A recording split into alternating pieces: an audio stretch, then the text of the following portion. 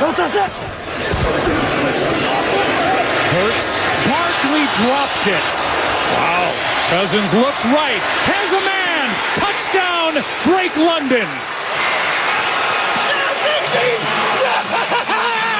And we are tied with the extra point to come.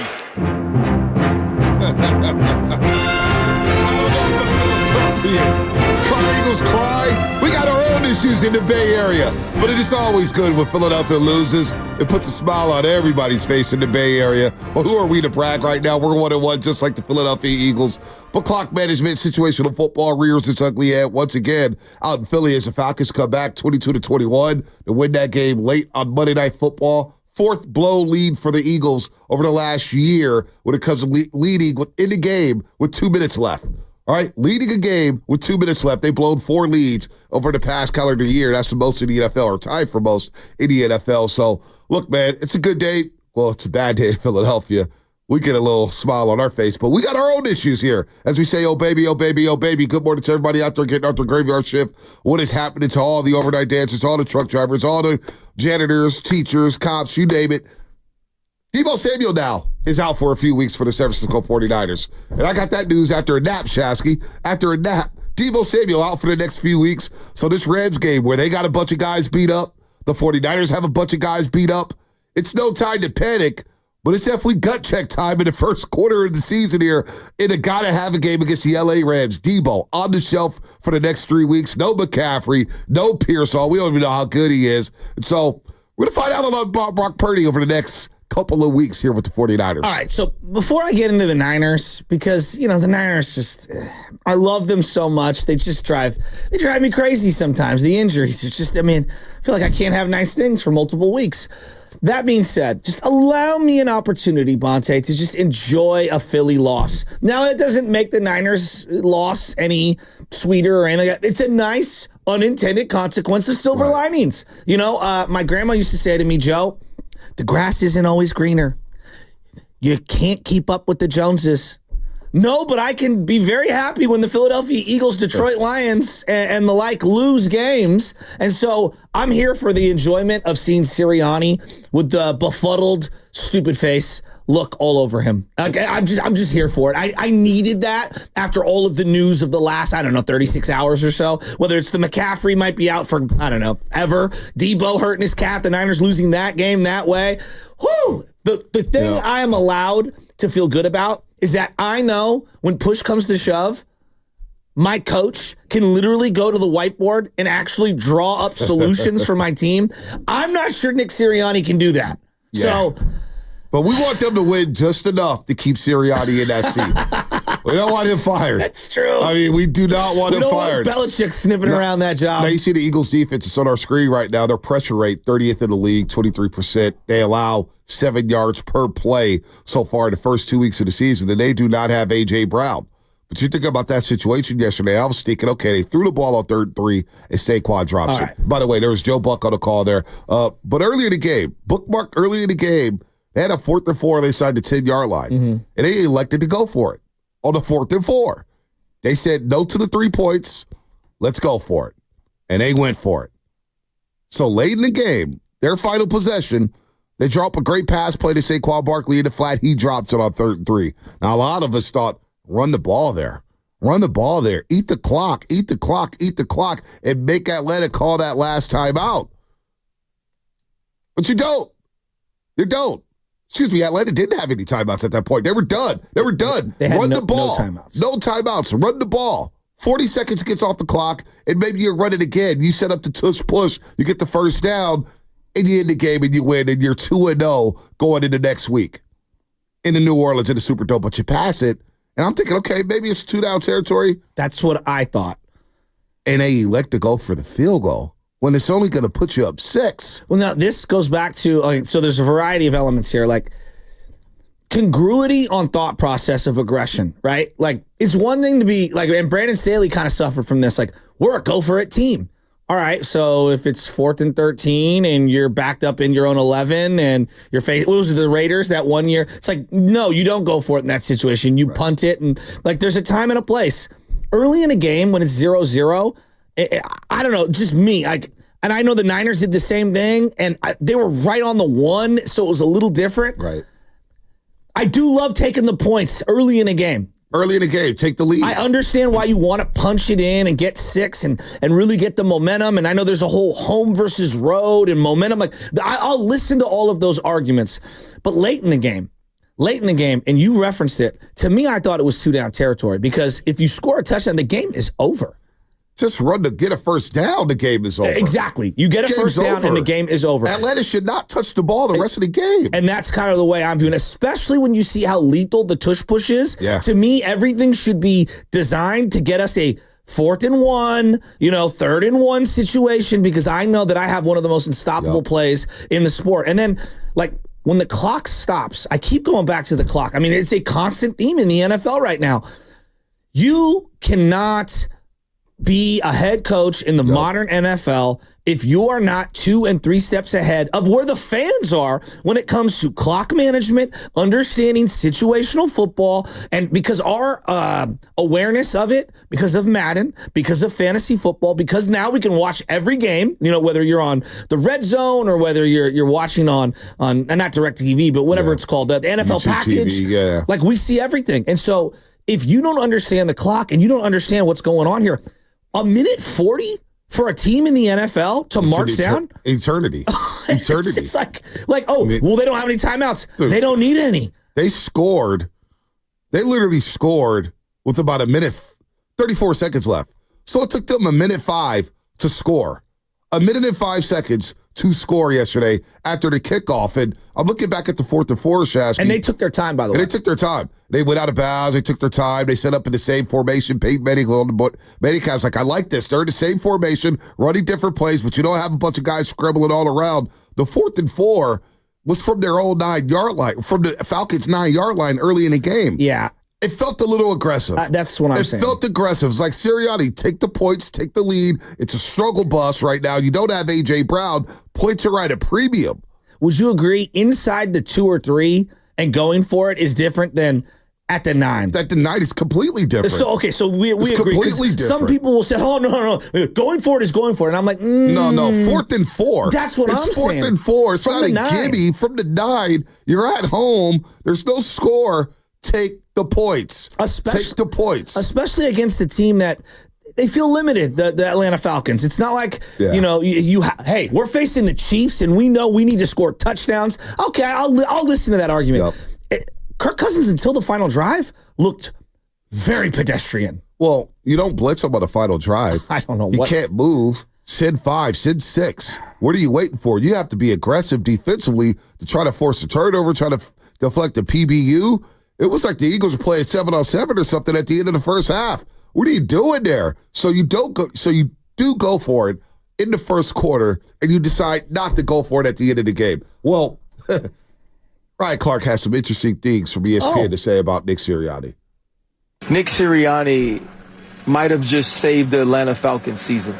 It's that big. And I think he definitely changed the course of Kirk Cousins' season. And it's not because that one play did so much, but that one play allowed the Atlanta Falcons a chance to go be great.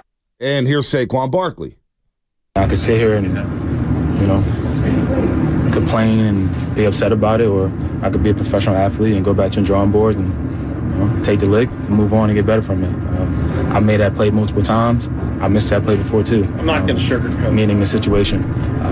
That happens part of the game, and I just got to be better. I let my team down. I got to man up to it. I got to own it, which I'm doing, and I can promise those guys in this locker room that I'm going to be better from it. All right, that was Ryan Clark on Sirianni. That was Saquon Barkley. Oh, you got Sirianni as well? Oh, here's Sirianni. Yeah, what does he have to say? Here's Sirianni on the decision to pass on 3rd and 3. In that scenario, I was thinking they might not have any timeouts there, but obviously they did with the incomplete pass. That would have came down to maybe a minute, and so we wanted to go up 6 points, and it didn't work. So, the decision to pass it there, again, like I said, where they were junking it up inside, with it being 4th and 3 to go for it, I thought, with them not having any timeouts, I wanted them to be down a touchdown and see if they could drive the field, and they did. All right, that's the type of answer that'll get you fired in about 5 weeks. That is just awful. It's That is incongruent, though. B, would you agree? Like, we want them to be on a touchdown. Okay, well, to me, then it's 2-down territory at the end there. If it's 3rd down, you go for it on 4th. If that's what your thought process is. I really got lost with what he was saying. Like, he started off, like, just listen to it again, huh? In that scenario, I was thinking they might not have any timeouts there, but obviously they did with the incomplete pass. You know, that would have came down. But they had a timeout because of the incomplete pass. Well, you threw the ball, so that's why they had the timeout. All right?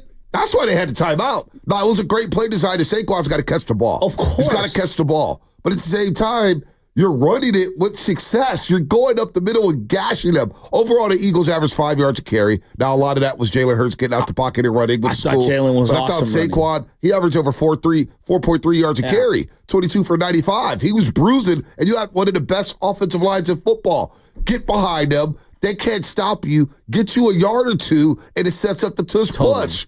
So, Sirianni, you gave them the timeout by even throwing the football and risking that. And then, all of a sudden, I'm thinking, okay, maybe it's 2-down territory. Yeah. They're going to pass it. Yeah, he left to go for the field goal to go up 6. Hey, Sirianni, all they got to do is score and kick an extra point. Now, the extra point was a lot longer because of the celebration by Drake London, but cool, he nailed it. He nailed it. So, I mean, that answer's just pathetic. That's pathetic. Okay, so that'll get you fired in that market. No doubt. Drake London scores the touchdown. And I guess my feed was behind. I was watching on the iPad. I was feeding the baby. He kept touching the screen. I was all over the place, right? And Michelle was down in San Jose. And so I go, wait a minute, penalty? What happened? And Sam's like, yeah, he let the choppa out or whatever Sam said in the thread. And I'm like, oh, I see it now. And he's like shooting a gun at the fans. I'm like, I think he was playing duck hunt or something. he was skeet shooting. Yeah, skeet shooting or something like Either way, that. probably not the best thing to do after this most recent weekend's events. No, I agree, but I didn't see it. And so, you know when the text messages are ahead of your own feed when you're watching something, and I'm like, all right, you know what? He deserved that penalty. Yep. So the Eagles are in trouble here. The NFC East, the winner may have 9 wins by the end of the day. 10 wins, maybe. Philly travels to New Orleans next week without A.J. Brown.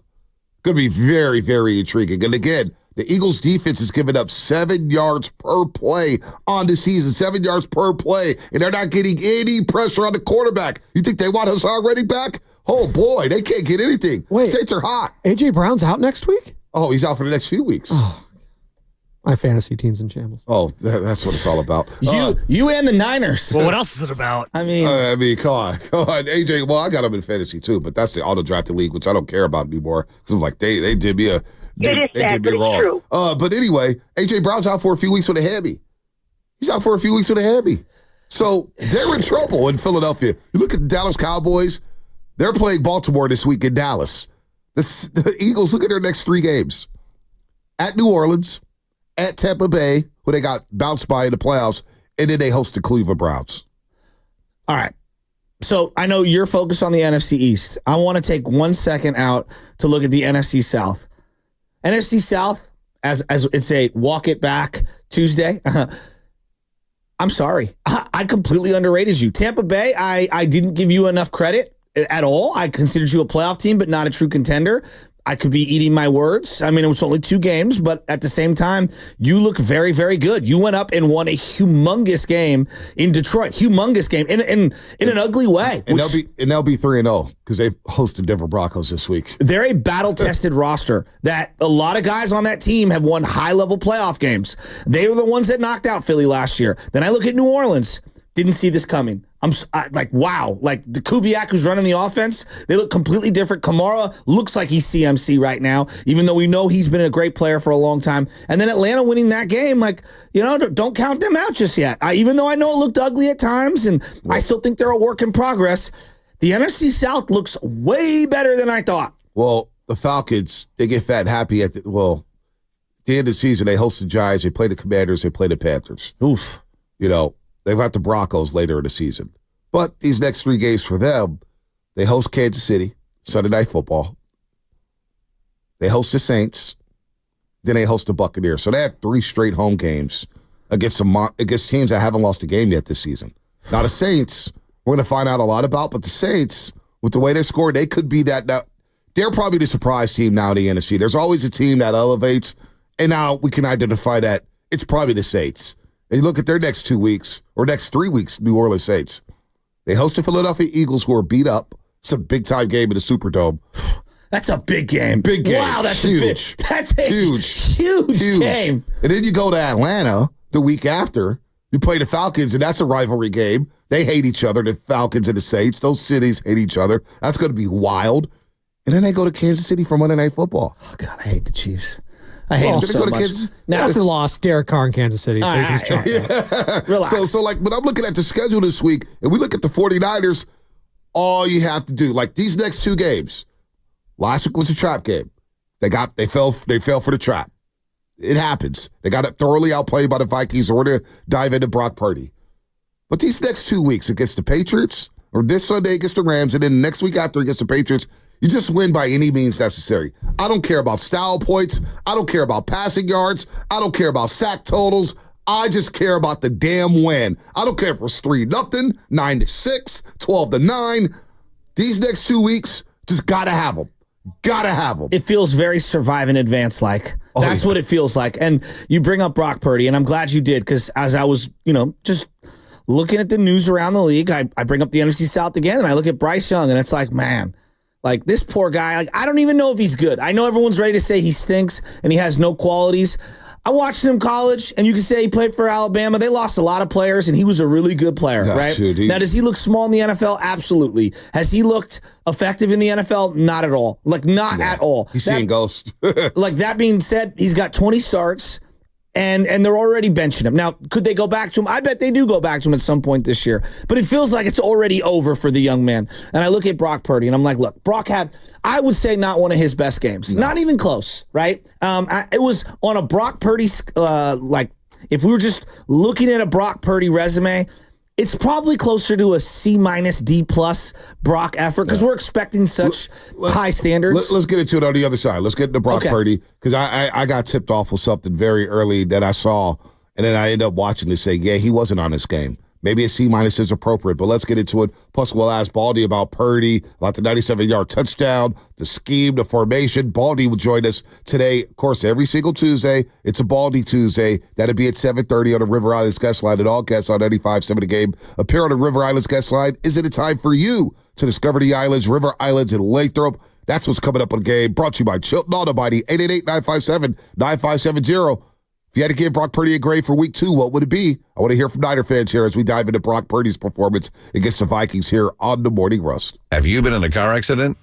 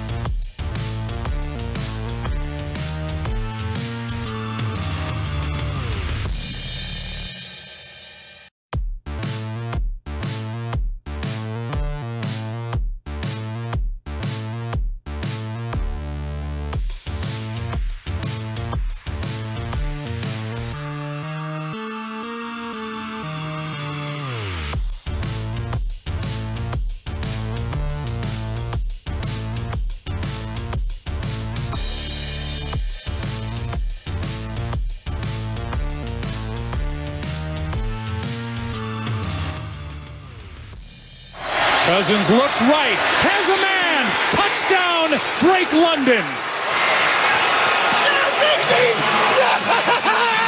And we are tied with the extra point to come. I was prepared to say this even if the Eagles had won that game, which clearly they should have by closing it out in the fourth quarter last night. The headline of the game, in my opinion, is that the 2024 Philadelphia Eagles appear to be a very mediocre football team. They look, to my eyes, to be entirely average. If you love Philadelphia, there's a high probability that you hate these two. It's the Morning Roast with Banter Hill and Joe Shasky on 95.7 The Game. Love you guys. Most of the time. Kate sent me a nice little birthday message, man. Shout out to Kate Scott. She's got to live in that miserable city. Joe to camera, 94 WIP. You heard the call from Joe Buck on ESPN. Buck and Aikman are so good. But then you get Joe to camera, 94 WIP, and he goes, I'm prepared. I was prepared to call this a mediocre football team, even though they would have been 2-0, which is surprising to me, Shasky. Because a couple years ago when we had him on the simulcast, he once said this about Sirianni and the Philadelphia Eagles. Listen to this. Thing I'd say, and I say this out of respect to your franchise, so I will say growing up, man, Joe Montana and Walter Payton were my two favorite players that were not Eagles in the NFL. I love those guys. I loved Montana. I loved Rice. Those guys were great. But I'm telling you, the Eagles are on to something with how they play offense that to me is reminiscent of what Bill Walsh did 40 years ago. Elaborate. Bill Walsh brought something to the table that the league could not figure out initially. It was different. It was short passes. It was run after the pass. It was obviously Montana that didn't have a rocket arm, but utilizing his strengths to the greatest ability he could, and it turned him for a long time into the best quarterback in football history. And obviously West Coast offense is maintained to this day. Some teams have made some adjustments, but in the early days, Walsh was way ahead of defenses. Guys, I'm telling you, the nation doesn't know it, but John and I know it, and Eagles fans know it. Hurts and Sirianni are ahead of the curve, and they have an advantage. All right, now I'm coming down your road. Bubble bath boy. You haven't even won a second one playoff game with this guy, and you're anointing him. He's Bill Walsh, and he's going to have a legacy where the entire league is going to be doing what he's doing for 40 years to come. I mean, can we put the cart before the horse? That was I defended Bill Walsh. Come into play for you. I mean, Joe to camera, that's not aging well. But you know, we walk it back Wednesday, and everybody could have a big take. That was a big leap of faith right there. That was one take for the ages. That was one take for the ages. To say that this guy was going to revolutionize football and that they are so ahead of the curve that the nation doesn't know what's coming. Well, we've seen over the last season and a half what's been coming out of Philadelphia. They've given up since 2023. They've given up 140 points in the last 2 minutes of a half. 140 points. That leads the NFL. They've blown 4 leads leading in the last 2 minutes. So as bad as we think we have it out here in San Francisco, it's nothing like Philadelphia. But we do have our own problems that we need to focus on. We can laugh all we want to at Philadelphia, but if the Niners lose to the Rams, a lot of people will be laughing at us with the way things are going here. No Deebo Samuel for the next few weeks. You look at the schedule for the 49ers, the Rams this Sunday, the Patriots the week after, the Cardinals the week after that, and then you go to Seattle in a short week before hosting Kansas City and the Dallas Cowboys. So you've got to stack up these wins right now over the next 2 weeks against a beat-up Rams team and the New England Patriots. And you're going to have to do it without Deebo Samuel and Christian McCaffrey. So we're going to learn a lot more about Brock Purdy and Brandon Aiyuk. Yeah, there's no doubt about it. And I think the Brock Purdy thing is interesting. Quarterback play around the league seems to be down in terms of effectiveness, touchdown passes. Like, there's lots of different metrics. I think there are a lot of young players playing right now. I think clearly, to your point about preseason the last couple of weeks, it's inarguable. Nobody's playing in the preseason, and all these teams look sloppy, and there's not a lot of synergy. Then you couple that with, wow, there are a lot of really good pass rushers in the league right now. Wow, offensive line play, cohesion is really down right now. So, I think all of these things are kind of happening all at once. And then you lose a lot of older 30-year-old legends over the last 5-6 years. And now you look up and it's like, oh, the old players in the league. Now I know Aaron Rodgers is still playing, but like the old players in the league are like Mahomes and Josh Allen, like those were the young guys just a couple years ago. So I look at Brock, Bonte, and I say, like, does he need to carry them the way that Buffalo has Josh Allen carrying them? No. But he has to play better football for them to win. And I think it's a really important stretch for him. And it's interesting that you bring up Jalen Hurts, because clearly Jalen Hurts was MVP caliber of the league and was a dominant force. And whether it's coaching, the physical wear and tear, the injuries, there's a variety of reasons on why he has not performed close to what he was that MVP caliber season. And I think Brock can play better than what he did on Sunday. I think his offensive line wasn't great, but I also don't think that he saw the field really well. I thought he was a little pressured by the rush, and I thought that his eyes went down on the rush. And I just look at his accuracy, which is one of the things he hangs his hat on, just not where it needs to be. And I just charted, and I like to chart every play. I do my own kind of way of doing it. And when I watch it back a second and third time, and I did highlights, and I highlighted what I deem to be below average plays, and this is on the Brock ranking, okay? And what I above average plays. I had 14 of each from Brock, okay? And we can argue like, hey, well, this linebacker, stunted and no one saw it. But all right, but like he's been really good at making that first guy miss, like I expect him to. And yeah, it's everything, the route combinations, the play calls, other players. But on the Brock level, I thought it was a subpar Brock game. That's all. And I love Brock. I didn't think it was even close to like an average Brock game. 49er Frankie, shout out to 49er Frankie, Guru's boy. He texted me yesterday. We were talking about check downs. He goes, man, they need to check it down more. He's got to use the check down when 5 or 6 are coming. I said, well, they don't have any check down options anymore, right? However, he goes, watch Mason on the third play of the game. So as I'm firing up the game again, forget the third play of the game, the second play of the game. Back-to-back plays. Mason's out in the flat. He's got a blocker in front of him. Maybe you check it down to him. You get 10 yards or something. Third down, you got to check down to Jordan Mason, and he forces it to Deebo Samuel. And from that point on, as I'm watching, there's a lot of forced throws from Brock Purdy. It was like he was really locked in on Deebo in this football game, forcing it over the middle of the field. That's where, the Minnesota Vikings and their fast linebackers here, which our guy, Chasewood, not Chasewood, Cashman, it's going to be Blake Cashman, for the Vikings, was flying all over the place. He was reading Brock. Brock was staring down receivers left and right. So on the Brock scale of things, because he's really good, he could process better than the most of them. But I looked at this film and I took it away and said, Brian Flores just confused the living crap out of him. No doubt. Over and over and over. But when it comes to checking it down, yeah, we know McCaffrey's not there. That was a big factor in this football game. Before that, Frankie goes, look at the third play of the game. And before I even got to the third play of the game, I got to the second play of the game and go, oh, yeah, he could have checked it down right there. Brock was just off in this game. He was. But you're granted that when you play 30 really good games, you're allowed a weak game. You know what I mean? Like, it happens. No one expects you to be lights out. So, we've seen Peyton Manning threw up duds, Tom Brady talked about how there were certain defenses that, for whatever reason, flummoxed him. There's a guy, Spagnuolo, I don't know if you ever heard of him. He got the best of Brady a few times. So, Brian Flores having Brock's number and this offense's number is not new to the NFL. No. But what is like him staring down like receivers, and you reference that third play of the game. The way he was so locked in on Deebo, that linebacker jumping in. He flew right over there. He led him right into Deebo Samuel. No doubt. It was terrible. But he also, again, had a great shotgun pass that he lobbed over to Kittle, for example, on the second one. He had hitting his third read for Jawan Jennings on a 1st and 20, which was an absolute dime. It was such a mixed bag for him, and I think we're all so accustomed to a much cleaner game. He felt rushed. He felt befuddled. He felt confused, which is why he walks up to Brian Flores after the game going, man, that scheme is crazy. It was like, ooh, yeah, he was lost looking at this scheme. This scheme had him, and there was plays out there to be made. So moving forward here, without McCaffrey, without Deebo, it is imperative for him to use every single asset out there, whether it's Jennings, Aiyuk, Kittle, Mason. And I do think Shanahan's going to have to go away from what he usually does, which is where he calls plays. He goes, hey, you go to this guy. This guy's going to be open. I think he needs to have on his whiteboard this week against the LA Rams. Brandon Aiyuk needs 12 targets. Oh. At least. We need 12 targets.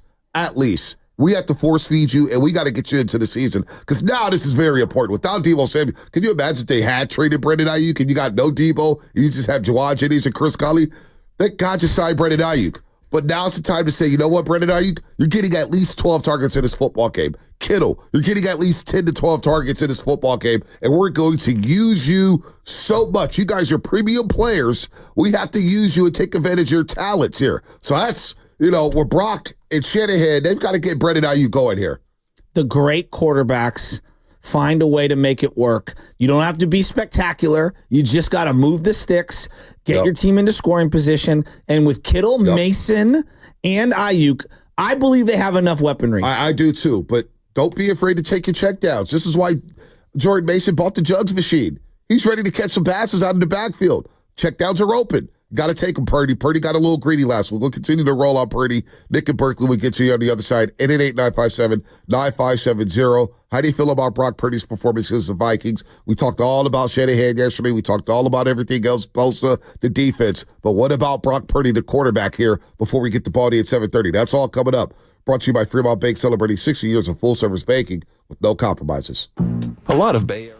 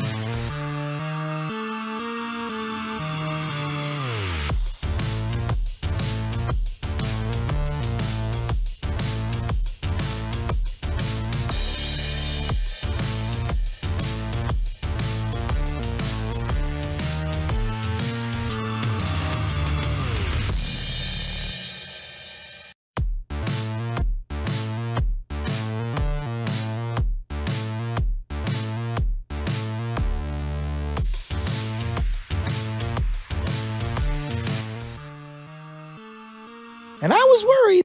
This is Adam in the city, and you're listening to the Morning Roast with Bonte Hill and Joe Shasky on 95.7 The Game.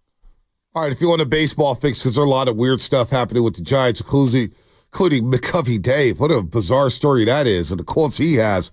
Unbelievable. But make sure you guys are subscribed to Garlic Fries Baseball Guys podcast. New one was just released yesterday, I believe. One podcast you need to be listening to for all your Giant talk. Sam Lubman, Joe Shasky, bringing the best damn Giants talk in the Bay, no matter what happens the rest of the season, good or bad. Subscribe today wherever you listen to your podcasts. It is definitely my favorite podcast. My favorite Giants podcast, no doubt about it. That's tough. It is tough. McCovey Dave, real quick. How strange is that? McCovey Dave is always in a kayak out there in the cove.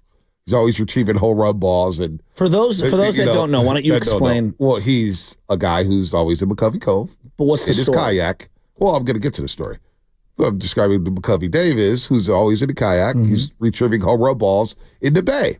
And so Elliot Ramos had a splash hit from the right-hand side. First time we've seen a right-hander hit one into the cove, right, for a Giant. And so he retrieved the ball, and, the Giants wanted it back. And McCovey Dave basically said, yeah, you're not meeting my asking price. Basically summarizing what he said.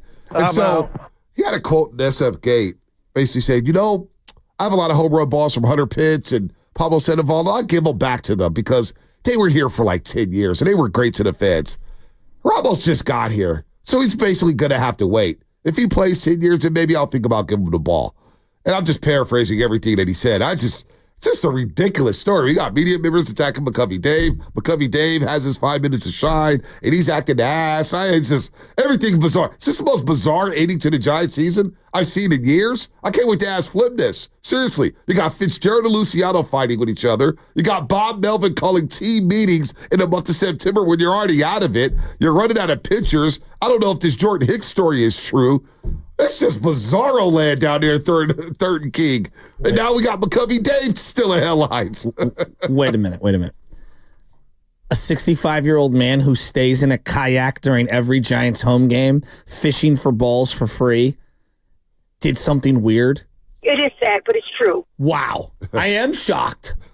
I mean, look, I put McCovey Cove Dave in the same bucket that I put Banjo Man in, so that should just speak for itself.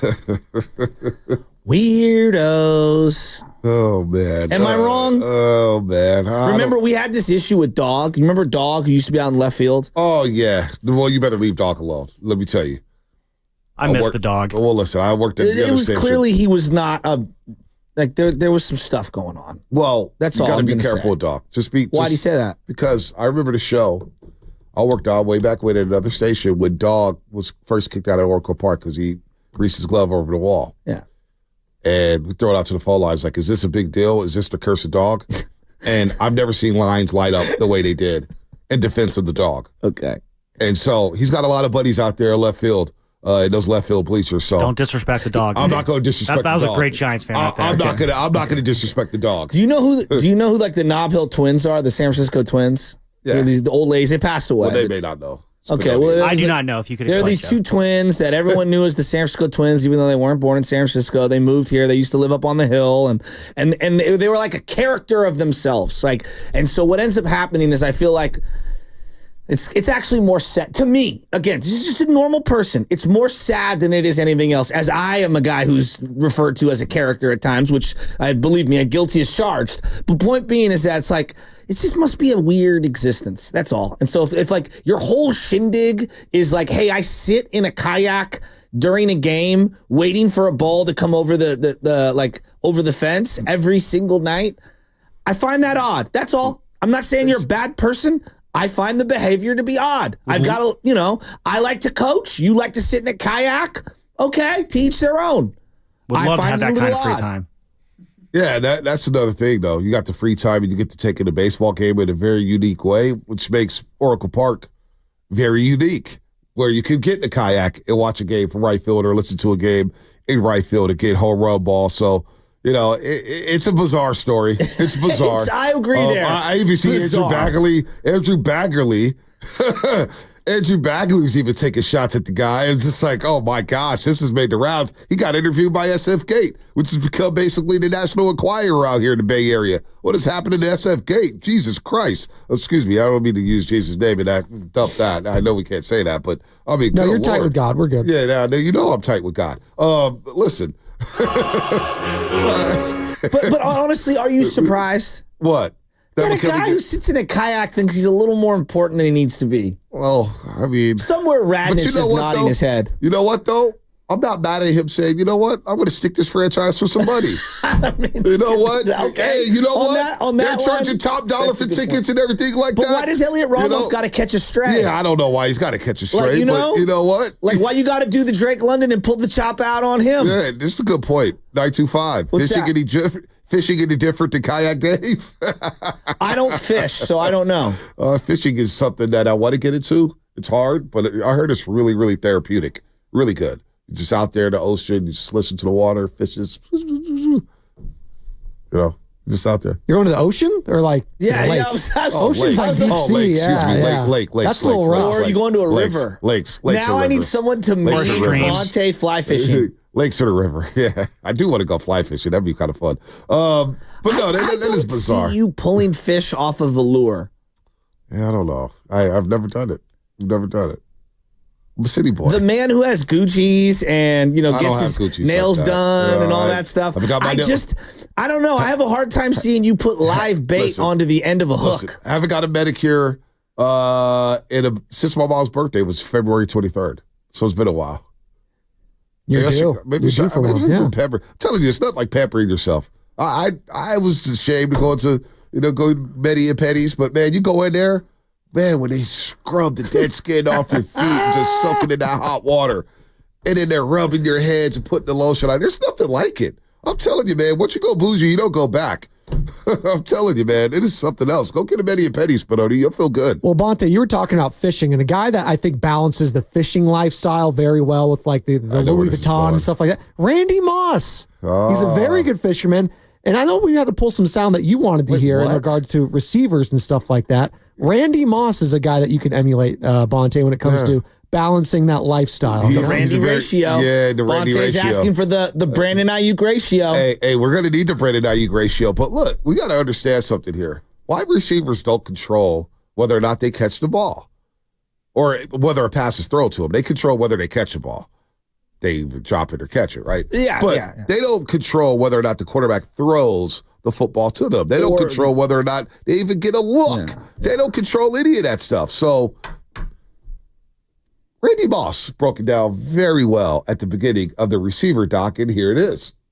It's always funny when people say a receiver has one job, catch the ball, when catching the ball is mostly out of our hands. The play call, the protection, the quarterback looking our way.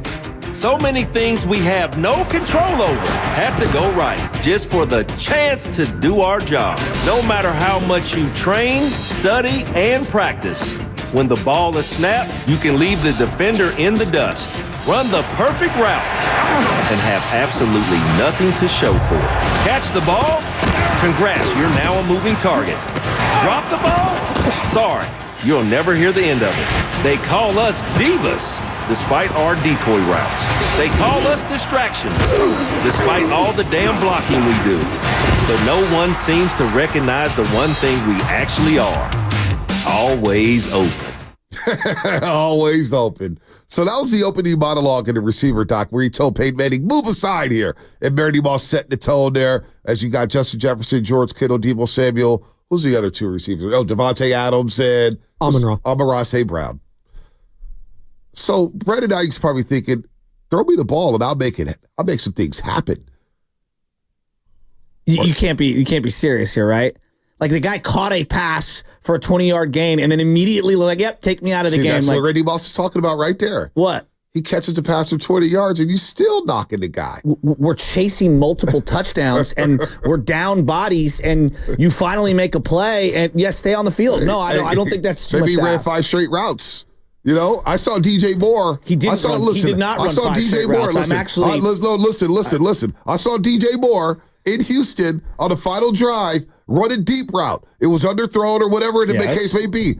And it became a third down, and DJ Moore walked off the field. Okay.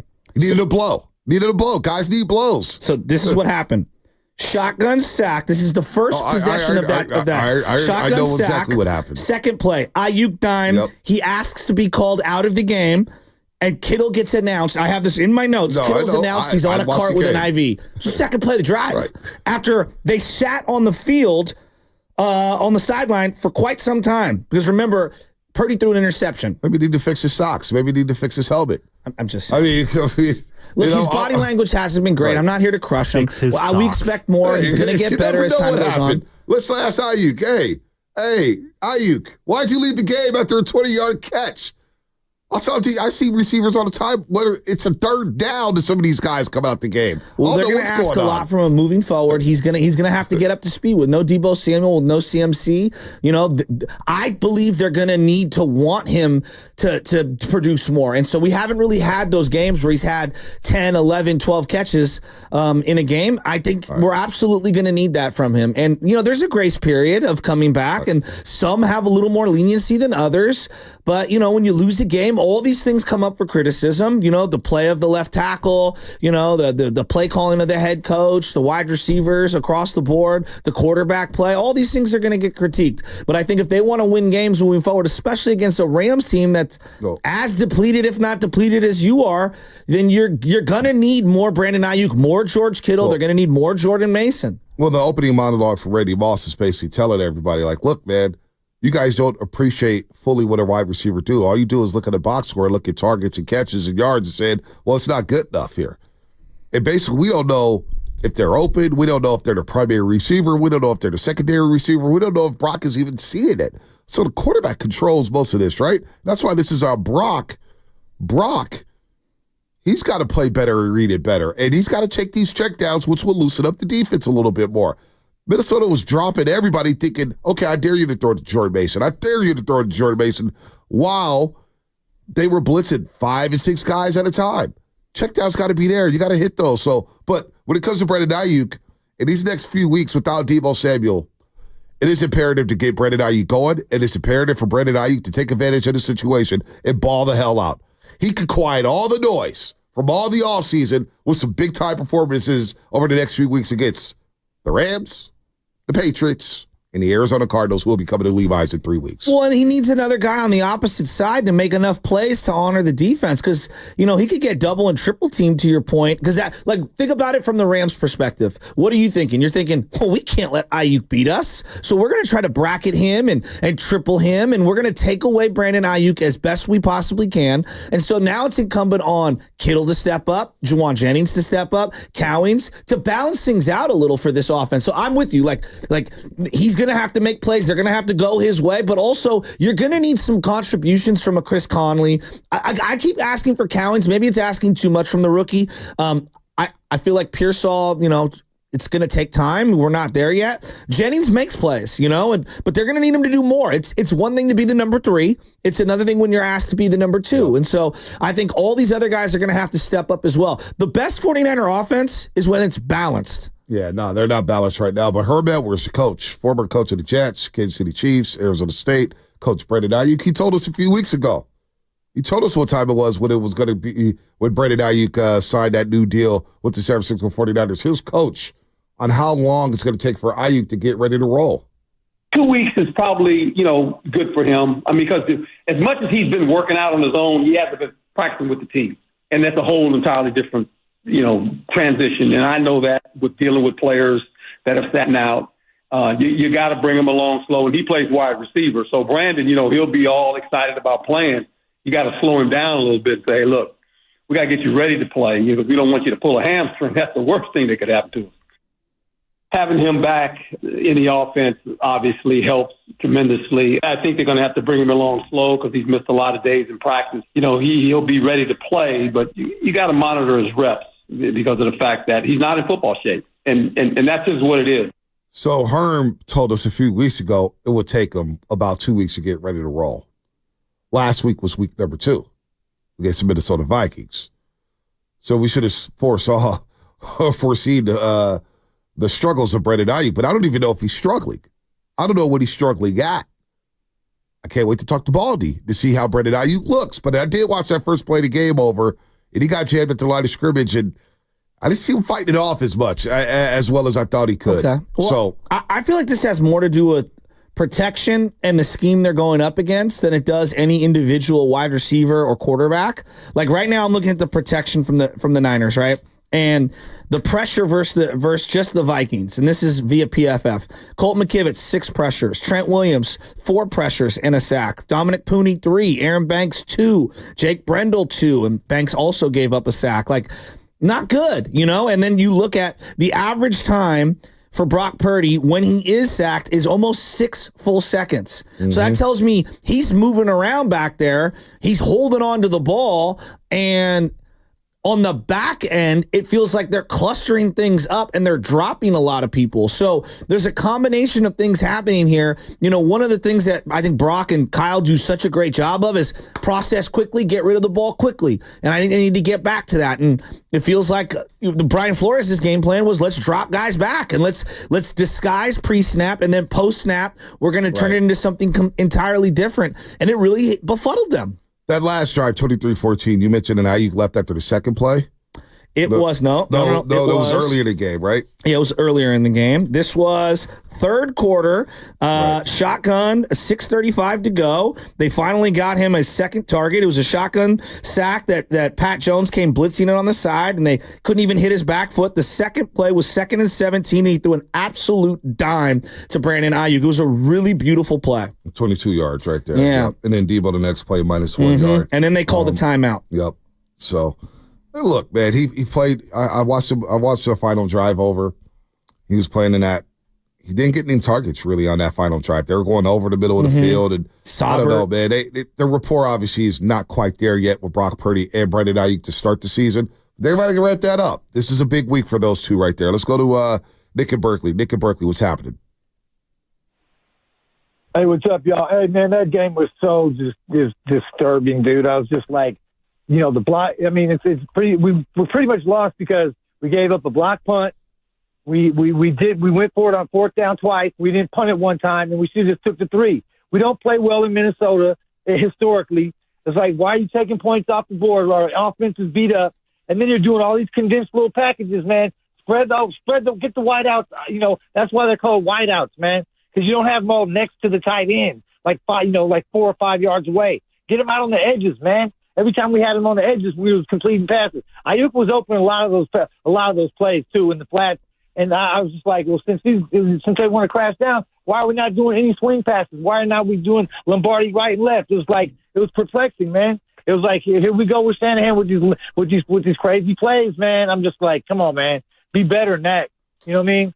Got to be better than that. Purdy was dropping dimes, man. Defense stepped up with 2 huge turnovers in the red zone. I mean, come on, there's only so much they can do, man. You know what I mean? Don't take points off the board. You know, forget the ego stuff, man. It's the NFL, man. Kick the field goal. Nick, hey, Nick, real quick. Are you panicking right now with no Deebo over the next few weeks? You panicking? I never panic. Never panic, Bonte. You know that, man. Yeah, that's never true. Panic. I mean, you know, we just got to grind this. What we got to do now is ball control, man. We got to grind out the clock. Yeah. Like in a hoop team, you know, slow, bringing it down slow, milking the clock. We have to grind the clock and get all the time clock in our favor and not put the ball on the ground, and we'll be all right, man. You know, Nick, it's interesting you say grind the clock because I know that's one of their strategies. They like to suck the air out. They've gotten away from the play action, and I think to your point, like the trusting of Jordan Mason, for whatever reason, is they don't trust him in the passing game. But that's where they do their most damage is via play action and having 8 in the box and having teams kind of really stack things, and the threat of throwing the ball to CMC is a big deal. When teams man them up, because it feels like that's been the last couple of big losses, the Kansas City game and this one, they man them up. I'd like to see Shanahan do 2 things. Number 1, more bunch formations, you know, more rub route type things where I'm trying to cluster it up and I want to make these DBs communicate a little better. You see other teams do it to the Niners. I'd like to see Shanahan do that for Brock. Give him some easy, quick hitters, right, to offset that blitz. The second thing, and Kevin O'Connell did this, it was one drive. They went no huddle and then slowed it up and then went back to the no huddle. It was really good.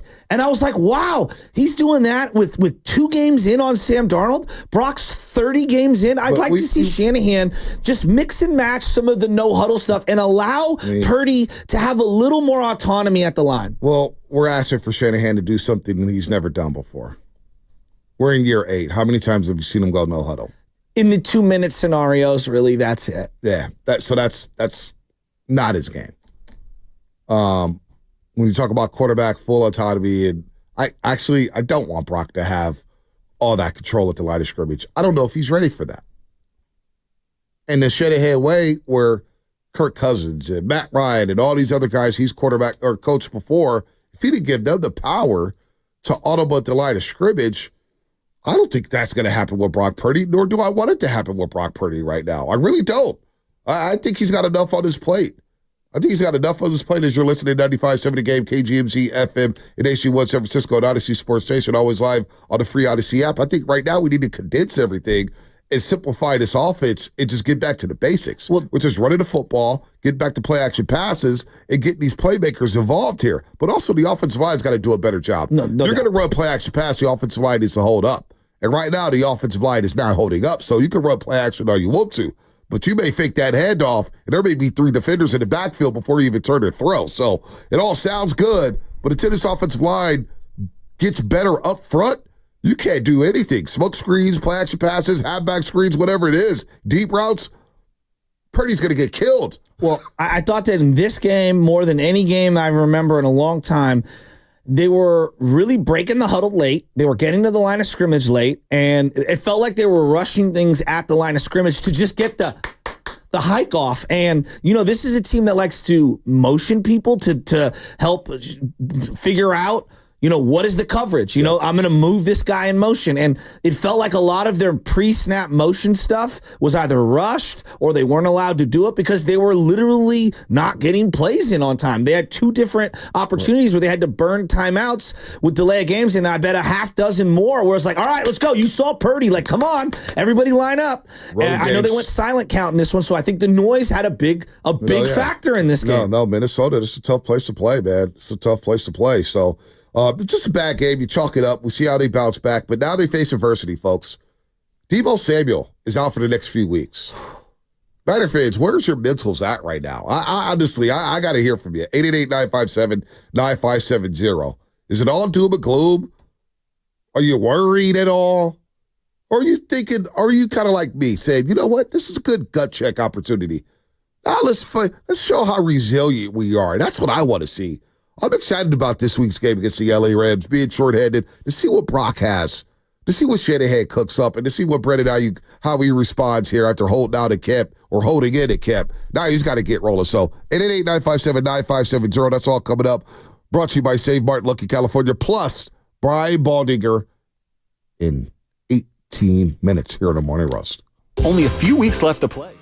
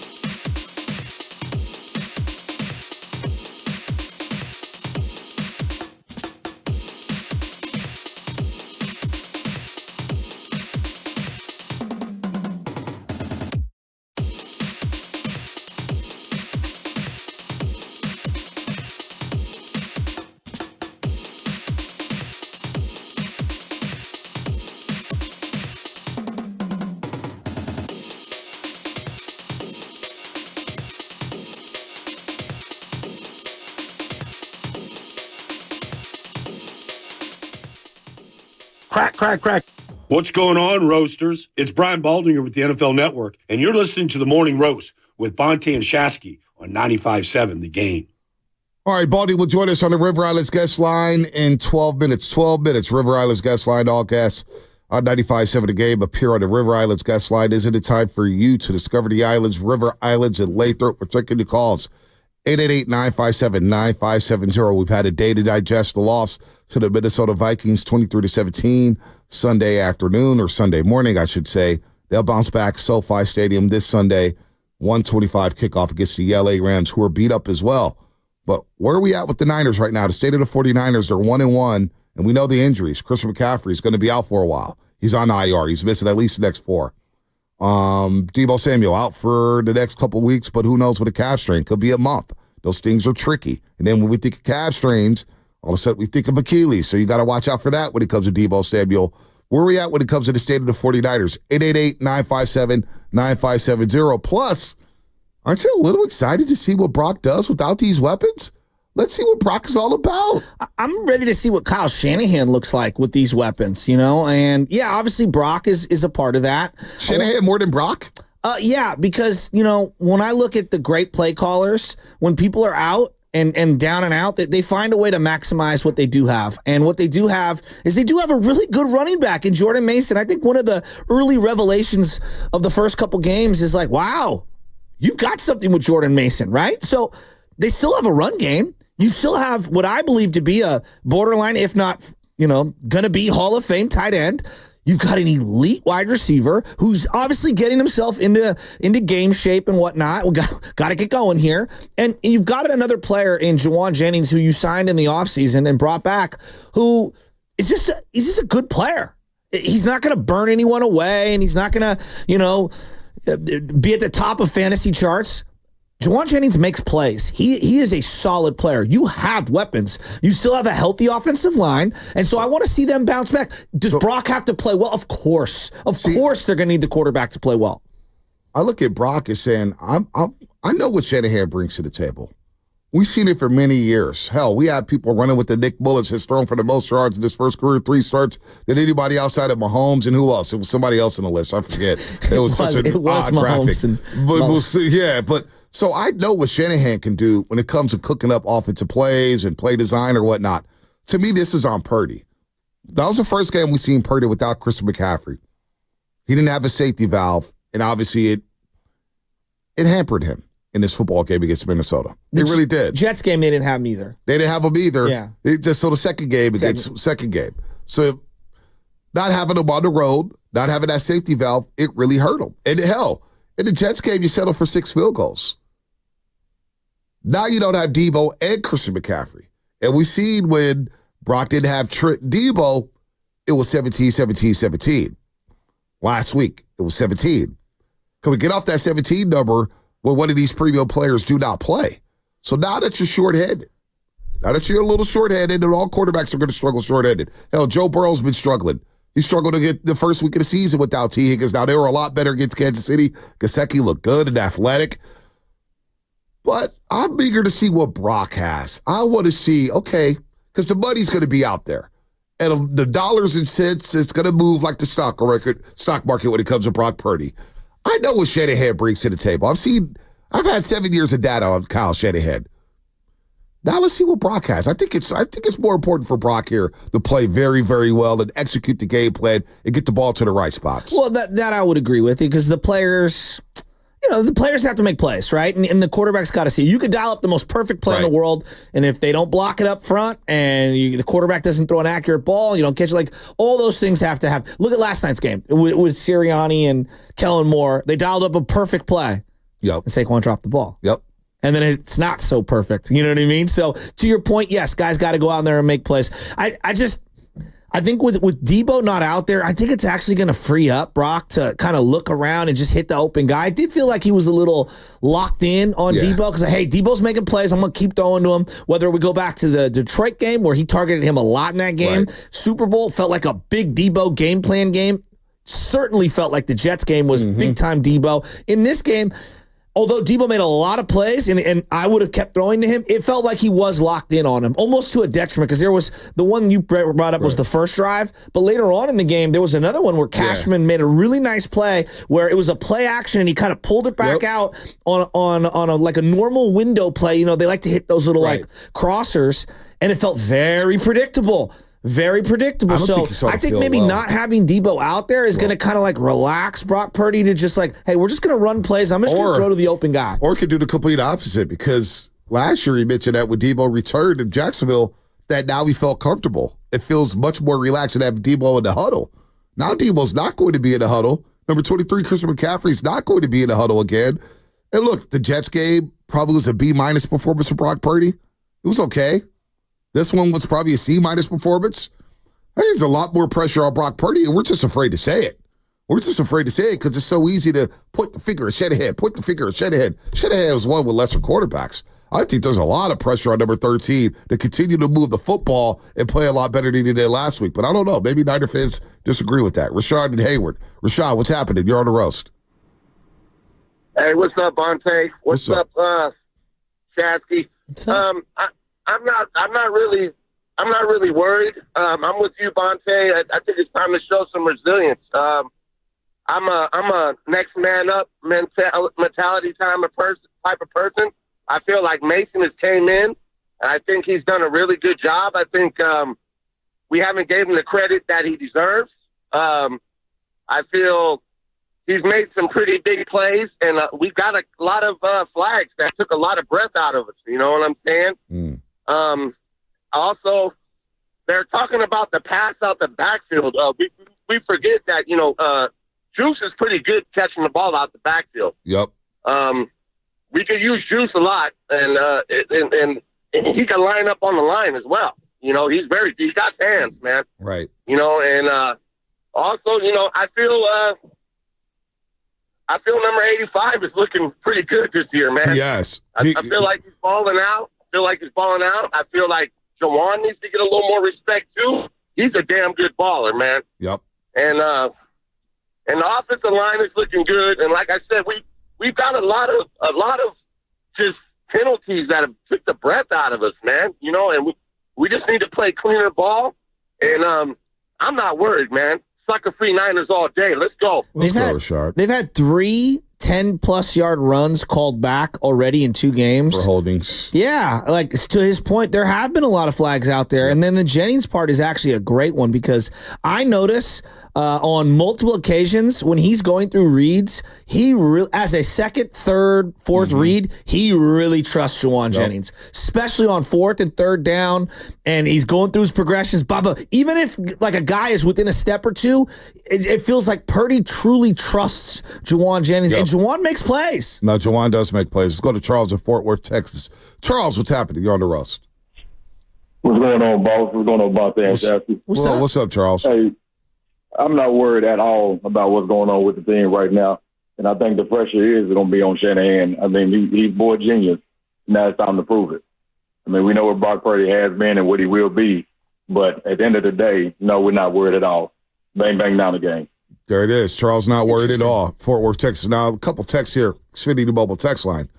Good morning to them. So 408. I'm going to read 2 different texts. Yeah, I'd like to hear them.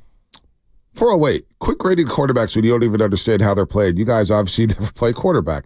Brock Purdy is doing fine. Need to get the rest of the guys up to speed. Brock Purdy didn't play fine Sunday in Minnesota. I don't think he played his best football at all. Now, I can't wait to hear from Baldy about it, but I mean, I've watched a lot of quarterbacks. Yeah, I never played quarterback. Shasky never played quarterback, but watched a lot of football to know when a quarterback is playing well or not. Brock Purdy not played good football Sunday against Minnesota. It's okay to say that. It doesn't take Bill Belichick or Bill Walsh to say, right now, Bryce Young looks really overwhelmed. Right. It doesn't take Bill Walsh or Bill Belichick to say, wow, Patrick Mahomes, even though he threw 2 horrific interceptions, yeah, he's pretty good. Right. Like anyone on their couch can diagnose this. Now, I don't know where the plays are going, and I kind of disagree with anybody on the couch can diagnose this, but to say that everything is fine with Brock Purdy, it's okay to critique him when he doesn't play great football. Well, I thought it was a mixed bag. He had a lot of good, and then he had a lot of bad. I thought it was all over the place. Like Yes. I'm trying to be objective because he did hit a couple of great throws across the middle. One of them to Kittle, he was just draped on him, and it was just an absolute dime. And there were a few times where there was nothing open, and he moved around in the pocket and evaded sacks. Here's a great example. He was pressured from multiple sides, jammed out of this big-time, pocket collapsing on him, escaped to the outside. Should have been a 5-yard loss. He turned into a 1-yard gain. Yep. Now, that's a play everyone's going to look at and be like, well, that's a big nothing. But it's like, wait a minute. That was a huge negate of a monster sack multiple times, and it's a 1-yard gain. Like, you might, not you, but the average person might not think about that play as some highlight play, but that keeps you on down in distance. No doubt. In a game where you were losing yards left and right in the second half, I thought it was a big play. He made 2 beautiful evasions of sacks and throws to Juice and Deebo on the sideline. He also threw a couple to Deebo over the middle that were high and behind him that could get him hurt and could get picked. And Deebo made some great catches. So, again, it was a mixed bag. Exactly. It was a mixed bag, and it's okay. I still believe in this guy. I still think he's a really good quarterback who's played really good football over the last season and a half, but Sunday wasn't his best performance. It's okay to say that. 888-957-9570. We'll line him up as we get Baldy on here in just a couple minutes here. 925 extended mobile text line. We'll get to see if this team could actually win without Deebo and if they could trade him next year. It will also show if Brock is a system quarterback or a truly market setter, or if he's going to set the market. That's basically from 925. Is he a quarterback who's going to reset the market, or is he a guy who's just going to be Well, Baker Mayfield's a good example of someone right now. Now, he's having a good year to start the year, 2 games, right? But he was good last year. And Baker Mayfield signed a 3-year, $100 million deal, give or take. He didn't reset the market. Now, you would say, Joe, Birdie's been better through the first couple years than Baker was the last year. Right. Sure, no doubt about it. But why does everyone have to get 60, 65 million? Just because the Green Bay Packers paid Jordan Love after 6 games doesn't mean that I have to. And plus it doesn't mean that that's exactly what Brock's looking for. I don't know. I think, yes, is there money that we're going to be going up and down like the stock market, to your point? I'm sure internally and with his agent, those things are conversations that are being had. But let's let the season play out. Let's just allow the whole thing to play itself out before we lose ourselves one way or the other. I agree. Download the free Odyssey app. Download the Odyssey app. 95.7 The Game. Thousands of other stations and millions of podcasts are free on the Odyssey app. Sports talk, music, news, a great podcast like Garlic Fries and Baseball Guys are all available. Follow your favorite team, stations, and radio shows, and catch amazing interviews you missed too, like with Matt Barrows, Joey Willard, and Dibbs this past Friday. All right, it's Shark Week, folks. Let's get into it with Brian Baldinger.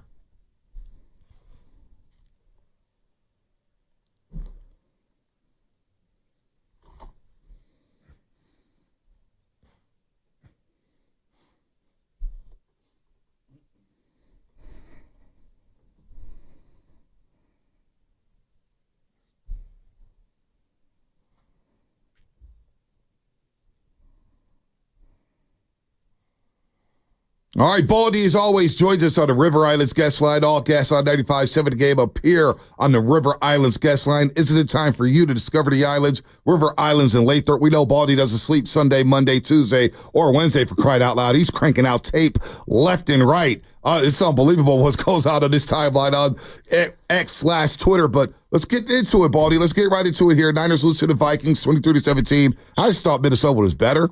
They were out more physical. They executed at a higher level, and really the Niners were lucky the game was even close. This guy from Minnesota, linebacker coming over from the Houston Texans, was making play after play after play. Blake Cashman, number 51, Blake Cashman was everywhere. So what went wrong for the Niners offensively? Let's start right there, Baldy, and good morning to you. Good morning, Bonte. Well, they moved the ball. They had a decent day, just offensively. But I just think that, they couldn't finish drives. You had the 2 turnovers. You had the 4th down stops. And Brian Flores is different than every other defensive coordinator in this league. There's really nothing else. There's nobody gives you as many different looks as Brian Flores does. Josh Metellus could be a linebacker. He could be a free safety. They play so many different fronts, and it does confuse. I mean, they ran the ball good. I mean, obviously, Jordan had a good day. Run for 100 yards. You're getting 5 yards a carry. He's a good back. But they just mix things up so much. There's nothing you can say, okay, here's their third and long defense. This is what they're in. I mean, because they're going to give you blitz zero looks a lot. They're going to drop. They're going to come. They're going to overload. They're very difficult to prepare for. This is 2 years in a row now. They really struggled against this defense. How did you think Brock Purdy looked? I thought it was a mixed bag. It wasn't his greatest performance. He evaded a lot of pressure. He made some good throws. He also stared some guys down. I don't think it was the worst performance in the world. I don't think it was his best by far. But I thought it was a mixed bag. What did you see, Baldy? What did the film tell you? Yeah, I mean, I thought he was good. He's always good. I mean, those tough throws in the middle of the field are tough. But I think that I don't know how to describe it, Joe. He wasn't all world, and I think some people just think he's got to be all world. He misses McCaffrey in the passing game for sure. There's no question about that. He's just such a difference maker on really easy throws, but in space where he does so much damage after. Not to take anything away from Jordan, but I think they do miss him. But he did deliver the knockout shots that that for example that Sam did from the other side. I mean the throw to Justin Jefferson and the throw to Naylor at the end. Like he didn't deliver those type of knockout shots that you want him to be able to do. Baldy, let's get into that 97 yard. And I do think, Joe, real quick, Bonte. Go ahead. I do think he is kind of staring some receivers down. I think he is locked in on some guys, and he's kind of probably waiting too long for things to open up. And some of that is, okay, Aiyuk wasn't there at all during training camp in the offseason, kind of waiting on some things to happen, and you could be found guilty of that sometimes. No, that's spot on. It's kind of what we've been discussing all morning here, Baldy. Staring down at receivers, being late with the football. Don't think it was his best performance, but you brought up the 97-yard touchdown. And Niners go for it there. Maybe you take the points, but look, I had no problem with Shanahan elected to go for it. Van Ginkel makes a great play, cover zero blitz, free rusher. Boom, they get the PBU. But on second down, Darnold climbs in the pocket and throws one of the best deep balls I've seen in recent memory to Justin Jefferson. But we were all befuddled because we saw George Odom on Justin Jefferson playing press man. George Odom is a career special teamer who's playing at free safety. What'd you think about the defensive lineman here? Two safeties on Justin Jefferson? JJ's going to win that all day, Baldy. I don't know what they're thinking. Diamador Lenore's on the other side of the field guarding grass. Like there's nothing over there. There's no work. You got Naylor and Jefferson over here in a stack. Sometimes you can, I don't know why you would drop down your backup safety in that situation. Him and Tig are the safeties in the play, and Odom is down there.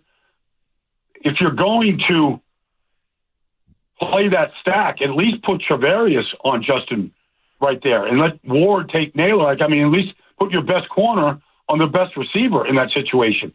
And so not only did they get caught with their second corner on the other side of the field, but they got caught with, their third safety on Jefferson like that. And that's, Sam saw that all the way.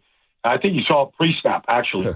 And, the biggest play that I've seen the 49ers give up since Shanahan has been there, happened on the play. Yeah, it was very frustrating. I thought the drive before halftime, after the Niners score, it goes 10-7, and then, Vikings get the ball back, and there's about a minute 53 to go, give or take, and there's a 3rd and 13, and Justin Jefferson somehow is just wide open. And then you follow that up with Sam Darnold scrambling for about 17, 18 yards into no man's land, and it feels like no one's there. That entire sequence was it was head-scratching. What did you see there schematically or individually from the players that were out on the field? Well, they put together that drive, and, Justin Jefferson is wide open. It was an easy throw for Sam, but the two runs that Sam had up the middle, it didn't look like. Fred on that play he's running with Naylor, somebody down the middle of the field. He's way off out in right field, so he's out of there right there. But nobody's got their eyes on Sam Darnold.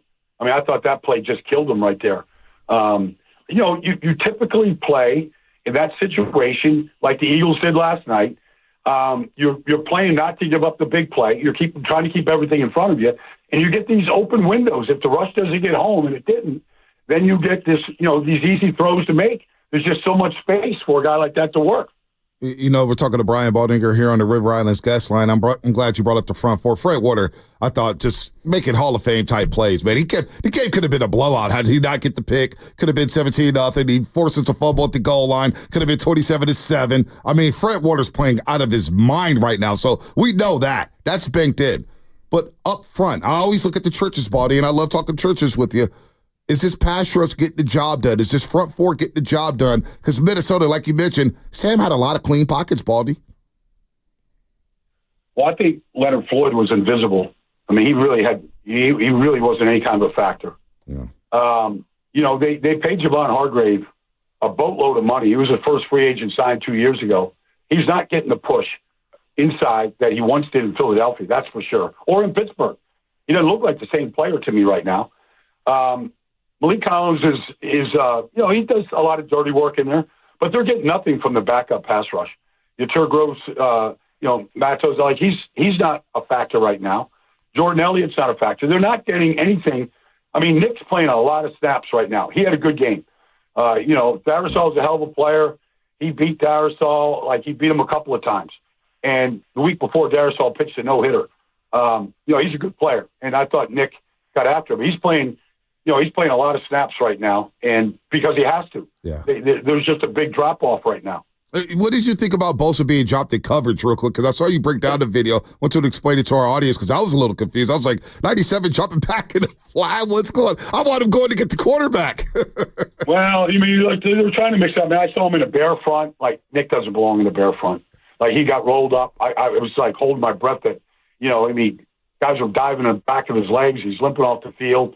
Fortunately, he was okay. But, you know, Nick's bringing some different fronts, some different ideas than what they've seen. Nick's not the guy. If you want to drop somebody, drop Floyd. You shouldn't be dropping Nick, though. Like, get him in a position where he's the rusher and just let him go forward. He does his best work going forward.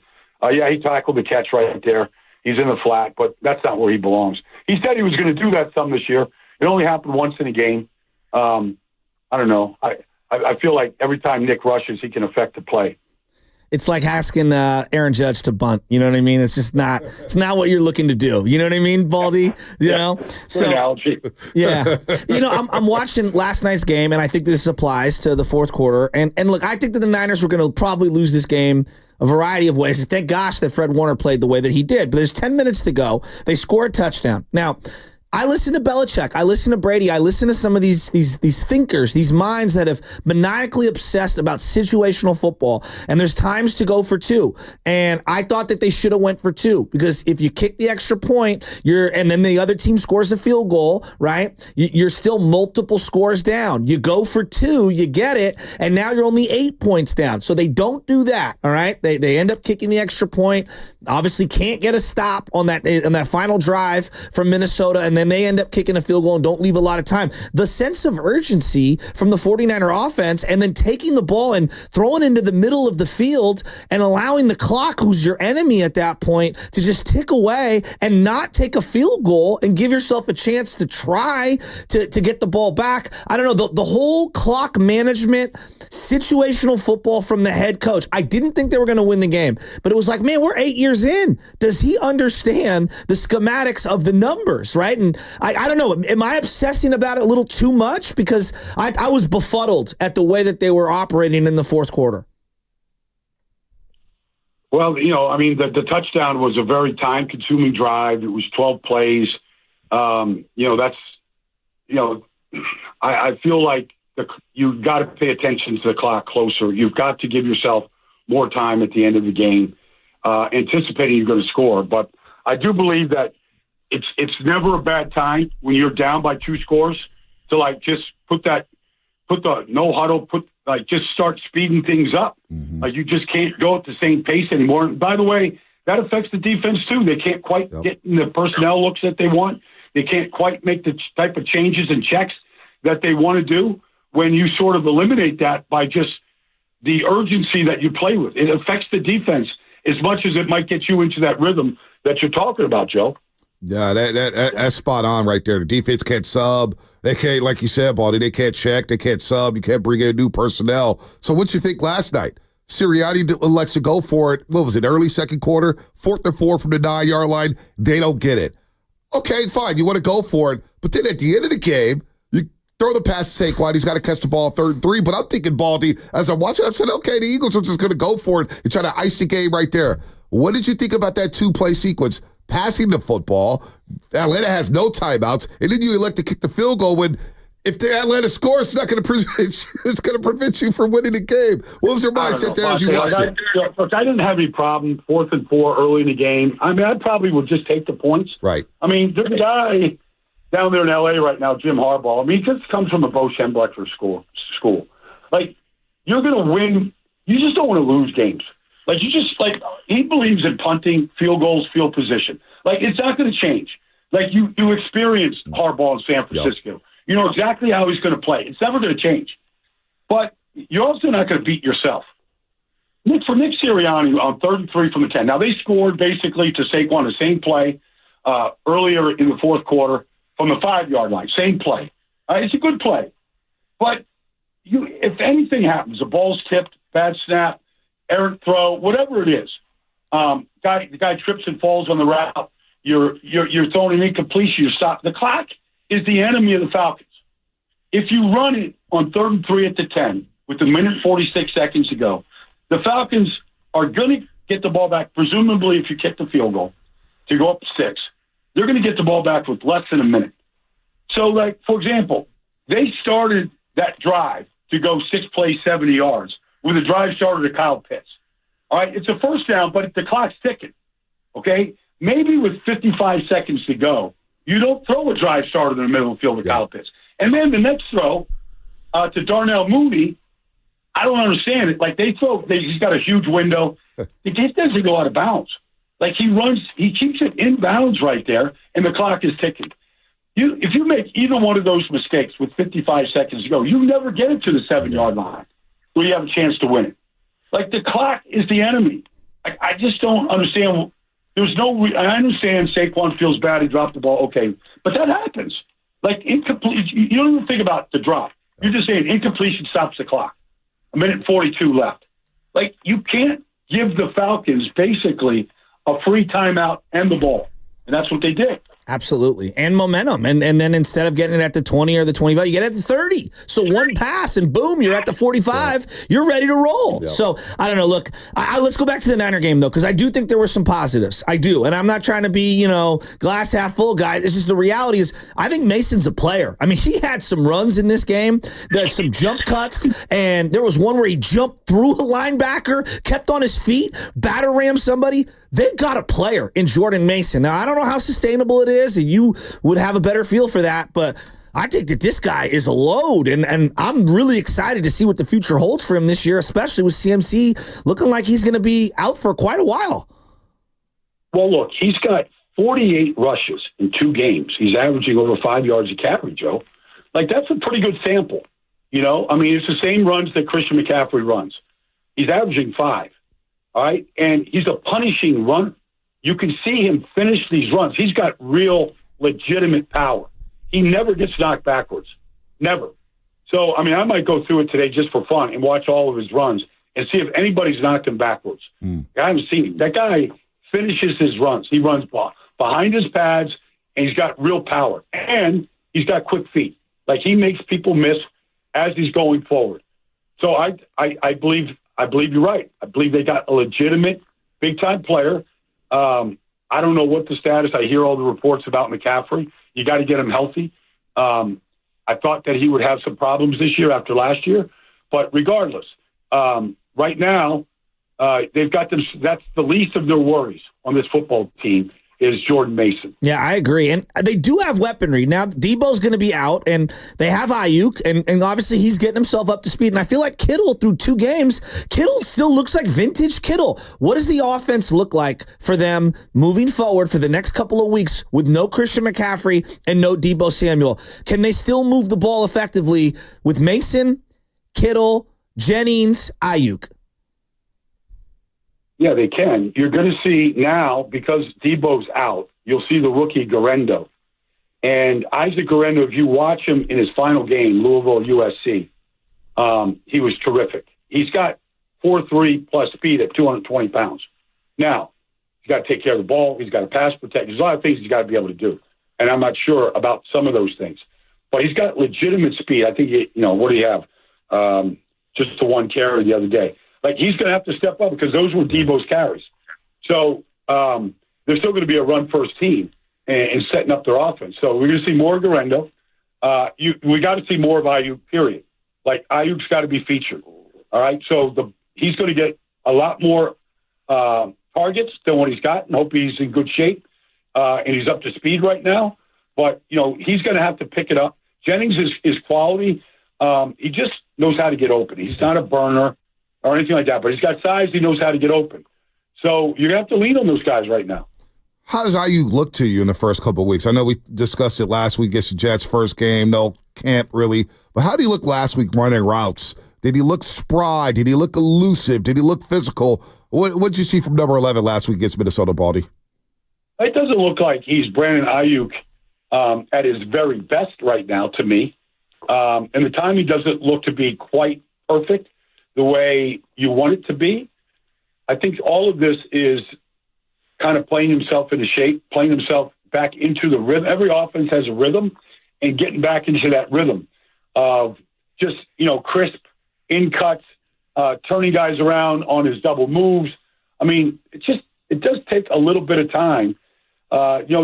These first two games are his training camp right now. Yeah. And so I think this is to be expected a little bit, that the rhythm and his ability to turn safeties around with his just sudden moves, his route running. I just don't know that you just come off a 7 months of inactivity and just get right back to it. Yeah, it's a good point. Bonte's talked about this. You kind of briefly referenced it.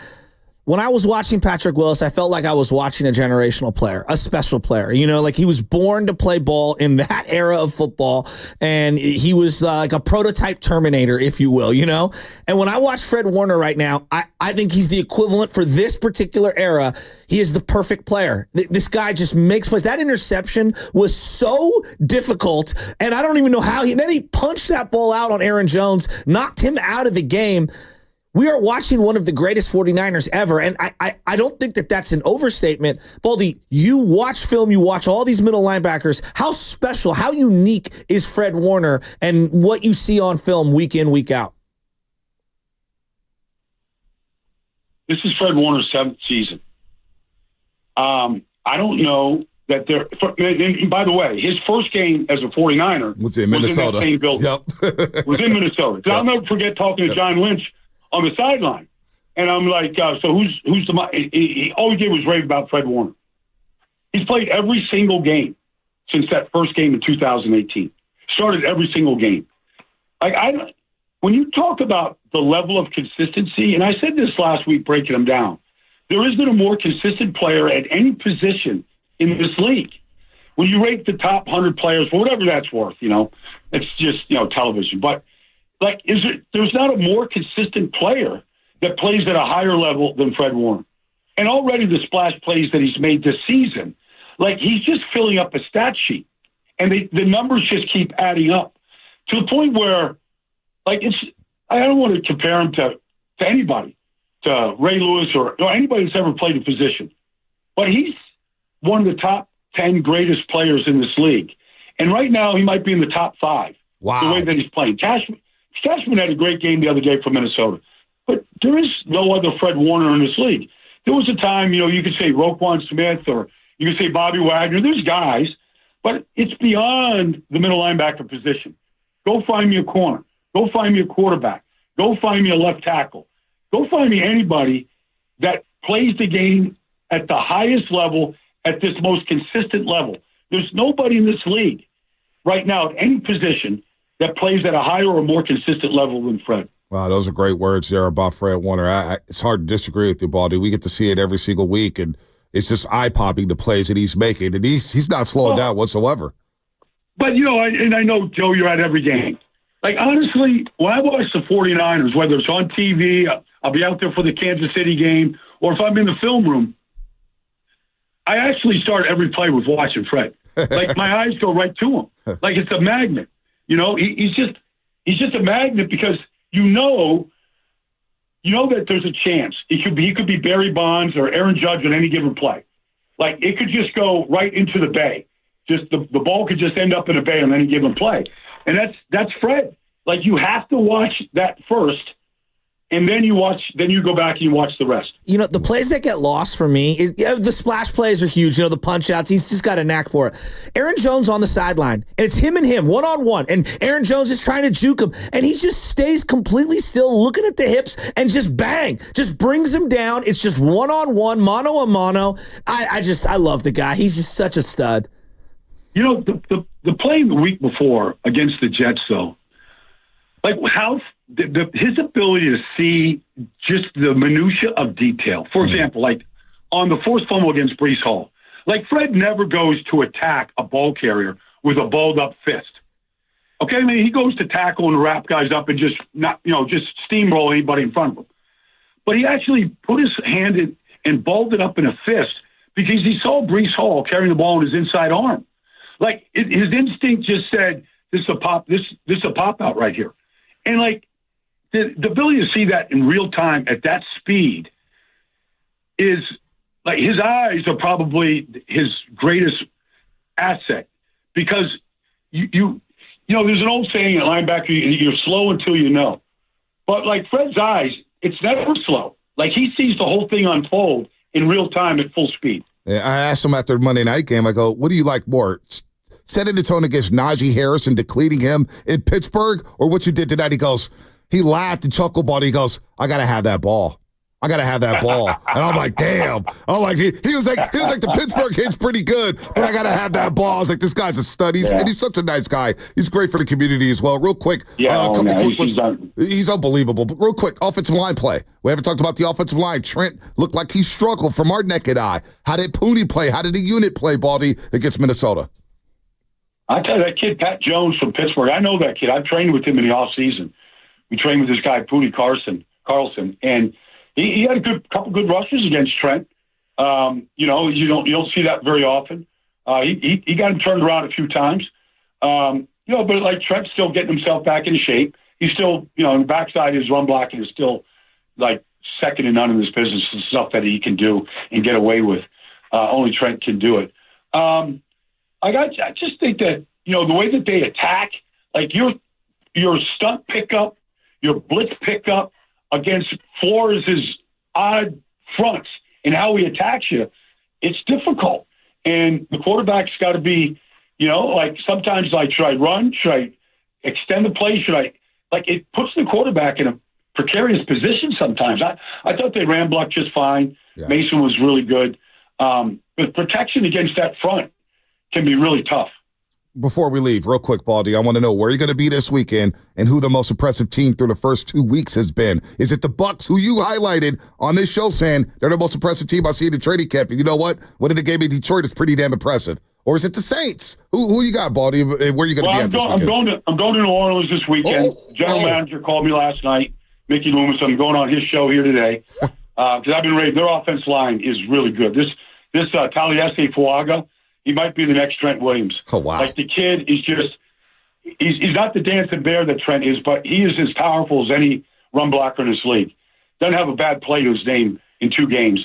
The offense, they got home run hitters in Rashid Shaheed and Olavi. Like Kamara's back. They're really good. But for Tampa to go into Detroit and win that game the way that they did, Tampa, like Godwin, Evans, the rookie McMillan, the run game right now, Baker's decisions, the youth and experience that they have on defense. They won that game without Antoine Winfield Jr. Like he's first team All-Pro safety now. They won that game without one of their best defensive players. That was really, and they kept Detroit, who's got a loaded lineup. They held them to 16 points. Tampa's been really impressive. No, Superdome, Saints, Eagles. You got Ravens, Cowboys. You got Niners, Rams. You got Texans, Vikings. The NFL, man, it's unbelievable. It's unbelievable, Baldy, and you are as well. Well, look, last week, Bonte, I'm in Kansas City, Cincinnati, and I was texting the defense coordinator after the game. Like, that was just a gut punch. It was 4th and 16. I know. 4th and 16. They're up 2. Like, the game's over. Did you like that call? They got a defensive pass interference call. I mean, it was legit. He goes over the back to me. Kid panicked, but he's a rookie. Yeah. Like, that game came down to literally, with no time left on the clock, Butker nails a 53-yarder. Like that was the game. There were so many close, tight games. Like, the type of games, honestly, you don't even want to get up and go to the fridge. No. Like, you might miss something. Like, it was just that entertaining. 1 o'clock games, 4 o'clock games, throughout the entire day, it was like that. No, it's been unbelievable through the first 2 weeks, and week 3 sets up to be a monster week. Baldy, you're the best, man. We say it every week, but we really mean it. We'll talk to you next week after you come from the Superdome. Thanks, Baldy.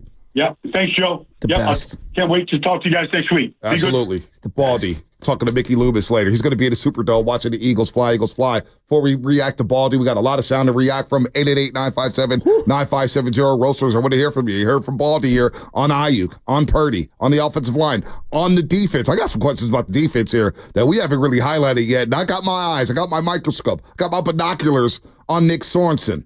All right? Diablo Lenore carting grass on an 87-yard touchdown? Can't happen. Just cannot happen. Injury report.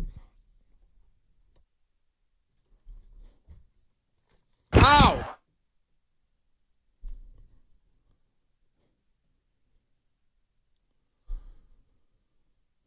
All right, Shanny announced yesterday wide receiver Deebo Samuel is going to miss the next couple of weeks with a calf strain. Happened late in the game on a catch against the Minnesota Vikings. So right now the plan is to keep Deebo out for the next 2 weeks. There has not been any discussion about placing him on IR just yet. We'll see about that. But Deebo out at least against the Rams and the Patriots. Injury report brought to you by Boxer & Girls in Northern California's premier workers' compensation law firm, helping get your workers get their lives back for over 40 years. What's coming up on the game brought to you by Fremont Bake, celebrating 60 years of full-service baking with no compromises. We're going to get into what Baldy had to say coming up here on the Morning Roast. That's coming up next here on 95.7 The Game. Hey, it's Willard and Dibs for Safeway.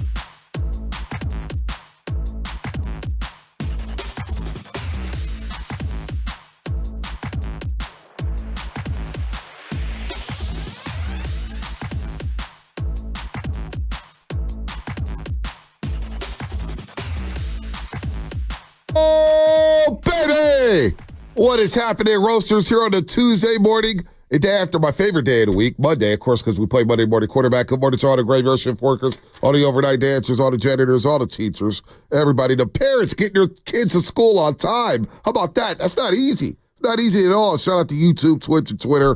Brought to you by First NorCal Credit Union for a low-rate auto loan. Apply online or just ask for First NorCal financing at the dealer. 888-957-9570 is the number. I'm going to react to Brian Baldinger, who we just had on for about 30 minutes, and he's worth every single second because there's a lot to dissect from the 49ers this past week against the Minnesota Vikings. The Purdy thing, and we'll get there. And then Nick Sorensen. And what popped out to me is, look, we're going to get into Purdy. But I'll say this right now, Shasky. Did the 49ers downgrade from Steve Wilks? And I'm not saying Steve Wilks is a defensive coordinator of the year at all. But Nick Sorensen for the first 2 weeks, no. Fred Warner saved the 49ers from getting blown out of the building. He saved them.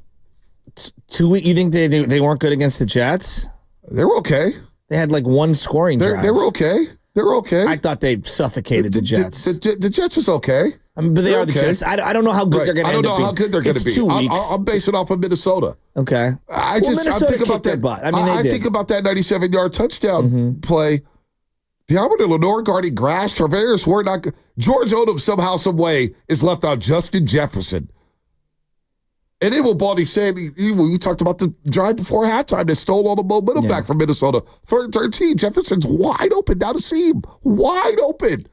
There's no Jordan Addison. Not a great game. It's not a great game. So all I'm saying is the microscope is out on Nick Sorensen. Well, There's a lot made about Steve Wilks last year.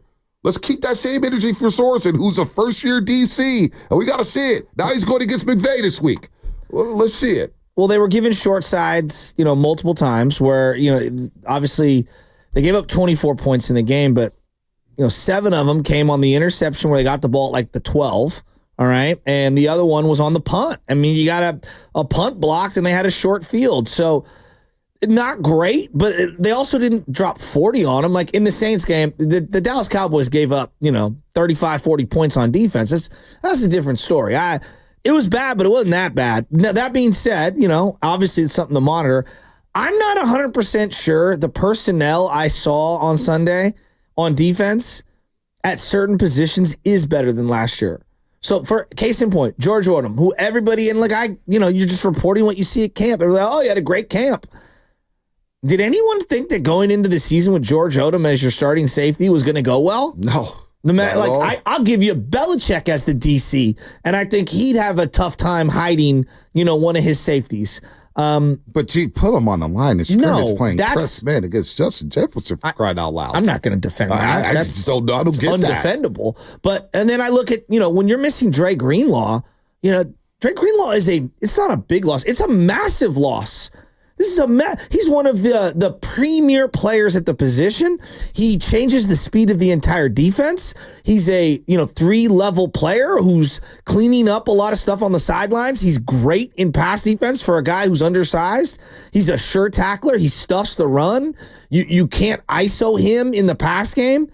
Like those are 2 big spots. And then I look at just the defensive line, and I thought Leonard Floyd was going to be an upgrade, and I thought in game 1 he was good. I thought game 2 he was not good. He was not good at all. So, I hear you. I'm not saying that Wilks is better, but we're going to find out a lot about Sorensen. Absolutely. You got Arizona on deck coming up in a few weeks. They're looming large, and their offense looks potent right now. They put up 28 in Buffalo. They blew out the Rams last week. Kyler's playing at an unbelievable level. And Trey McBride is a damn good tight end. You got James Conner, got Marvin Harrison. Arizona's sneaky good offensively. And then you got the Cowboys, and then you got the Chiefs. All right? These are high-profile offenses. Now the Cowboys can't stop a nosebleed on defense. We'll get to them when we get to them. But you know what? I'm watching Sorensen very, very closely. You got to put your players in position. We're lucky. If it wasn't for Fred Warner making Hall of Fame type plays, they could have got blown out on Sunday. They could have thrown up 35 on the damn Niners without blinking an eye. So it's very interesting. Here's what Baldy had to say about the coverage. I don't know what they're thinking. Deommodore Lenoir's on the other side of the field guarding Grass. Like there's nothing over there. There's no work. You got Naylor and Jefferson over here in a stack. You got to get sometimes you can, I don't know why you would drop down your backup safety in that situation. You know, him and Tig are the safeties in the play, and Odom is down there. If you're going to play that stack, at least put Travarius on Justin right there and let Ward take Naylor. At least put your best corner on the best receiver in that situation. And so not only did they get caught with their second corner on the other side of the field, but they got caught with, their third safety on Jefferson like that. And that's, Sam saw that all the way. I think he saw it pre-snap, actually. And the biggest play that I've seen the 49ers give up since Shanahan has been there, happened on the play. So you got that. You got Bosa dropping back in covers. Not a lot. Not a lot. One play, I remember the specific. I remember one the play too, and I say, "What the hell is going on here?" I don't like it. I don't like it at all. But in the Bear fronts, and he talked about the line in the way he did. And then Hargrave. I'm glad Baldy pointed that out. The grave digger has been digging no graves. All right, he's been shoveling no dirt. That. I'm telling you, man, I'm getting Gabe Wilkin vibes from the back in the 90s when they signed this man to a 4-year, $20 million deal back in the late 90s from the Green Bay Packers, and he did diddly poo with the 49ers. We like Hargraves because we interviewed him last year, and he was a great dude. We had him on for 21 minutes. Maybe it was 21 minutes too long because right now he's not doing a damn thing. He's got a great nickname, the Grave Digger. But right now, I don't think it's appropriate to utilize that particular nickname. He's basically been a big black hole. That's what he's been as a defensive tackle. He's making a lot of money, and because of his money, it's made things a little difficult to sign other guys who we really like. So, yeah, there's no doubt about it. I'm going to worry about the defense a lot more if 2 games from now we're having similar issues. I think stopping the run it's been almost like a 2-year issue, where quietly they've been able to get away with it because they've gotten big leads and they've played front runner football where they're allowed to pass rush. But I thought Aaron Jones ran all over them. I thought Chandler ran all over them. And to your point on the turnovers, yeah, it did shut things down. The 3 drives for me that stood out the most. The big play to Justin Jefferson, duh. The play before halftime, the whole drive before halftime was just like head scratcher. And then the final drive of the game. If I was going to isolate the 3 ones, it was getting off the field on 3rd down. I think that was the consistent theme of the 2 drives before half and at the end of the game. They couldn't get stops. No, they couldn't get stops whatsoever. 7-12, the Minnesota Vikings on 3rd down in that game this past Sunday. Now, it's not all doom and gloom, but let's get to Brock Purdy. And here's what Baldy had to say about Brock Purdy's game against the Minnesota Vikings. I thought he was good. He's always good. Those tough throws in the middle of the field are tough. I don't know how to describe it, Joe. He wasn't all-world, and I think some people just think he's got to be all-world. He misses McCaffrey in the passing game, for sure. There's no question about that. He's just such a difference maker on really easy throws, but in space where he does so much damage after it, not to take anything away from Jordan. I think they do miss him. He did deliver the knockout shots that, for example, that Sam did, from the other side. The throw to Justin Jefferson and the throw to Naylor at the end. He didn't deliver those type of knockout shots that you want him to be able to do. All right, he didn't deliver the knockout shots, no doubt about it. Maybe the knockout shots weren't available, but he didn't do it. Now, what is Brock doing wrong? Here's what Baldy had to say about that. I do think he is kind of staring some receivers down. I think he is locked in on some guys, and he's kind of probably waiting too long for things to open up. And some of that is, Aiyuk wasn't there at all during training camp in the offseason, kind of waiting on some things to happen, and you could be found guilty of that sometimes. So, Shasky, staring receivers down. Nick Wagner from ESPN had this stat out there. I want you to respond to this. Niners combined 3 of 13 on 3rd and 4th down against Minnesota. So far in the year, they're 9 of 26, 34.6%, which would be tied for 21st in the NFL. So the McCaffrey effect, Aiyuk's slow start, Deebo not getting separation, that's a big impact. Now also, they're allowing a sack per drop rate. How about this? They're allowing a sack per drop back rate of 11.7. That's the worst in the NFL.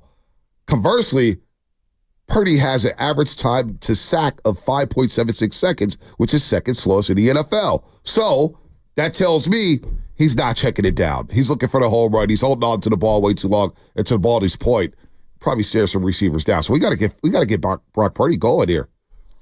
Yeah, and he's also had to run for his life on a few of those plays. I think I like two in particular that were completions are the one where he ran around and then threw to Juice and Deebo. He had I referenced a couple other ones where he's running around and he takes a sack. He just slides down to just don't throw this into coverage. I can't throw it away. It'll be intentional grounding. There's a lot of I thought that they were confused on Sunday, and I think there's a lot going on. He saw the rush early on, and I think that he got kind of sped up on the interception. Right, he was going to Juice no matter what. And when you look at the zoomed out view, there were other guys that were open, but he's not even looking in their direction because he's already feeling pressure before it comes. And I think that he was already ready to dump it off to Juice. He actually had one earlier that he dumped off to Juice that Juice made a really nice contested catch that he got hit right in the side on. And yeah, I think that happens when you're getting heated up and you're getting blitzed and you're getting off the field. You're like, hey, I'm not going to take a sack here in this situation. And I do believe he's been locked on to Deebo a lot. Good or bad. He's had some really good plays and a couple bad ones, but he has been locked in on Deebo. And I think that's because, quite frankly, whether this is real or not, he's probably been practicing a lot with Deebo the last 2 months, and that's who he's comfortable with. No, and obviously Aiyuk's got to get up to speed here, but that third down with 49 at Frankie, Guru's boy, was like, check out the third play of the game, and you'll see the check downs. I didn't even make it to play number 3. I got stopped at play number 2. Said, oh, there's a check down there. There's something that's available. 888-957-9570 is the number here. What do you think about what Baldy said about Brock Purdy stare down wide receivers? Now, not having Deebo and not having Christian McCaffrey, we're going to see a lot. Do you think, too, that there's some fans out there who wants to see Purdy in this position to try to thrive without McCaffrey and Deebo Samuel? Don't you think people are kind of waiting for that? Were people waiting for Mahomes to play without Tyreek Hill? I don't know. I'm not in Kansas City. I'm talking about nationally. Oh, maybe. No, yes, we all were. All right, now let's see what he looks like. Well, right? That's just what we do. That's what haters do, right? Everyone's waiting for the demise of someone. Josh Allen fans and the ones who hate him, what are they all saying? Well, let's see what you look like without all your playmakers. Looks pretty damn good. No doubt. It's pretty damn good. No doubt. But I think that is what football fans do across the board. Now, internally, Niner fans, we want to have an all-star squad. Is there intrigue though to kind of see what it looks like? Of course there is. Of course I think there's a lot of intrigue here. Yeah, and I want to see him. I want to see him, ball out without those guys. The hallmark of what made Peyton Manning and Tom Brady that's what made those guys is that, man. Whether it's Julian Edelman or Wes Welker, or I'm throwing to who's the guy that won the MVP, Super Bowl MVP, and they James White. No, they went to the Seahawks early on. Deion Branch. Deion Branch.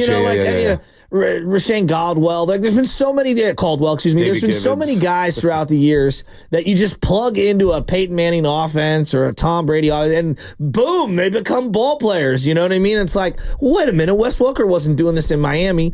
You want to have one of those kind of guys. Right, that's what you want. You want to have one of those guys. Oh, James Toney doesn't work in Kansas City initially, and then he goes to the New York Giants and is completely lost, and then he comes back. Of course, it's going to work with Andy Reid and Patrick Mahomes. Why? Because those are two successful head coaches and quarterbacks. You want your guy to be one of those guys. I think the Giants, I'm talking about San Francisco Giants, kind of had that magic for a little while. Like, oh, it didn't work out elsewhere.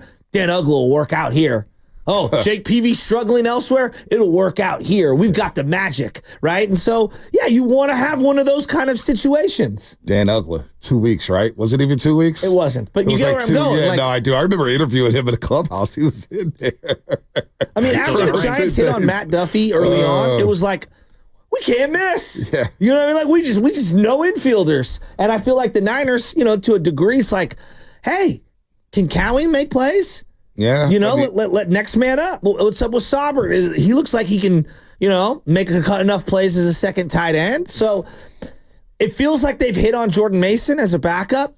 Now, can his body withstand the punishing style that he plays May need another week backup. after week? I don't know. Baldy brought up Isaac Guerendo. Next man up. He's got to get ready to roll here. Isaac Guerendo. 888-957-9570. Is there more pressure on Shanahan to put these playmakers in a position to make plays, or is the pressure solely on number 13, Brock Purdy? 408, Xfinity Mobile Text Line. It's not hating. It's a chance for Brock to silence their critics or confirm that he's really, really good. The critics will be silenced until the playoffs. They make the playoffs, right? I'm not saying the Niners are not making the playoffs, but we're a long way away. And I just feel like in September we shouldn't be talking Super Bowls or playoffs. We got to get, you got to get through the first quarter of the season to see where you're at. They still have playmakers, right? Yes, you're down Deebo and you're down CMC, and these are huge losses. Like, games are hard to win with those guys. They're even harder without them. But you still have Kittle, you still have Aiyuk, you still have Jennings, and you still have Jordan Mason. And you've got an elite play caller. And, we've talked a lot about Sirianni this morning. Yep. You know why I'm out on Sirianni? It's because I don't know if he has the answers, X's and O's, on the whiteboard to be able to solve the issues as they arise. Like, A.J. Brown's going to be out right now. Mm-hmm. Now, I don't know, Kellen Moore and Sirianni, do you trust that they have the answers to figure it out while those guys are out? I don't know. What I do know is that when guys have been out in the past, and he has an 8-year track record, and as an OC prior, it does feel like Shanahan has found a way to move the ball with a variety of players, whether that be different running backs, different wide receivers, different offensive linemen. So I feel like there's a body of work that has me encouraged that they could figure this thing out. On the other side, after the 8:25 break here, I want to play a little rapid fire with the feds out here on Brock Purdy. 30 for Purdy. 30 for Purdy. This is an idea by Sam Lubman, which is really good. 30 for Purdy. You have 30 seconds to give your thoughts about how Brock Purdy played against Minnesota. A little rapid fire. 30 for Purdy. You have 30 seconds to give your assessment and your thoughts on how Brock Purdy played against Minnesota. As Baldy said, he scared out a lot of receivers. He wasn't all world. So 888-957-9570. Line them up. Line them up. 888-957-9570 is the number. 30 for Purdy. You have 30 seconds to give your thoughts on how Brock Purdy played. Because that's going to be, a lot of people are going to be looking at him against the LA Rams and beat up LA Rams, a team that gave up an abundance of points against Arizona. The game was over in the first quarter. They've got guys dropping left and right. They got half their team, it feels like, on the IR, the LA Rams. I was talking to 5-2 yesterday, Kirk Morrison. He's just like, dude, just getting beat up. We're just getting beat up. So I asked him, I was like, hey, do you think these guys need to start playing preseason? He goes, man, Puka had the knee injury in the training camp. Cooper got rolled up on a fluke injury. Things happen. But they gave up a 41-burger to Arizona. It wasn't even close. Whoa. So, This is a game, though, for their season. Yep. Like the Rams, you can't fall 0-3 and think that you have a chance, right? So this is like their whole season on the line, and they've got a borderline Hall of Fame quarterback and a coach that does not want to lose to you. And I think this game is massive for both teams. Both teams, right? It feels like one team would be going in one direction. Not that the season's over, but like for the Niners, you lose this game and okay, things are starting to slowly get out of your control here. Right? Seattle's up at home playing the Miami Dolphins. Miami Dolphins without Tua Tagovailoa. And then you have the Cardinals playing the Detroit Lions at home. So that's a big game down in the desert. Well, there's so many good games in week 3. It's unbelievable. It's just box office what the NFL is doing with the schedule. But then, you're right. You send the Rams at 0-3. With Kupp out for a few weeks. With Puka out for a few weeks. Stafford with no offensive line. Now you separate from them. You stay on par with Seattle. No, this is a massive swing game. And the Niners haven't lost a regular season game at SoFi yet, Shasky. Haven't lost to SoFi Stadium in the regular season. All those stats feel so meaningless when you lose the NFC Championship game. I'm sorry. Hey, they own SoFi. I hate hearing it. It's like, they own SoFi. But the one game we didn't win is the one that's the most trust important. Me, they always let me know about it whenever I go down to SoFi. It's like when I hear Giants fans like, well, 2021. It's like, you lost to the freaking Dodgers, and we all saw it coming. Right. The Purdy 30. 813 wants to change it to the Purdy 30. That's not bad. 30 for Purdy or the Purdy 30. 888-957-9570. We're going to get to everybody after break. What's the break today, Lubman? Is it 26, 25? Where are we at? 26. 20. Oh, so we got a couple minutes here. All right. A couple minutes here with, all right, the offense. Without Deebo Samuel. Here's what Baldy said about the offense without Deebo. You're going to see now, because Deebo's out, you'll see the rookie Garendo. And Isaac Garendo, if you watch him in his final game, Louisville USC, he was terrific. He's got 4.3 plus speed at 220 pounds. Now, he's got to take care of the ball. He's got to pass protect. There's a lot of things he's got to be able to do. And I'm not sure about some of those things. But he's got legitimate speed. I think, what do you have? Just the one carry the other day. Like, he's going to have to step up because those were Deebo's carries. They're still going to be a run-first team and setting up their offense. So we're going to see more Garendo. All right. Isaac Guerrero, next man up. I'm intrigued. He missed the hole. I mean, I think this is one thing that like frustrates me is that a guy gets one opportunity and then, obviously the game's moving fast. You're trying to get a feel for it. It's your first NFL moment, you know what I mean, as a player. And he misses the hole. Everyone's like, you got to hit this hole. You got to hit this hole. All the all-22 experts come out the woodworks 24 hours later. And this is where I would say, and this is the coach in me, hey, you're in a game. It's a tight game. You're trying to win that game. Mason gives you your best chance. But I also know that, hey, man, I'm going to need Guerrero at some point. I got to try to prioritize another touch for this young man so that when I ask him to do 5 carries the following week, maybe he's a little more assimilated. And people are going to say, Joe, what's 1 carry? I think it's a lot. It just kind of stabilizes things. Did Jordan Mason look better in the second half against the Jets than he did in the first half?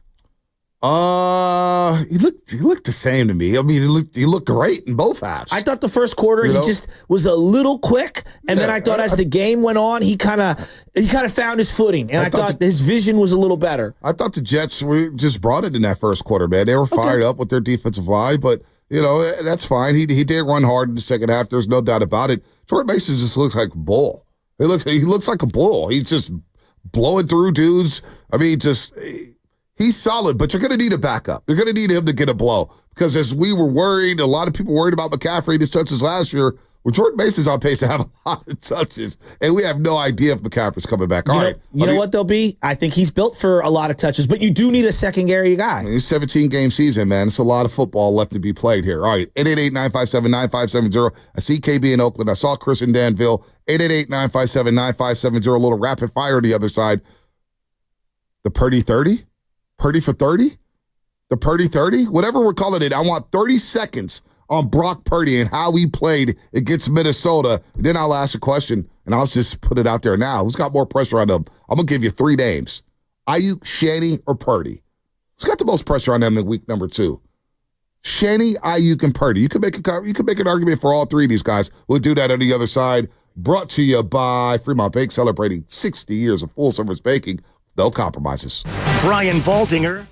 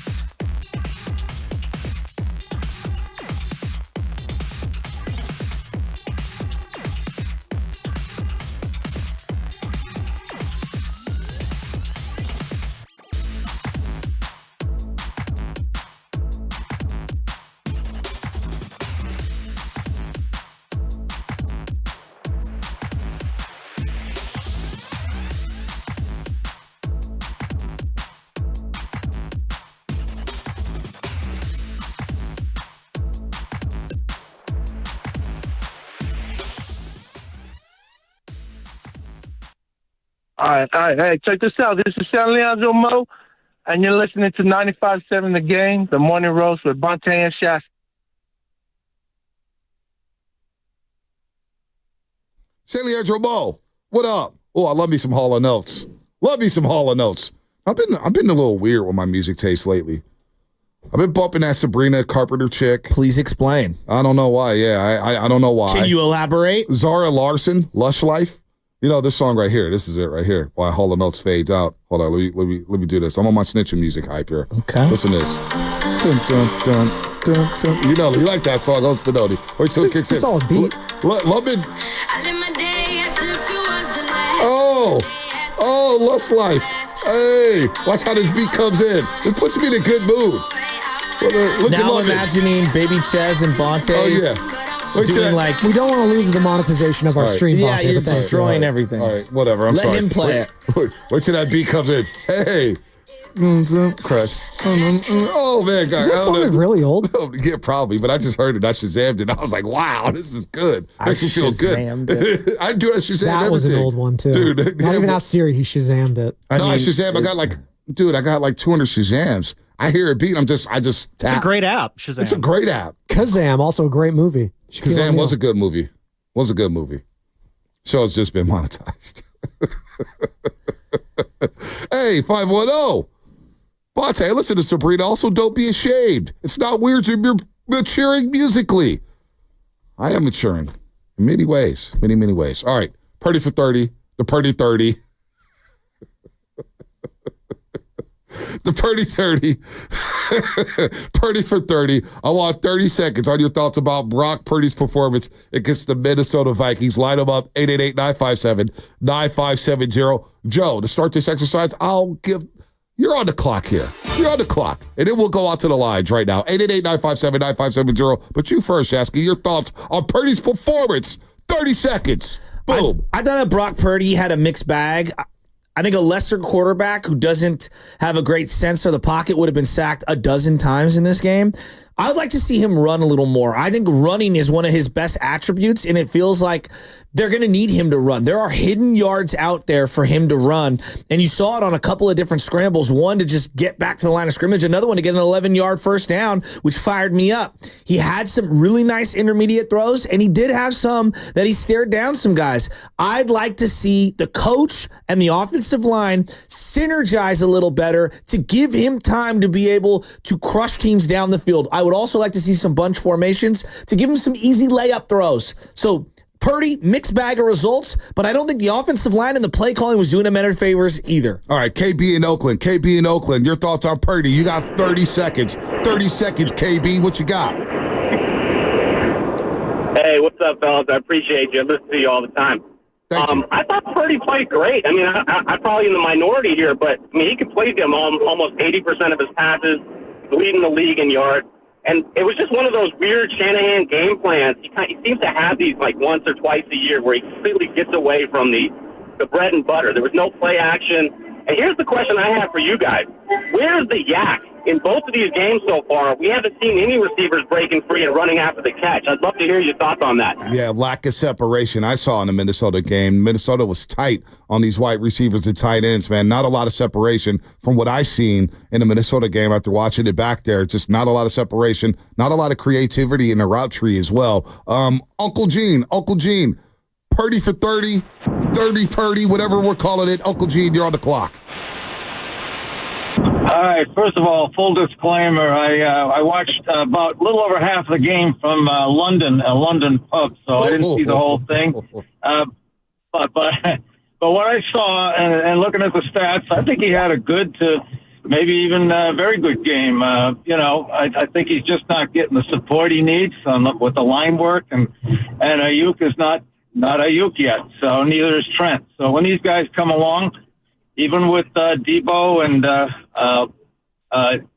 TC out, I think that we should start winning some games. All right, there it is, Uncle Gene from London. Mark in San Francisco. You're on the clock. 30 seconds. Your thoughts on Brock?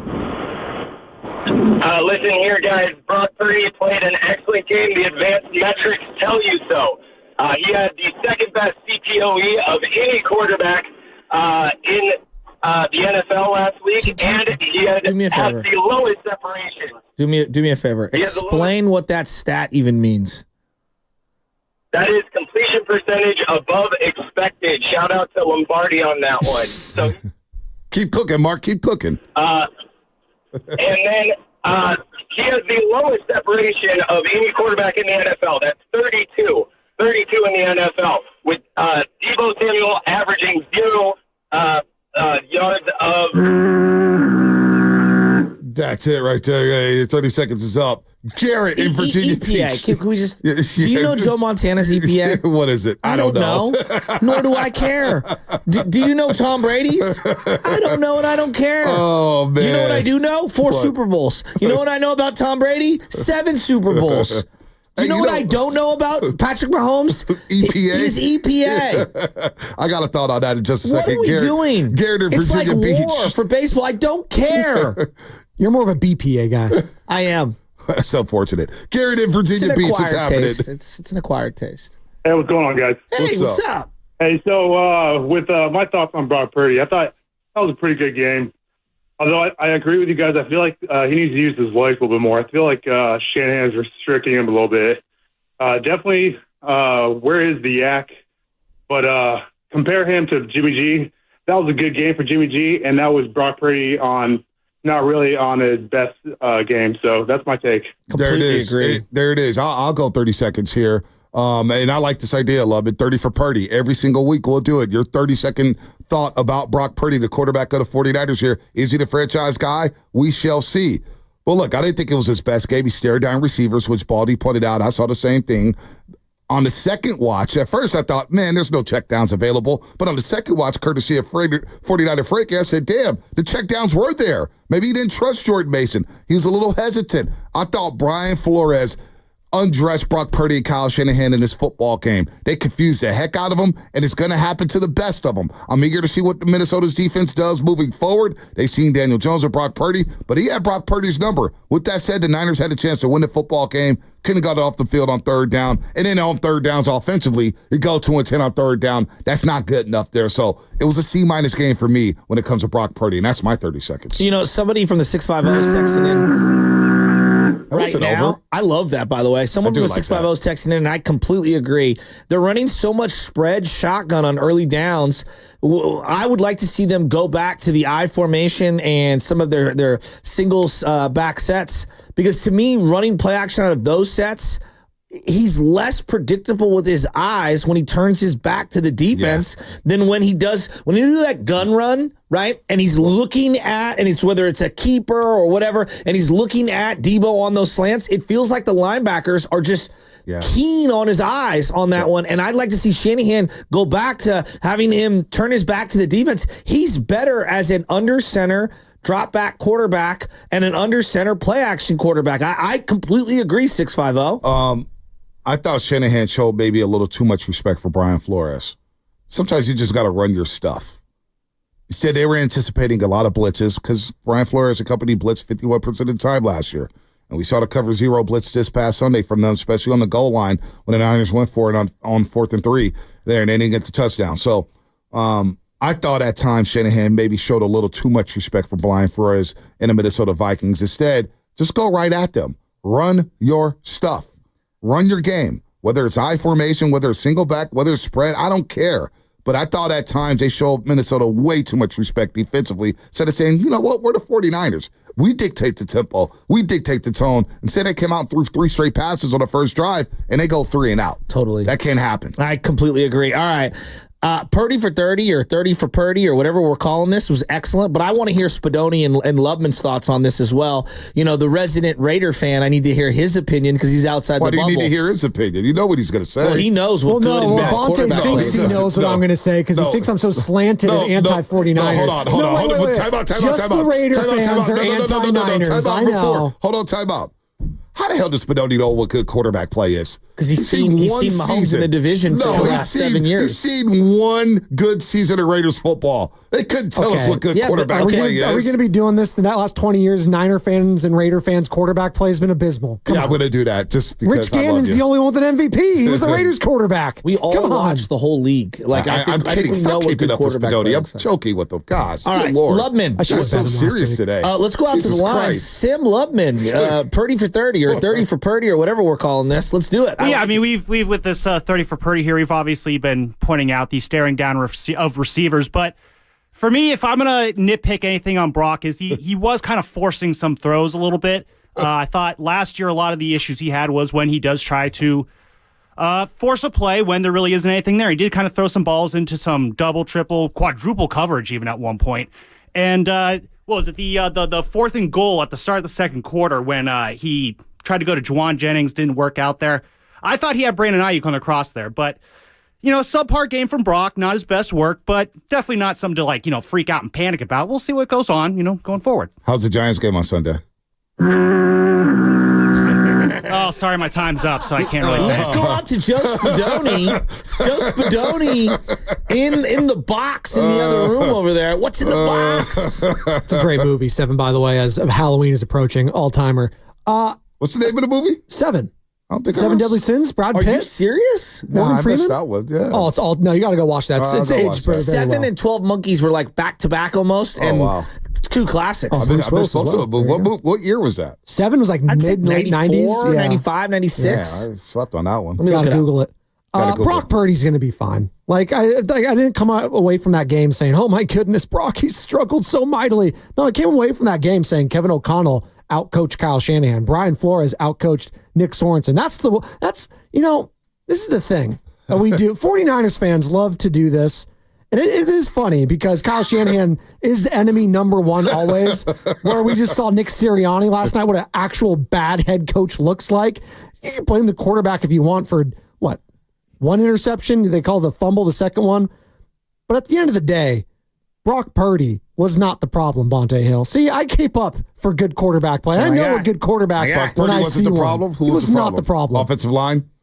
Well, it's Brian Flores just out scheming. Out scheming the genius, Kyle Shanahan. It's the only sport. It's the only sport where we talk about coordinators like they're on the field doing all the stuff. Like no one's like, the pitching coach just completely fooled those other. Steve Spagnuolo's sticky man coverage, who guys. was Bobby Cox's pitching coach for all those years? Leo Mazzoni. Leo Mazzoni. Yeah. He was. Look what he did. He out schemed Mike Maddox touched the shoulder of C.J. Wilson, and he knew he had nothing left. Dave Rigetti out schemed the Philadelphia Phillies in that series in 2010. So is that 3 interceptions in the last 2 games against Minnesota for Brock Purdy? But he was concussed for the first one. I don't count those. Yeah, you don't count him. That was David Lombardi told me that on Twitter. He was concussed, so it doesn't matter. The difference was wait a minute. They don't count? He basically said, well, when you factor in that he was concussed, then timeout. How would anyone even know if he was concussed? He played.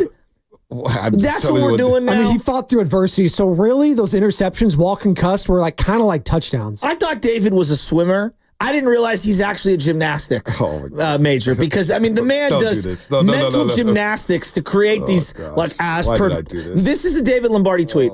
As predicted, Deebo Samuel's going to be out a couple weeks, but it's okay. It's all part of the big blueprint. They're going to figure it out. This gives them an opportunity to see what they have in Isaac Orendo.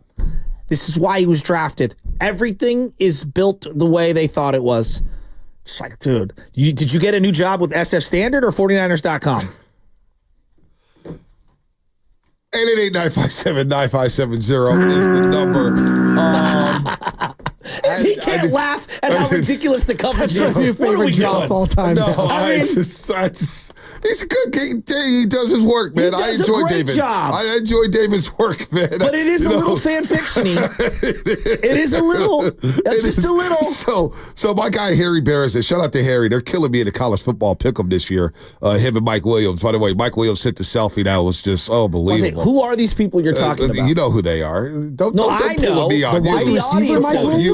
The wide receiver, Mike Williams? No, not that Mike Williams. These guys went to the Olympic Club. They're in my fantasy league. I've been knowing them for a long time. They're good friends of mine. They're good friends. They're nobody special. I'll just say that. Nobody special. But Harry Barris swears by David Lombardi. He swears. He loves David. Loves his coverage. Oh, David said this, and I said, God damn. Like, dude. David this, David that, David this, David that. But look, I just said, he had a tweet last week, and this is not fair. This is why I sound like a Steve Wilkes stan, and I don't care about Steve Wilkes. But Jordan Addison, he had a tweet. Jordan Addison had that very improbable pre-halftime TD catch against the Niners cover 0 last season that ended up being the difference in the game. And I cold tweeted him and said, the Vikings scored 6 points in the second half of that one. I take Purdy's interceptions in the fourth quarter and the fumble they had in the first quarter has something to do with the outcome as well. The ones after he was concussed, I said he was on the field playing, and that was the result. Interceptions. Okay, but you came in acting like you were providing objective context, which you clearly weren't by leaving out a key point. That was his clap back to me. It's not, and so I clapped back and said, it's not objective to say the cover 0 blitz before halftime was the difference in the game when the offense committed 3 turnovers. That's not fair. And so this other guy tweets at me, Hayden West, who Lord knows who the hell he is, and he didn't keep up for Wilkes. The momentum of the entire game shifted after that play, and the scrutiny of it in real time in the weeks to follow was not insignificant. Wilkes had 5 moments, but he was a bad fit overall in San Francisco. It's fine to admit that. And I never kept up for Wilkes. He was a bad fit. He was a bad fit. If you're on the field playing, it's all available to be criticized. Okay, Steph Curry's lowest moment in the biggest stage is when he was hurt. But you know what? You're out there. You're healthy enough to play. You got to live with the results. You can't shake Kevin Love out on the perimeter.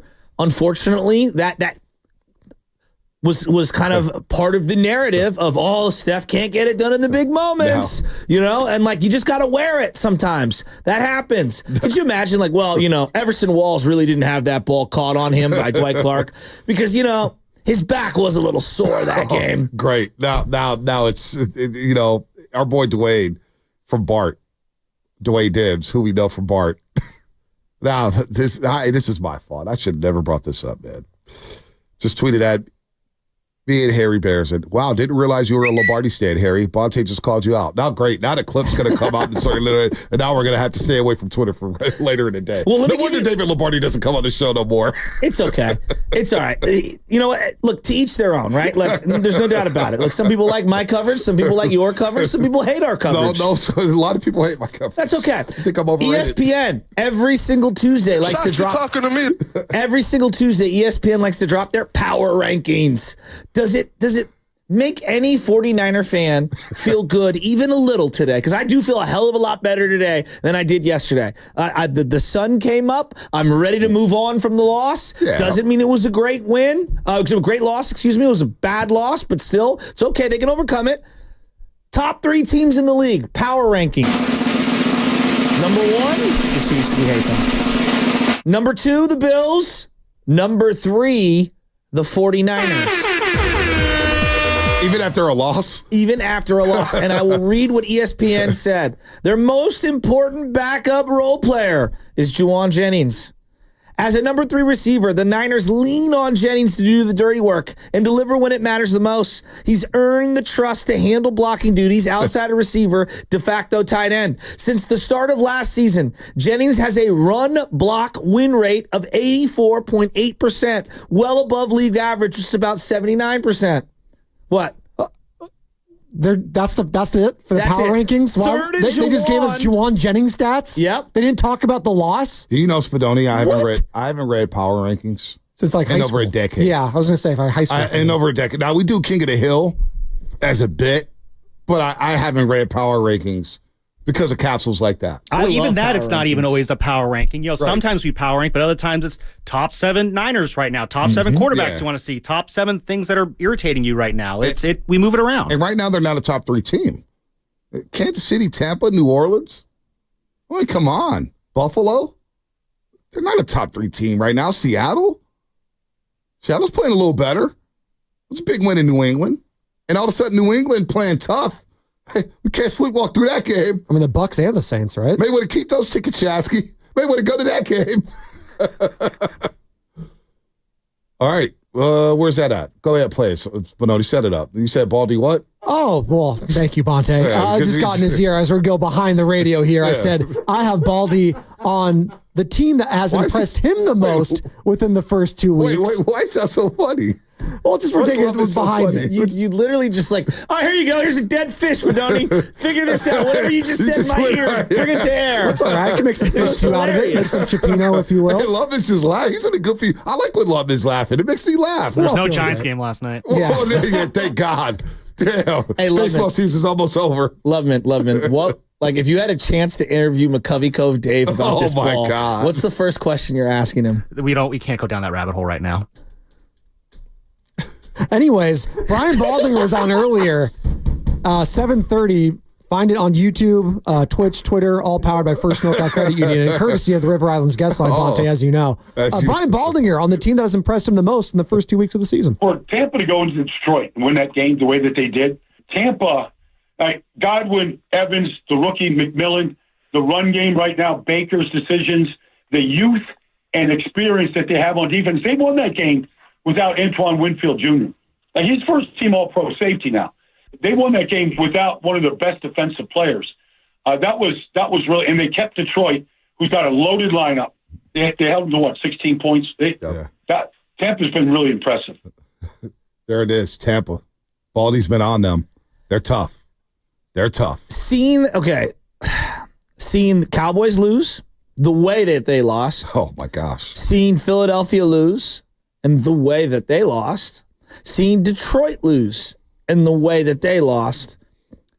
The Niners just have to keep the boat up and going, right? You just got to stay afloat here, all right? And allow the current to just take us downstream. They cannot allow more water onto this boat. And what I mean by that is you can't lose to the Rams. You got to stay above 500 or at 500 for the next couple months here as you weather the CMC injury, as you figure out what are we going to do with no Deebo for a couple of weeks, as you wait for hopefully Ricky Pearsall to return. Because I think now, like, you know, fair or not, I know we haven't talked a lot about him. With the injury to Deebo, it's like, whoa, we now really need Ricky Pearsall. First-round pick. I mean, we really do. And you've been kind of hinting at this for 2 years. Like, okay, are we going to see an evolution of the offense where they're going to have to maybe open up and be a little more vertical? Yeah. Well, your personnel is going to dictate some of that. And if you don't have the personnel to be able to do that, well, then I think it's just going to be Jordan Mason heavy. Yeah, I don't know if that's going to work. That's going to work. Everybody in the building know what time it is here. So we'll see what the game plan looks like. But you know what? I guess it's that time of the day. And I got a question, 888-957-9570. When it comes to pressure, and like week 3 is not going to make or break the season, but this is a massive game, I think, for 3 individuals. Hell, maybe 4 individuals. I'm going to make it 4. And we can put this on a poll. Who's this game bigger for? Kyle Shanahan, A. B. Brock Purdy. C. Brennan Aiyuk. Or D. Nick Sorensen, the defense coordinator. Boy, you're really, man. I'm not hard on Nick Sorensen. No. But I got to be fair. Alone. We got a new defense coordinator. Dude. A. Shanahan. Yeah. Okay. B. Brock. C. Aiyuk. C. Aiyuk. D. Nick Sorensen. D. Nick Sorensen. I expect him Who's to bounce the least back. proven of the 4? Sorensen, Nick right? Sorensen, no doubt. Okay, least proven. He wouldn't be my pick. What would your pick be? Probably Brandon Aiyuk. Why? He's got the big bag, and the spotlight is on him. We're out here dissecting him catching passes and coming off the field after catching that pass. We're dissecting every little thing. Now, you know what? I take that back. It's not. It's Brock Purdy. Who am I kidding? It's Brock Purdy who's got the most pressure on him this week. No Deebo, no CMC. People want to see, can he lift this team? Can he lift his teammates and lift this offense and go out there and score 20+? Maybe score 30. I'm not going to ask for 30 right now without CMC and Deebo, but can you help this offense function at a high level? To me, it's on Purdy. That's the most pressure. You got Shanahan. So let me play the game on Sorensen, right? I don't even know if I believe it currently. Like, externally, I think there's pressure. Internally, I don't. But you did have Charvarius Ward, a prominent player on the team, already questioning how he's being used. It's like, geez Louise. I forget what caller said it yesterday. Like, hey, once you started critiquing Wilkes in these post games, you kind of created a culture of like, it's okay to kind of. JC and Sack. That was a really good call. They didn't uncheck any of these players that they were coming after Wilkes, man. Pitchforks are out. That's a really good call. There's some things that they put on tape defensively that aren't good. It's tough to defend. In fact, I wouldn't try to even defend some of the things that they did. But it is his second game. And they do have Brandon Staley, who I think we all think he knows defense a little. I don't think he's the greatest defensive mind ever. Mm-hmm. So, like, what's his influence in this? Boy, it feels like he's just waiting in the wings. If they do want to clip Sorensen at some point, which I don't even want to bring that up right now.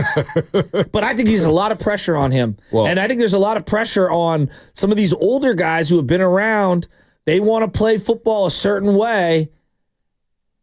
And you're missing 2 key players right now. You're missing a safety. I mean, last year they started Gibson toward the end of the year. Right, and Sean he's Gibson. Not even playing. And you're missing Trey Greenlaw. So there's a big hole. I think he's got a lot. I would say right now that's a pretty good one. But Aiyuk I keep coming back to, but I don't think it's as close as the quarterback. Yeah. And the reason why I'm gonna go quarterback on this one, I think Brock is very well established. I think he's a really good player. But I do believe there is a large contingent of people waiting for his demise and waiting for told you, we knew it. He turned back into a pumpkin. Like, there are people waiting for this man's demise, which is really sad. It's just like we just watched 20 games from Bryce Young. I don't know if Bryce is any good, okay? Yeah. I know this. Not one game has Purdy looked as bad as Bryce Young has looked good, if that makes sense. Bryce's best game isn't even close to whatever Brock's worst game is. Speaking of Bryce, that may be the worst trade in NFL history. Okay, we'll get to that at some point. But Trey Lance and Jamarcus Russell may be off the clock. We shall see. I also think when you look at quarterbacks, and I'd like to hear your perspective on this, we just put an inordinate amount of pressure on them, and we put all of the praise when they win and all of the criticism when they lose. And that's just kind of the sport. We've been doing it for years. And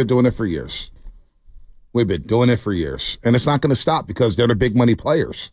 They're the guys who get the big dollars, the top dollars, the big fat contract extensions, the $200 million contracts. They're touching the ball on every single play, whether it's a running play or a pass play. They're calling the plays. They got the green dot helmet, everything. So they're going to get that pressure. That's what comes with the position. So when we critique Brock Purdy, it's not because we hate Brock. I think the guys, but I'm eager to see what he looks like without Deebo's CMC. Will he speed up in the pocket? Will he hesitate? Will he stare down more receivers? Will he take more chances that may create turnovers for opposing teams? There's a lot here on Brock Purdy moving forward. As I watched quarterback play around the league look very up and down with a lot of young players, I think about the greatest coaches, whoever you think they are on the short list. I feel like a lot of them would really like Brock Purdy. Like Bill Parcells. Yeah. You think Bill Parcells would like Brock Purdy? Probably. I do. I feel pretty confident in saying that. I do. Even though he loves big, strong guys, he also liked guys who started 50-plus times in college. Well, Parcells is also the guy on 95.7 The Game to first say with Jimmy, when he got traded here, the one thing he worries about with Jimmy Garoppolo is he durable enough? Parcells was on that, and it proved that he wasn't durable enough. Jimmy did get hurt in the second game or whatever for New England. He just said he wasn't durable. Right. Do you think Belichick would like Purdy? I don't know. I honestly don't know. I do. I don't know. Maybe. Grinder. Maybe. Yeah, sure. Purdy's a very likable guy. That's what I'm saying. I don't think a lot of coaches would like Brock Purdy, but would they prefer to have Brock Purdy at quarterback? Is a different question. I don't know. I think a lot of coaches. Would Andy Reid want Brock Purdy play a quarterback in his offense? Well, Andy likes a lot of quarterbacks. He likes them. Would Sean Payton like him? I don't know. That's interesting on Sean Payton. I don't know. He likes his guys to move around a little. Brock can move around. I'd like to see Brock move a little more. Personally. Like, I really would. I think he's got more to his movement ability, and I think that he can move more, and I think it would help this team a little. It would kind of open up, especially when you go man-to-man. Part of the beauty of what Colin Kaepernick brought to the table, you're going to man us up? Well, I'm going to run, and I'm going to, make you spy me and take a guy out of the middle of the field. I'd like to see Brock Purdy use his legs a little, and when they go man and scheme some things up to where, all right, fine, you don't want a QB spy me? Well, I'm going to get to the outside. I think he can do it. Would Brock thrive in Carolina with Bryce? I don't know. I don't know if anyone would. That seems like a very poor situation. But Bryce, and I seen Adam Thielen throwing his helmet a couple times. Bryce has had guys open. The film of Bryce. I was watching Chase Daniel breakdown of Bryce. It was like 18 minutes long on Twitter. It was not pretty. He was seeing ghosts thrown off his back foot, floating passes. He was legit. Seeing ghosts. Like Bryce looked legit scared in the pocket. He did. But as we say, who's got the most pressure on him? 70 votes so far on YouTube. Who is this Sunday's game against the Rams a bigger deal for? Is it Shanahan, Aiyuk, Purdy, or Sorensen? So far, 44% of the vote goes to Brock Purdy. Now, what about the defensive line? I could have added defensive line here. Here's what Baldy said about the Niners' D-line's performance against the Vikings. Well, I think Leonard Floyd was invisible. I mean, he really wasn't any kind of a factor. They paid Javon Hargrave a boatload of money. He was a first free agent signed 2 years ago. He's not getting the push inside that he once did in Philadelphia, that's for sure. Or in Pittsburgh. He doesn't look like the same player to me right now. Malik Collins is he does a lot of dirty work in there, but they're getting nothing from the backup pass rush. Yatir Gross, Matos, he's not a factor right now. Jordan Elliott's not a factor. They're not getting anything. I mean, Nick's playing a lot of snaps right now. He had a good game. Darisol's a hell of a player. He beat Darisol, he beat him a couple of times. And the week before, Darisol pitched a no-hitter. He's a good player. And I thought Nick got after him. He's playing a lot of snaps right now, and because he has to. There's just a big drop-off right now. So he has to play a lot more. Leonard Floyd the film didn't look good for Leonard Floyd. He was, oh my gosh. I saw some clips. I was like, I had to turn it off. It was what if I bad. asked you, why? And I always think about this, in baseball and basketball, when a guy bounces around kind of in the middle end of his career, he's been on a lot of teams. Leonard Floyd. Why hasn't he stuck? I don't know. Double-digit sacks, too. Double-digit sacks. It's hard to find those guys. But again, it looks like for the second season in a row, the 49ers are going to have to invest in a defensive line at the trade deadline. Gravedigger's giving them nothing. Nothing. Collins is good. But you need more. Like, they can't get the defensive line. Ever since they traded DeForest Buckner and D. Ford's body failed them, you move off of Eric Hart. The defensive line has been really struggling here the last couple of years. It's a problem. If I said to you the Javon Hargrave signing feels very Nate Clement-ish, what would you say? I think Gabe Wilkins. Nate Clement's made a couple plays, but I get where you're going. But they took him from Philadelphia. I always look at a team, why did they let him walk?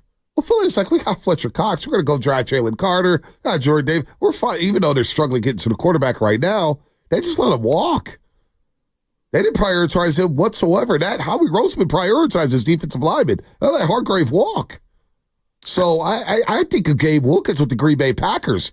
Did nothing. Remember the Niners signed him in the late 90s, 4 years, $20 million, which was a big deal. Yeah, may have been 5 for 30. He was like the fourth D lineman I thought about on Green Bay. I mean, he wasn't even a factor. The Niners signed him as his big boy, and his biggest moment with the Niners came when Brett Favre punked him.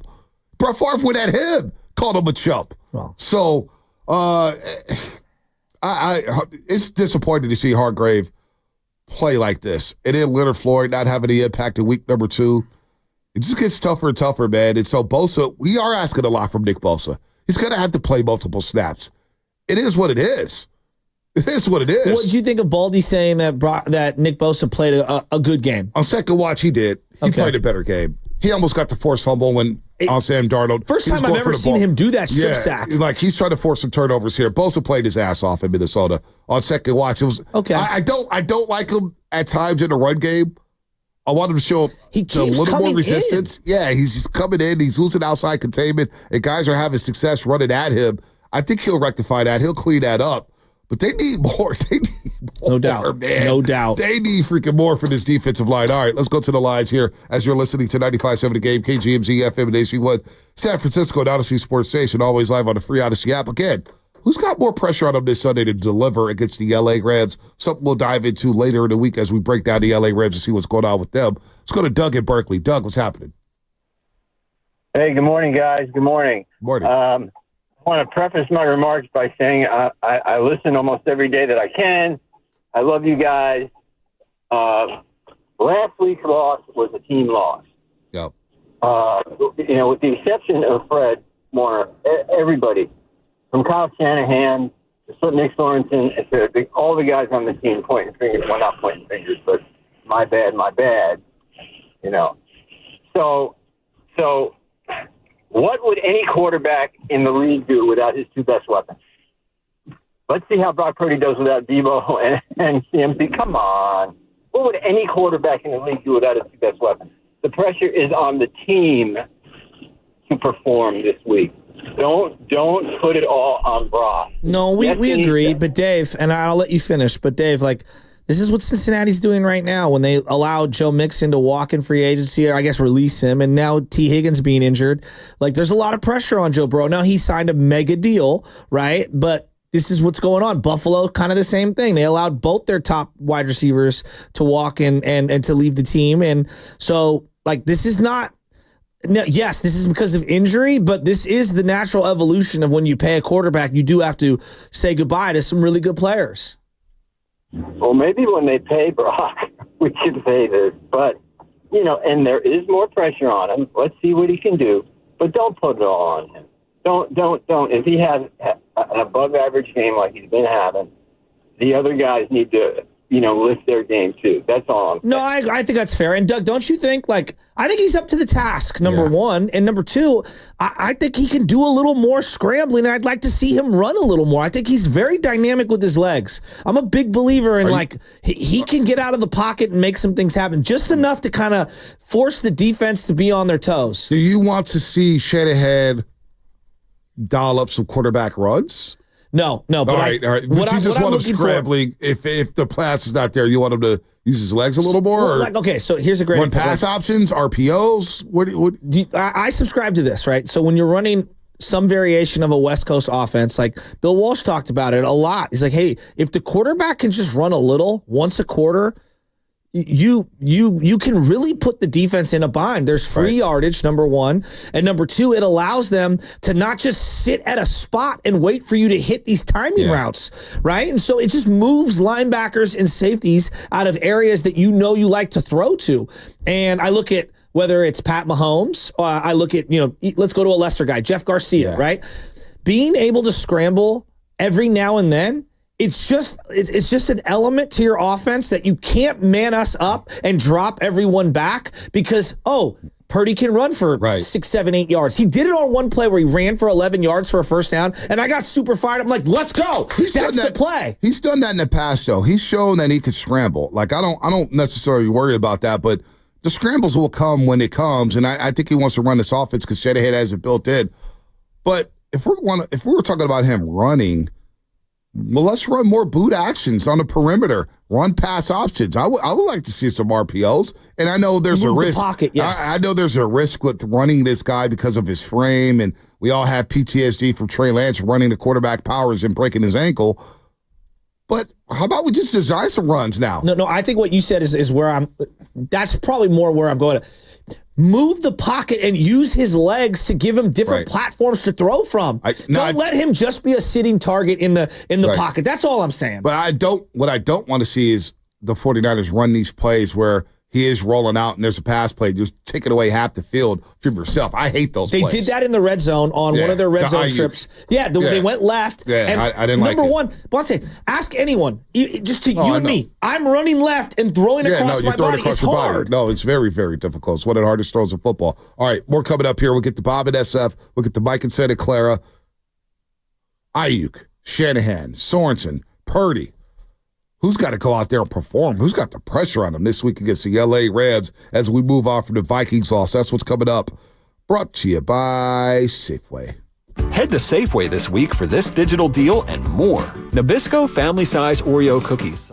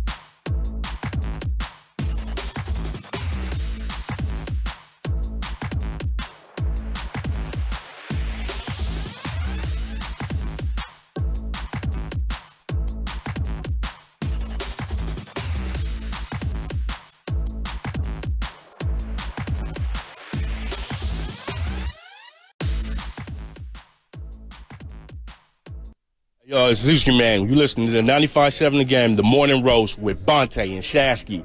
Oh, baby. Suchi Maine, what's up, man? What's up? What's up? Make sure you subscribe to the Baseball Guys, Garlic Fries the Baseball Guys podcast, excuse me. Pardon me. Garlic Fries the Baseball Guys podcast. Clean it up, Ante. Episode dropped yesterday. I know. New episode. Love it. Alex Cobb. They'll bring you the best. Damn Giant talking the Bay Area no matter what happens the rest of the season. Subscribe today wherever you listen to your podcast. Okay, so what was the top? Give me quick bullet points. I had a long talk with Sam a couple weeks ago. I say, Sam, we need to stop doing 1 hour podcasts. Like, no one wants to hear an hour's worth of a week's pent up frustration on the Giants. Close to 30 minutes, but continue. I said, let's do smaller 10, 20-minute episodes so we just get more stuff out. Quick hitters. And I'm just tired. And so I said to him, like, let's do that. And it's been working. We've put out multiple episodes a week, smaller, more bite-sized morsels. So let's say you have a quick little walk to the grocery store. Yeah. Boom. Pop in your headphones, pop it in, get your little Giants fix, and keep it moving. I do like that. So what did we talk about? Well, we talked about the article that broke on The Athletic regarding Buster Posey having to grab the steering wheel from Farhan Zaidi and sign Matt Chapman. It was very fascinating. Very fascinating. And I'm not also, going to give my point of opinions interest here. Sorry, Shasky, I just got to stop for a second. This might have been the happiest that Joe Shasky has ever been doing an episode of Garlic Fries and Baseball Guys. Really, you think? No. He was cheesing the entire time. My man was so happy. Well, I did eat a huge bowl of cereal right before. Which might have also made him happy. Absolutely. Do you guys actually, somebody asking a question, who is this? Andis, I'll just say Mr. Brown. Do you guys actually eat garlic fries during the show? No. That's usually for baseball games. But that's a very good idea, Mr. Brown. We should be doing Just that. have a prototype of garlic fries in the background of your studio. If you've seen the YouTube page, there actually are fries on the graphic. I have seen it. I want to see fries in the background, though, in your studio. Do me a favor. Hit subscribe, rate, and review us. Yeah, there you go. Wherever you find podcasts. Look, these guys are happy because I think September 30th, October 1st is going to be a great day in Giants history. Well, look, the Giants couldn't have scored a run. They did on Sunday, but they didn't score a run for 2 weeks. It was Three straight games. It was amazing. Farhan's cooked. And me and BPA. I mean, the greatest development. Let's just real quick because we're going to get right back into the Niners. Thank you, Buster Posey. I just want to say thank you. I appreciate you taking our team back. Thank you. What are you saying? Farhan was just kind of fiddling with the stubs? Matt Chapman. Where do we start, Scott? Trying to figure out where to put the player option. Oh, man. If Farhan does, it's going to be amazing if Farhan comes back next season. Don't put that evil on us. Oh, man. I just saw a beautiful movie that I think ages so well, Scarface. And it's when Tony almost gets taken out at the club after he finds out that he's made a side deal, Lopez does, that he's made a side deal with Sosa. Sosa, by the way, looks exactly like Colin Cowherd. Look it up if you think I'm tripping. No, you're giving Cowherd too credit. They look identical. He doesn't have the jawline Sosa has. He doesn't have the hair. I'm telling you. Gosh, I don't look at Colin enough. I don't really watch Colin. Cowherd and Sosa, same guy. So, long story short, I can't think of the last time I watched Cowherd. Tony knows that he got taken out by Lopez. Now, here's a drug trafficker. Right? Come on, what are we doing? He's got a drag umpire that stretches across the Andes. Panama's too dangerous. On the For You Twitter account, it always pops up Cowherd with a bad take. From every single day. Every single day there was a bad take from Cowherd. Egregious takes. That's where Colin was wrong. So he has a segment for that. Exactly. So he's okay. He makes money when he is wrong. Yeah, that's actually genius. It is genius. So in this scenario, Buster Posey is Tony Montana, and I'm his Manolo, okay? And we're sitting there, and we're talking to Farhan. This is all metaphorically. This is not real, metaphorically. And Farhan is Lopez. Dog, we're coming back for the entire house. We might take your girl. It's over. You're done. And then I look at whoever's left in the building. I go, you want a job? Oh, thank you, Tony. No problem. And as we walk out the door, I'm Manolo, he's Tony. Let's do this, Buster. We're taking our team back. Something tells me Buster Posey would not like a Scarface analogy. You think Buster Posey's ever watched Scarface? Maybe when he was in high school. Georgia? Yeah, I mean, Florida's close, right?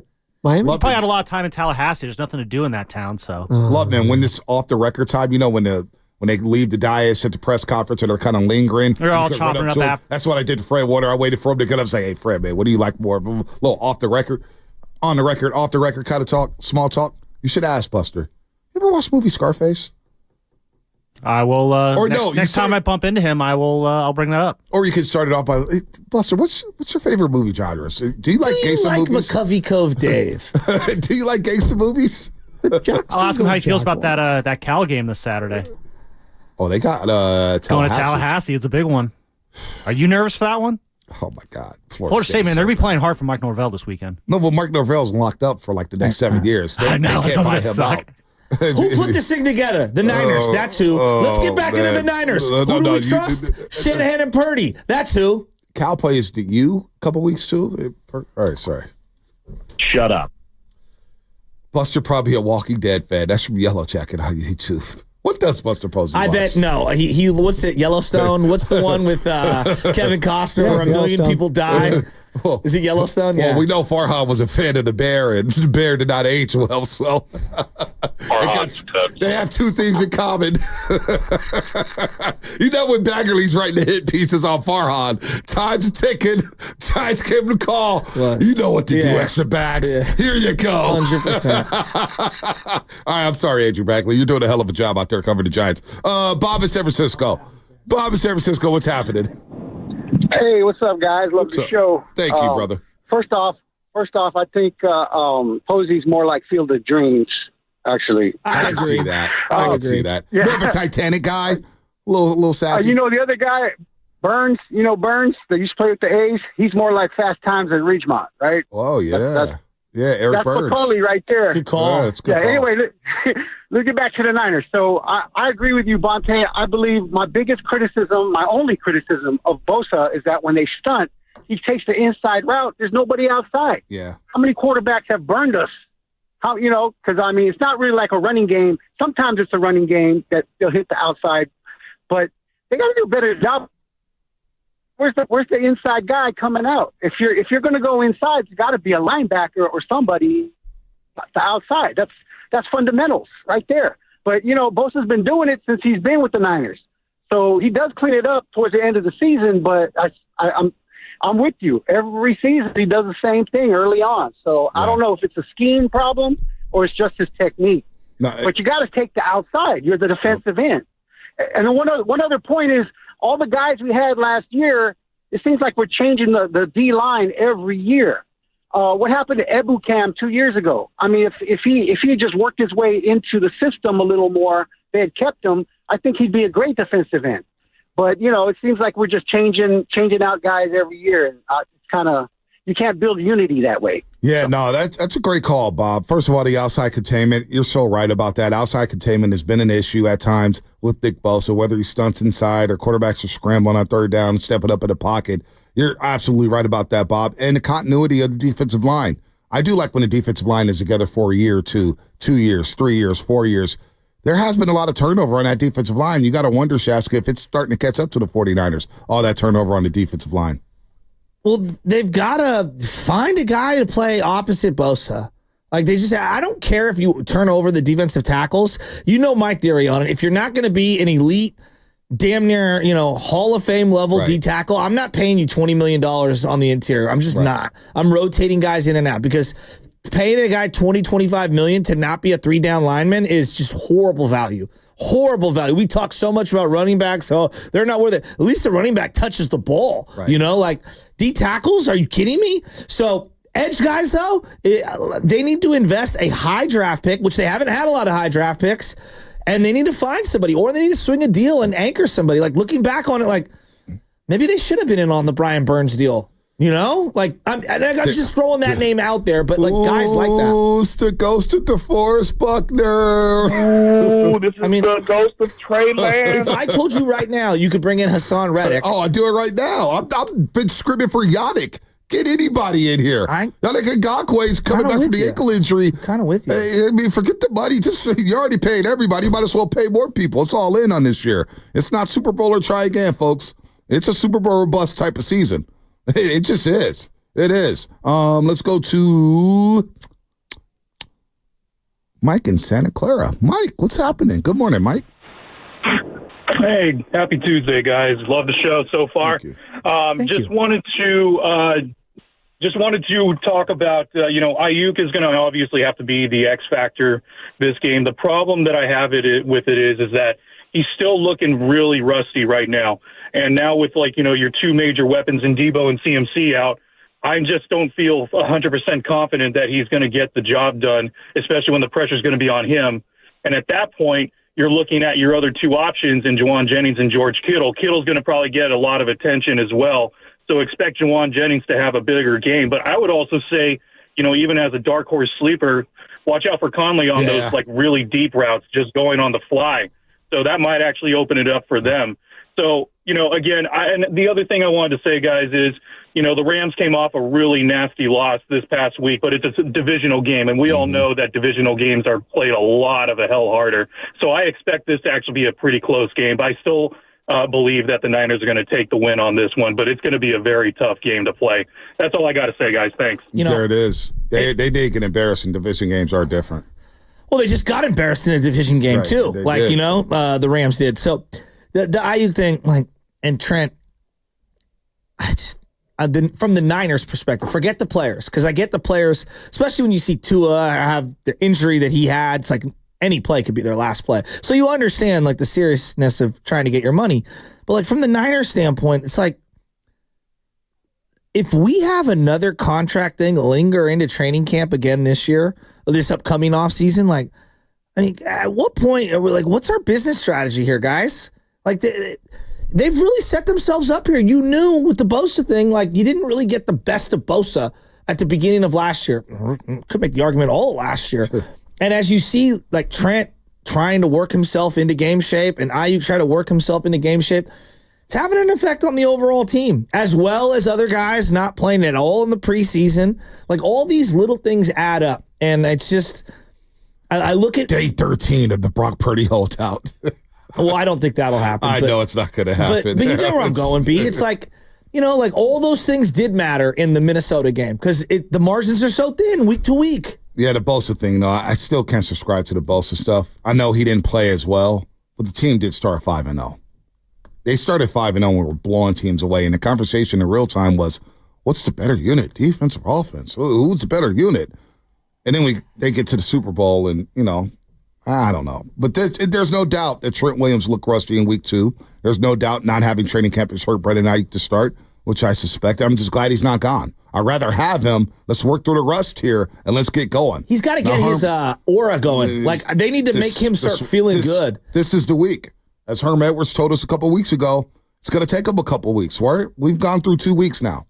Let's see what he does down in SoFi Stadium against the LA Rams without Deebo Samuel and Christian McCaffrey. This is a time where he could prove and shut a lot of people up. Forget Brock Purdy for a second in silencing the critics, because the critics are always going to be out when it comes to quarterbacks. But Aiyuk can make a play as a $30 million a year wide receiver this week. If he has a monster game, this could be good for Brendan Aiyuk and the Brendan Aiyuk stands. He's not this guy, but Justin Jefferson, yeah, T.O., Randy, Jerry, the truly great receivers. You saw CD make a play like this over the weekend, but they take 160, 70 yards. You see Tyreek do it all the time. Offense is bottled up, boom, 80-yarder. Now, I'm not saying he's got to have an 80-yard play in this game, but flip the field a couple times. Make a guy miss, break a tackle, make a contested catch in traffic, turn it upfield, let's go. He needs to get, I think, for his own confidence more than anything, he needs to get going, and I think the coach needs to identify that. I saw a play from Malik Neighbors this week. This is a rookie, okay, where they just ran him on a simple crossing pattern across the formation to just get him a touch in space and get him going upfield. The coach can do that for the player. Well, again, as Baldy mentioned, he's staring down his receivers too damn much. Brock Purdy right now, he was staring down Deebo Samuel, so that's maybe on Brock Purdy a little bit. Let's go to Matt in the corner pocket. Matt in the corner pocket. Corner pocket, where's that? Hello?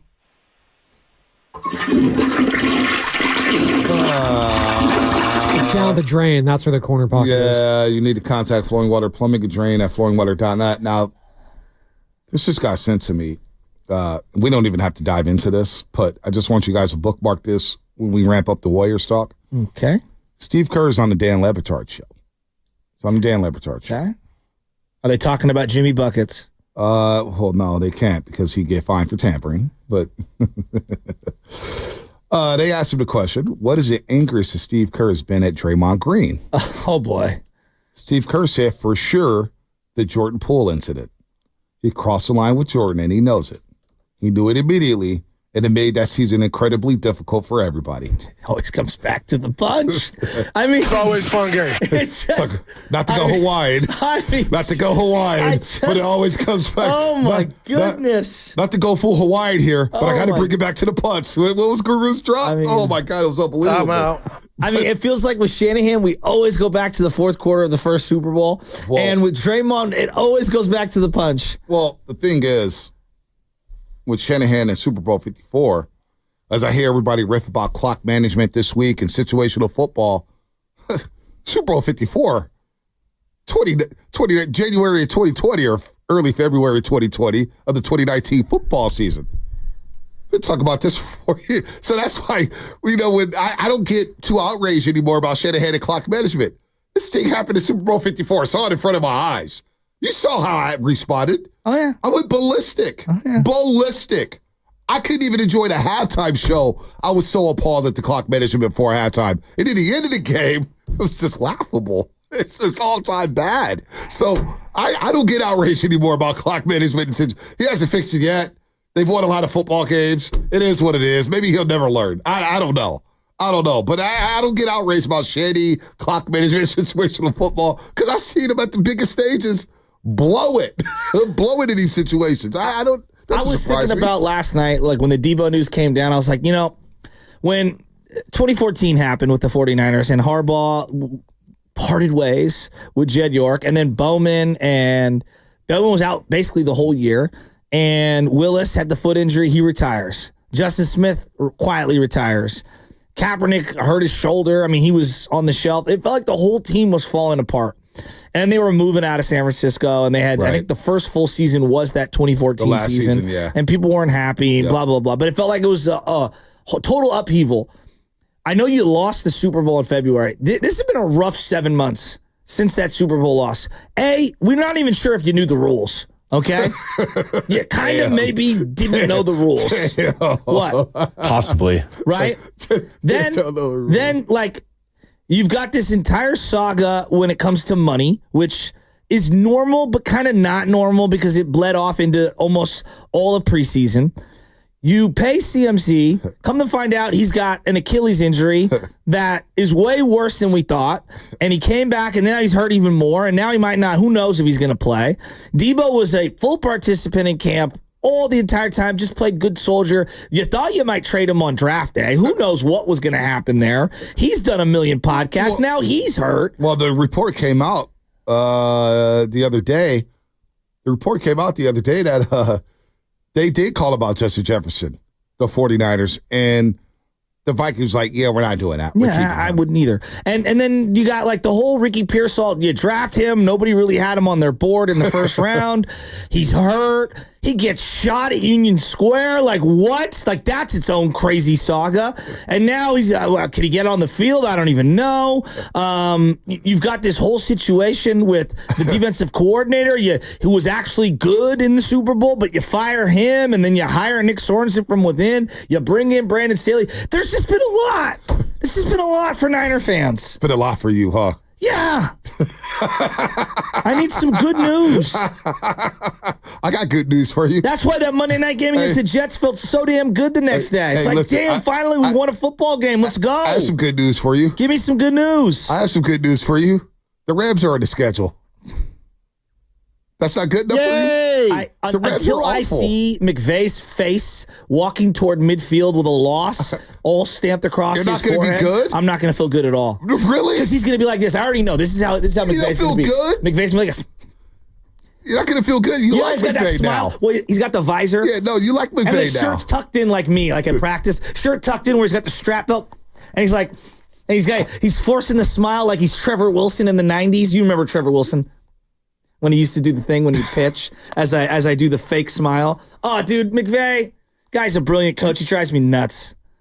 And then Stafford's going to throw his Stafford's going to do this. No, he's not throwing no throwaway. Dude, he doesn't have look the other way. He's not throwing no looks to nobodies. I mean, come on, man. He's got Tutu Atwell and a bunch of no-neighbors. He's got no offensive line. Levi South better be packed with Niner fans. Are you going down to Levi South? No, I'm not. We got the wedding on Saturday. Yeah, we could make the morning flight. I got church. Well, no, you could after church. What time do you get out of church? I told you I go 9:30 mass. I'll say what time is over? 10:30, 10:45. So depends if I mingle. So you could make it to SFO. Get on a flight. It's only 45 minutes. Father Renee likes to pick my brain on sports. A lot of churches in L.A. A lot of churches in L.A. And SoFi is only 15 minutes away. Hey, 15 minutes away is LAX. Down there. LAX, 15 minutes away from SoFi. Could make it. Little day trip to L.A. SoFi. You'll feel good about that. Come on, Sasky. You'll feel good about that. Going back to February, I mean, it's just nothing. It feels like there's been nothing good. Like they really have. Now, look, they had a nice. No, this has been good. They've had a nice draft. This has been good. Oh yeah, Tatum Bethune, Ronaldo Creed, my favorite player, made the cover of Madden, and he's hurt. What are you talking about? Purdy? But like I say, there's been good things. The first good thing you name is like a 7th round linebacker. Like that's the high point of the Niners offseason. That 7th rounder's pretty good. Dominic Purdy's fun. Come on now. We do love ourselves some Dominic Purdy. George Kittle. Yes, got off to a great but start. then I watched the receiver doc, which also came out in the last 7 months, and I'm like, my guy couldn't even lift his arms above his shoulders. How was he even playing in the Super Bowl? It's called pro football, man. This is these guys do. They're gladiators. So you're not going to feel good all week. Well, they need a win. Look, I do this to myself. Like I say this to everyone. I was like, Joe, relax. Online guy loves to do this. Relax. It's week 2. Dog, this is how we sport. And everyone's like, Joe, don't have a heart attack. My dad died of a heart attack. But you know what I learned from my dad? Is he lived his life to the fullest. Jesus. All right? And if he was going to go out, he was going to go out living his life to the fullest. That's what I believe. That's why I do so many things to the utmost fullest, 110%. Oh, my God. We live our life this way, living it on the edge with our sports teams, Giants, Niners, Warriors. I watch everything. I'm in on everything. No. Part of the camaraderie of my friends and my family is commiserating over the negativity that surrounds my teams. That's part of how I watch. That's terrible. No. That's terrible. That's how we watch sports. No, but that's not how you should watch sports. A negative mindset? No, I'm not saying it's misery. I get great joy out of my team. But what happens is when negative things happen, I pick up the phone and I'm like, Rocco, can you believe this? Deebo Samuel's hurt again. Are you kidding me? See, I followed off. Are you kidding me? It's called passion, Bonte. Hey, listen, I followed off the list. Shasky used to give me those phone calls. He doesn't bother me no more. You don't even answer them. That's the problem. You don't even answer my phone calls. No, I do. And so I'm like, I mean, are you kidding me? That's a lie. And then my brother, this is always my favorite. When people do this, relax, bro. It's week 2. You sound like my mom after the Super Bowl loss. This is what my mom said to me. Joe, there's always next year. It's okay. We'll get them. And I love you, Mom. Mom's seen 1,000 baseball games. But I don't want to hear that it's next year. They tried really hard. You know, that Mahomes guy is good. I know, Mom. I know Mahomes is good. I know. Tell me something I don't know. I love you, but come on.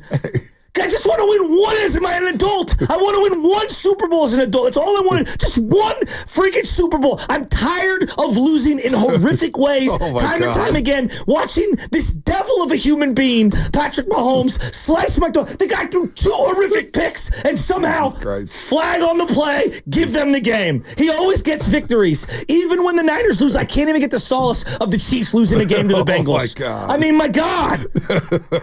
And then I flip open Twitter yesterday. It's like Deebo out, calf strain, 2 weeks minimum. What? He's been one of the bright spots this year. Do you believe in meditation? Do I believe in meditation? You know what my meditation is? What? Hate watching the Giants currently and waiting until the calendar flips to October. Jasky, that's not meditation. That's not meditation. That's not meditation. That's not meditation, man. You need to...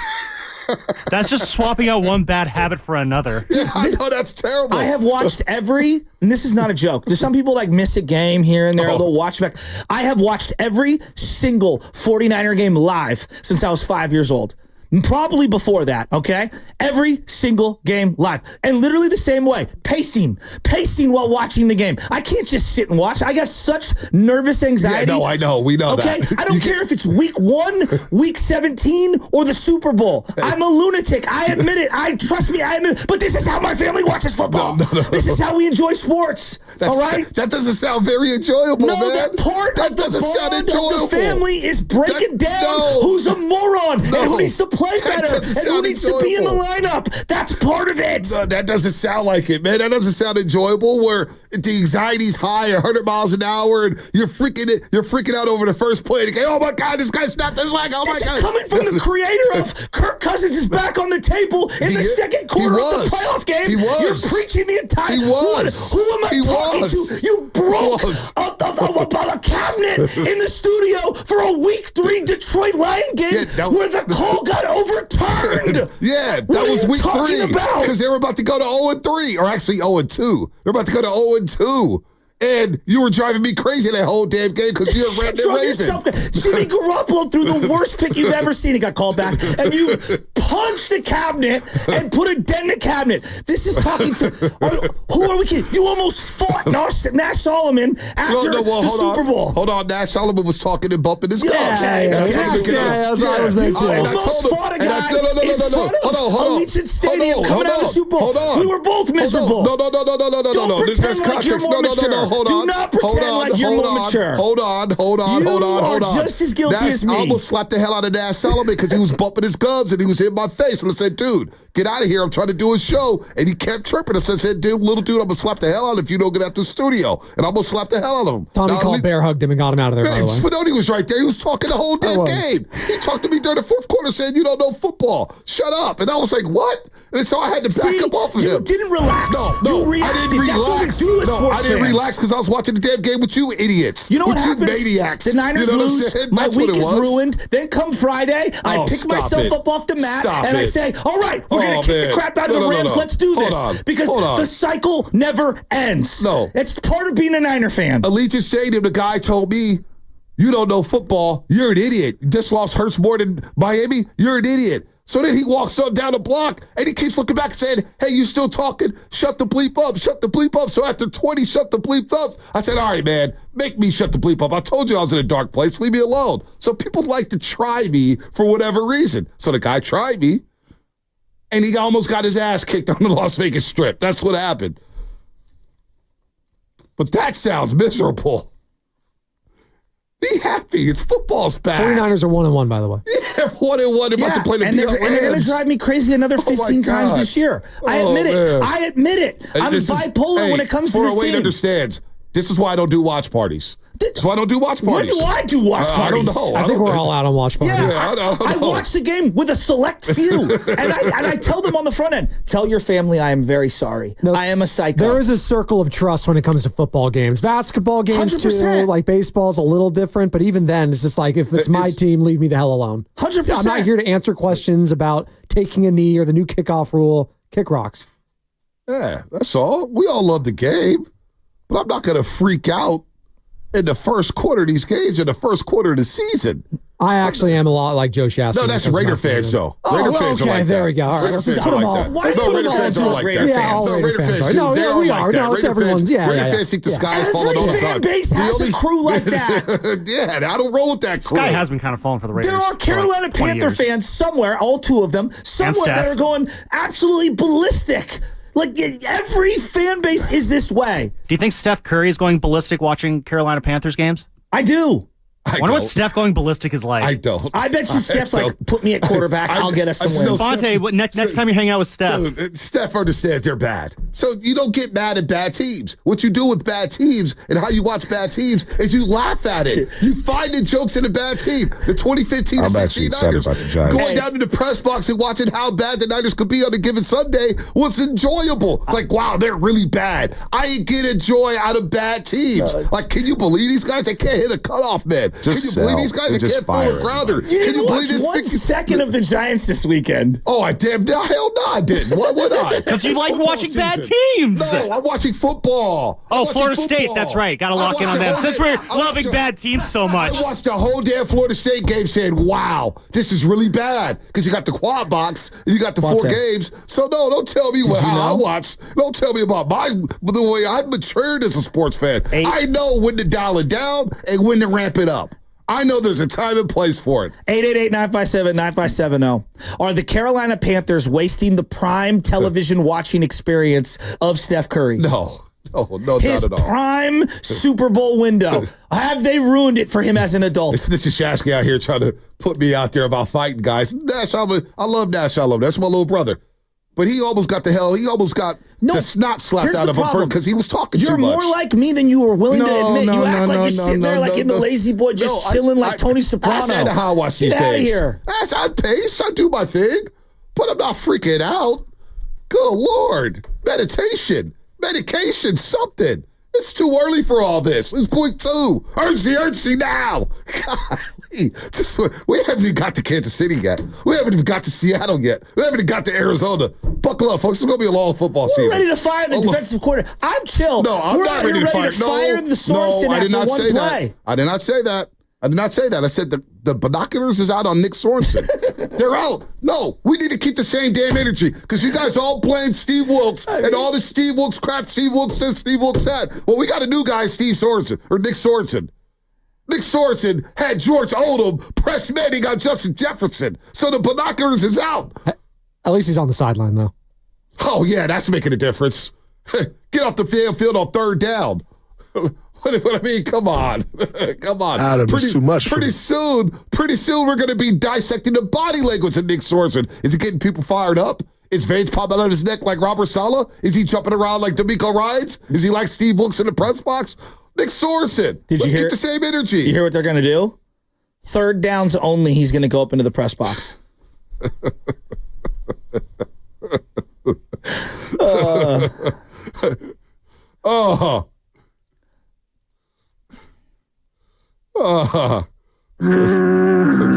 know, this is why I'm full of mission now.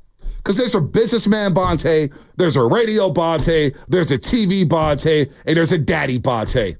The businessman Bonte, shortly after the game, and he goes, damn, man, they lost on your birthday. I said, you know, it sucks. But the businessman Bonte came out and said, oh, this is great for business. This is amazing for business. There's nothing like reacting to a loss and hear everybody so triggered and saying, the sky is falling, the season's over, get rid of all these. Like, I've heard more about Shanahan being on the hot seat. We haven't even made it to week 3, and Shanahan's on some imaginary hot seat. This is amazing. So you know what? I'll say this. The fan Bonte and Daddy Bonte, he wants the Niners to kick the Rams' ass. But I'd be lying if the business of Bonte didn't say, I would love to see McVay shaking Shanahan's head with a smile on his face with the 20-17 victory over the San Francisco 49ers. Possibly. That's the businessman Bonte. Oh, because I'm here for the panic. I'm here for it. Bonte, the more you talk, the more you make me nervous. No one said the season's over. We're critiquing losses because the NFL is insanity. And if it doesn't make you insane, then you don't love it. That's fine. That's okay. I'm not going to tell people how to fan. That's a lie. I'm not going to tell people how to fan. Either. I'm telling you how I fan. And when I fan, when we lose, I get angry. And I want to break down why. All right? Doesn't mean I'm not going to watch. Doesn't mean the season's over. All right? I watched some horrific football in my life with these 49ers. You think I'm going to turn off Shanahan, Purdy, Kittle, and this? Give me a break. Nobody's turning them off. It's amazing. I love this team. Nobody's turning them off. And I also hate them at times because football makes me crazy. Nobody's turning them off. It's got to have some perspective. Can't be freaking out after week 2 because a couple injuries. Got to be able to deal with the adversity. Resiliency. That's what I want to see from these Niners. How resilient are you? Let's go. Buckle up, buddy. It's like when Draymond knocked out Jordan Poole. It's only the training camp. I mean, come on, relax, everybody. It happens all the time. How many people told us to relax? Happens all the time at camp. Nobody relaxes. I do like that Steve Kerr said that was the angriest he ever was at Draymond, and they still didn't do anything about it. Great. I'm glad you were angry about that, Steve. My final thought is this. Oh, man. I can't hate watch, man. No, we can't. Like, we hate in a good way. Like, that's the thing. Like, my dad's the same way, Joe Shasky, where you guys have met Bob Spadoni. He always is waiting for the sky to fall with any of his teams. He's always like that, and that's bestowed upon me. It's unfortunate. It is what it is. I wish I could change. I wish I could watch a game and just be happy the whole time, but I just can't. I'm just not built that way. And to your point, Bonte, the Raiders have caused me a lot of heartbreak and misery throughout my life, and that's a part of my DNA. My dad watched multiple Super Bowls, though, so his whole thing is different. And they moved a couple times, and that hurt his feelings, so he's now a Niner fan, I guess, or something. Anyways, I don't know what I'm trying to say here, but I'll say this. Andy Dalton is now the starter for the Carolina Panthers, and they're playing the Raiders this week. And Dave Canales knows what he's doing. Why? Andy Dalton's 4-0 in his career against the Raiders. Has never lost to them. 2 different teams, by the way. The Bengals 3 times and the Saints a couple of years ago. I'm very nervous, Joe Shasky, about this week. I'm nervous. I wish Bryce Young was back there. Sam Lubman. Shasky, you nervous about the Rams? I hate them. Are you nervous about them? I'm always nervous. I guess my final thought is, boy, I think just for the collective psyche of this 49er fan base, Niners should probably maybe try and get a win on Sunday. No, love it. I think. Well, okay, for the sickos like Bonte Hill, you hope for whatever you want to hope for. Well, yes, but not everyone deals in business, Bonte. Some of us deal in logic and emotion, and I just think for the collective psyche of lots of Niner fans whose names are not Bonte Hill, a win would probably help this weekend. Businessman Bonte Hill. It's a difference. There's like 5 Bontes. Businessman Bonte loves. I want to see a summit of all the Bontes together. Yeah, that would be awesome. The summit of all the different Bontes. I'm actually down for that. You ever seen that movie Split? Yes. Where the guy's got a split personality. Oh, that is great. James McAvoy. Great movie. Oh, yeah, it's a great movie. M. Night Shyamalan. Yes. Great movie. It's like his last good one. I want to see Split with Bonte Hill with all the different Bontes. The reason why I don't hate watch because sports is my outlet. It gets me away from everything. Daddy duties, changing diapers, doing chores around the house. It gets me away from all that. It's my outlet. It's my heaven. Can't hate watch sports. What's wrong with you people? That's fine. Xfinity. Oh, the Niners bet I lose on Sunday. At home or on the go. I won't even talk on Monday. That's how good it'll be. You'll get the fastest internet to all of your devices. Hi, I'm John with Jack's Restaurant and Bar. My brother's and I.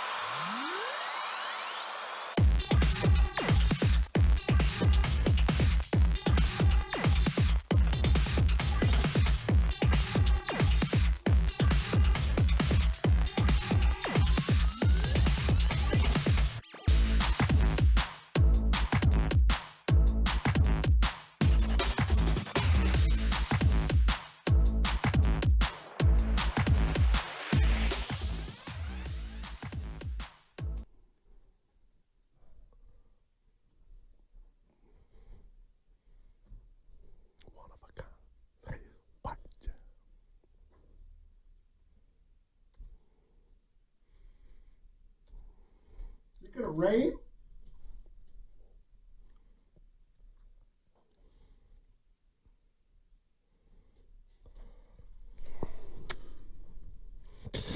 Well, no Deebo Samuel for a couple weeks. What happened? He's hurt. I'm out. He's going to miss at least a couple weeks, according to Kyle Shanahan. Okay, what part of the body? Here we go. All right, guys. Injuries from the game, just one new one. Deebo ended up having a calf strain. He'll probably miss a couple weeks. And that's it. You cannot make this up. You just can't. And, Steiny, in a year of no McCaffrey, Brock's going to get the 60, 70 million. I know it's about the Rams. You just had, lost one in many.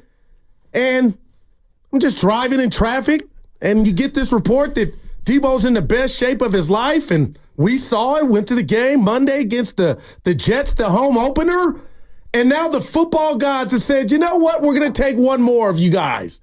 Hey, Deebo, come over here, and hopefully, Steiny, it's a couple weeks. Why can't it be a neck or a back or an elbow? The calf / Achilles. That's what I don't like about this. That's the jack-in-the-box aspect of the calf injury. Is it anything to do with the Achilles? We don't know yet. I'm not panicking. Wait. But damn the Niners, man. This is why you got to cash the ticket in the Super Bowl when you can. There you go. Tomorrow is not... There it is. That's one of each. That's a reference to the losing the Super Bowl. And there is a tomorrow is not promised. That's applicable every day. Yeah. Look, the Rams are more banged up than the Niners. All right. Nothing I dare say is it bigger than the Rams? Because we don't want to get too far down the road. It's just like, what if I told you, just me, on the Guru computer, Steiny, what if McCaffrey don't play a damn? You mean the whole year? Yeah. I'm just throwing that out there. We don't know. So now it's about Brock Purdy and can he handle the load? Yeah. And I'll say this, they didn't handle it collectively against the Vikings.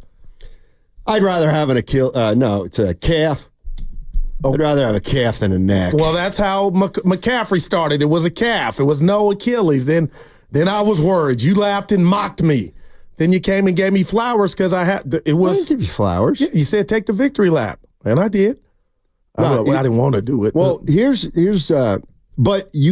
so I wasn't worried about McCaffrey or injuries. Right. Okay, now there's injuries. So now I can say, boy, we got to figure this out. We got some injuries. But you've been worrying for a month. And I guess my question to you is, what's it gotten you? See what I'm saying? It's not about me. It's about it is about the services of one of the best, if not the best running back or offensive player in the league.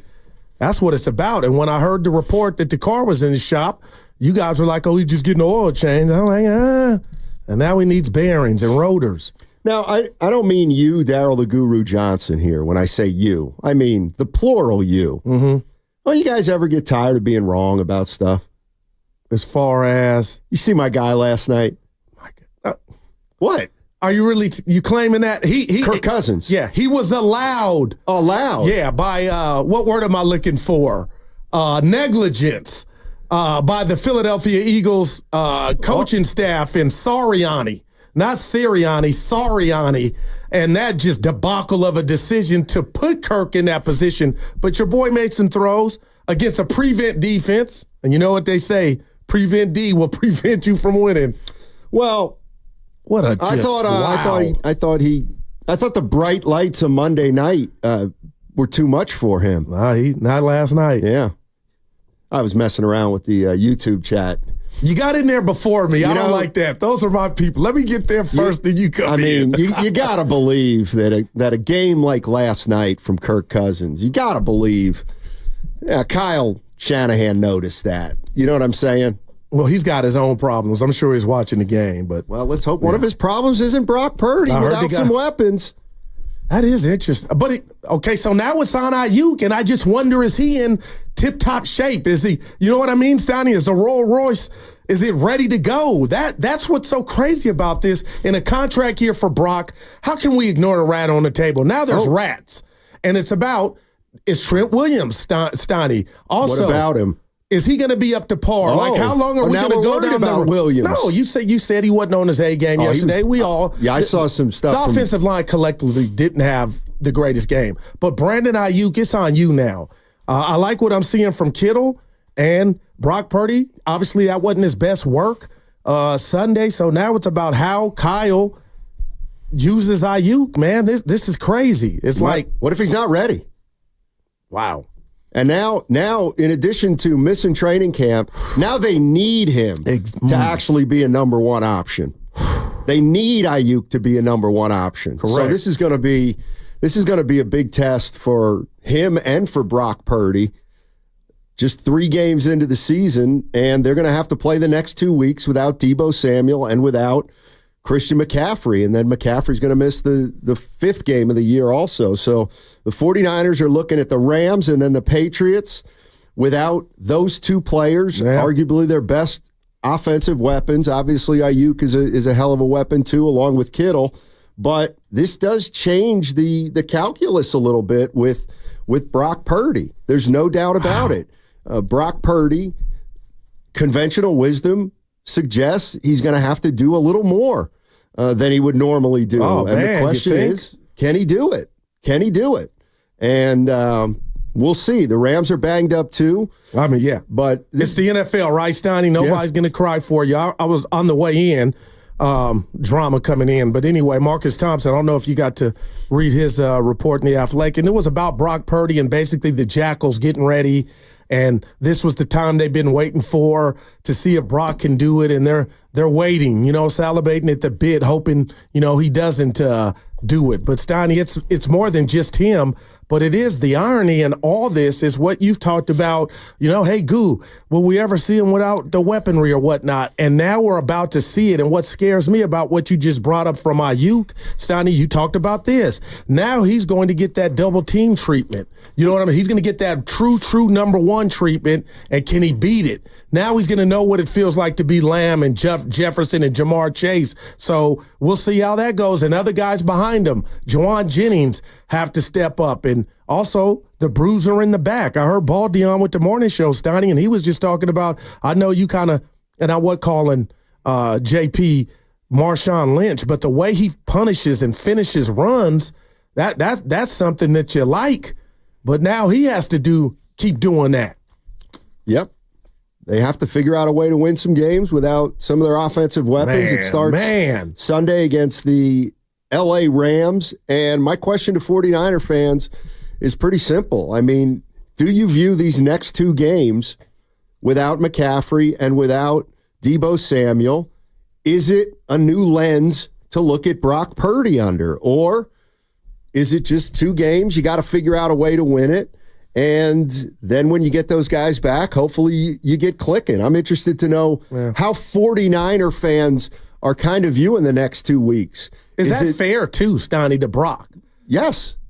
Why isn't it? When the team, and I know we'll get to it, but when the team's complete and all the good that he's done, a Super Bowl visit, an NFC Championship game, is it fair are we just throwing that away now that, he doesn't have that at his disposal? And no, I expect that can, what we see, and hopefully it's still good, supersedes what we saw when the team was whole? I expect the 49ers to win their next 2 games. Wow.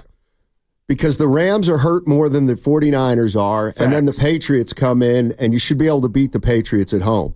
What I want to know from 49er fans is, do you think it's fair to look at Brock Purdy in the next 2 weeks and really assess what he can and can't do? And does it matter if he struggles without these 2 weapons? Because they're usually there. Yeah. What do we expect from Brock Purdy on Sunday? And do you think that Brock Purdy is, like, how instrumental is this to what happens at the end of the season? And how long will the judgments on Purdy last after these 2 games if they finally do get healthy? Yeah. I mean, I think the silver lining is that you do get a different kind of look at Brock Purdy, which is good because you see him with a full team, and now you see him with a couple players banged up. Let's see how he's going to respond. But more importantly, let's see how the Niners are going to respond. 888-957-9570. 49ers hit with some more bad news yesterday with Deebo Samuel. He'll be out at least 2 weeks. Let's talk about it. And what do the Niners do from here? 888-957-9570. What's coming up on the game? Presented by Fremont Bank, celebrating 60 years of full-service banking with no compromises. That segment brought to you by Chilton Auto Body. Brian Baldinger with Bonte and Shasky. There's not a more consistent.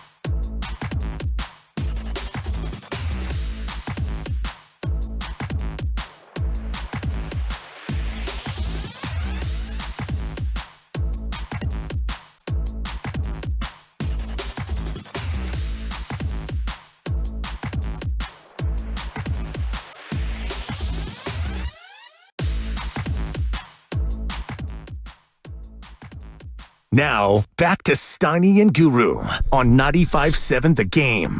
Well, it may not be fair, but this is the text that just came in on the Xfinity mobile text line. Give it to us. The 415. We get to see if Brock is truly elite or just a glorified bus driver. Fair or not? Because I think we're gonna hear it. Wow. I think we're gonna hear it. And my question is it fair or not? And I kind of just asked you that during the break. I know. So I figured it was such a good question. I had to spin it on you. And if you guys allow me, how about I apply it to Brandon Aiyuk? Okay. Because I'm more nervous about Aiyuk in his current state of football shape and wind and conditioning.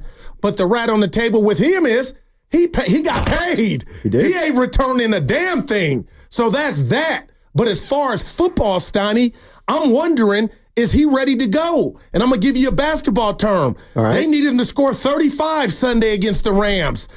Is his condition and wind up? We'll find out. But as far as Brock Purdy, they said it. Is it fair?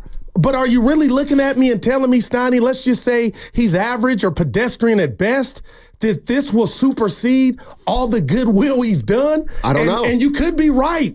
But I find that, like, if that's what we're doing in this life, I understand it. But the Niners have to already know who Brock Purdy is, with or without whomever. Well, if you want to be objective. And I ain't caping. Bonte's word. He was using that this morning. I'm not caping for Brock. Well, I understand it, but the reality is last year they played a couple games without Trent Williams and without Deebo Samuel, and they lost 3 games in a row without those guys. Last week they played without McCaffrey, and they lost to the Vikings. And now this week they're going to play the Rams, and they're not going to have McCaffrey, and they're not going to have Deebo. And I don't think what happens the next 2 weeks is the be-all and end-all, but I don't think there's any doubt about it that now you get to look at him a little bit differently than the first year and a half. He's not going to have Christian McCaffrey. He's not going to have Deebo Samuel. So I look at this team right now, and I think it looks pretty typical, if you know what I mean, of like a normal NFL team. They got a good quarterback. They still have a good running back. Their tight end is getting incorporated a lot this year, and they have Aiyuk. But they don't have kind of the bonus weapons. And I think it's very fair to take a look at Brock Purdy and to assess how he's doing and how he's done without these guys, because let's face it, he's not going to have these guys for his entire career. So why not find out what he can do if and when you have to play with fewer weapons? I think it's more than fair to ask Brock Purdy to step up his game the next 2 weeks and kind of lead this team past some devastating injuries on offense. And I think the teams that they play, I think it sets up well. The Rams are really injured, and the Patriots are going to come into Levi Stadium, and it's a team you should handle. Yeah. Well, they took Seattle 15 rounds. Coach Mayo's got them balling. But, Steiny, we've been together 7 years, and you kind of just stomped me with the last year without the weaponry for Brock and the team. You're right. They did lose 3 in a row. So 7 years of being together, I've brought or introduced to the show a different scoreboard.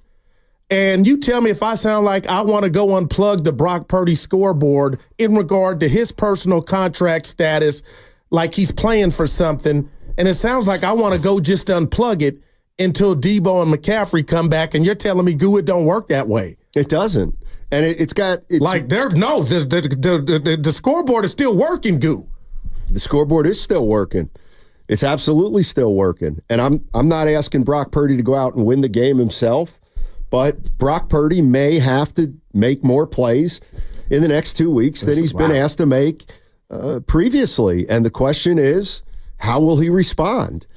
I mean, I don't have any doubt he's going to respond well mentally and emotionally, but the question becomes, how can he quarterback a team that doesn't have all the weapons that he's usually used to And that's what we're going to have to find out. I'm going to view this.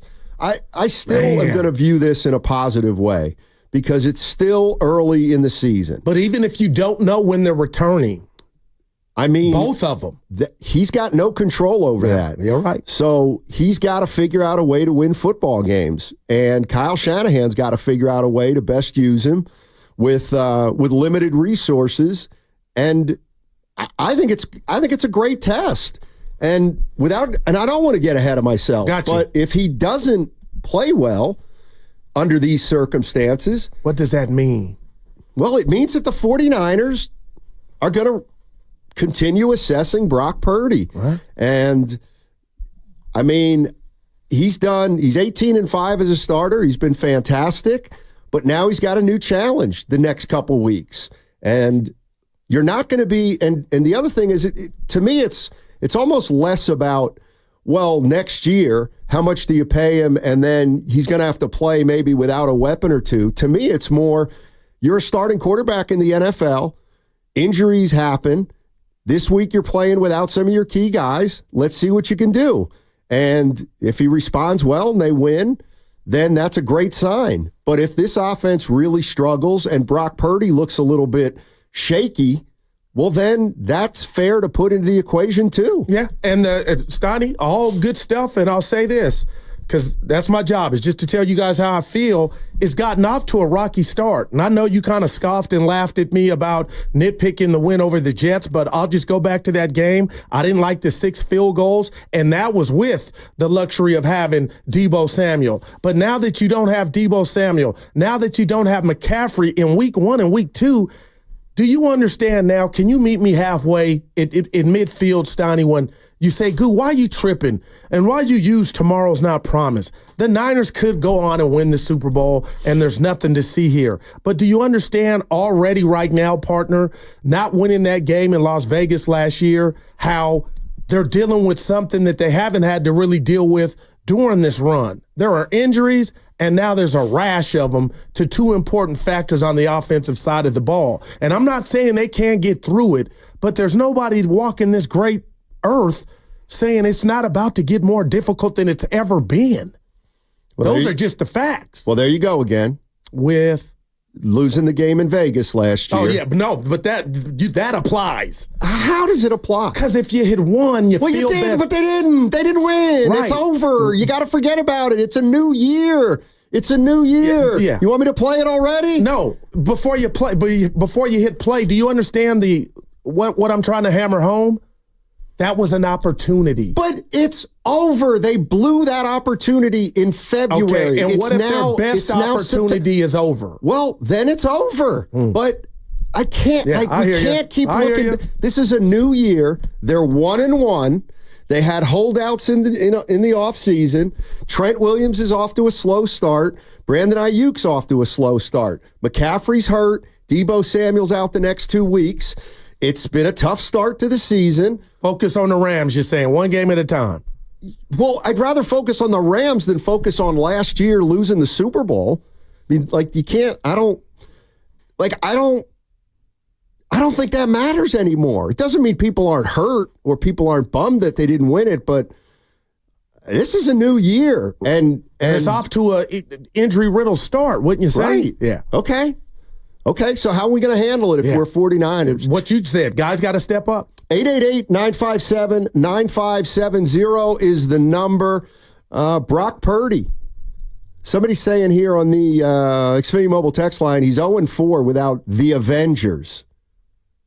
Is that? Who is there? That's McCaffrey. Deebo. Trent. Oh, Trent's an Avenger? Yeah, he was out a Cleveland game and then missed the 2 Minnesota Monday night game. Right, but so an Iron Avengers, Man, Captain America, superheroes. Oh, okay. Yeah. All right. Yeah. Infinity. Remember, I told you Xfinity. It's Infinity Wars. Okay. That's what the X-Men are. Let's go to Jan. Jan is in Mountain View. Hey. What's up, Jan? How you doing, man? Yes. Good morning. Yes. I have a question that's really been bugging me now that Deebo is now injured with a calf strain, and I've given a lot of thought, and I'm thinking, why hasn't the NFL been more, thinking about bringing back grass, because back in the day of Lewis and all of the players before what's on the field now didn't get injured like they are now, and now there are calf strains, there's Achilles injuries and everything else, and I know there's maintenance behind grass and keeping it up, but gee whiz, I mean, is anybody paying attention to these injuries? Goo, I would just, I hear you, Jan, but hey, it's battle of attrition, and I'll just say this about Deebo Samuel. I'm not second-guessing anybody. You didn't ask, but this is why I don't like to see his workload increased. Did you really need him to return kicks? Did you really need him to return kicks? And this is why, Jan, I'm trying to be good today, but this is why the dudes always, hey, let's use Deebo this. How about you just, you say, you know what I mean? Steiny, talk to me, man. I was listening to the Weekend Show with Dan Devone and Evan Giddings. Good show. This weekend, and Deebo Samuel's name was brought up, and Evan Giddings made it clear.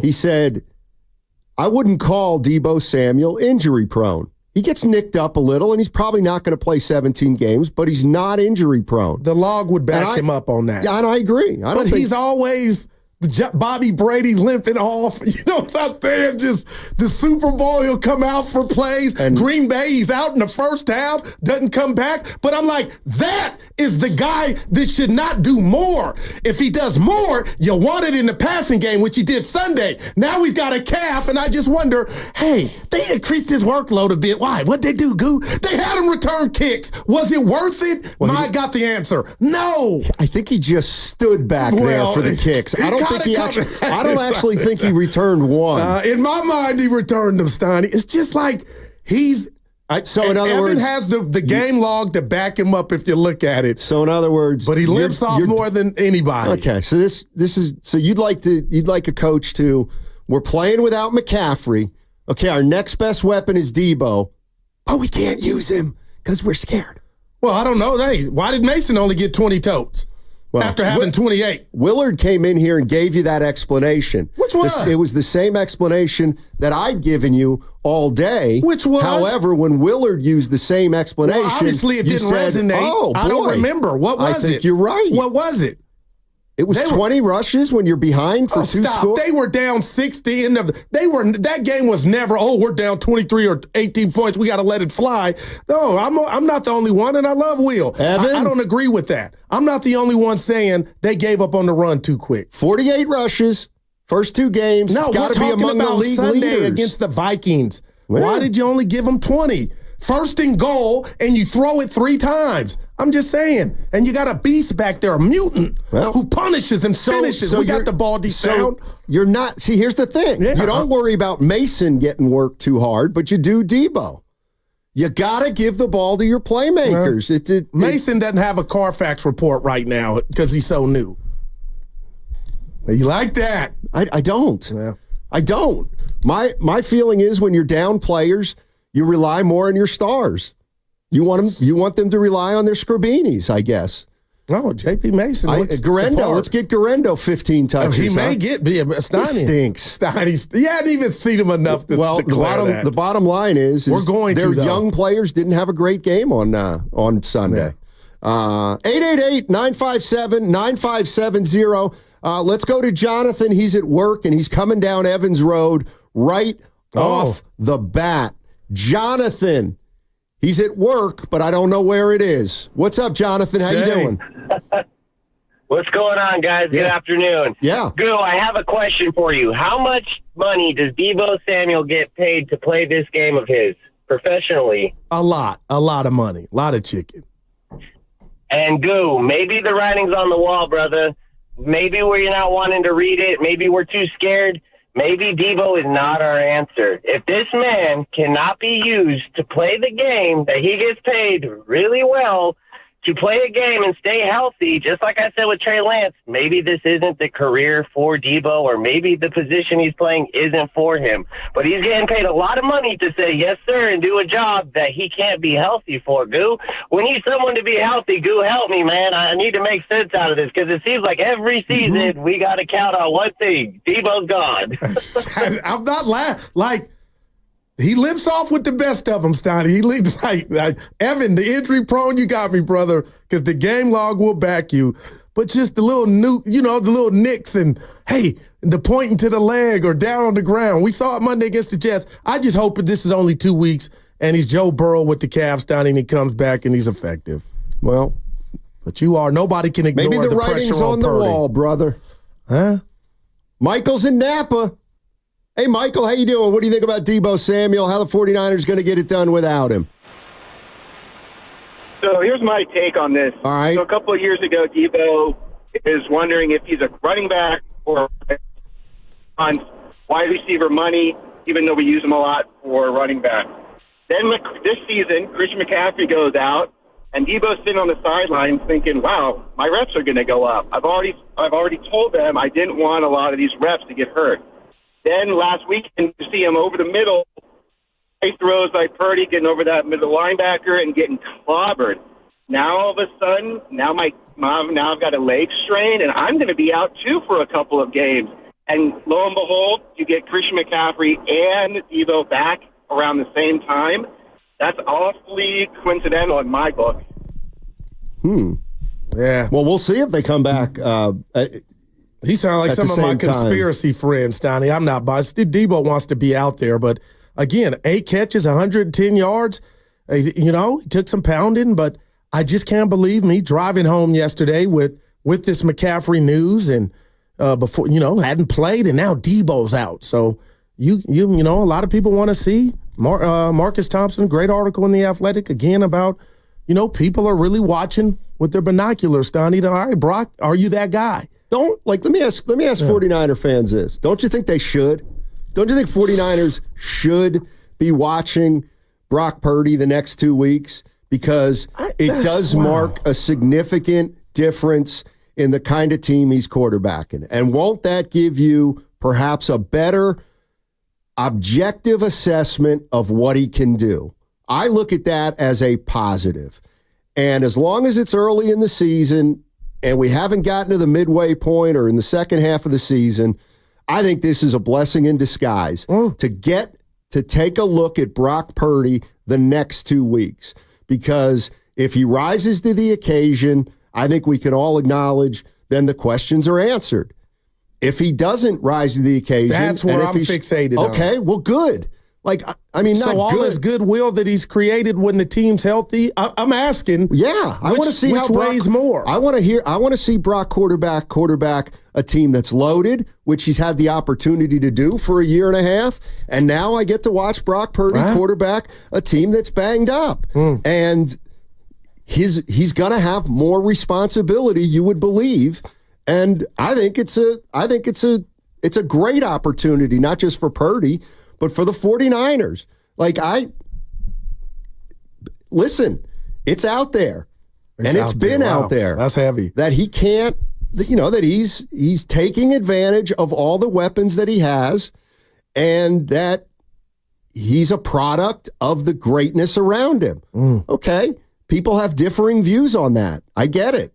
But to me, this is going to be fun the next 2 weeks to see Brock Purdy quarterback without as many weapons, and you'll get a more maybe objective view of how he would quarterback a team that's maybe not an elite team this upcoming week. Would you liken it to the 3 games that they lost last year when Deebo was out and Trent was out? Yeah, I would. And we don't forget that, but it didn't erase all the good that he's done, I guess. And I'm with you. It is going to be exciting. Now, if you're Kyle, I'm sure it's not, but I heard Banter this morning with him and Shasky, and he was right.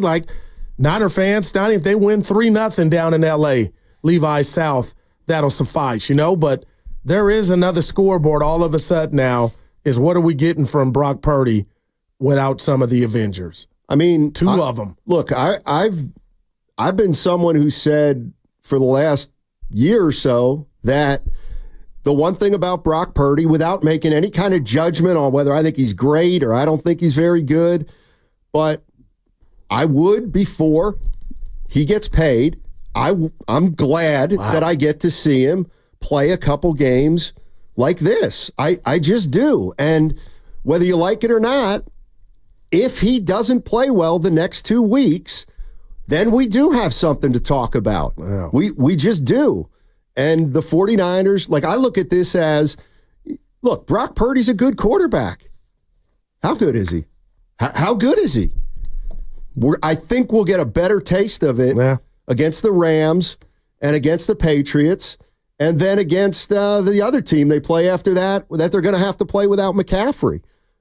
To me, I'm going to almost look at this as a positive. At least you called it, knowing that these guys are going to come back in weeks 4 or 5 or 5 and 6 or whatever. Yeah. But if they don't, well, then he's going to have to quarterback a longer stretch without his weapons. This is crazy. We'll get. Now, let me ask you this: why is it crazy? Because I didn't foresee early week one, no McCaffrey, and then week 2, after a big game for Deebo and us talking about how great a shape he's in, him being like, it's come real fast, Donnie. That's why it's just like what you've talked about, and me, I think I blew up at you. Like, why would you want to see that? And here we are, week 3, going into week 3 against the Rams. It's upon us. I mean, again, it's crazy. This could be, and I'm not saying, well, Brock may not get paid. I'm not saying anything like that. But you cannot deny that we're going to get to view Brock Purdy the next 2 weeks at least through a different lens. And the 49ers will get to see that too. And so, yeah, these are the 2 biggest games of the regular season for Brock Purdy, probably in his short history. Well, I would say didn't last week count too, though? Even though we had Deebo? Well, they lost. Yeah, and his performance wasn't up to his standards. But they lost without McCaffrey. Yeah. 888-957-9570 is the number. Coming up in 10 minutes, we're going to open up the lines to talk about Brock Purdy a little bit more. It's the Purdy prognosis. What does he have on the line the next 2 games? Because I know it's easy to say that, they're just 2 games, but no, these are the biggest 2 games of Purdy's career, I think, as least as his contract is concerned. Wow. 888-957-9570. You think that's preposterous, 49er fans? Or do you think that's fair? That segment brought to you by Life Source Water Systems. Coming to Freeman's Appliance in Pleasant Hill, September 27th through September 29th for their fall clearance sales event. Take advantage of one-of-a-kind opportunities.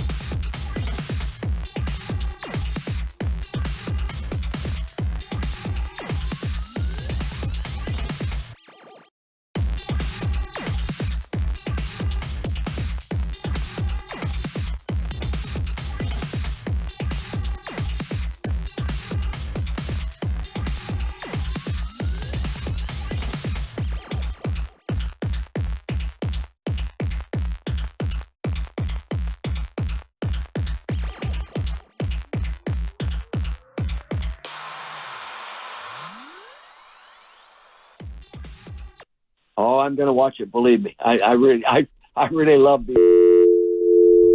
Now, back to Steiny and Guru on 95.7 The Game. We've lost the art of listening, apparently.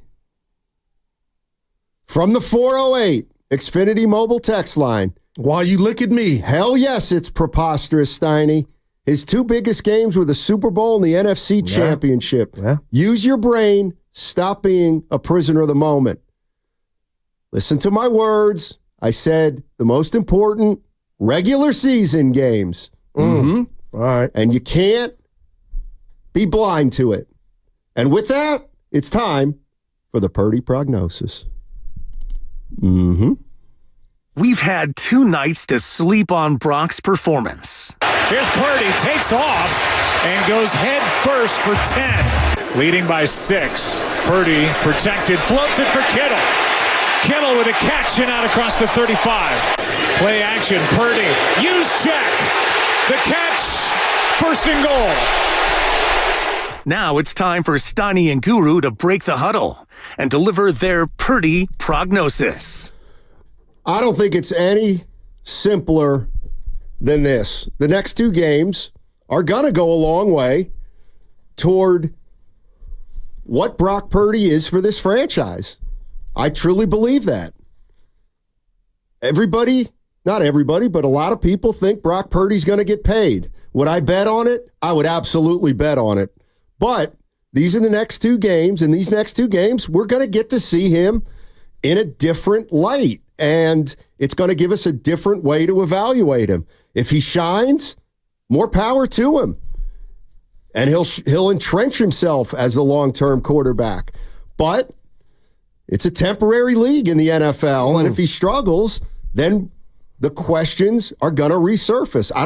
There's no way to avoid that, I don't think. I really don't. And I'm not mad at you. I'm kind of like the texter that sent you the text, Steiny. I just feel like, you know what, after these 2 games, if it's only 2, we got 13 more. And guess what's going to happen during that 13 with or without Deebo or McCaffrey? If one of them is out, we're going to continue, to grade and assess as we get down closer to the end of the season. So what I'd like to do, Steiny, is just tell you my prognosis, because this was brought to my attention, and I know you and Evan don't know this, but I got a staff. I got a staff of people that Squirt, 49er Frankie, Silk Basie, Big Dex Tone. They bring things to my attention. And 49er Frankie text Banter. I got mad at him because I wanted it from 10 to 2.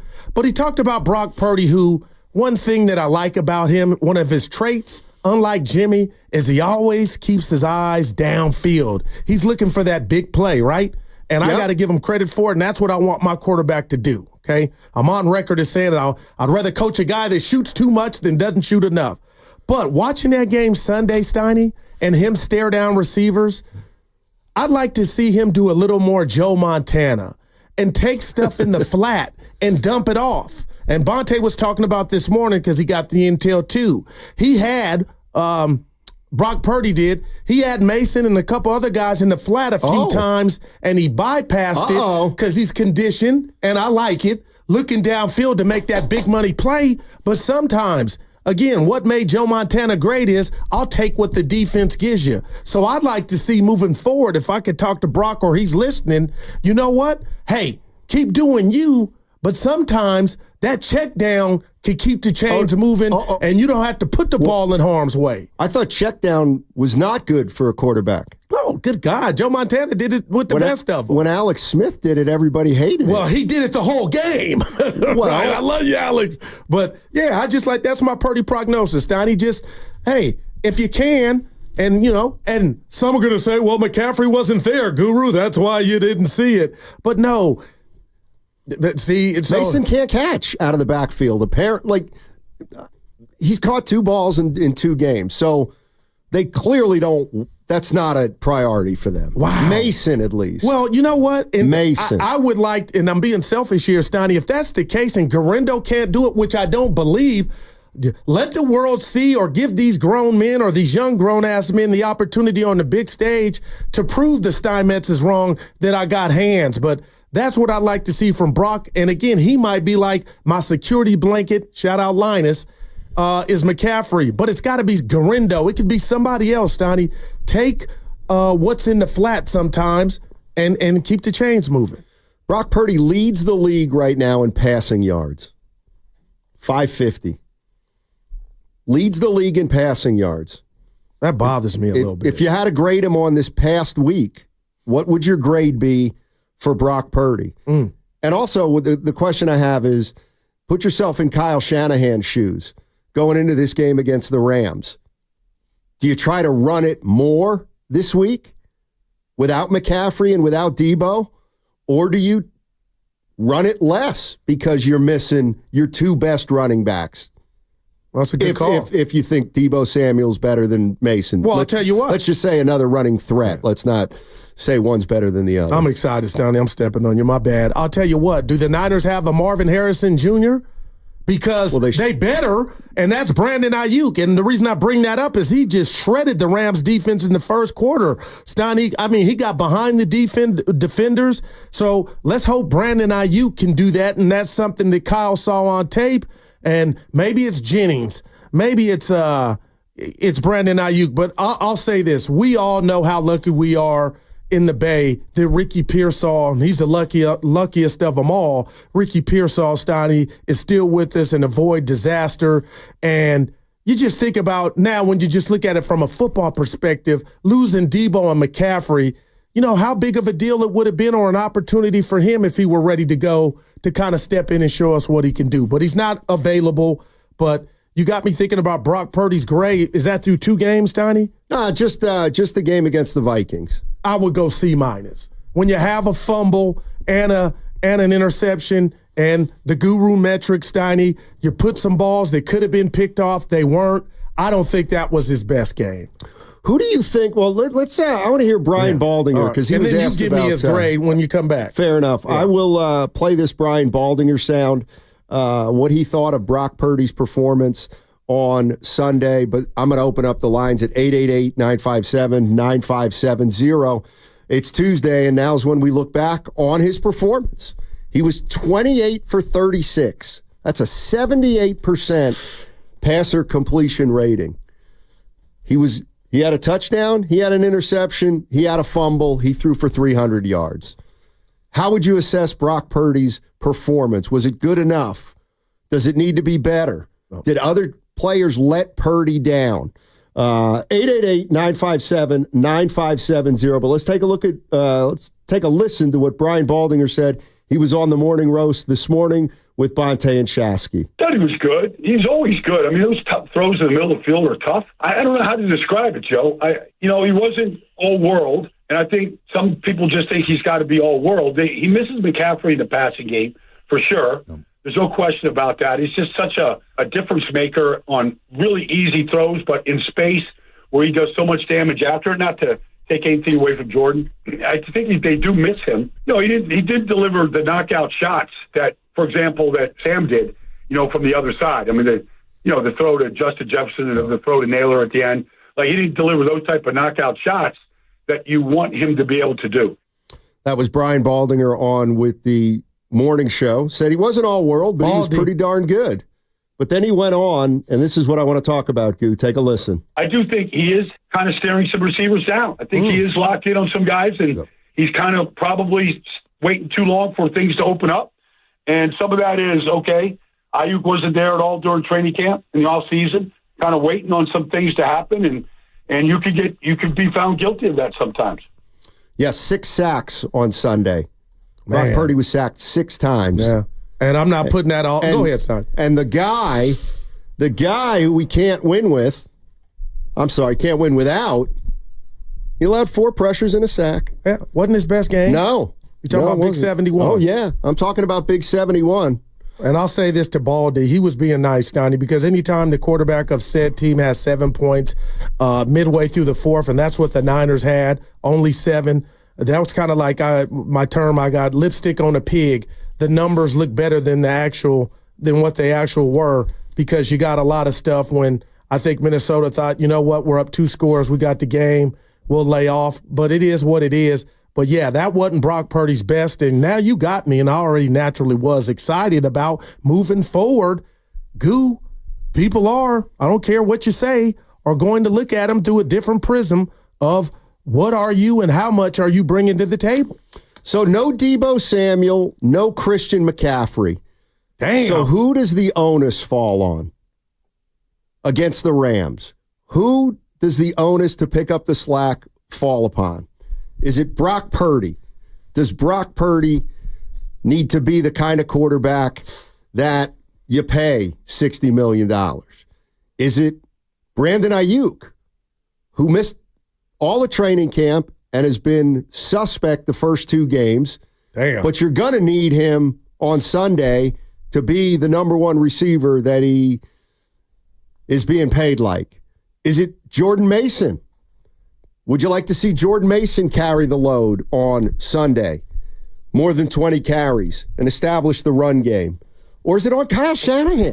Whoa. Is it on Kyle Shanahan, who now has gained a reputation for being able to devise an offense with all different kinds of personnel and find a way to put points on the board? Who does the onus fall on against the LA Rams on Sunday? 888-957-9570. What should the approach be? You're listening to 95.7 The Game, KGMZ FM, and HD1 San Francisco. Always live on the free Odyssey app, Twitch and YouTube, powered by First NorCal Credit Union.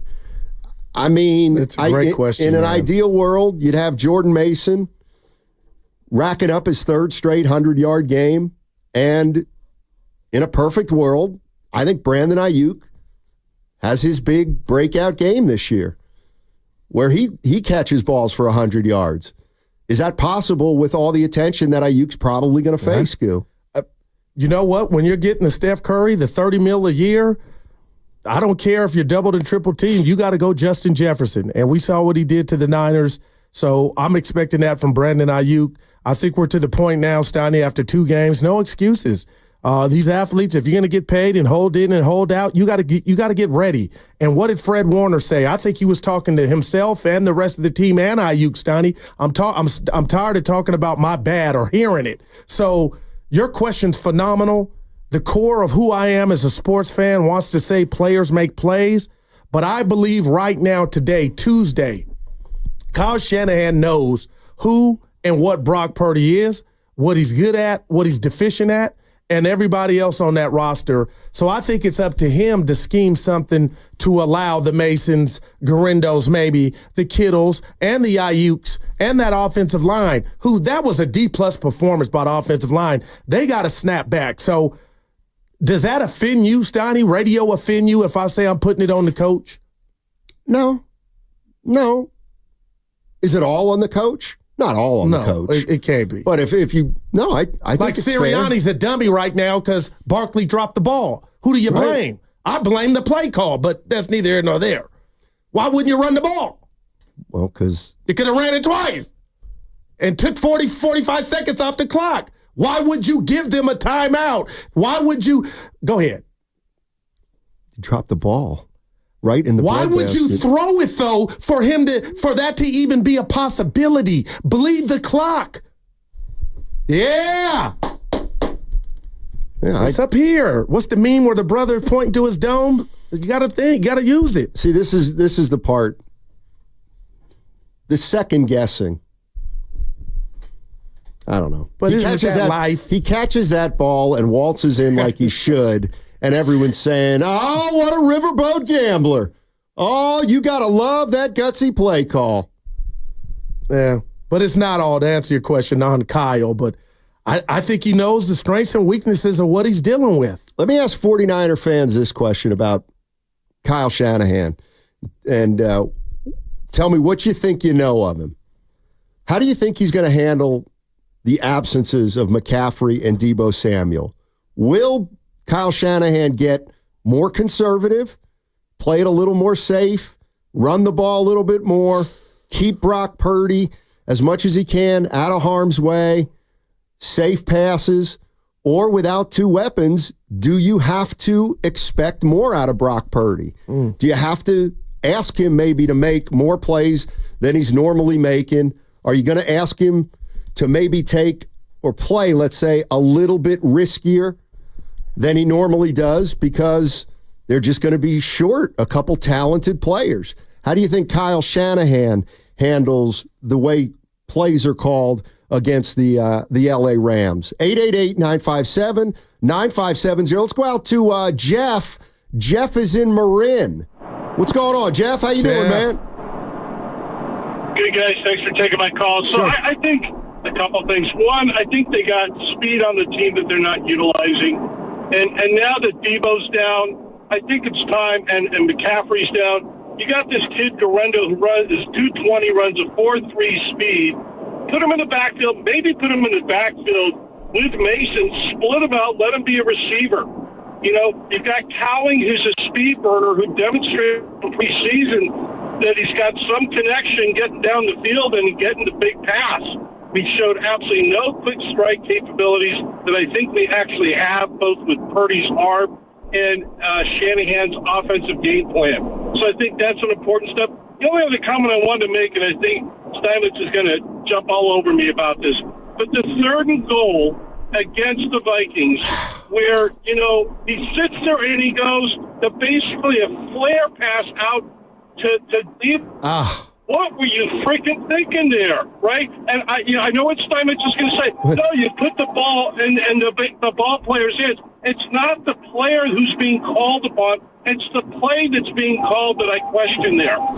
That's fair. That is fair. I don't have a problem. I didn't like that call either with Deebo Samuel. You said it yesterday. I couldn't believe that. I don't know. I didn't like that play. And Green was on the call with the great Kevin Harlan, Steiny, and they were basically almost like, you think they're going to run here? Like basically saying, give the ball to the monster. The dude Baldy said punishes and finishes runs, but they chose to get cute. Like that was too cute for my liking.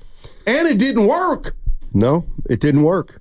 It didn't work. See, I actually look at, and they were different situations, but the play that didn't work to Deebo Samuel and then the play last night where Saquon Barkley dropped the ball, I get it. If you run there and you don't get it, you take 35 more seconds off the clock. There you go. That's then all. you take the field goal. Okay. And now you only give Kirk Cousins a minute to score instead of a minute and 46. By the same token, the play was perfect.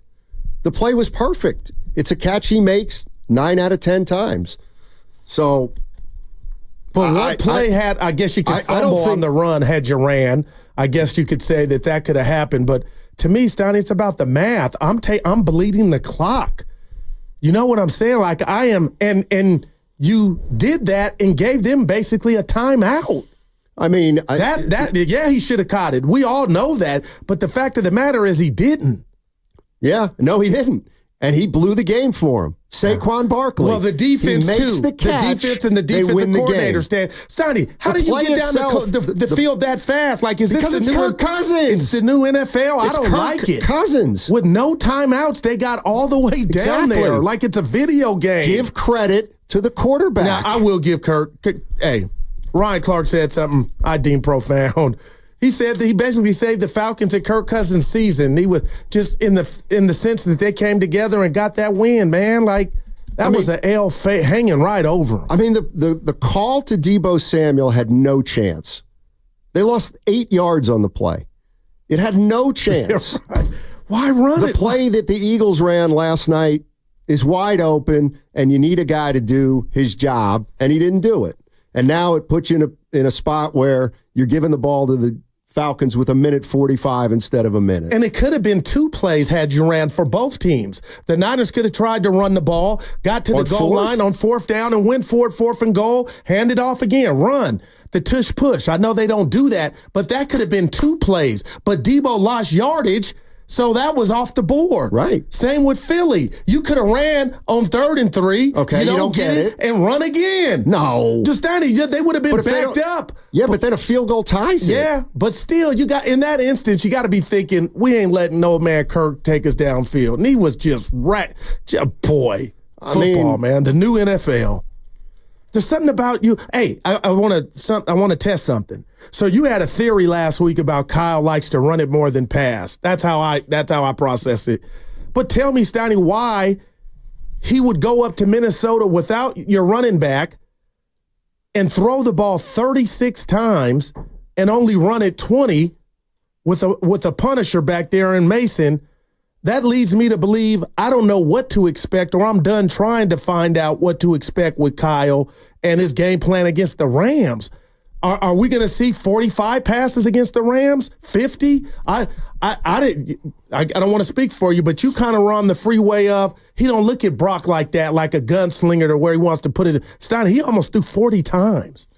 My question to 49er fans is, do you believe like Guru that Jordan Mason didn't run the ball enough against the Vikings? I mean, I'm just looking at the practical part of it, and that is, you played a lot of the game, or you played a good portion of the game. You were down 10-0, and you played another portion of the game where you're down 20-7. And I mean, that might be the difference between 20 carries and 25 carries. I didn't, I saw the ratio of passing to running. It was 38-26, I believe, 37-25. So clearly the 49ers threw the ball more than they liked. But I got to. Do we know that? Do we know that they did it more than they liked? If he died, Well, I can just take Kyle Shanahan at his word that he wants 50-50. And the reason he wants 50-50 is because when you go run the ball half the time and throw the ball half the time, it does keep the defense a little more off balance than if you're a pass-heavy team. So I got to take Kyle Shanahan's word for it, and I got to also take the stats into consideration. During the Kyle Shanahan tenure, he loves to run the ball. In a perfect world, he's running the ball to set up the pass. He was down. They were down a good portion of that game. Was that the reason why Jordan Mason carried only 20 times? First drive, they threw it 3 straight times, Donnie. They didn't even try to establish the run. It was 0-0. Those are scripted. You are right. So that tells me that Kyle Shanahan came out of that game against the Jets. They're playing the Vikings, and he thought the Vikings probably going to try to stack the box, stop the run right off the bat, and so we'll go throw it the first 3 times of the game. But, I mean, the one thing that I do have a little bit of a problem with is in this day and age of the NFL, when we don't see a lot of guys carrying big-time attempts-wise, I mean, 20 still a healthy total for a running back, but averaging 5 yards at that, too. Was it too much running? I'm sorry, was it not enough running if you're a 49er fan with Jordan Mason? Would you have liked to see on Sunday them run the ball more? Usually we talk about wanting the 49ers to pass the ball more.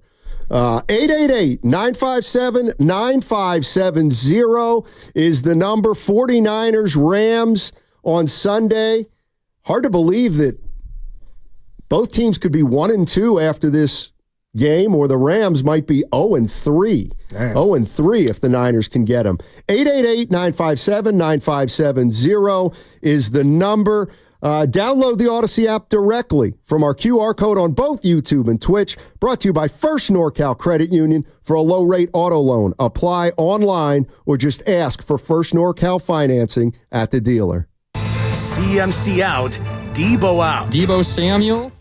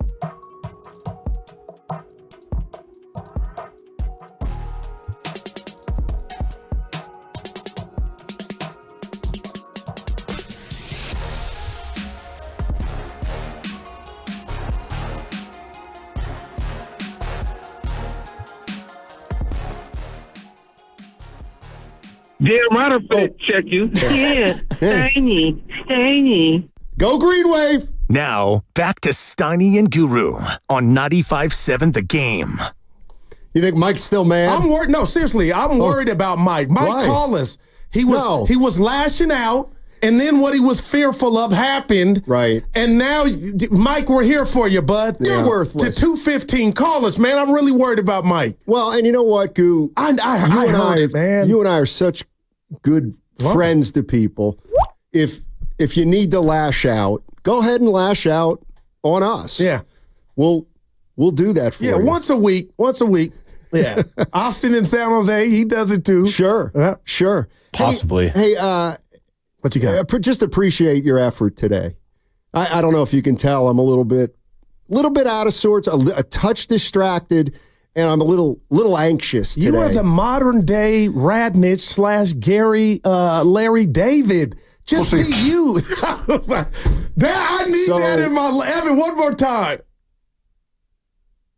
We'll see. We're not there yet. That puts me in do we have any dog experts out there? Like Draymond Green dog, DAWG? No. Oh, okay, because I'm ready. Canine experts. Okay.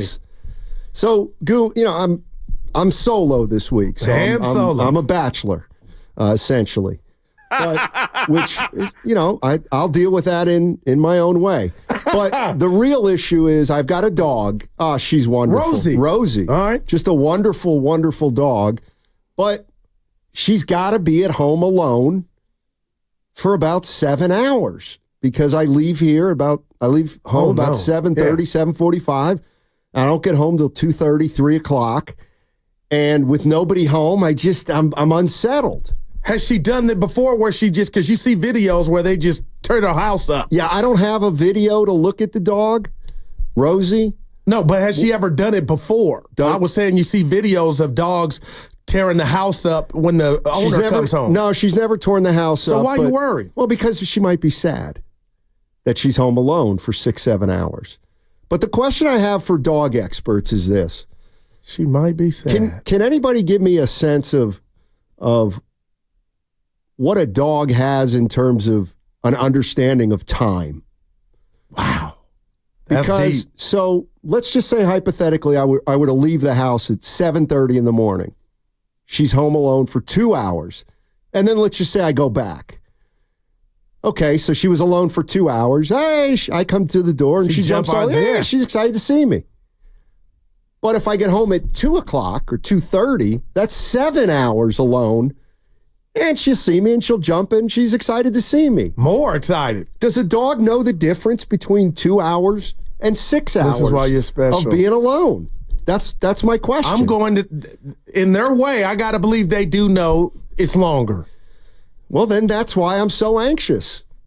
I bring it to work because you can bring them in the damn shopping store. And I love pets. Hey, we're doing too much. It's meat in there. It's food.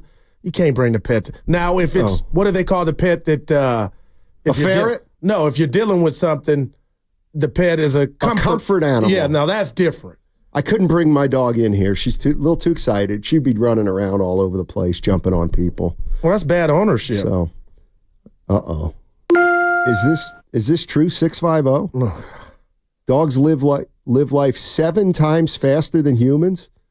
So 7 hours feels like 49 hours alone? Oh, no. That's not, no. And some are saying get a dog babysitter. Well, we have a cat, but the cat goes in and out. So that's not a babysitter, like a dog sitter. Anyway. I wonder how much, is that a real thing? What? Well, a lot of people babysit your pet? Well, a lot of people get 2 dogs so that when they are alone, they have each other for companionship. Like kids. Yeah, exactly. Yeah. Although I don't leave. But could I hire somebody to babysit my dog for 4 hours? Well, I'd rather just have somebody come into the house, walk the dog for an hour. But I didn't ask that. What? So dog sitting is a thing. Hey, what do you do? Evan? So if you hadn't heard it, it's not.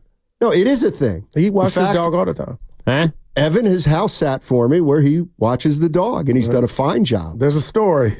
Well, I take the dog for walks, which doesn't always happen. No, is there a profession called a dog sitter? Yeah, of course. Yeah. Wow. Yeah, dog sitters, dog walkers. They're professional. I wonder how much an hour. What's that? How much an hour? I mean, I know some guys who walk 5 dogs at a time. They charge $25 an hour for a dog, so they're making $150 an hour. Wow, man. Better than a sports talk show radio host. Well. All right, let me see. Steiny, I'm the same way with my dog. I was crating her, but I felt like that was cruel. She tore up my new shoes. Don't worry, we're going back to Wiggins in a minute. Back to Kittle. But there was one here about time. Anyway, I'm going to talk about Brock Purdy. But you're thinking about your pet. Wow. 925. Dogs don't have a great perception of time. However, they 1,000% know the routine, and they get used to it when you're not there and when you are there. Okay. Yeah, but prove that. That's just somebody saying that. Jim Mole, our guy. Super chat. Oh, by the way, we forgot a super chat yesterday from some guy. How much was it? It was $2. Because this is $2 too. And $1.99. I forgot to do yesterday. A guy texted in $2 and it said Raiders. Look at him. So I forget. I'm sorry about that. Jim's right Jim here. Mole says, and we know Jim. We're friends with Jim. About to get married. A dog's short-term memory is about 2 minutes. Okay. Well, that makes me feel better. About like mine. Ours. Yeah. So, all right, Brock Purdy. What do you got now, Purdy? What do you got now, Purdy? Man. You don't have your security blankets. Yeah. What can you do? Are you Joe Burrow? Are you Mahomes? Are you Rodgers? Give him a grade for Sunday. Or are you Dilfer? I hadn't forgot. Brad Johnson? Nick Foles? Well, I'm kidding. Yeah. But give me a grade for Sunday for him. Evan put up on Twitter, up on the C+. C+. Yeah, C+. I'm docking him a full grade for each turnover. No, that's big. And the one Jimmy fumble, dumble. But the one that just slipped out, that was like, oh boy. Well, Steiner, he got lucky on a couple others, but I know just one other. Pro Football Focus. Oh, good God. Who are they? I'm my own Pro Football Focus. That's what's going on. No, they actually analyzed. Yeah, please. They actually watched the all 22. No, it said Purdy threw. Well, he had the fumble, the interception, and then it said he had one more ball that he threw deep down to Kittle that was an interceptable ball. No, he had some good throws. One to Deebo on the sideline. Hey, the rope to, who was that? Jennings on 4th down early on. What did they grade? You probably don't know this. Big Trent at. They probably gave him an A- PFF. I didn't. No, what did the PFF? Oh. See, that'll tell you. We know he was bad. Trent will tell you he wasn't his best. No, and what does that matter? He got his money. Well, see that you're talking two different things. Now we're talking about football. Dude, Aiyuk, he gotta put up 100, a C note for sure. Hasn't lived up to that contract yet through 2 games. Neither Williams nor Brandon Aiyuk. And he looks agitated when they ask him, Brandon Aiyuk, after the game about his production or their lack of. And I'm like, damn, Brandon, I don't know why you're mad. You won. You got the chicken, but you can understand you only put up 4 for 40. We want more. This is Kyle Shanahan from yesterday on how Deebo Samuel got hurt. He told me he thinks he did it on that when he caught, I think it was like the third to last play. They had a blitz down in the red zone. He caught the hot route breaking in. He says he thinks he did it on that play. I think there was only like 2 or 3 plays after that play, though. So that's Kyle Shanahan saying it happened late. Damn. In that ball game, and he won't be playing the next 2 weeks. Yeah, who steps up? I mean, you got it on Purdy. I got it on to everybody. I think that defense. I definitely believe that the guy who's going to be, let's say, looked at the most is Brandon Aiyuk this week. Because it's just too obvious. Even in the quarterback league. Sorry. What do you mean? Like Marcus Thompson. I keep citing that article he wrote. He could have wrote it about Aiyuk, but Aiyuk already got paid. So he wrote it about the guy that I think the biggest microscope is on, even though I said Kyle Steiner, it is Brock Purdy. See, I think it's Aiyuk. And the reason I think it's Aiyuk is because... He's already paid, though. That's right. That's right. He's already paid. So do your job and catch 7 balls for 132 yards. But if he does or does not do that, his ATM, when he gets that direct deposit, that's already taken care of. If you slide over to Purdy, Stoney, we've talked about it, even the aficionados. He's playing for, nobody wants to say it, but I'll say it for him. He's playing for the bag. And if he keeps turning in Minnesota type of outings, does that affect or impact the bag? Well, I'm not talking about the bag. I really am not. I'm talking about performance and production. And Brandon Aiyuk got paid. And now they need him more than they've needed him probably incredible in the last 4 years because they're down so many weapons. So the pressure's on Brandon Aiyuk. It just is. And if he's not ready, then he's going to get criticized in a big, big way. And ditto for Trent Williams. I mean, the 49ers offensive line allowed 6 sacks. That's too many. And Trent Williams is supposed to be the anchor of that offensive line. And they were getting after him like as soon as he hiked his Stoney. So I was like, man, maybe he was holding on to it too long. I came away the second time in the second watch, like they were on his ass. This is from Austin in San Jose. Goo, it's the second game of the season.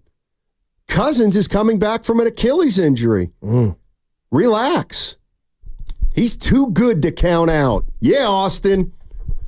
No, I can't take that moment. That was just prevent defense or prevent you from. I don't recall an easier drive in that scenario in a long time. Well, I don't know what the Philly defense was doing. Oh my gosh. Well, like is it 7-on-7 out here? I mean, you know what it reminded me of? Seriously, give it to me. Last year's game against the Niners when Kirk Cousins picked them apart. 35 for 45, 3+ hundred. But there was more resistance from the Niners. Was there? Well, not that night. Yeah. Before halftime. Shout out Wilkes. That's right. That was the play that really... And we hadn't even brought up Nick Sorensen. I mean, how much pressure is on his unit, Stoney, to do something to stop Stafford, even though he'll be without Nakua and I hate injuries, and Cooper Kupp. Well, my question to Niner fans is when you look back at the Vikings game, what was the bigger issue, offense or defense? To me, it was offense, but how could it not be? Oh, mine's D. They scored 17 points. But you gave up. They ran the ball down your throat. Did they? Yeah, the offense gave you 14 points and you're down 6, get us one stop, and you allow them, with 10 minutes left in the game in the fourth quarter, you allow them to go take 6:46 off the clock or something like that. Like, that's outside of Fred Warner's, Donnie, what was there to be excited about on the defensive side? I'm not telling you the offense wasn't bad, but it was a collective failure. The defense, a 97-yard touchdown pass, and your pass rush was non-existent? How dare Minnesota think they could dial up a bomb in their own end zone? How dare they not think so? They have the best receiver in football. You got to utilize him. But you got a pass rush led by Bosa and Leonard Floyd, who took the day off. Was it Thursday for him? I mean, thank you, Evan. 3. I don't get it. Trying. Oh. That's a 4. I get it. A 4. I mean, you know what I was thinking? It's a good thing you didn't make. It's a good thing you're not a pro football player. Because? Well, you wouldn't be able to play in those Thursday games. Now, one joke was enough, but to follow back, that's where you went wrong. Al Michaels basically takes the night off. Stein, I'm worried about Al. Why? Just you ain't into it, bud. I'm worried about a lot of our guys. Brady was better, real quick. No, I gotta tell you. No. It had something to do with his voice being whatever the No. Steiny, listen to me. He was inside as opposed to outside. His voice sounded stronger and louder in regard to over the game. I thought Tom was better in week 2. No. I said it. Ain't no. No. Not your nephew. No. You don't get to do that. React to new information? No, you don't get to do that. That's so weird. You wrote him off after one game. I didn't like it. You deserved it. You said, I said he wasn't good and he wasn't bad. That's what I said. No. He was tiny. I can't hear. I'm talking in this. He was loud and it was inside. There's that D word that I'm going to mess up. Decibels. What it in the NBA when I'm saying it wrong. Help me out. Decibels. Yeah. His was louder inside. I liked him.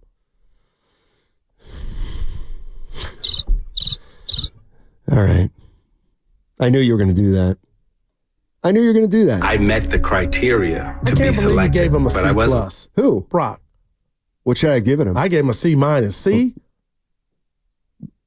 Like 2 turnovers, Donnie? 320 yards passing. Dude, I mean, when are you watching the games at the end where they got a lot of that at the end? Well, Kirk Cousins got a lot of his at the end. But it mattered. Oh. They won the game, and it was close. 49ers trying to drive that last. They needed to score.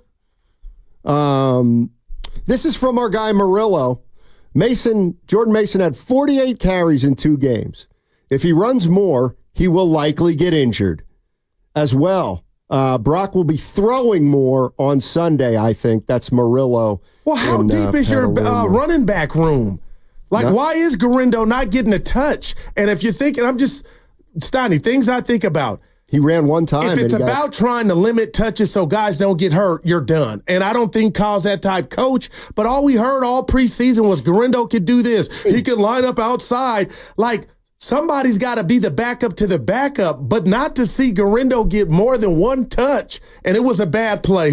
Willard and Tim was double teaming yesterday, saying what happened when they gave him the ball. I believe it was them. It was ugly. But Steiny, Kyle's got to trust other guys. If you're telling me, he only got 20, Mason, that is, in his second game because of the workload. I don't think Kyle thinks like that. Well,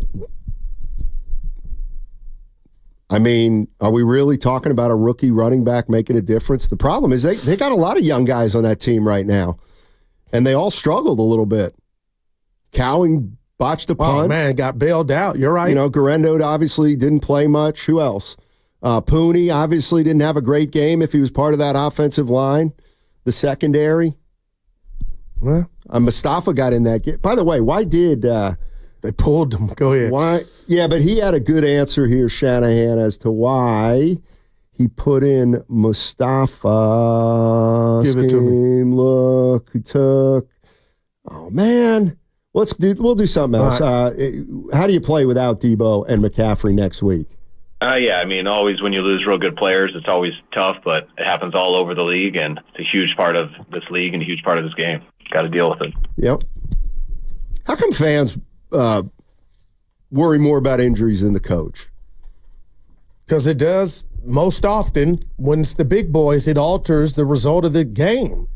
And to be honest, it didn't do that Monday against the Jets a couple of weeks ago, but it did have a bearing on the outcome, wouldn't you say, Sunday against the Minnesota Vikings. And I didn't think the Vikings had enough star power or guys with name and recognition to where they could stunt Kyle Shanahan's offense, but Brian Flores did that. So here we go to the Rams, who look like a mash unit if you look at who's injured, but nobody's going to cry for you.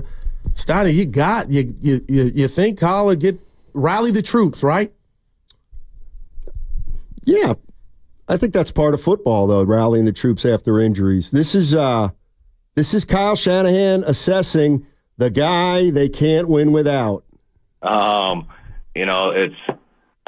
don't know how to totally answer that. I think Trent played decent. There's definitely things he'd like to have back, but, I didn't see him get tired or fatigued or anything like that. So, I don't really relate anything to that. It was just about the game yesterday. Yeah. So the two guys who... He was looking at fatigue, like, you know what I mean? Well, I guess it was hot in there. It was hot in the, what is it? U.S. Bank Stadium? You're asking the wrong person. But anyway, what about the heat? Because now we're getting into the nitty gritty. No, I think we gave up some big plays. I think, when we had a chance to stop them for like a 57-yard field goal and we give up basically a 20-yard scramble at the end to give them an easy field goal. I think when you give up a blocked punt, I think when you give up a 97-yard touchdown and not make them work for the drive, and I think us struggling on third down with our 2 turnovers, I think is more about it. It was hot in there, but, especially for a dome, it's unusual for it to feel muggy and stuff inside a dome, which that was the first time I'd been a part of something like that. But that has nothing to do to me with the outcome of the field, what happened on the field. Well, I hope in a lot of arenas, a lot of stadiums, a lot of domes. They won the time of possession battle 35-25. Yeah. So if it was hot on the field, the Minnesota defense was out there longer than the 49ers defense. So, I mean, I don't think that's a big deal. But then again, there are a lot of people out there that are talking about the 49ers. It's a veteran team. They're getting a little bit older. I don't know. Maybe it was a Factor? an issue. Yeah. Oh, by the way, I know what I wanted to say. You wanted the 49ers to dial up more blitzes. Yeah. They did. They according to PFF and The Athletic, they blitzed 4 times against the Vikings. And by all accounts, they blitzed on the 97-yarder, right? Yeah. And nobody got home. Yeah, Sam Darnold was 4 for 4 on blitzes, 133 yards, and a touchdown. Yeah. So that makes it worse, though. You blitzed and you couldn't get home. And nobody in the stadium knew you blitzed and maybe that's why Fred Warner, the captain, Steiny said what he said about I'm tired of my bads. And that's why he was asked about that play, and he kind of said he said others were at fault too, not just the 2 guys, Odom and who was it? Odom and it was who got beat? Jair? Yeah, Jair Brown. Odom and Brown. Yeah. And Brown's a pretty young player also.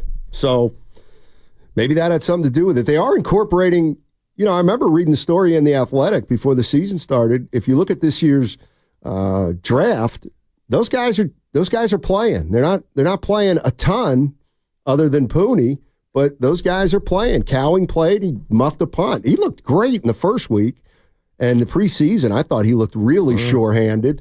But he muffed one. That could have been another big issue. He muffed. It really would have been curtains. I still can't get over going in 27-7. And Jones fumbling that ball after he got cracked by Fred Warner, man. Just incredible. Steiny, he's a badass, man. Duh. But he really is playing at a high level. Yeah. And I don't know why I wrote this down. Just because maybe I'm looking for anything. Fred Warner's the 10th highest paid player on the team. And he's playing by far the best football of anybody on the team. And I was listening to Baldy on with the guys this morning, Stoddy. This is year 7 for Fred. I know. Man, feels like a baby. Did I hear it right? He has not missed a game? That part I didn't hear, but I wouldn't put it past him. That is correct. It is correct. Damn. Yeah. And he started as a rookie. BYU. 209, that's the Tracy area, Stockton. Maybe Merced Modesto, maybe. Monday, we're going to be talking about why the ball wasn't thrown to Aiyuk. That's what we're going to be talking about on Monday. Because now you're talking about who? Jennings. I mean, who's getting targets then? Jennings. Kittle. Because Kittle's been low. I like what I'm seeing from him in regard to the production in the passing game. Can I put a rat on the table? Go ahead. Well, it's actually not. Well, now we got 2. Never mind. You can't do the thing 3 times. All right, can we put the rat on the table? We got Boyd. Jennings is better than Aiyuk right now. He's better. Better player. We'll see. No, right now, we know. He's ready. He's a pro. And what if Brandon's listening? No, seriously. I don't care. And he would tell you, hey, old man, I'm ready. Are you? Get open then. Mouth. There was one of those things floating around about, it wasn't PFF, about the lack of separation from Niner receivers. Uh-oh. You don't pay a guy that can't get open $30 million a year, and that's what the Niners did. So do with that what you want. Can we put the rat on the table? He's not worth $30 million. So you're questioning Lynch and Kyle? Yeah. And York? I am. Say something to him. Okay. I think they messed up. I'm questioning how much they paid Brandon Aiyuk. Paid him a lot of money. They paid Bosa a lot, too. Yeah. How's that looking? 2 sacks. 2 sacks, baby. You are so mean. Watch the game again, then, Steiny. How many disruptive pressures? A lot. Steiny, stop. Oh, boy. He set the edge. Sam Darnold outplayed Brock Purdy. And I do think of what Darnold would look like with the Niners fully loaded. That was a takeaway I had. I can't do anything with it, but I thought about it. I'm being honest. Baker Mayfield and Darnold, maybe. 888-957-9570. Guru thinks the 49ers got rid of the wrong quarterback. What? That's Skip Bayless. What? That was why. It's why he's Darnold's not working better right now. Special. Wow. The writer. What's coming up on the game? It's presented by Fremont Bank, celebrating 60 years of full-service banking with no compromises. That segment also brought to you by Lucky, California. Cold weather is coming, so grab your coat. But did you know many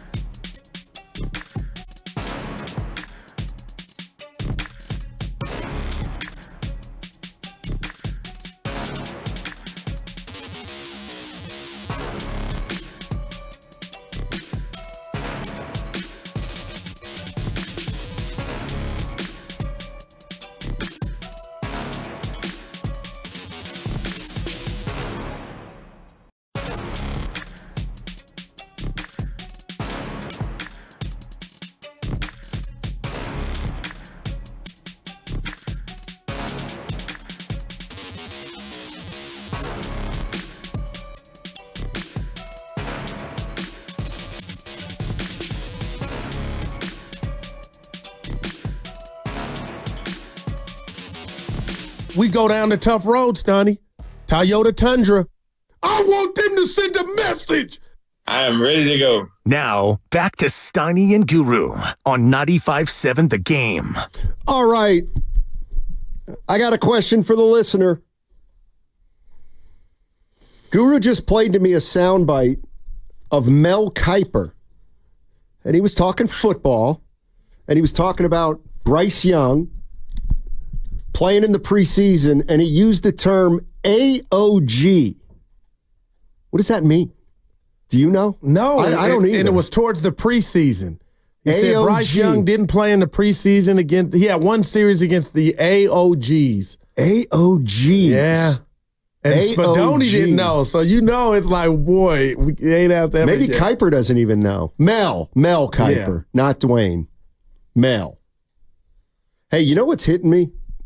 And I have this written down about the Niners. And maybe it's not new information, but it's information that, to me, has now been hammered home with the McCaffrey injury and now the Deebo injury and the holdouts. Like, this is it for the Niners. Oh, man. This particular year is it. And I get that they haven't won a title in the last 5 years, and it's a lot of pressure to put on a team that they have to win the Super Bowl. But the more you think about it, Goo, the more it becomes reality that this team is going to change at the end of the year. Man. And they're going to change no matter what happens.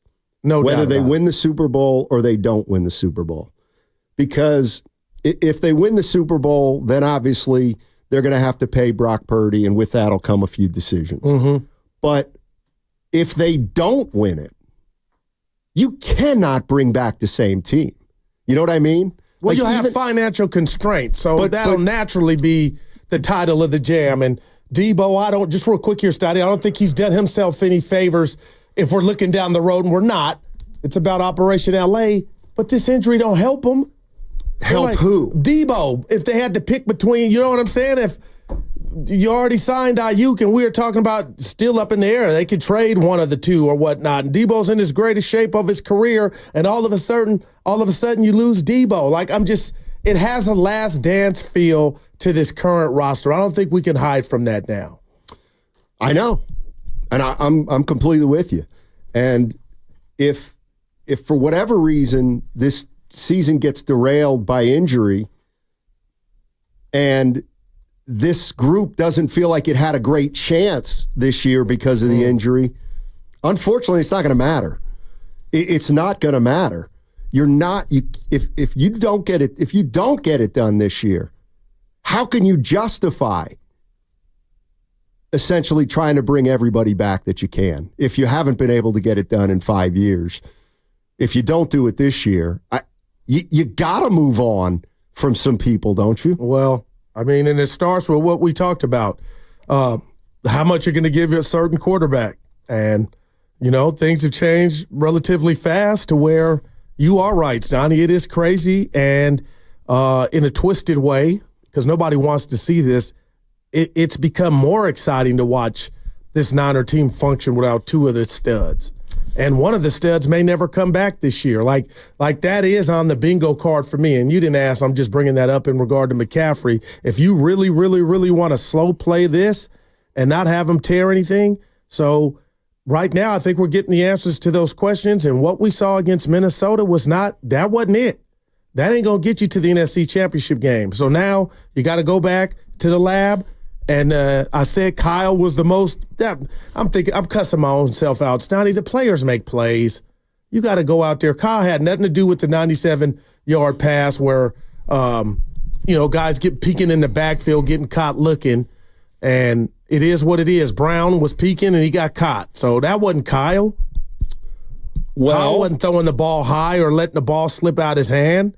But he did call those 3 run plays in the red zone when you got beast mode back there. Well, this is what Brian Baldinger said about that play, the bomb to Jefferson. I don't know what they're thinking. Diamador Lenore's on the other side of the field guarding grass. Like there's nothing over there. There's no work. You got Naylor and Jefferson over here in a stack. Like you got to get sometimes you can, I don't know why you would drop down your backup safety in that situation. You know, him and Tego, the safety's in the play, and Odom is down there. If you're going to play that stack, at least put Travarius on Justin right there and let Ward take Naylor. At least put your best corner on the best receiver in that situation. And so not only did they get caught with their second corner on the other side of the field, but they got caught with, their third safety on Jefferson like that. And that's, Sam saw that all the way. I think he saw it pre-snap, actually. And the biggest play that I've seen the 49ers give up since Shanahan has been there, happened on the play. Wow, and what I think? Maybe it was some on the coaching staff. Well, that would be Sorensen because that side of the ball is his unit. But what about what Ward said I gave him a little flack for yesterday about, maybe there was some validity to that. You should have had me on him. I should have been shadowing JJ. Man, that was part of it. Here's the one, maybe there was something to it. This is Richard Sherman, future Hall of Famer. They allowed him to throw a 97-yard touchdown pass to Justin Jefferson. Unacceptable, no matter what part of the game you're in, no matter what situation, no matter if it's backed up, whatever the situation is. You got two safeties guarding Justin Jefferson. He split the defense. You should never put those guys in that situation. He should be doubled at all times. He's the best player on their football team. He's not a guy that you should let loose or not have an eye on or say, oh, they're going to run the ball. Let them run the ball. Let them run the ball in that situation. Too deep. We stopped Justin Jefferson. They ran a play like that in week 1, had some success. It was a post corner that Justin Jefferson had some success. This week it was a corner post, and he was able to get behind the defense. Sam Darnold threw a beautiful football for the 97-yard touchdown. That was Richard Sherman. So Richard Sherman and Brian Baldinger both questioning the coverage there. Yeah, and when you have that result, I think it's fair game, right?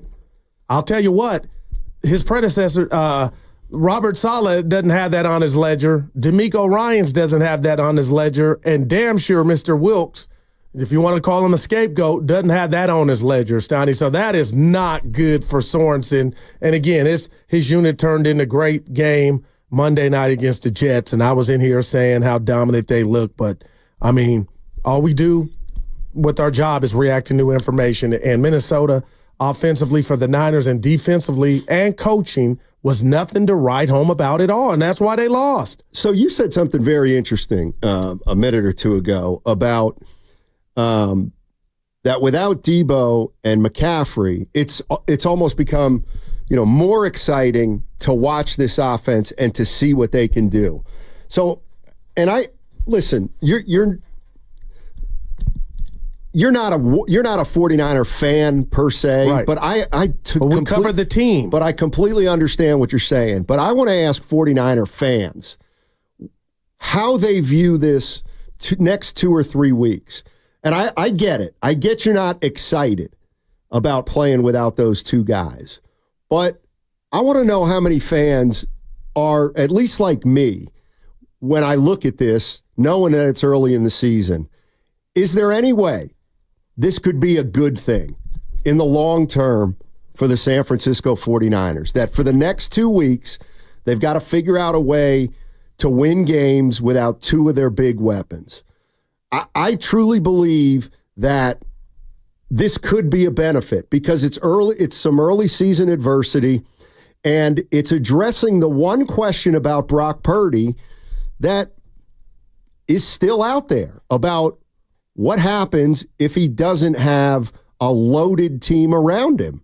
And you didn't want it to work out this way. I understand that. But this could also be a 2 to 3 week period, where Brock Purdy establishes himself on a level that he hasn't established himself, because if he gets it done with this group without those two key components offensively, then what do detractors have to say? If Brock Purdy looks good the next 2 or 3 weeks, how could he possibly have detractors? So I'm choosing to look at this as a positive. We've already crossed this bridge. No, we haven't. And he didn't look great. They lost 3 games in a row. He didn't look great against Cincinnati when Burrow came in here and they put on a clinic. It wasn't all, but he threw an interception. Right, He so lost to Cleveland and Minnesota. But he's got another shot now. It's a year later. But I guess. And he's missing 2 of his weapons. Yeah. So you're damn right I think this is important to see how he plays. It depends on who you are. And the reason I say that is I look at our 49er fans we have here, guys in the morning, diehards, Willard and Dibbs. Steiny, what is your goal? I heard Banter this morning. I wasn't mad at him. He was in straight survival mode. If we win 3-0, 6-3, he'll take it. And that was a Niner fan to me saying it's about the dubs. To hell with the contract and what we're going to pay Brock Purdy. But Steiny, if I'm upstairs or my last name is York, maybe I am looking at, okay, the team success and the individual play. You have to. Okay, right. You have to. And I get that. That's the world we live in. But the 3-game losing streak, my point is, Steiny, didn't stop Brock from taking the team to the Super Bowl. It was, a bump in the road, and he got back on his bike when guys returned, and he got back after it. I just don't like the fact that he looked regular, and there was some Jimmy stuff I saw from the Niner quarterback position on Sunday without McCaffrey. And now there is no Deebo, and I'm wondering, Steiny, will that be on display more moving forward? You're listening to 95.7 The Game, KGMZ FM and HD1 San Francisco. Always live on the free Odyssey app, Twitch and YouTube, powered by First NorCal Credit Union. Look, because everything you're saying is legit, man. It's just on how you look at it. I mean, what Brock Purdy has put in his file in a year and a half has been nothing short of terrific. It's been nothing short of impressive. We all know that. But the next 2 weeks are going to be a different kind of challenge for him. I get he was missing. Football-wise. Yes. Okay, gotcha. Yes. He's going to quarterback a team this week and next week that isn't as good offensively around him as it has been for essentially a year and a half. So, yes, there's pressure on him to come through. And first and foremost, no, I agree with Banter. The first thing you got to do is win the game any way you can. But after that, then I do think we get to see Brock Purdy in a new light.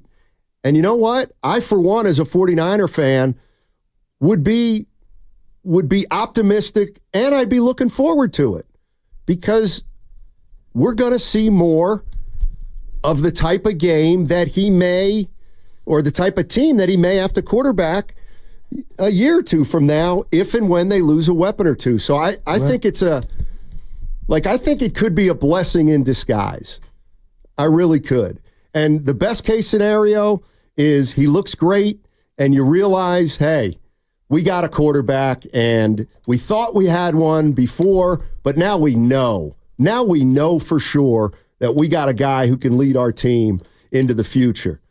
But if he doesn't look good, I'm just telling you, the nature of sports, and especially the NFL, we're going to be coming in here the next 2 Mondays saying, now what? Now what? If he doesn't look as good as he's looked in the first year and a half. Well, 888-957-9570. And how much confidence do you have in Brock Purdy? You know, that's another thing. I'm not calling anybody out, but it's easy to be sold. It's been very easy, I think, to be sold on Brock Purdy.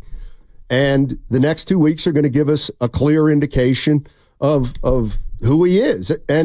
But that's also the nature of the NFL. You got to prove it every single week.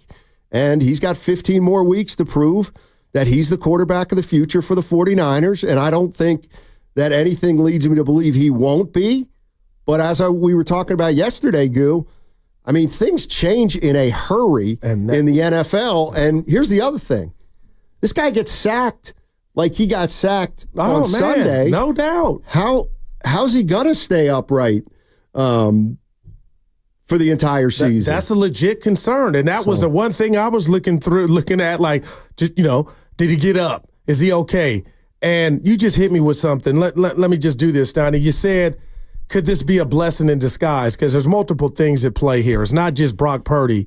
Steiny, if somehow McCaffrey were to come back in 3 weeks, I never want to live in a world covering this team, watching here in the Bay, where we don't see Jordan Mason featured along Christian McCaffrey. I'm not saying, and the title of the slogan for that would be Save McCaffrey for the playoffs. How can you do that? When you got a beast or an animal or a mutant, as I dub him, in Jordan Mason. But it's going back to Kyle Shanahan, and I compare it to Jonathan Kuminga. When Wiggins went out a couple years ago and Jonathan Kuminga took off, and then when Wiggins came back, Kuminga was an afterthought. And he had that bad playoffs, and he didn't even probably play his best basketball at all against the Lakers. So my point is, I want McCaffrey to come back, and when you say there's a blessing in disguise, that's if Kyle uses a dual threat now. I'm not saying Mason is as good as McCaffrey. I'm not. But Steiny, in this NFL, I feel like you got to have a 2 or a 3-headed monster, and that's a luxury.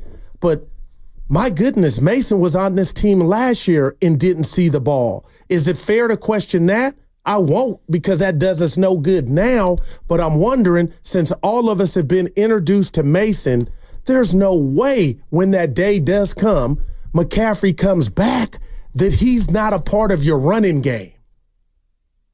Like, probably not a big part of it. That is, man. And the other thing is, listen. See that? I love, you may think I'm kidding, but I'm not. Well, first of all, I would love for McCaffrey to have an 11-game regular season if he's healthy. Perfect. At the end. Perfect. Yeah, well. Perfect. Now, the one thing that I will maybe argue against a little bit is the idea of, well, let's really rest these guys and save them for the playoffs. That's not what this is about. Like, they're 1-1 right now, and they're going to play the next 2 games without 2 of their big boy weapons. It's possible they could get behind the 8 ball these next 2 weeks. That's very possible. And we've seen that under the Kyle era. Remember 3-5 a couple years ago and went to the NFC Championship game, lost to the Rams. And if they start 1-3 or 2-3, and then McCaffrey's back, you don't have the luxury of, well, we're going to work him in and we'll still get Mason touches and we can let Deebo kind of ease his way back. The number 1 seed is still the way to go to best ensure you make the postseason or to make the Super Bowl. But not with performances like last Sunday in many. Exactly. And, you start 1-3 or 2-3. You're probably going to be 2 games behind the team that's the best in the NFC. And the 49ers, their goal is always to be the number 1 seed. And when they are, they have 1 fewer game, and then they have both their games at home. It's huge. Let's go to Tony in San Jose. Hey, Tony, what's going on, man? Hey, how you doing, gentlemen? Hope you're having a great day. Thanks for taking my call. Back at you. I just wanted to go ahead. I'm not too worried at all. I think that it's a hiccup right now. Right. Obviously, they had some great intel. They had Sam Darnold, so they had the playbook. And if you look at the defense of Minnesota in crucial situations, they were making a lot of defensive adjustments on the spot, and that's coming from Darnold's insight, right? That's number 1. Number 2, Steiny, you're mentioning that they're taking his big boys. Well, imagine if you took A.J. Brown and Saquon Barkley from quarterback in Philly, he'd be pretty run-of-the-mill. So I think we have to consider that. I mean, yes, Brock's back is against the wall. I feel confident that he's going to come through at the end of the day. But, I mean, if you're taking away those 2 key weapons, he's going to first face some adversity. And I just think we have to be patient with that and just weather the storm. But, Steiny, can you address that as far as any team? You take away any 2 key players from any 2 teams, and their quarterback's going to become very mundane, very sedative. That's a good point. And that's why I do Look at the Rams. That's why I do think it is about finding a way to win without these 2 players. And I'm not expecting Brock Purdy to throw 4 touchdowns on Sunday. And be Dan Marino. But I'd love to see him play. And after the game, we say, how'd Purdy look? He looked pretty good. Yeah. Purdy looked pretty good. He's still in control of that offense. He still makes all the right decisions. And the thing I'm going to be looking for is, will the eye test tell you that maybe he's trying to do too much? And then what happens when he has to maybe make riskier plays? Maybe he's capable of doing it. But I'm excited, not because these guys are hurt, but yeah, I'm looking forward to seeing Brock Purdy perform in the next 2 weeks. And I don't have any expectation on him. And if they win the games, that's all you really want to do. And if he's able to win these games, even if it doesn't look, it's probably not going to look great if they win the game, but it'll look good enough. And that's the first thing I want to see. Because they're in survival mode right now. Exactly. And the one part I don't like about any of this, and it being a calf for Deebo, and I'm not trying to sell fear, but the bottom line, Stoney, is you're saying 2 weeks and that was a report. We don't know. Just like we didn't know with McCaffrey. Oh, he's just not practicing. He's OG, nothing to see here. And I was the only one worried. And then look what that turned into. Shanahan. All right, guys. Injuries from the game, just one new one. Deebo ended up having a calf strain. He'll probably miss a couple weeks. And that's it. Yeah, a couple weeks. That's it. Gotcha. Couple weeks. And they lost with Deebo. You know what I mean? Went 400. Yep, 415. This is going to be very interesting without McCaffrey and Deebo. And it's all on Shanahan. A good coach can still win with Purdy, Aiyuk, Kittle, and Jordan Mason. See, but my dirty little secret is he's got his contract. Against the Rams. It is. It's just like it is Aiyuk. They're paid. The only person really playing for their Skrilla is Brock Purdy. And you kind of said this months ago. But there's pressure on Aiyuk now to live up to the contract. From the fans, exactly. No doubt. But from an organization standpoint, if my quarterback does a metamorphosis and we see some things that we hadn't saw, I mean, what do you do with that intel? If McCaffrey doesn't come back and save the day, or he's out the year, you know what I mean? Or do you say, hey, Steiny, sit down. I don't Close understand. the door. We're going to pay you when you were at your best, when everything was good. I don't understand how, to me, there's a target on Brandon Aiyuk's back right now. You held out. Yeah. You got your money. I'm feeling you. You're a top 5 paid wide receiver.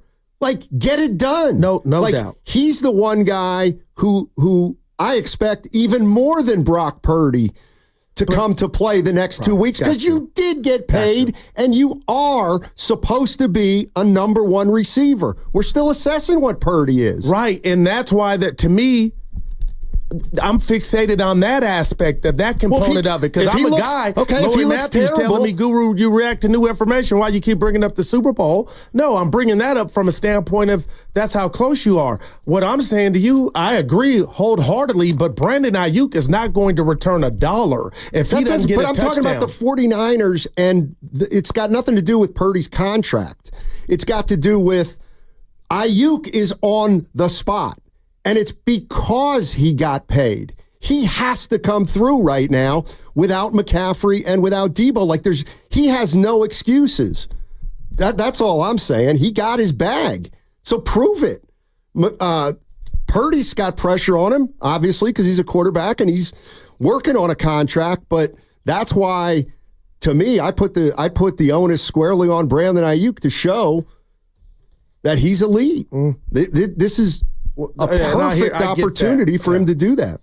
888-957-9570. I see Zach, Scott, Austin. I see Pat. We'll get to your calls on the other side. Download the Odyssey app directly from our QR code on both YouTube and Twitch.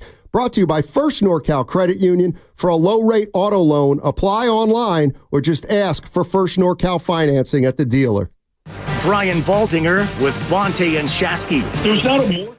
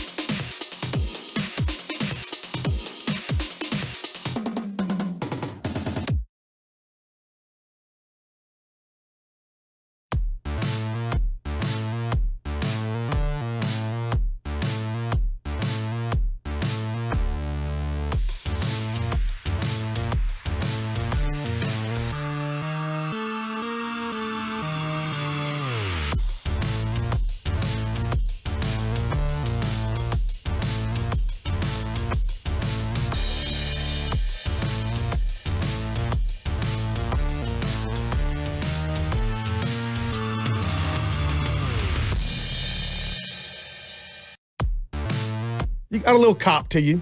Lamar Jackson stinks. Yeah, we'll see. We're not there yet. Now, back to Steiny and Guru on 95.7 The Game. Coming up at 1 o'clock, we did it last week, and it was a lot of fun. Sounds of the game.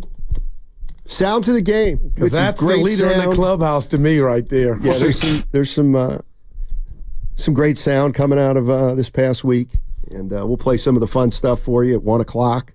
Take a little bounce around the league, a little bounce. Would you say this is adversity for the Niners? Oh, my gosh. And I'm ready to put it up there with the most that they faced under Kyle Shanahan. Even when Jimmy Garoppolo got hurt? Yeah, health. Oh, no, the season was over. Remember, they were playing their home games in Arizona, and he got hurt, the high ankle sprain against Seattle on the road, and that was it. But this is just what I've been afraid of because health has been on their side for a majority part of this run. And they've gotten close, no cigar. I'm not saying you can't get the cigar now, but I can look you in the face and say it's already off to its most difficult start. You'll back me up on that. I don't want to. We were in the stadium walking the grounds like Denzel on a Man on Fire as we walked the tailgate, and the hush came over the stadium when we got that news of no McCaffrey. I'd left by then. But you were there in spirit with me. Yeah, but Evan was with me. Oh, no, I'd left, though, but when we got the news on McCaffrey. That's when you had the khakis on Susan didn't like, and we didn't correct you. I've been thinking about that. And I remember looking at Steiny, but I'm like, that's his look. No foul on the play. My man got his Harbaugh khakis on. Steiny! For those that haven't heard. Don't give up, Steiny. She said don't give up. Gosh. I mean, they were sweatpants. Jeez. Don't give up. All right. Let's go to Scott. Scott, start us off. He's in San Anselmo. Hey, Scott, how you doing? Hey there.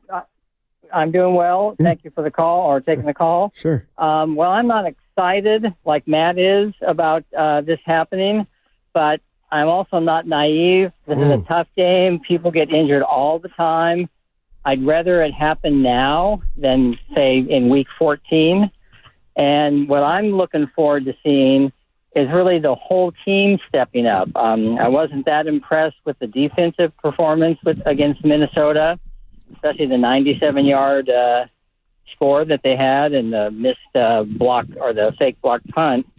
And so I want to see how Brandon Aiyuk steps forward. I want to see how Jordan Mason continues to do what he's doing. But also I want to see some of the backups, the Juwan Jennings and the running backs, see what they can do and see if the defense can say to themselves, we have to play a little bit better now because we're not going to score as much. Hey, Scott, let me ask you. So you're in San Anselmo, correct? Yeah. Now, have you ever heard the song by Van Morrison, "Snow in San Anselmo"? You bet. I got the album. Yeah, it's a great one. Thank you, Scott. Appreciate it. Oh, it's a banger. Is it? Yeah. I hadn't heard it. Yeah. Well, it's not. See, when I hear banger, I think it like of a loud song, right? Like a loud song. Well, today banger means it's a good song. Okay, well then it's a banger. Because all songs are loud. No, they're not. It's called music. You ever heard of a psalm that they do in church? Well, that's different. I'm just saying. I was listening to Nobody Cares. Phil Collins coming in. Easy Lover. Yeah, man. Phil was bad. He's still alive. I know. Okay. 888-957-9570 is the number. That is, yes! Easy Love, Steiny. If I was a boxer, I'd come out to this. Yeah! Get out the way! Hey, dude. That was this too makes loud. me want Friday to be around the corner. Man, that was too loud. That was Dude, awesome. That shook me up. Yeah. Yeah. Injected. Okay, Nothing like music is the soul. No, the That's soul a Goo is the original. soul. Yeah. Music's not the soul. All right. Thanks, whoever did that. I needed that. That was incredible. Spinoni did it, and it was too loud. Phil Collins. Scared me. Bamoni. Hey, Skinny Bob. Zach's in Redwood City. He's disappointed in the Niners. How come, Zach? What's going on, my man? Zach, Redwood City. Hey, buddy. Hey, How's it going, guys? Absolutely, I'm disappointed. Like who wouldn't be? I think Bonte was completely right here. It was a trap game, and I find it interesting how the narrative is like, after the game was, we lost 7 straight in Minnesota. You know, they came to our place with Jimmy G on our team, and we ran all over them in 2021. So all that said, I think I got to go with Bonte here. It was a trap game, and I'm just disappointed that in our defense in particular, other than Fred Warner, because we went up against Sam Darnold last year, and we should have had those reads down. We should have not been playing so much man coverage, given they were running a lot of like meshes and corner routes. So that's all I got to say, guys. Hey, I got the bat phone or the bat line to Bonte. That's our guy. I don't think Bonte would say a trap game in week 2 without your best player. I'm going to go out on the limb. I'm going to confirm. But a trap, how could that have been a trap game? It's week 2. And you're without your Michael Jordan. Because maybe you're looking ahead to the division game with the Rams. Huh? And maybe you're looking at Minnesota and saying Sam Darnold stinks. Well, that's on the coaches then. And they were missing Jordan Addison. Sam Darnold does not stink. Okay. Now he doesn't. Oh, Stein, you know I've always said, could he do what Purdy was doing? He's a modern-day Baker Mayfield right now. He's finding a home. And if Minnesota's going to play D like that, man. Seen ghosts. According to Alden Garcia, Dibbs is the one who had a schedule loss. Remember, they were coming off a short week, too. Let's not forget about that. They're coming off a short week. These dudes get paid millions to play now ball. they get paid millions. They travel on airplane hotels. So they in get the sky. They get miss me. This ain't the 70s where they're on the charter plane and they're cramped. These dudes are getting massages and whatever on the plane. I'm sorry if a regular Joe like me, I don't want to hit back to back. So they get back in the 70s. They were playing 3 games in a row. Steiny, 5 games a week. Miss me with nobody's ever played 5 games in a week. No, come. What did you mean? You cannot have a trap game until after the first month of the season. Tell it to Bonte. Don't tell it to me. I don't believe he said I'm it. sticking up for my guy. Trap game. Ain't no trap game when you're on high alert without your best player. To me. Okay.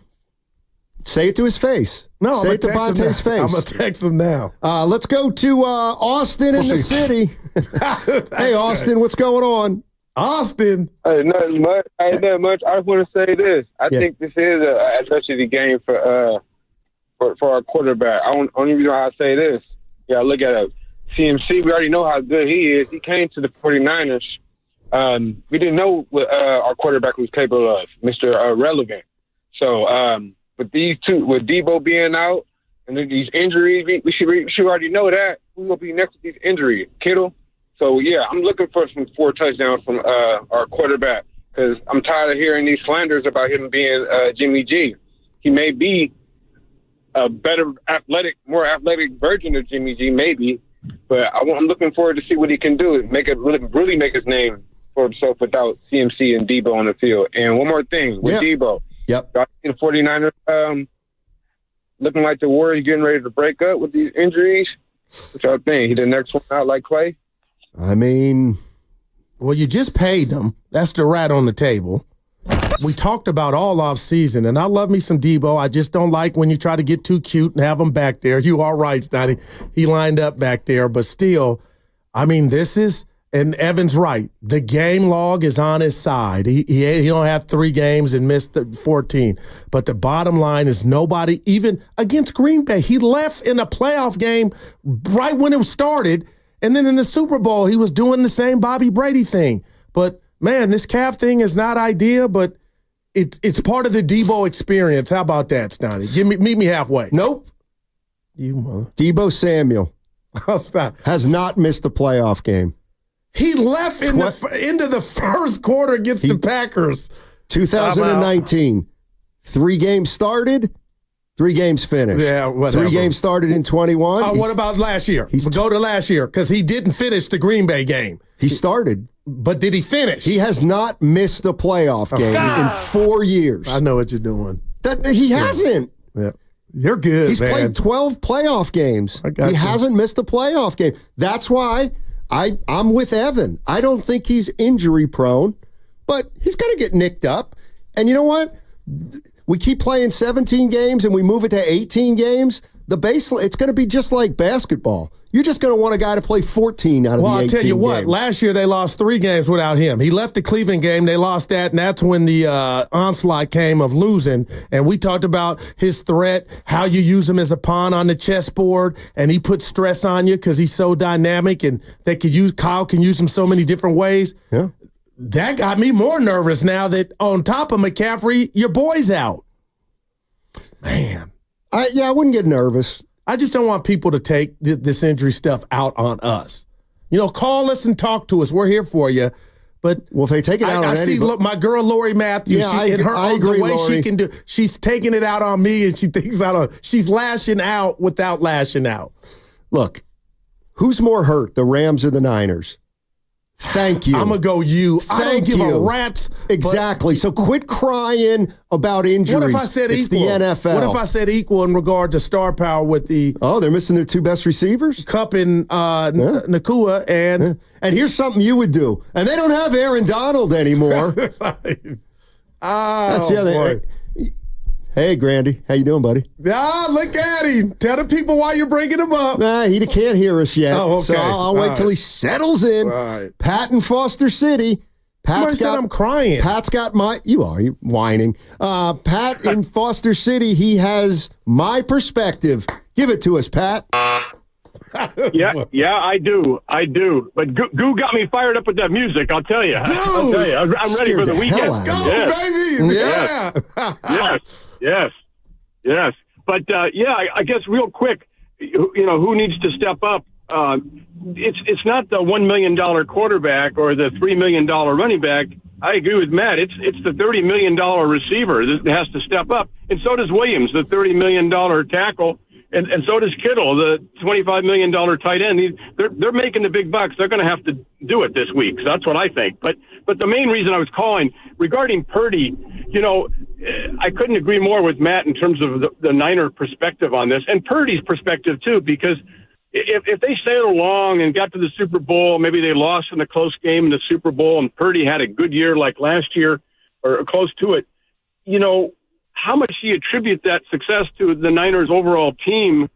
And how much do you kind of look back and say, what was his college career like? We only have 2.5 years to evaluate this guy. No question he's great, really good, but is he a $60 million guy? You got to look at the whole data package. And if you look at his college career, it was, pretty good, but not on a major college level. That's why he was the last pick in the draft. He played a couple years. He's not got the strongest arm in the league, that's for sure. He's not the fastest guy in the league. So he makes good decisions, but now we're really going to see the decision making. And I think it works in both player and the organization's favor, because at the end of the year, I think Purdy wants to feel like he's been treated fairly. And if he kind of lays an egg the next couple of weeks and then kind of comes back when these stars come back, that paints a little different picture for the salary going forward. And I just think it's a really good opportunity to kind of see where he stands. So I definitely agree with that, Matt. Yeah, thanks for the call, Pat. It's so much. You have to stay in the moment, but you can't ignore it. You have to look at the silver lining if your guys are banged up. If he plays well, then it's a silver lining. I think if he stinks, it's a silver lining. Because if he stinks and you begin to have questions about him, well, then maybe you don't want to pay him $55 million. Like this to me is perfect. Maybe he shines. Maybe he is the reason that they win the next 2 games. Well, then guess what? I feel a lot better about Brock Purdy moving forward. And I'm not going to go overboard with my. Oh, I am. Yeah. Oh, I'm absolutely gonna. These next 2 games are the biggest regular season games that he's quarterbacked, I think. He's been to a Super Bowl, Stein. I said regular season. Oh, okay, gotcha. So, but yeah, there's there's no hiding right now. He's got to play well. And I can hear McCaffrey's dad say, you just want to talk basketball. But Draymond Green's headed to the Hall of Fame, right? I guess. Okay, if you took Steph Curry and Wiggins off of that team, wouldn't Draymond probably look more ineffective than he would have. Yes. Yes. And that. But what if you got to do? I'm not saying give scholarships, but we got to be prepared to do that with Brock. Okay. What about when Steph plays without guys? How does he look? Like Steph. Thank you. Like he is good enough to hold up in any situation. So you're putting that standard towards Brock? If he's your franchise quarterback, yeah. I don't think that's unfair. The 49er fans think that's unfair. I'm not saying the next 2 games are going to make or break Brock Purdy. Just don't forget the good. But the next 2 games matter. And that I agree with. They do, Stoney, but they don't supersede 2 years of almost batting 400 if we're talking baseball, 380. Why not? Why not? It's really not reality. It is going to be his reality if he gets paid. It will be. I think we all can acknowledge that, right? They're going to lose probably a weapon. And, why not find out right now what he looks like? Yeah, I'm going to say at 415. These are legacy games for Purdy. Yes, Evan. Well, the whole point is replacing weapons. So, all right, the entire premise of the conversation is that things will be different beyond this season for Brock. I think so. Do you? Not necessarily. Okay. Just because there's different names of different players doesn't mean you can't find similar production. No, Again, we watched a team last night of the Eagles that paid its quarterback and actually got an additional weapon for their quarterback. And he didn't look as good when his number 1 receiver wasn't on the field. So just because you have to pay someone doesn't mean that all of a sudden they're playing with JV players. It seems to me like there's an understanding that if you end up paying Brock Purdy big money, that it's going to cost you in other areas. And the 49ers, it sounds like, and we were saying this a year ago, they may have to make a decision between Aiyuk and between Deebo Samuel. But also maybe they won't too. I don't need to speak for him, Stoney, they'll find replacements. Now, maybe they won't be sufficient. Exactly. He's not going to just be by himself. Well, that's the other thing. I mean, it's okay. You don't have Deebo and you don't have McCaffrey, but you still have Mason. You still have Kittle. You still have Aiyuk. Yeah. And you know what? You still got maybe your best receiver so far this year, Juwan Jennings. So, like I'm not fighting you. I get it. They are so important, but I can't believe I'm the one that's trying to, what do they call it, Stoney? Not do too much and overreact on. I really got to ask you or anybody out there, because you're not the only one saying it, don't be too quick to throw away what he's done when the team was as a whole too. Like, just because they were healthy, you can't just say, well, hey, the team, we're going to lose some people, so we got to judge you on these 2 games or 4 games or 5 games. I'm not saying whether it's right or wrong, but if you guys think that Brock Purdy, if he doesn't play well the next 2 weeks, there isn't going to be a firestorm of criticism and a firestorm of conversation about who he is and what he is and how good he is with certain players and how good he isn't without certain players. Like, I think that's naive. I just do. And it might not be fair, but I think that's the way it is.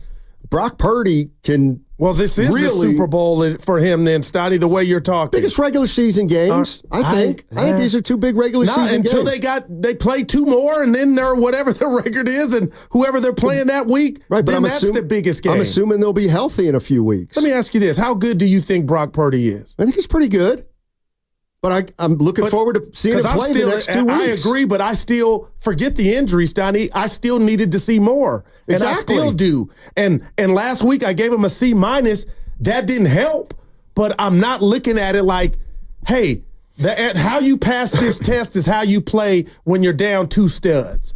That's where I think that's being a little too over the top. You don't think these games are any more important than any other games for Purdy? Just as much as that Minnesota game was. Yeah, I think it's more. I just do. 888-957-9570. Let's go to Rob is in Dublin. What's up, Rob? How you doing, man? Hello. Hey, Rob. How you doing? Hey, good. Hey, good. I'm doing well. Good afternoon, fellas. Hey. I called originally about another topic, but I'll get to that at the very end. Okay. Hey, real quick, Hey, I think Brock's going to be just fine. Shanahan loves this guy. The team loves this guy. They rally around him. He doesn't give you the no throws. I haven't had an no throw all last season and into this season still yet. There's a few questionable, but they're not the throws like Jimmy. So I think we're good there. We'll be just fine. Now, my issue was with this last game, we have a vanilla offense that's very predictable. Once Conley comes in the game, you know it's a run. Once Deebo goes in the backfield, you know it's a run. Once Jawan gets on the field, you know it's a pass. It's too predictable. We're too easy to see what's happening. And my last point is this. If we get that, what was that one call that they just blatantly missed when they body slammed Purdy in the backfield after he threw the ball, and then it leads to the punt, and then it leads to the 100-yarder? Come on. Momentum is a big thing in the NFL, and we lost it all right there after that in that game. So I'll take comments off the air, fellas. You have a beautiful, blessed day, and I love listening to y'all. Y'all great. Thanks, Rob. Man. Appreciate the call. And I'll disagree with Rob Stoney. I thought there were some, anytime you throw an interception, that's a no throw. There were a couple just high passes, and I don't know if that's Pro Football Focus only had one other ball that was interceptable. I'm going to read that tonight. Did they say that? Yeah, they did. See, that's I'll go find the story. Yeah, but that's wrong. But anyway, that's his reality. But I'm not fighting you on your premise of these games are huge. They are. For Brock. I'm just not. But Steiny, they're not going. Let's just say they were two of his worst games. That is not going to, when we get to money time, supersede what he's done. That's my stronger You're discounting what he does after. Well, you're assuming he has two bad games and then he's great again. Just like the 3 last year where he was okay. Remember, he was throwing interceptions in Cleveland and Miami. So he had a concussion against the Vikings. Okay, I'm not saying he didn't, but he didn't come out the game. He played. And then Cincinnati, he threw the interception. It's just, this is part of being an NFL quarterback. Yeah, that's right. It's a pressure cooker. And Brock Purdy, there's a segment of fans that doubt him. Yeah.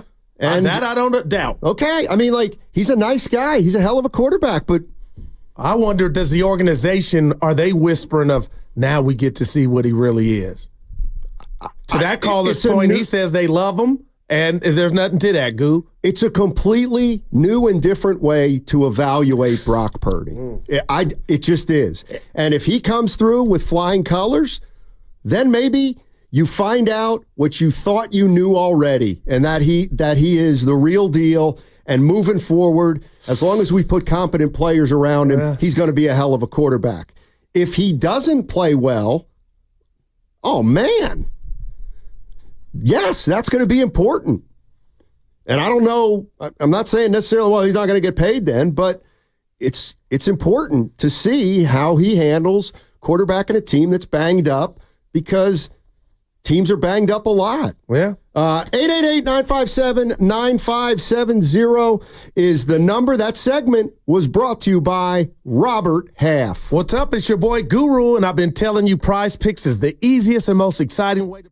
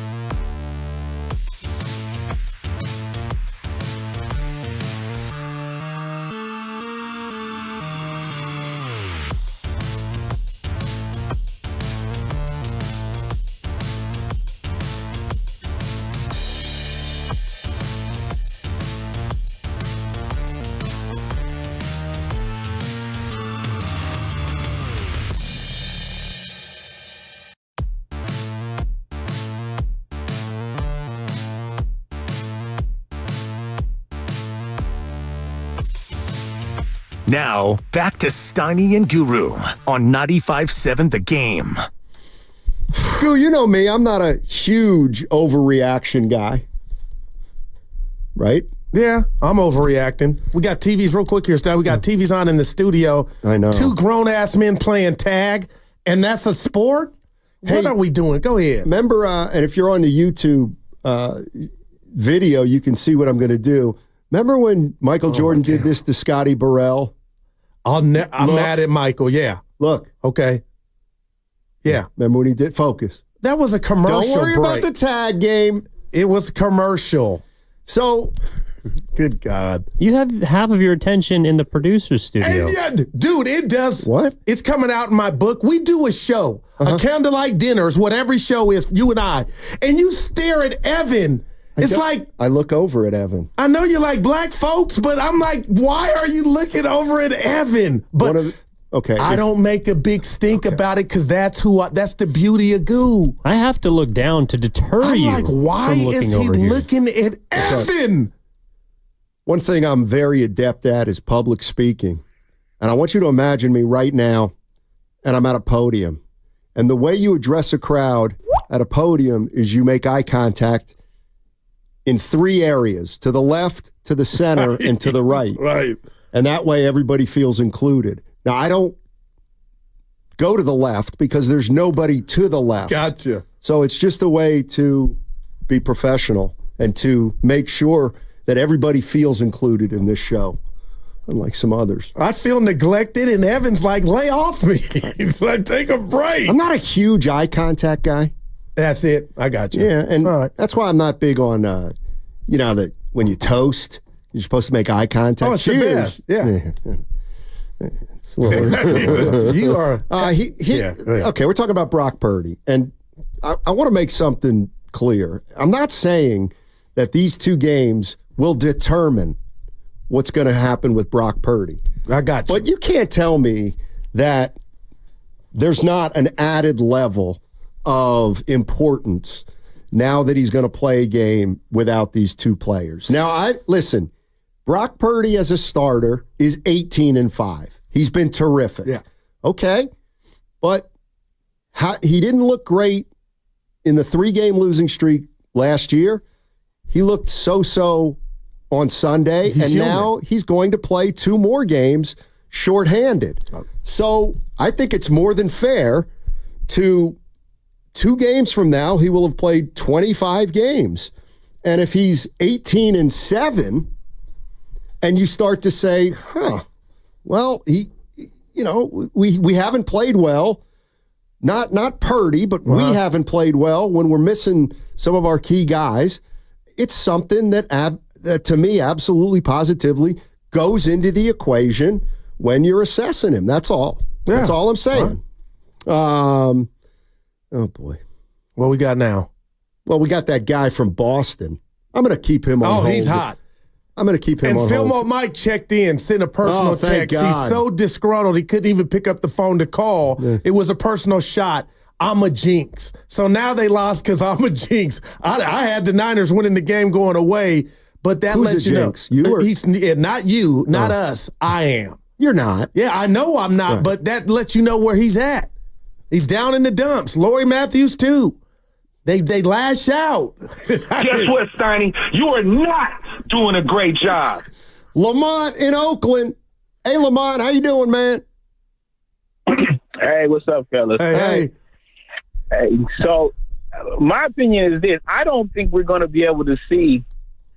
It's like a double-edged sword being the quarterback for Kyle Shanahan because he's such a good coach and a strategic guy that he's so good at utilizing a lot of other things and a lot of other positions that I don't know if any quarterback gets their fair share of blame or fair share of credit being his quarterback because his system is so potent and it works so well. I mean, even when you look at the last 2 games with the running game, this dude ran for 150 and 100-something yards on Sunday.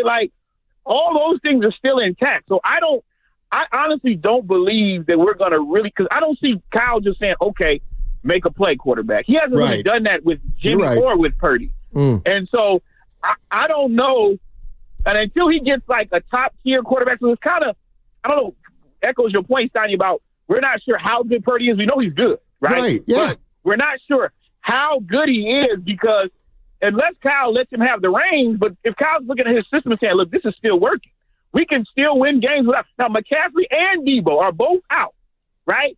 But the reality is we kind of know they're probably going to be in these games.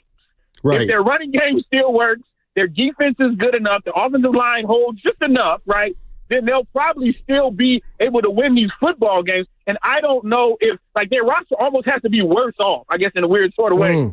And their system has to be almost worse to be able to, like, okay, Brock, you got to be the Band-Aid and fix this stuff, right? Because a lot of other things are still intact. I mean, McCaffrey's out, but they still got a 100-yard rusher the last 2 games. They don't have the best receiver out of the backfield, but they get in the rushing game, right? Yep. Deebo is out now, but I'm sure Kittle, I'm sure Jennings, I'm sure Aiyuk will be able to kind of like make it happen because it's still going to be based on the running game and their defense is still going to be solid, I would hope. And so I don't know if we're going to really get the full, like, what is Brock able to do, but also what he's not able to do. Because Kyle's system is so good that, like, it really is like a Band-Aid and a cover-up for whether we don't even know how good Purdy is still, which is weird, right? Like, we actually still don't know how good he is, and it's not because he hasn't had opportunity, but it's because of the system. You got the best player in the league, McCaffrey, best offensive player in the league is McCaffrey. It's not him, right? And then you look at their defense. So the way the system is set up, I don't know if we're ever going to see how good Brock is, and he still might get the money, no doubt. But I just don't know if we're ever going to actually see what Brock could do without Kyle's system and without the weapons. And he has, even with injury, I think Kyle's going to find a way to make this thing be efficient and get it done.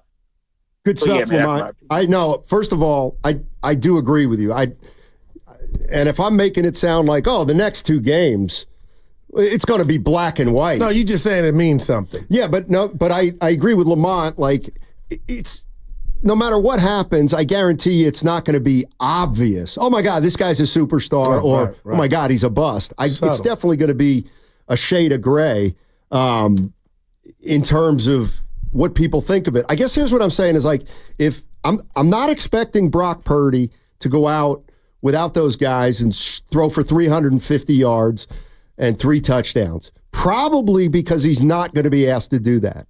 What I do want to see is Brock Purdy not lose him a game if he has to do more than he usually does. Right. If they can win these games without those weapons, and Purdy is efficient and he doesn't turn the ball over, well, then it's like, man, we got a guy here who's pretty good. Did you feel that way Sunday? What did you, like, everything you just said, how would Sunday fit into that? Because I thought it was one of his worst games. I thought he was okay. He wasn't a bum, but he'll tell you it wasn't his best day. And this is how I know it wasn't his best day, Steiny, and how he didn't pass the test. He went up to the DC after the game and told them, your scheme is crazy. And when you say that, you're giving respect, but you're letting them know you fooled me. Okay. I was off my game. Shame on me. But guess what the Rams are probably going to do? Go look at that. And then they don't have the same players, but let's not get it twisted. This is not the Reggie White, the Vikings defense is currently constructed, or not the Reggie White Eagles of the 90s, you know? So I'm just saying, when you put that on tape, Brock, and people could laugh at me, it's fine. Just know, okay, let's see what they were trying to do.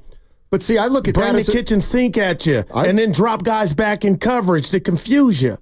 Right. And I'm not saying that worked, but it is what it is. That game was about to be 27-7, and you could put the kids to bed. And you could throw the ball all up and down the field in the fourth, make the stats look good, but we saw what we saw. And again, I'm not saying Brock was the sole reason. Hell no. He was on his back 6 times. Guys couldn't get open.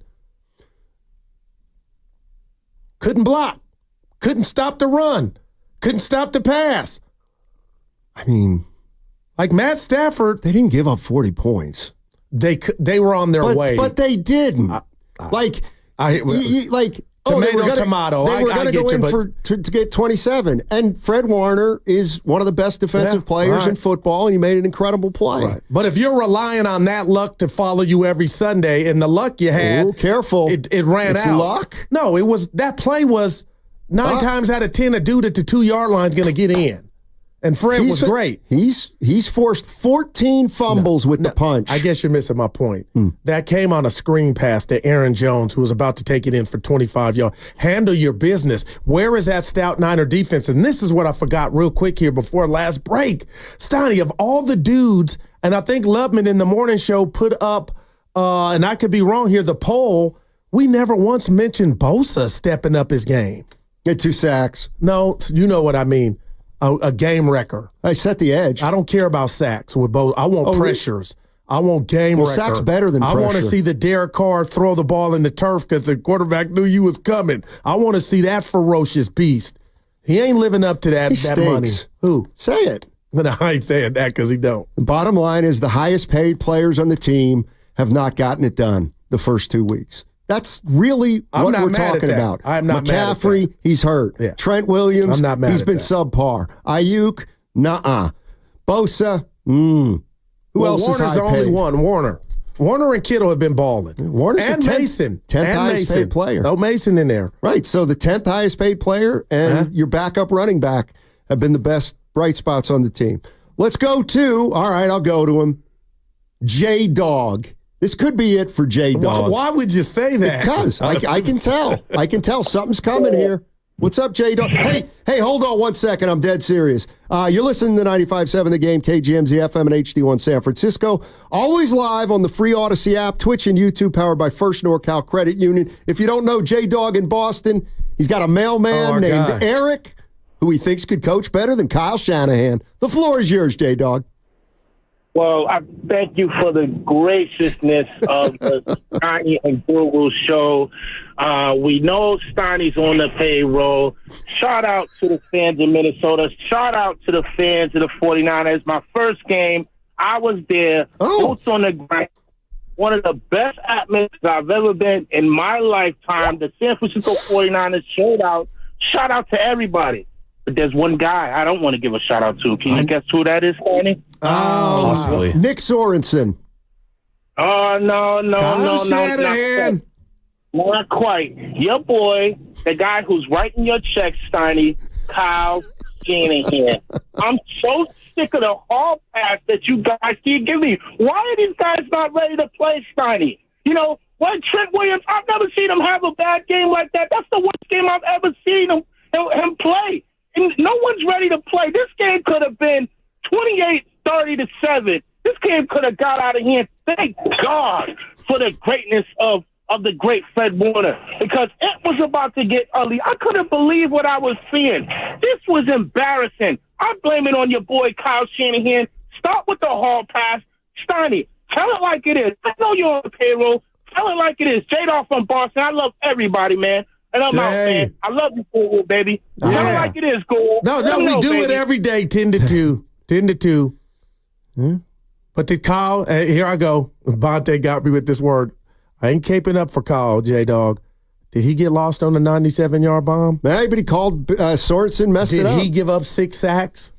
Now, what he didn't do, J-Dog, is give the ball to the beast, the mutant. Only 20 in the times. Backfield in the red zone. That was Kyle's biggest error. But, man, this season's taking a turn. And when I say taking a turn, not for the worst, just it's go time now. No Super Bowl champion has ever won a Super Bowl without adversity. I love it. Let's do it now, and we get rolling the second half of the season. Well, hey, look who's back. Skinny Bob. Dr. Hustle. Oh, our guy. Dr. Hustle's in San Jose. Where's he been? Not a doctor. What's up, doctor? Well, what's going on, fellas? I'd like to tell you I was in med school, but that wasn't where I was at. But first call of the new season. First call of the new season for the 49ers. My little guy's new season. Shout out to him today. Started football middle school, but here we go. Hey, you guys know me. Yep. Say maybe this Boston guy might have took my spot. I am the president of, not the hater, but maybe the president of the questioner of Kyle Shanahan. But I'm taking a different approach this year. All right. I'm not doing that. I'm going to enjoy every game. Look, the playoffs last year, Niners, Lions, Gurus, Cowboys, Eagles, Rams, Buccaneers. Who did I miss out? Packers. None of those teams look like world beaters right now. We just got to stay the course, get McCaffrey get McCaffrey back. The NFC doesn't look as strong right now. It's only week 2. I'm going to enjoy every week. I'm going to keep my blood pressure down. I'm trying really hard. All these calls are coming. They're trying to make me nervous, but I'm not getting there. I'm going to enjoy every week. Let's get in the playoffs. Once we're in the playoffs, the 49ers got the team to go to the Super Bowl. If they don't get there, they don't get there, but they've got the team to do it. It's great to call you guys back. Great to be on the radio. Let's go. Go Niners. Bang, bang, Niner game. And those are the doctor's notes. Let me tell you something about the doctor's Not notes. a doctor. Yeah. He might not be a doctor, but he's very wise. Very wise. It's a new season. We're 1-1. Something I did disagree with about. We've got a couple guys banged up. We got a couple guys out. Yeah, this is when you show your fortitude as a team. I'm not denying any of that, but I'll say this. You tell me if I'm wrong, partner. Probably. 2 weeks. Well, that's a 3. Yeah. The NFC, there's some problems there. I don't know why everybody's saying it's down. Seattle looks like they got their act together, and I'm not just basing that on 2-0. Arizona, you saw what they did. The Rams are hurt, just like the Niners are hurt. Tampa Bay's solid. The Saints look like they didn't fix their problems. You saw what the Falcons did yesterday. They don't quit. Minnesota just beat you. Detroit was up 24-7 in the playoffs. The Packers. Yeah, I'm with Doctor. Eagles. Sirianni. He's the biggest fraud going in sports.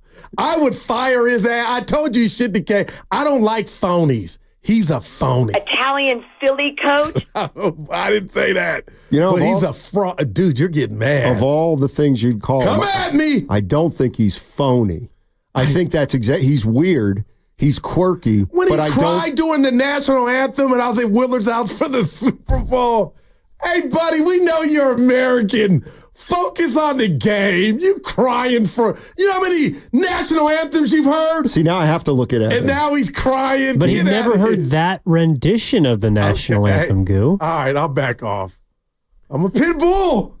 Mr. Emotional criticizing emotion. Mr. Emotional. I've never heard that. But let me guess. But here's the exception I take. Mr. Emotional. Under a different circumstance, he'd be like, oh, Steiny, let me tell you, what a beautiful moment when Kyle Shanahan was shedding tears during the national anthem. There's a guy who loves his country. Unbelievable, Steiny. I mean, there's so much more to Kyle Shanahan than just a football coach.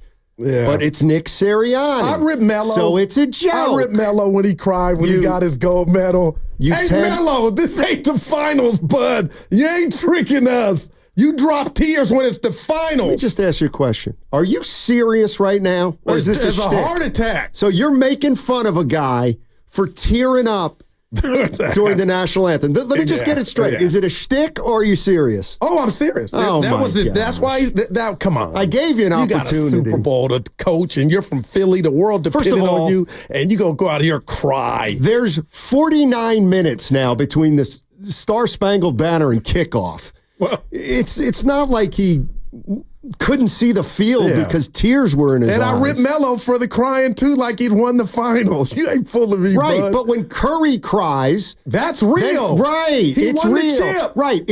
And when Draymond makes him cry, it's real. It's okay for Curry, but not people outside the Bay Area. Anytime you win, there you go. You can cry. It is the height of hypocrisy.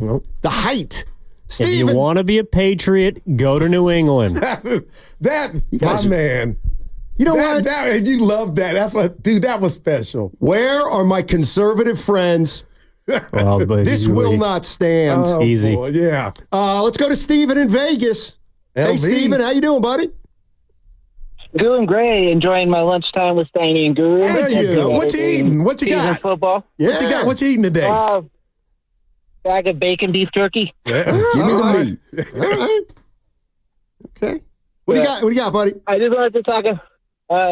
Everybody's talking about does Brock deserve the money? I'm gonna tell you exactly why he deserves the money, and that reason is Dak Prescott. Dak's going into his 9th year. Purdy is 3rd, and Purdy's already won twice as many Super Bowls in a third of the time. You're right. And people want to say, you're paying them for what you think they can do. Well, Purdy has shown and led us to the Super Bowl. And I'm going to say led because those comebacks, those are memorable. He brought us back, won those games, and was just overtime away from beating the Chiefs. That was a close Super Bowl. Purdy did great. But Dak can't even win a divisional game, and his team's here's the money. we don't want to pay a quarterback who has led us to the Super Bowl, back-to-back NFC championships.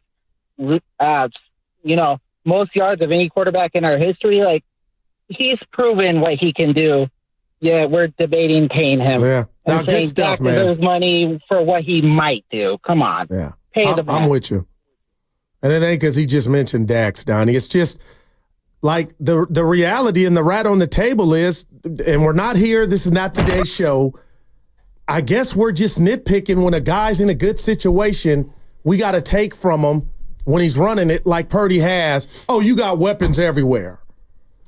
You know what I'm saying? Like, we're taking credit from the guy that's orchestrating it, the conductor. Magic had Hall of Famers everywhere. That's right. But he still was Magic, and we never said, do that. Could you have done that in Sacramento? Well, because Magic got to the Lakers, and they won a title. They won a title with Magic right off the bat. And then Bird got one the next year. Tua Tagovailoa has been put on the injured reserve list, Evan? Yeah, per Adam Schefter. I'll miss the next 4 games. All right. I hope and again, I'm rooting for Tua Stoney. I hope we don't see him again, but we could. Yep. So quit, 49ers injury situation. They're certainly not alone. Hey, what's up, Grandy? How you doing, buddy? Oh, why are you trolling him, man? I talked to him earlier.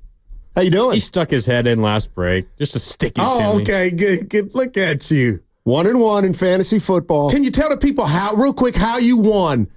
Coaching. No, that's why you're defending Sirianni, because if he would have ran the ball, Evan would have won his game, you would have lost. The only reason you won is that last drive from Kirk Cousins hitting your dude Mooney. Twice. That's incredible. You should have lost. Okay, here he is again. No, Goo. Look at He's not wrong. No, but we know it. Just own and it. Here comes Evan, who had the guy, whatever. It's that's Heartbreak Hotel. Listen, if they would have stopped there anyway, Kirk Cousins just would have drove the field anyway. He should have never touched the ball again. How do you figure? They 2 downs to get 3. That's a first down ball game. But they didn't get the first. Because they threw it. Because the Falcons shut him down. Well, okay, here we go. You know what? Public enemy shut him down. That's a kind of play where I just... it's one of those things where if Sirianni if he hands off to Saquon fumbles because they junked up the middle, and then everyone's saying, why would you run into a crowded line when you had people wide open in the flat? Well, you could have even nailed it. It's about the 45 seconds, the minute that's going to come off the clock. That would have made a big difference to Kirk Cousins. He got down there in 42 seconds. And they didn't wouldn't have blitz him mattered at all or bring any type of pressure. You think Brock Purdy could have orchestrated that? Yeah. You see the playoff game against the Packers? Do you? You think he could have. You see the playoff game against the Packers? Who? Brock Purdy. Let them down. They were down. Not like that. It was raining. Not like what? They were about to lose. What Kirk Cousins did last night. Oh, Steiny, stop. I'm not sure Purdy's put a drive together like that yet. He just played in 4 playoff victories. 4 playoff victories. Caller said it 4. Well, go ahead and give him 60. Have fun with that. All right, 888-957-9570. We're going to get into some sounds of the game on the other side. Some fun stuff on the other side. Also, we'll get to more of your calls on 95.7 The Game. Yeah, we'll see. We're not there yet. CMC out, Deebo out.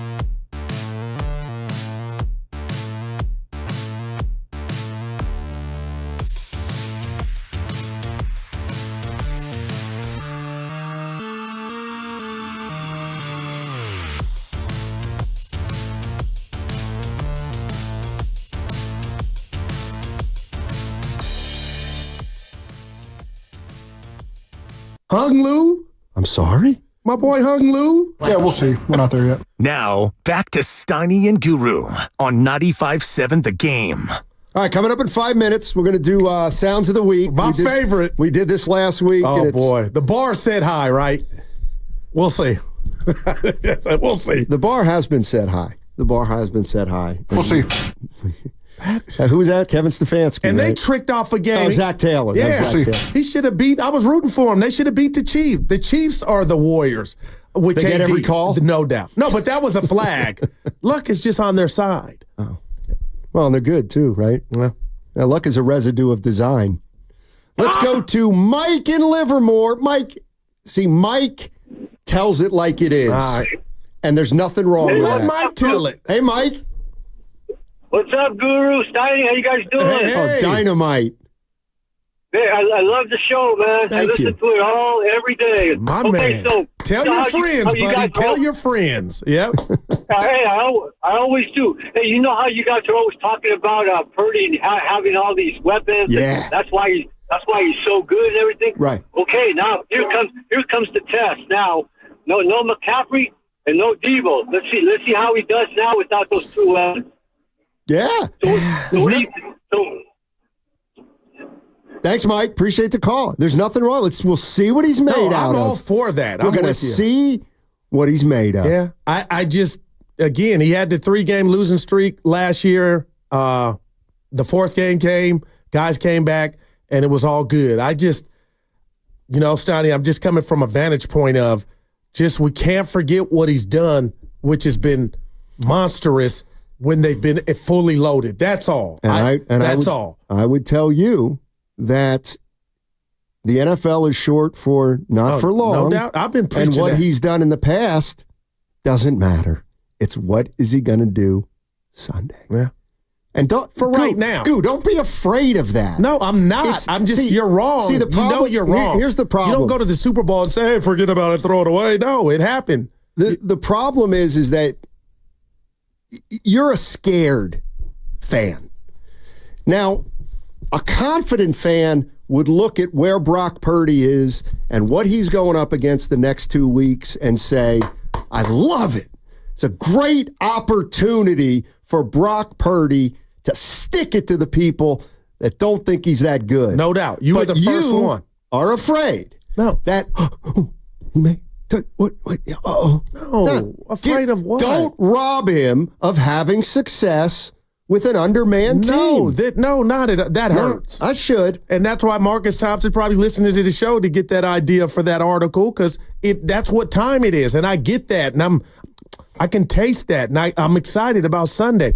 What I'm just preparing you guys for in the back is don't forget he's got a little track record. And that means something. Good emphasis on little. No, you go to the Super Bowl and 2 NFC championship games. Come on now. Let's be, what would you say to me right now with your readers on? Let's be grown-ups about this. He's quarterbacked Don't a act like his season and a past half. doesn't mean anything. But let's not act as though he's been the starting quarterback for a team for 8 years. He's only quarterbacked 23 regular season games, not even 2 full seasons. By the way, what you got? And Fillmore Mike said the jinx part was injuries, because I'm always Shasky and I threw Shasky in there. But, other than going to happen. And who? Somebody on the thing. What have you done for me lately? Janet. Yeah. Oh, R.I.P. Tito. God, why you said so? I said that. We said it yesterday. We covered that. Yeah. That should be a new segment. Every day, pay respects to somebody who dies. Yeah, people, greats that have passed. They don't even got to be great. We'll see. Oh my! See, I ain't laughing at that. All right, we haven't opened for this, right? Let's go to it. Sounds of the week. Steiny and Guru love press conference provocation. I'm just about that action, boss. We've got to be the dumbest team in America in terms of playing the game. Playoffs? You kidding me? Playoffs? Mike, why are you in such a bad mood? What do you care? You were 2-7, you'd be in a bad mood too. I'll tell him keep talking that and I hope you see me soon. You feel me? And then we're going to have a good nice little bowl of gumbo together. Cannot play with him. Cannot win with him. Cannot coach with him. Can't do it.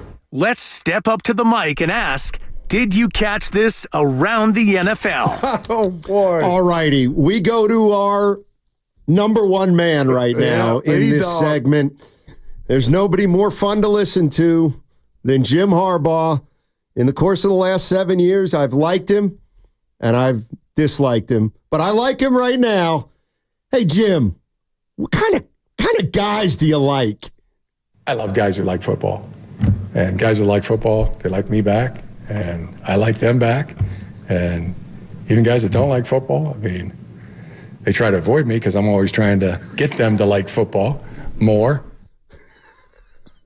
And you wonder why his team's 2-0. Just, that's a man. Don't take him. I don't know what happened here with upstairs. Well, I can tell you. I can't talk to you. They must have really hated each other. Were you not here? I was here. Okay. So then you know what happened. That guy seems fun to be around, man. He can't manage up.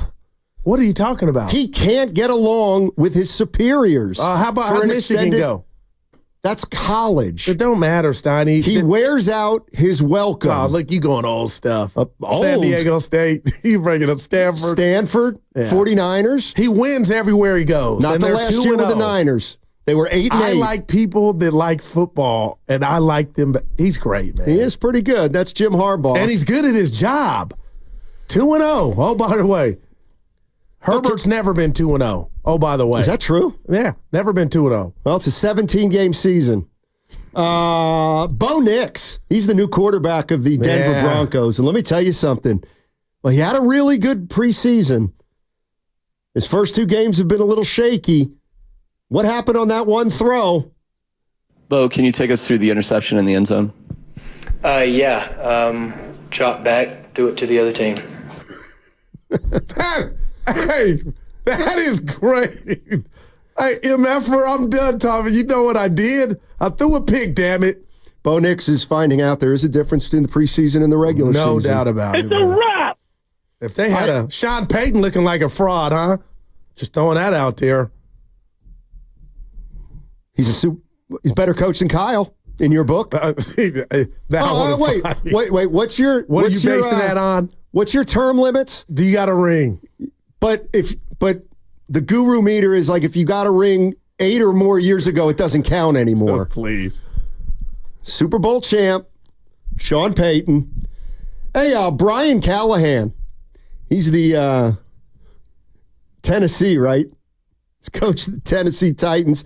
Playing hard. Not to be confused with Bill Callahan. Yeah. Tennessee's quarterback's a guy named Will Levis. Boy. He attended Penn State for a short period of time.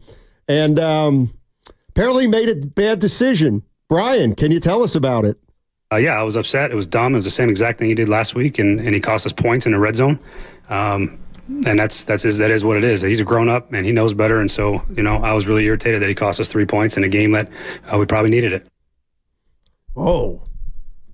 Tough love. That was I was upset. It was dumb. It was the same exact thing he did last week, and he cost us points in the red zone. And he did it last week. And that is what it is. He's a grown-up, and he knows better. And so, I was really irritated that he cost us 3 points in a game that we probably needed it. Trouble in paradise. Boy, called him dumb. He did it last week. You can't do that to an all-pro. Like, you can't be that honest. Called him dumb. And he's not an all-pro, Will Levis. No, I know. That's what I'm saying. Look like he might not be the starter for much longer. Let me see which way the wind's blowing. Do you like that the coach called him out like that? Yeah, I do. Yeah, but if Shanahan would have done it, yeah. Well, it would have been okay. I just hate not calling Levis Levi's. Like, I hate his name. Every time I see him drop back to pass. Do you ever see the way you spell your first name? Yeah. Yeah, it's wrong.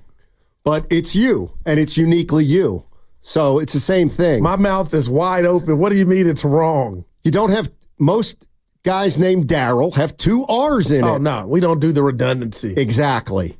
I like it that way. By the way, does it change your opinion, Goo, that this was his second game as a head coach? No, he went NWA gangster. Like, I'm still shocked he said dumb. He did it last week. I'm irritated. I was upset. It was dumb. It was the same exact thing he did last week, and he cost us points in the red zone. And that is what it is. He's a grown up and he knows better. And so, I was really irritated that he cost us 3 points in a game that we probably needed it. And I can see them fighting. Like, I can't believe you went to the public with that. And you think Kyle Shanahan's tough on quarterbacks. Man. DK Metcalf scored a touchdown for the Seattle Seahawks this weekend.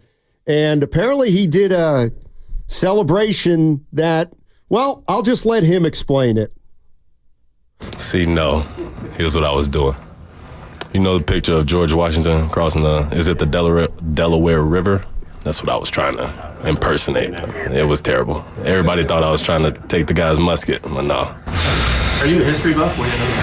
No, man. Some things you just listen and hold on to for the rest of your life. And from 6th grade history class, so that was one of them.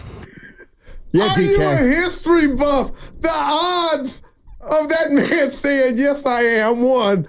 But to be that witty to say, are you a history? Yeah. Of course, George Washington crossing the Delaware to get to Valley Forge.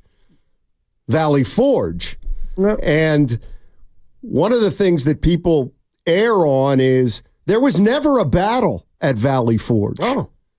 It was just the Army had to hunker down during a cold, wet, snowy winter, and they hunkered down, and then, GW rallied the troops. We'll see.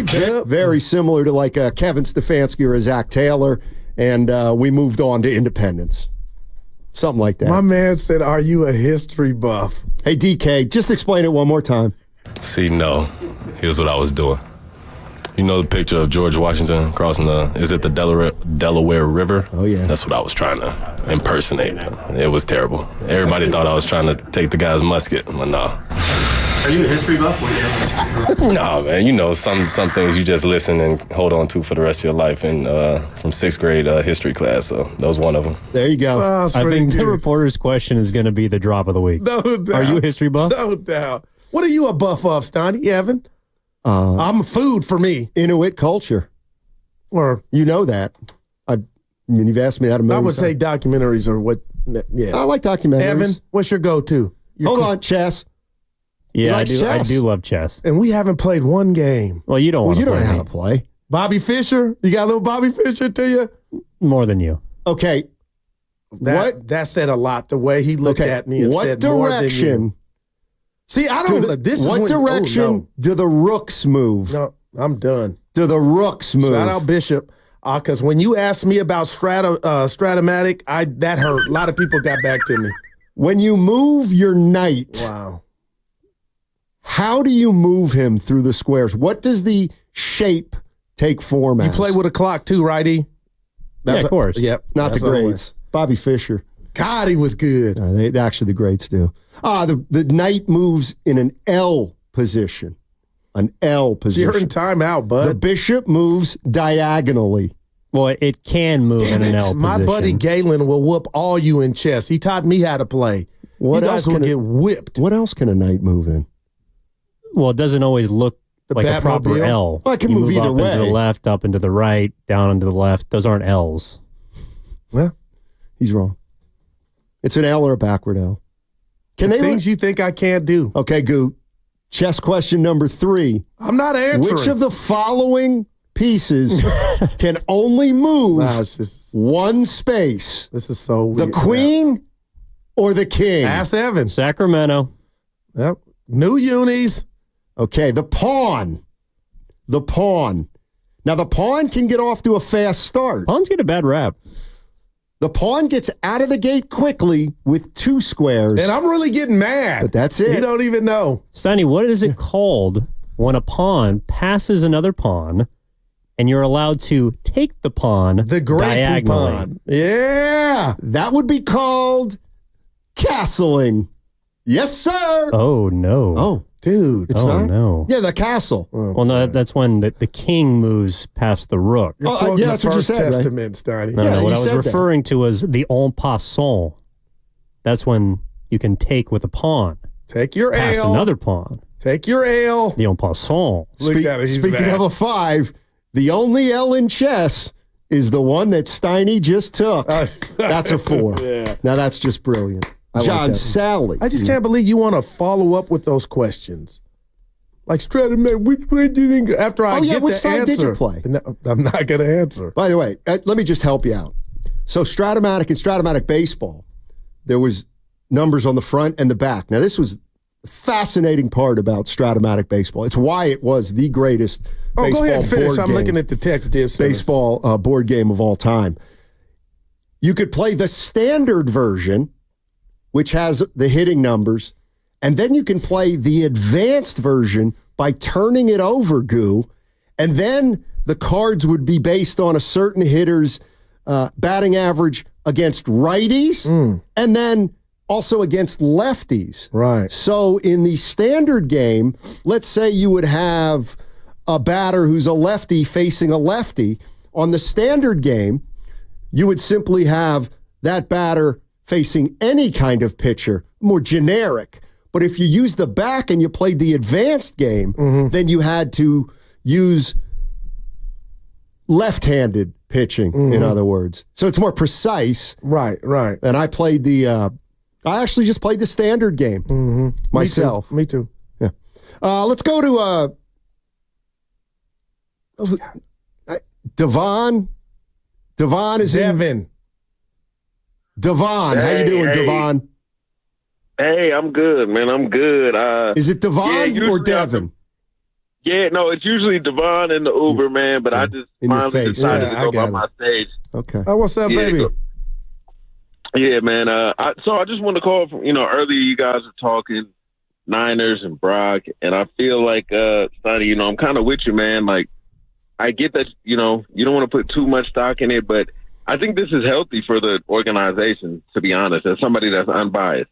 To be able to see, like, you want to see if the investment you're getting ready to make is worth it, right? And it's easy to see somebody thrive when it's successful, right? But we want to see how good you are when things are a little rocky. And he very well may look, crappy, for lack of a better term. But I don't think that means you don't pay him money. It's just nice to be able to see it. You see what I'm saying? Yeah. To see what's going to be moving forward. I think it matters because, when he gets paid the big bucks, somebody's not going to be there. It might be two somebodies. It might be three somebodies, We saw how Brandon Aiyuk was with his money, and I'm not saying that's how Brock is going to act, but it's more so there's not enough money to go around. I think the organization clearly considered that. You see what I'm saying? Yeah. And they just had to make a move. So moving forward, I think it's very healthy. I don't put too much stock in them losing to Minnesota. They haven't won there in a while, and it's not just Brock. So for whatever reason, Minnesota has their number out there, man. And I definitely, the Niners are still a very good team. It's so early in the season, man. Injuries are happening. For all you Niner fans out there, don't worry too much, man. That's all I wanted to say. Appreciate it, Devon. Yep. He's right. He's absolutely right. It's a long season.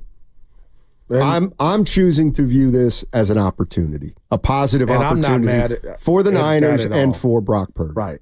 But in an opportunity, Stoney, there's two sides to that coin. Yeah. You could seize the moment or it could get you. Yeah. And it got you already Sunday, them.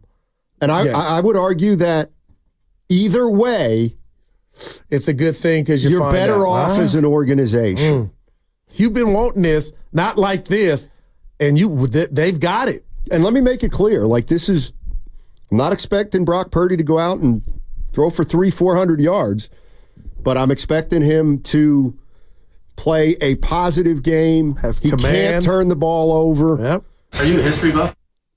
That was man. I'm a history major. How about that? Where does that lead you, though? To here. What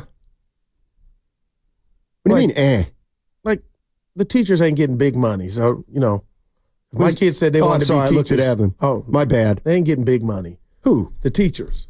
Well, it depends. If you wanted to be a history teacher, I'd tell my kids they make more than you and me. Oh, you don't know how much I make. Damn, he laughed deep into the mic. Get in here. Oh, boy. Let's get that spreadsheet out. We'll see. That is great. Dibs and Willard might just be me and you to start the crossover. We can handle it. Can we leave early? No, we can't. That's a boss. What are they doing? Work. Please. Yep. I wanted there was one other piece. We got 2 minutes. Well, I don't have it handy, but it was your favorite guy. The Tomlin one? No, do you have it? No, well, the audio wasn't very good, but I thought you were going to talk about it. Actually, I wanted to bring up, this should be a segment. Okay. When players don't know the game. Right. That should be a segment. We wouldn't have enough Everybody material, laughs at us. Oh, you guys don't know. And you're right. But neither do the athletes themselves. I would love to hear what you... Did you hear Draymond Green said Atlanta is garbage? And I don't know if you heard me say, I agree. They won. But they're 1-1. They were given a gift. How do you figure? The game was over. In your mind. No, in everybody's mind. That's why they're getting killed. No, it wasn't over. Nick Sirianni. You know what, Goo? Let me ask you this. How many freaking football games do you have to watch before you realize the game's not over till it's over? Well, if I got a coach. And what you do for 59 minutes ain't all of it. No, I'm there. But I had a vested interest in that one. I know you did. We all did. How many bets you lose last night? Please. Just give me a number. A number. It's only one game. Hey, Evan, kick a man when he's down. Are you down? No, please. I had 6 fantasy games, won 4. I'll take that. Look at it. He's like, damn, good. It's pretty good. And me and you this week, baby. What's your name, Matt? You got a weird name. Matt's what? I have not put my name in. Well, you got something under it. Matt's. Let me tell you what it is. It doesn't matter. I'm 1-1. What's your record? Oh, 1-1. Okay. Yeah. So what? What'd you do? Okay. Fitzy. Dude, league about to start. We're going to have football and hoop. Yes, we are. Warriors. Yeah. Boy. You excited? Oh, it's a different excitement. I don't know what to expect. Yeah, it's like a 500 excitement. No, you got jokes. All right. So are they going to be here early?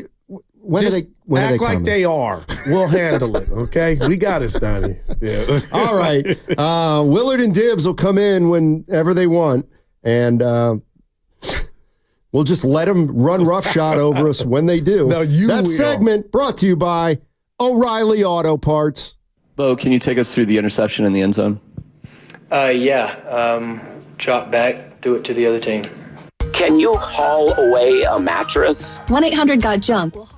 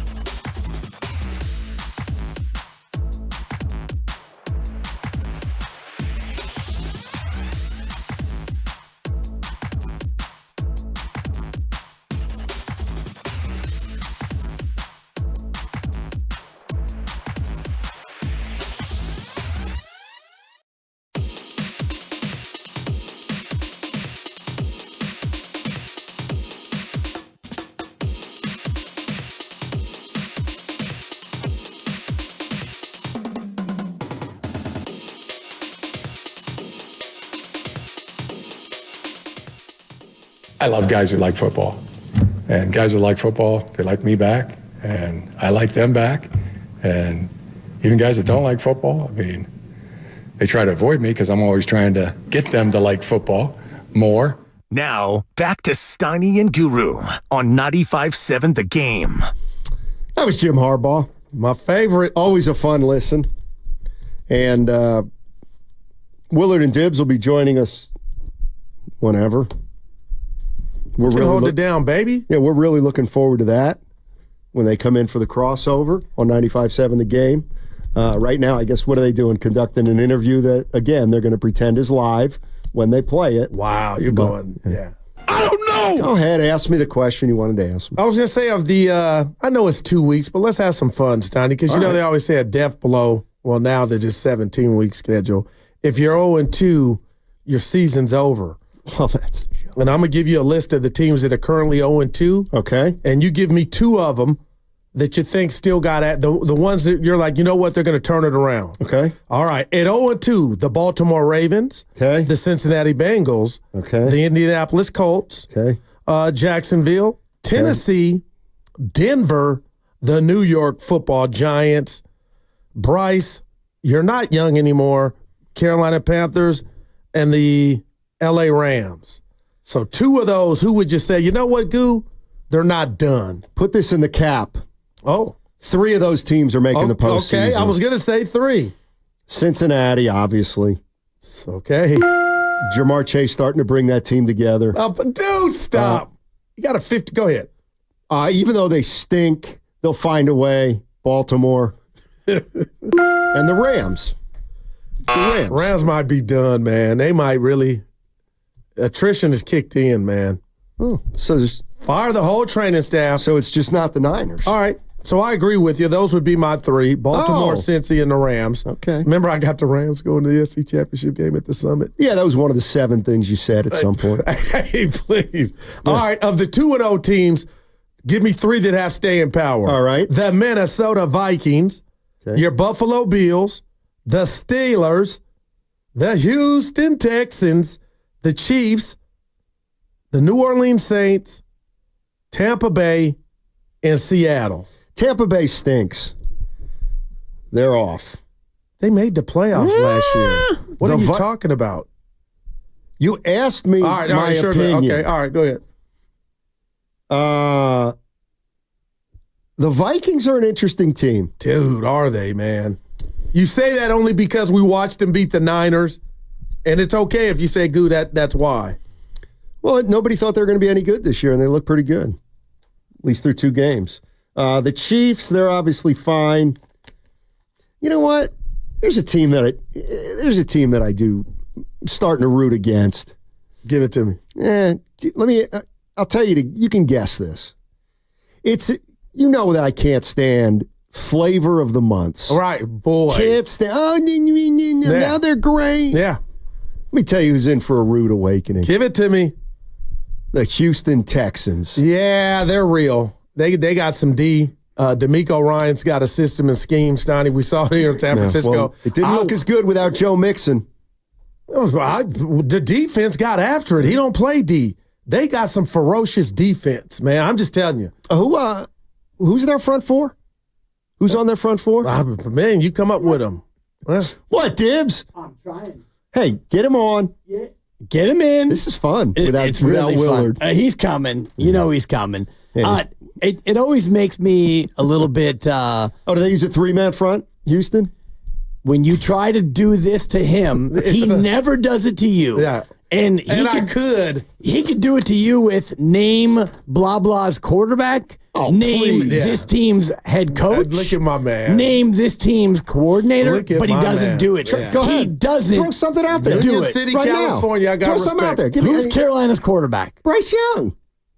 That was a layup because he's in the news. And Bryce Young actually got pulled. Right. That was the bit, Goo. They're going to somebody else who stinks. Jake Delhomme. No, they're not. Thank you. Come on, name him. I want you to name him. Forget the bit. Name him. You know who he is. I know who it is. Come on, Steiny. This is my point. This is a backup. He wants his initials. He wants the red Baron. Dalton. Yeah. A.D. Yeah. Andy Dalton. A.D. Yeah, I'll give you more information on Dalton. He's 0-7 in the postseason. Yeah. No, that might just be. We ain't got to wait on Willard. We can start. No, we've already begun. Started. We've only just begun. But he's watching us. Thank you, dude. That's pretty good. Shout out the Carpenters. We were doing a little record down the hall, so it's coming up here at 4:15. A big time guest, big time A-lister. So one of my favorites. Yeah, he's good. He's good. Kevin Harlan. Yeah. Oh, Kevin Harlan. Yes, he's actually watched the first 2 Niner games, and he had last night. And I don't want to jump the bit on talking about last night. Shout out Rob Lowe about last night. Sure. But that's my line. I'm hurt. I stole it from you. But hey, of course, I steal from you all the time. But an underrated movie, by the way. And Rob Pelinka looks just like Rob Lowe. But go ahead. Yeah, he does. Yeah. But you could say that Saquon Barkley was open, and I don't think that he would have walked in the end zone. He was not probably scoring. would have been tackled. Yeah, and game over. Game over. Why are you throwing it? Stupid. 40 seconds is that's what. Dude, idiocy. And I know that you may have been more than mentally invested in that game. And I actually had in my pool, I'm in one of these. Randy too got hurt. One of these pools where you pick every game with the spread, and it's a confidence pool. Okay, gotcha. So if Atlanta covered, I would have won a little bit of chicken. And so I'm thinking, and I actually had it at 6.5. Oh, wow. So I'm thinking, go ahead and kick the 3. Atlanta loses by 6. That's there you fine. Go. I lose the fade the dibbers, but turns out they throw it. Saquon, now your name is just Should have never been put in that position. Should have never thrown the ball 2 downs, on 3rd down. 2 downs to get a first down, and if you don't do it that way, if you run the ball, at least 40, 45 is coming off that clock. Coming right off. And then a field Nick goal ties Sirianni, Willard. That's my good nickname. You kick the field goal and you go up 6. He's so and now you're arrogant making Captain Comeback do it with a minute instead of a minute 48. And I believe he did it with about 42 seconds. Because there was no D. What were they doing? It's because Vic Fangio, he played that soft serve coverage. It was offensive. Soft. Yeah. I know you don't care, but look at Willie. Did you hear about what happened in fantasy in our league and stuff? Yes. Kyle Shanahan. Did Grandy lost to you because of that? Yes. I had like Darnell Mooney or something happened. And then Evan lost his game because of that. Grandy is shit. I lost $100 because of this. Yeah, okay? I know my neighbor did too. I won 140 because of it. I know you did. And we could have both, but if Sirianni just runs the ball, we both win. The Eagles win by 3. If they kneel it down. Yes. Yeah, or even if they don't, just get the first down. And I was hoping for that, but the added bonus of Grandy losing in fantasy, you can't put a price on that. Last night was just funny. You can't put a price on the joy I feel knowing that you got a bad beat. Whatever you lost or won last night, pretty quickly you had to shrug your shoulders and just start laughing. I had the whole family was over. Christy's over. We're watching this thing. And like my feet were up. This game was over. And I screenshotted a picture I saw from the Bleacher Report today and sent it to the whole crew. And with a minute 56 to go in this football game. Right. The Eagles' chances of winning I saw this. were 99.3. That cost you jobs. With under 2 minutes. That sounds promising. Not like, at third quarter. No. With the ball, with a minute 56 to go. 99.3. 99.3% chance, the analytics say, of winning the game. And then one play later, you're looking at it and you're going, wait a minute. Are you just giving... Wait a minute, Kirk Cousins gets the ball. I wonder and where they still have a timeout. Where did the analytics go after the incomplete pass? It goes from 99.3. Thank you. Back to you. Down. Appreciate it. I didn't track it. But did it go down to like 92 or? Oh, it's still tremendous. But I mean, you're not just leaving Atlanta the time. You left them a timeout. You gave them you gifted them a timeout. Dude, they scored so fast. The Eagles had the time. And he still, that was a horrible throw. You still, all you need is 3, Jalen. When I had Hurts on my prize picks over passing yards, and I would have needed a couple of big throws, but I did have... they were booed off the field. Philly fans were going in. New. And you came into the year where you already had like Sirianni on the hot seat, and the Jalen Hurts, they're not seeing eye to eye, and now Sirianni does this. And I'll just be honest. Nick Sirianni. Sirianni will. There is no city in this great country that I root against more than Philadelphia, Pennsylvania. Why? because of their insufferable fans. Did you see Banter and Shasky walk in? When the because of that? She brings this up more than the Super Bowl. It was like Mississippi burning. It was like, what is going on? No, Kids bad. on bikes looking. Dude, throwing hot dogs at him. And Willard, that was offensive. No, it was offensive. There are certain fan bases in cities that, like, and I know we do this now, like, where it's almost like we're keeping a scoreboard of where fights happen so that we can be like, this is a bad fan base, or that's a bad fan base. I'm skipping past the fights. Like the fights, I wish that this didn't happen anywhere, but that's not really the tale of the tape. The tale of the tape is go to these games and sort of like watch the human behavior that you view. We went to Vegas as road fans. I went to Chicago 2 years as road fans, and there's like the fun stuff, but it's not like I hear you. Bad human behavior. Philadelphia will spit at you all kinds of bad human behavior.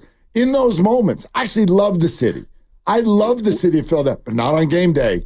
Not on game day. But they said an old man in the Philadelphia restroom came and said an explicit to him. They lose their mind.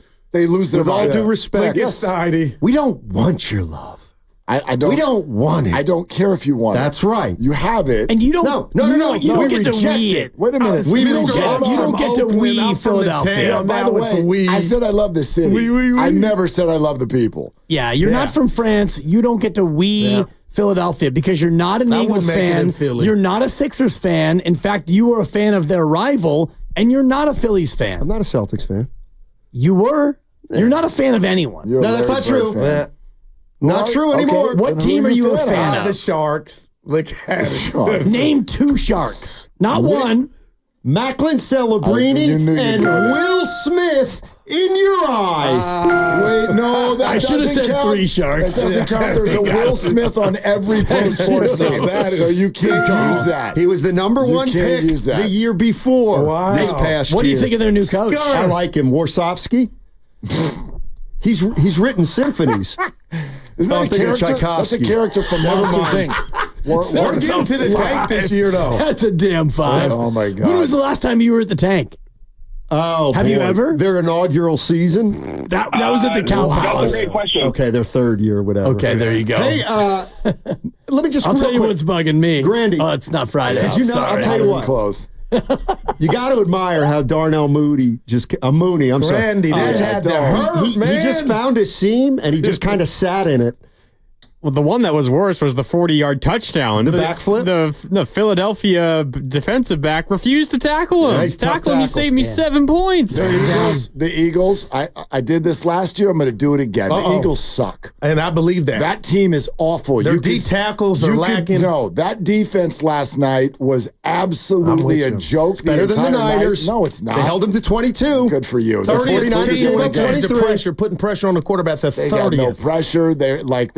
Bijan Robinson did whatever he wanted. Kirk Cousins is immobile. You could see that there were problems, and they do this because they're talented on offense. They were going to overcome them, and then Nick Sirianni threw up all over himself. And I've never enjoyed losing $100 more because anything that goes wrong for Sirianni is right for me. I can't stand that dude. There's something. Oh, my God. You didn't hear driving in when I was at your... No, go ahead. I got to do the legal. Knock it out. Time for the legal. You're listening to 95.7 The Game, KGMZ FM and HD1 San Francisco. Always live on the free Odyssey app, Twitch, and YouTube. Powered by First North. Tell me if I'm being wrong, because I love our country. I'm at your house watching the Super Bowl. Remember that, Will? Yes, sir. Never Great forget party. it. Dibs was there. Once we finally got you there, yeah. Snoop Dogg and Martha.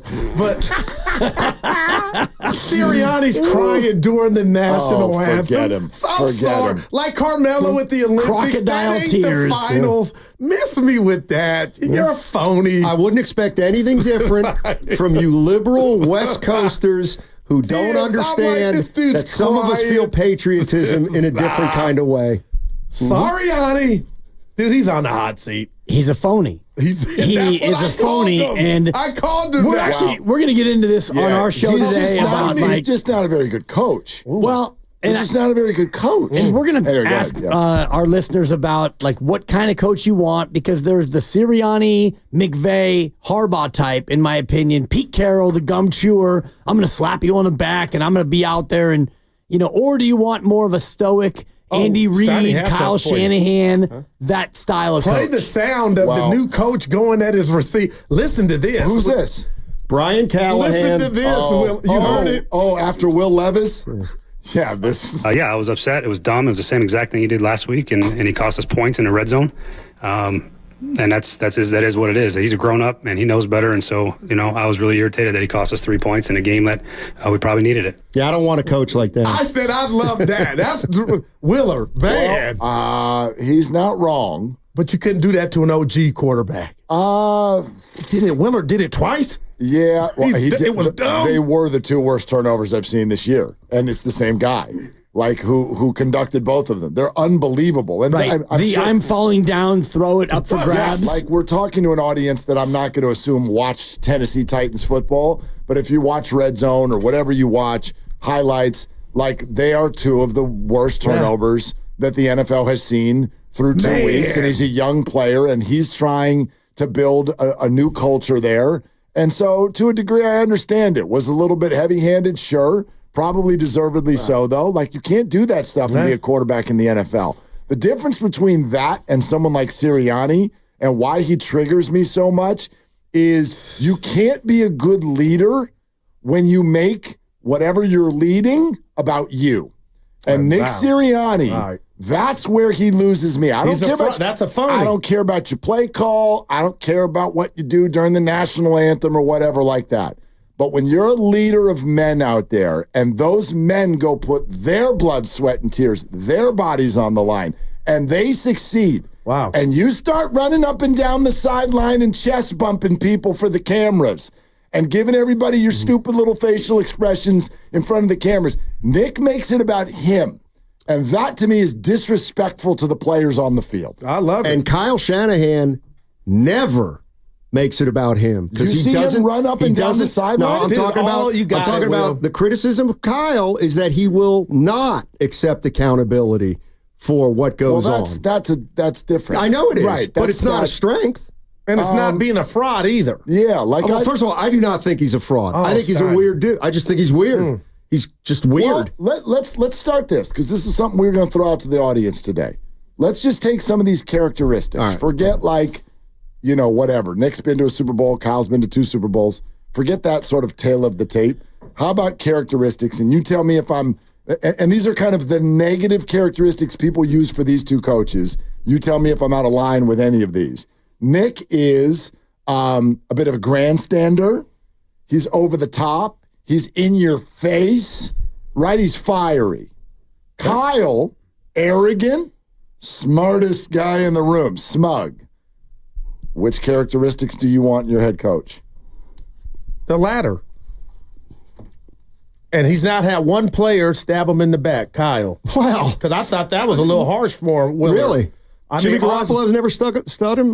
But he had an agenda. He had lost his job. So we know what that's like. Jimmy a joke Garoppolo does not have anything good to say about Kyle Shanahan. Give me another position player. Ward, the guy who just left. But Ward. Jimmy Ward. Jimmy Ward. Both those guys are mad they had to move on. Well, you asked. Yeah. You asked. Well, those aren't current players who stuck it to him. Help me out. Well, those are former players. Well, Ward was not happy when he was here. Right, but because of his position change. Right, but he played after a period of time. Yeah. They stuck their neck out. How about Brandon Aiyuk the first 2 years? He didn't want to get traded. He had a chance to What about the first 2 years when he was a rookie and a second-year guy? Well, that was tough. But he never once went public with whatever was going on with those two. You said stabbed him in the back. Yeah. Who? That was your phrase. You said Sirianni. Garoppolo. No, but when he said he's never had a player stab him in the back, you started bringing up players that I don't think have stabbed him in the back. Aiyuk never went public. Brandon Aiyuk was in his doghouse. Yeah, but what did Brandon ever do or say? And he kept it under wraps. Nobody, exactly. And it didn't crater their season. You cannot tell me that nobody has a problem with Kyle Shanahan. That's not what he said. It hasn't gone public. That's not what he said. Okay, Deebo Samuel didn't like the way he was used. Yeah, like this is football. People are going to be frustrated with their boss. That's you not act the as though like everything's kumbaya with that's not the person.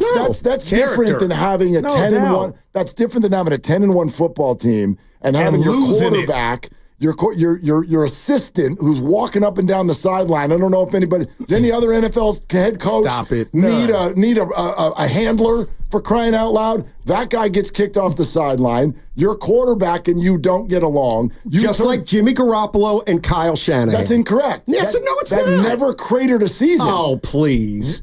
Come on. Did he bring the best out of Garoppolo? When did a 10-1 season with the Niners crater because of Kyle's relationship with Jimmy? You guys said, wait a minute, that everybody loves Kyle Shanahan. You're putting words in our mouth. I put him in, and that's what they came out with. I literally just said to you that every player, this is every workplace. Yeah. You ever get frustrated with Maddie? I bet you have. Sure, people get frustrated with Kyle, but you've never had that relationship crater a season. You've never had someone stab in the back, as Goose said. No doubt. See, Nick Sirianni. When you say crater a season, they were 10-1 and never won another game. That happens. Yeah, they when infighting. They football. were mad at him. When is a 10-1 season led to that? Okay, listen. What you're doing now is you're giving Kyle Shanahan all the benefit of the doubt, and Nick Sirianni doesn't get it. I'm not even talking about but you're making a comparison that doesn't exist. You're acting like these two things are the same, and they're not. I'm telling you right now that Kyle Shanahan hasn't run a ship that has just been smooth sailing. He's had bumps in the road. He's had it with players. He's had it with his assistant coaches. And I'll say again, when did anyone say that's not the case? That's being a football team. Okay. But when have those relationships? Well, you're making an observation from 3,000 miles away that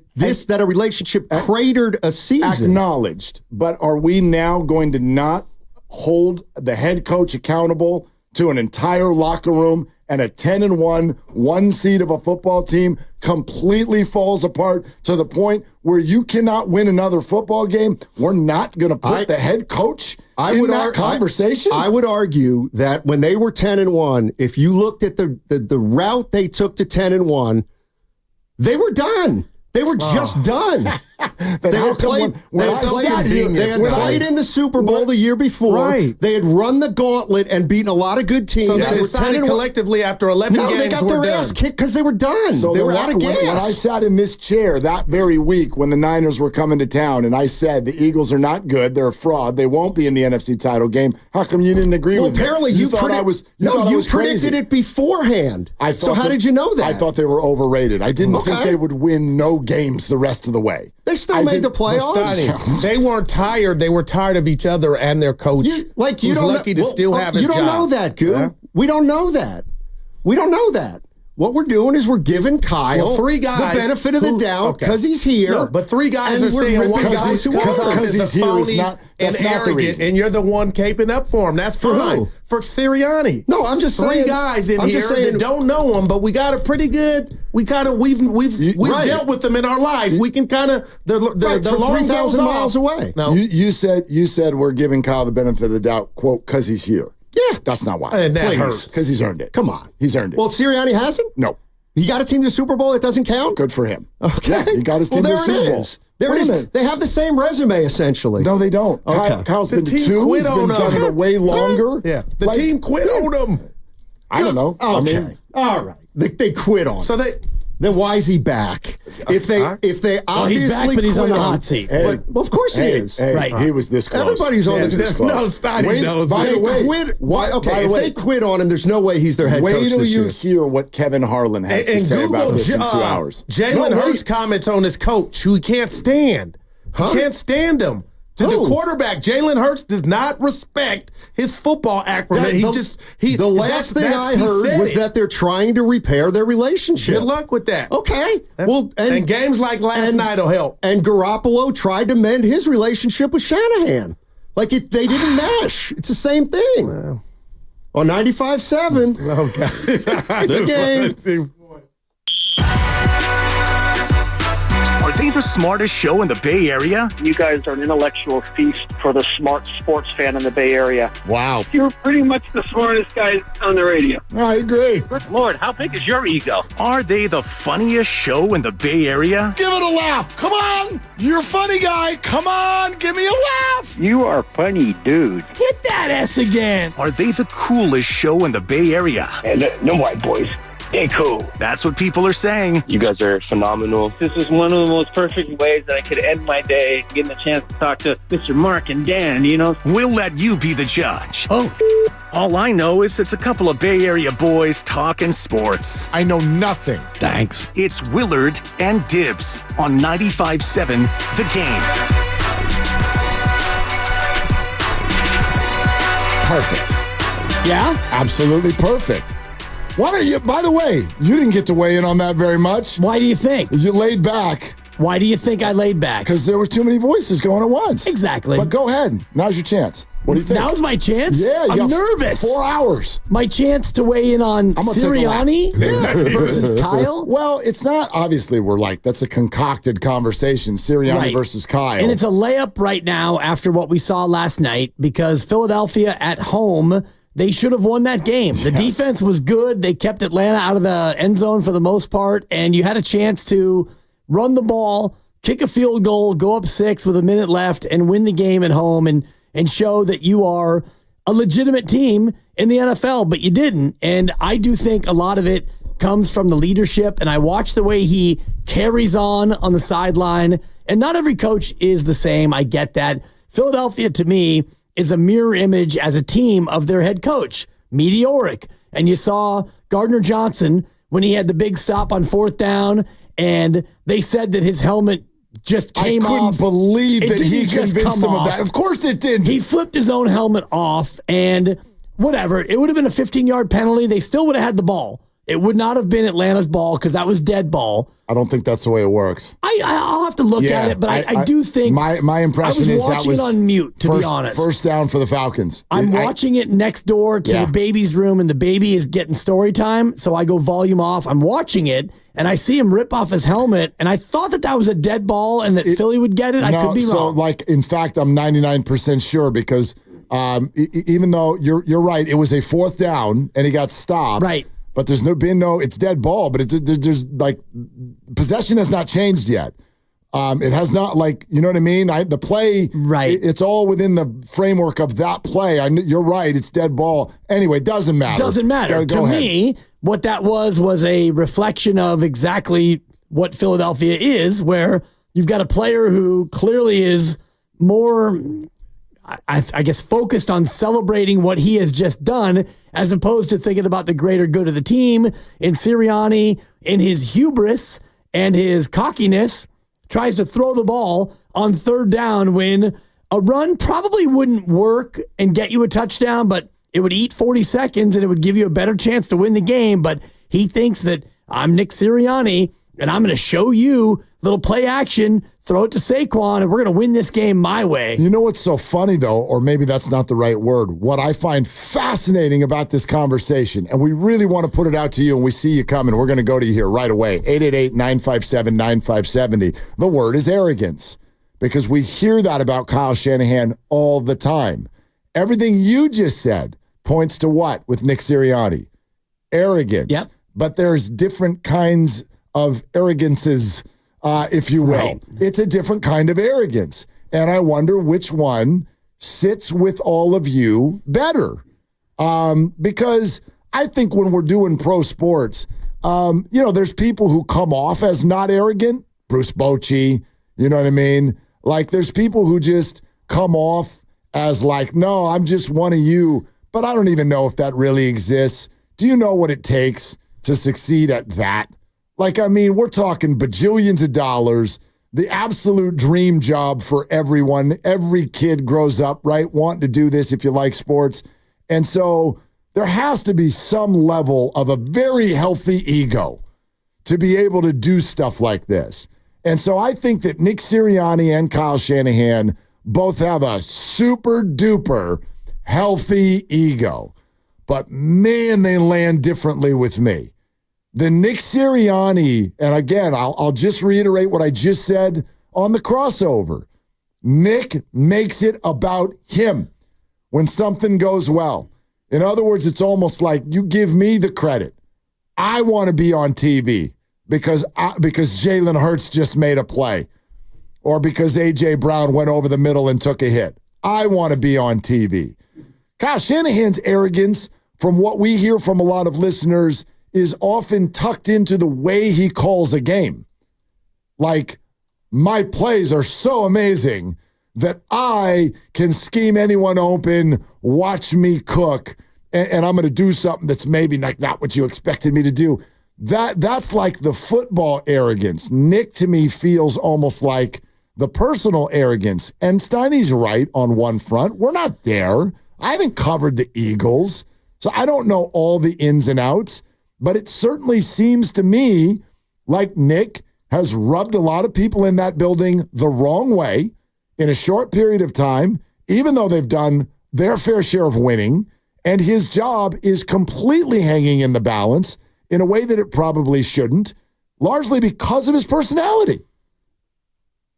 It's because he rubs people the wrong way, and he goes about it in a certain way. And I think about Sean McVay and, Jim Harbaugh, I think, is in that same sort of category. And, Dan Campbell does it a little bit differently, but he definitely injects his own personality and his own self into everything that the Lions do as well. So I'm just wondering what people want out of their head coach, because Sirianni is definitely a rah-rah guy.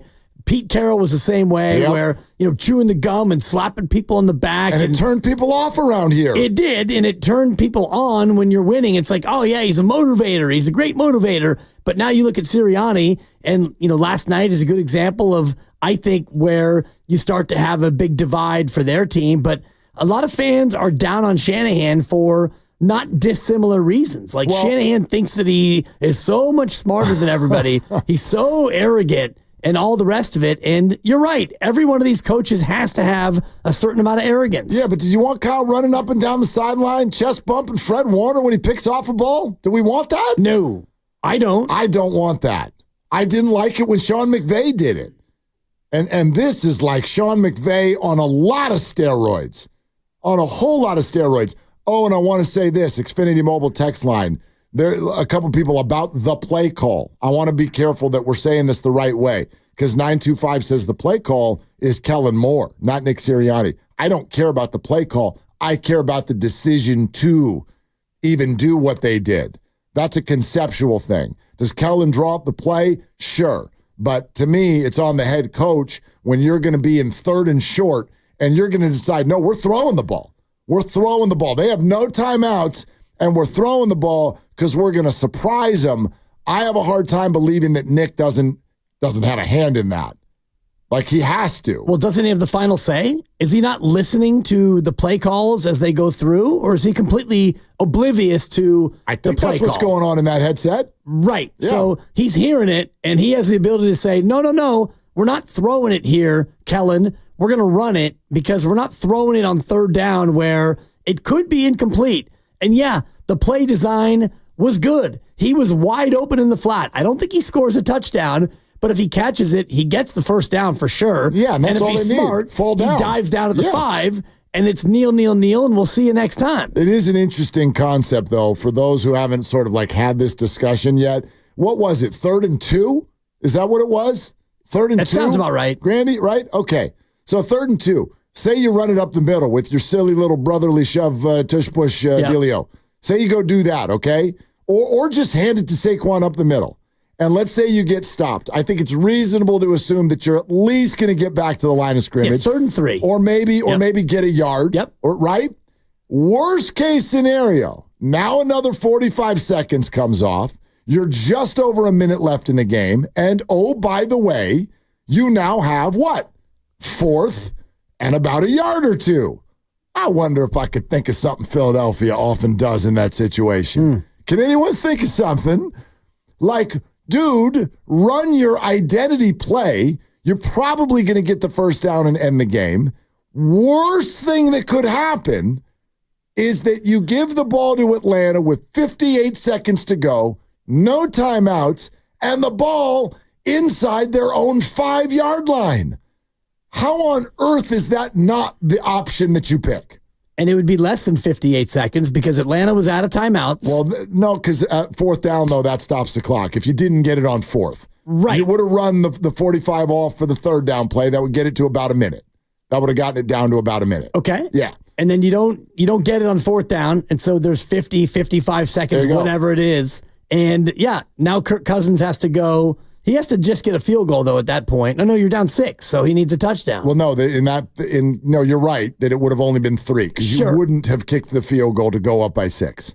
You would still just be up by 3. I think I would have kicked the field goal to go up 6, and you make Cousins go, score a touchdown with 58 seconds left. That's kind of what they did. Right. I mean, but you would think that, I don't know. Yeah, you would think. You would think that you could stop them in that spot, but they also ran the brotherly shove earlier in that drive, you remember. And before that, there was the offsides, the intentional offsides by Atlanta, and Sirianni declines it. Correct. Which I guess is a smart thing to do. Well, it kept the clock moving. Yeah, right. Yeah, they were trying to, that's what they were trying to do. They were trying to save a timeout, and Nick was like, no, we're not doing it. And in his very typical Nick way, instead of just looking at the ref and being like, decline, we've got to run 20 yards. Yeah. And then we got to get a face. We got to make sure some saliva comes flying out. Decline. Totally. Decline. I'm with Big you. Dom, let's decline. Gosh. We're going to decline it. What a jump. I can't believe that guy. Oh, I do not enjoy watching him coach at all. Matt in San Rafael, 888-957-9570. Hi, Matt. Thanks for calling. Hey, guys. It's so funny that this came up because I actually had this conversation with 2 of my sons today about Kyle. First, I think Steinmetz reached a point where he was just being a contrarian. I think he knew he was wrong. No. Not him. No. Steiny? No. That doesn't happen on this station. He sort of shares a quality that Kyle has, which is a desire to not admit that he's wrong.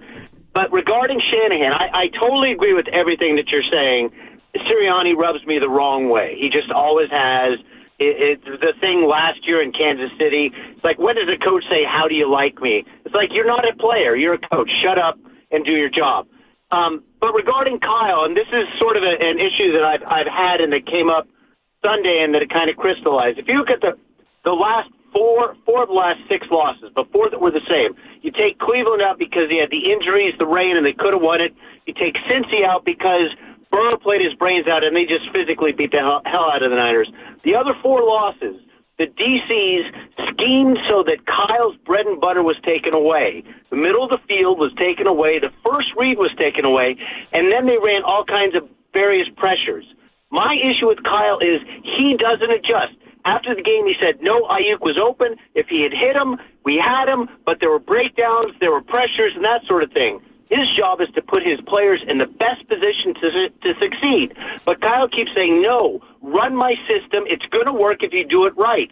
Sometimes it's not going to work, and you have to change. And to me, this is Kyle's hubris coming up in the most extreme situations because that's when it's tested, and that is he hasn't learned humility to say, hey, you know what, maybe I need to think about this a different way. He just says, no, I'm going to do it my way, and it's blown up in his face really the last 4 times that it's come up. So anyway, that's my thought on Kyle. I love him as a coach other than that, and I really hope he learns this because this team, I think, has a chance to win it.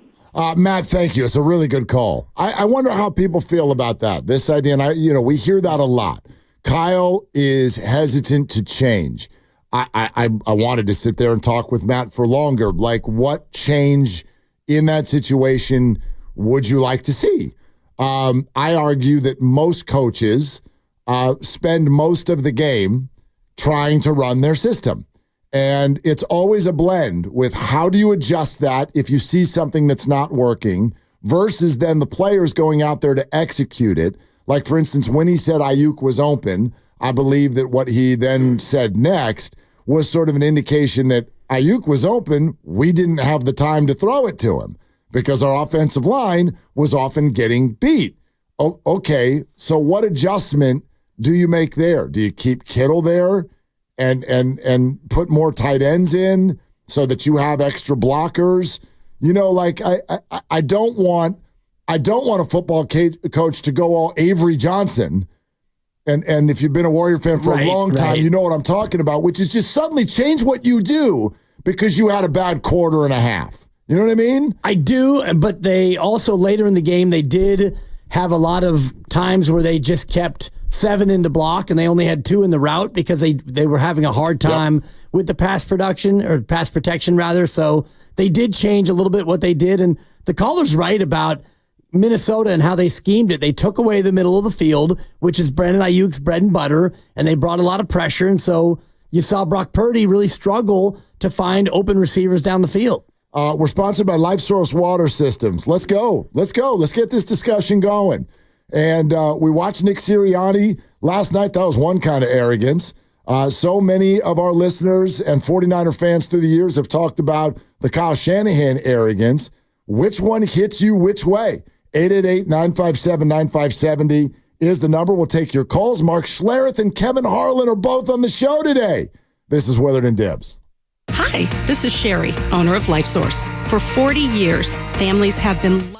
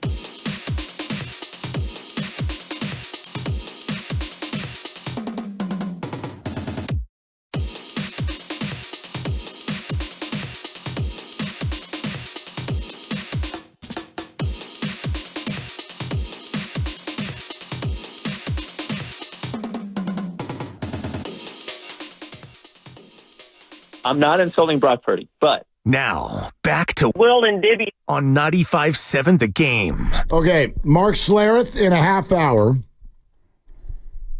Kevin Harlan. He's awesome. He's the best. Yep. He's the best. That's going to be at 4:15. And the rest of it is going to be you here on Willie and Dibby. And look, it's well traveled on this show. I'm a Shanna fan. I don't hide from that. It's sort of interesting if I turn the spotlight on myself. Like, why does Nick Sirianni bother me so much? All right. Well, part of it is he's the coach of the Eagles. Like, I'm not stupid enough to not admit that. Part of it is he's the coach of the Eagles. And the Eagles and Niners kind of have a thing. We've had a thing the last few years. And so that's a very big part of it. I'll admit that bias. Hello? Yep. Sure. However, whether it be Sean McVay or Pete Carroll, who, by the way, if you're of a certain age 49er fan, Pete Carroll used to be one of us. We loved Pete Carroll. And then I covered Pete Carroll for years when he was at USC. Director of Sports, Lucas Alexander, very excited about that fact. I covered those teams. I got to know Pete. Pete was very, very good to me. Totally, Grandy. Thank you. Thank you. I mean, not like we didn't have dinner together, but Pete and I had some conversations. Pete was great. And then he chewed gum and went to my rival. Bleep you, Pete. There's something about that thing on the sideline. To me, that's the best way I can describe it. When I see a leader of other people who go do the work, then the leader tries to make it about them. That bothers me. I wonder if it bothered you when Jim Harbaugh was the Niner coach, because Jim Harbaugh is that guy. And the what's your deal with Jim Schwartz and the handshake gate. That was with Pete. Right, and the handshake with Schwartz. He shook his hand, he slapped him on the back and kind of pushed him away. Harbaugh's a weirdo. Harbaugh made it about himself, and ultimately that led to his own demise and his own ouster. So I wonder if you can think about Mark Willard in the early 2010s and the early 20aughts when he was your guy, Niner fan. How did you feel about him then? Yeah, Willard. Well, Sorry, that was too much. Yeah. Too heavy-handed. Sorry. No, I never felt like as a fan that connected, not nearly as connected, I should say, as to a Shanahan, a Bill Walsh, like the other most successful 49er head coaches in the past. Certainly I loved that the 49ers got a lot better, and then they got a lot worse. And I was always like partially amused and partially confused by him. And then let me also admit, I didn't cover that particular team. So I wasn't as close to it as like what we do now. But he's a weirdo. The Jim Schwartz thing was odd. The funniest thing that never gets remembered to me about Jim Harbaugh was that press conference he held during the Alex Smith, Colin Kaepernick thing. That was when he lost me. When you have a press conference, and for those who don't remember, because this is a long time ago now, where Kaepernick had come in for the injured Alex, and he was slinging it, man. He was playing. And it got to a point where Alex got healthy, and Jim had to pick a quarterback. And he held a press conference, and everyone knew this was going to be the announcement. Who's starting this week? They're both healthy. And Jim goes, we're going to go with Colin and Alex. We're going to go with Colin and Alex because Alex is on our football team too. And I was just like, dude, you're just weird. And I'll admit to you also, because of proximity, I was not aware of how much Jim rubbed people in the building the wrong way. Right. And so there's a lot of Sirianni in Harbaugh.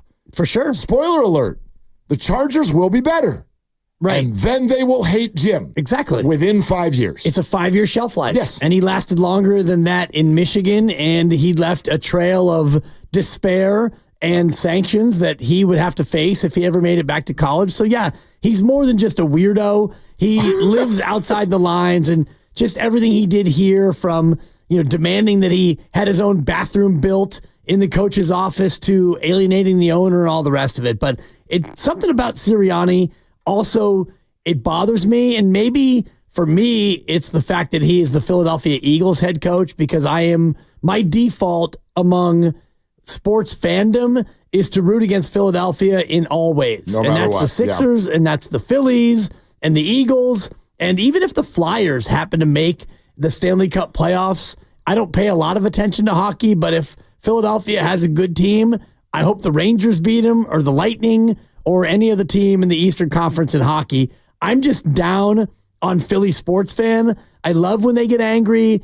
We have Howard Eskin on our show occasionally, and he is the epitome of the Philly sports fan. And I'm sure Philly Sports Talk today, they're burying this guy. God. It's got to be an absolute inferno. That was absolutely a hot mess, and the crowd was stunned, silent. And again, for anybody who had anything go wrong with their fantasy or their bets or whatever in that game, I'm one of you. I feel for you, but I totally was able to recover because it was the Eagles and Nick Sirianni. And I'm like, that makes me just happy. Right. It's just a happy moment. I'm like, Nick's not happy, so I'm happy. Like, you deserve that. You deserve that. And Saquon, I love Saquon Barkley, and Saquon handled it the way you'd love to see a real leader handle it. The only time you make it about you is when it's wrong, not when it's right. That's another key piece to this. How did Fred Warner handle it the other day when they asked him about a 97-yard reception to Justin Jefferson? Fred's not looking at the DCs, not looking at the DBs. He goes, I was supposed to get home in the quarterback, and I didn't. So that's on me. Even though all of us know, dude, it's not on you. But that's leadership. That's leadership. If that play had gone well, what would Fred have said? Well, DC's put me in a wonderful position, and the other guys took up a couple blockers, and so I was able to cook. How many years now has Fred Warner said that he's able to play as well as he does because of the presence of Dre Greenlaw? Well, now there's no Dre Greenlaw. How's Fred look? Yeah. How's he doing without Pretty Dre? damn good, yep. He's the best player in the damn game. Right. So it is Fred, but his leadership style will never point the positive spotlight on himself. And that's what Sirianni does that drives me nuts, especially because he didn't even have a helmet. Exactly. And that's where I would default to Shanahan, because when things don't go right, he doesn't usually or almost ever point the finger at, the players who didn't make a play or the officials who didn't make the right call. It's about the team. It's about we didn't execute, and, the offensive line or his calls or his scheme. He doesn't often point the finger elsewhere than to the overall team unit. And I love that about a head coach. It's leadership. I'm looking at a whole board of all the NFL teams just to jog my memory of all the coaches. Yep. And I'm trying to think, is there any other coach that I would argue in the NFL, when a play goes well, makes it about him? I think McVay did it once, but I think he learned his lesson. You don't see him run into the end zone and jump on people's shoulders anymore. Right. So that's good. And by the way, I don't mind personality. Okay? How about McDaniel in Miami? We love Mike. Mike's a wackadoodle. He's hilarious. He always looks like he's coming out of he looks like Bradley Cooper in the movie The Hangover. Like he's got those shades on. Always looks like he was out till 3 a.m. And the hair is grown out now, too. It's tremendous. A little wild. I love Mike, but Mike's not over here going, whenever Tyreek Hill scores, do you see Mike doing somersaults on the sideline? No. Turn around, walk away, get ready for the next play. I don't need you to fit into a box.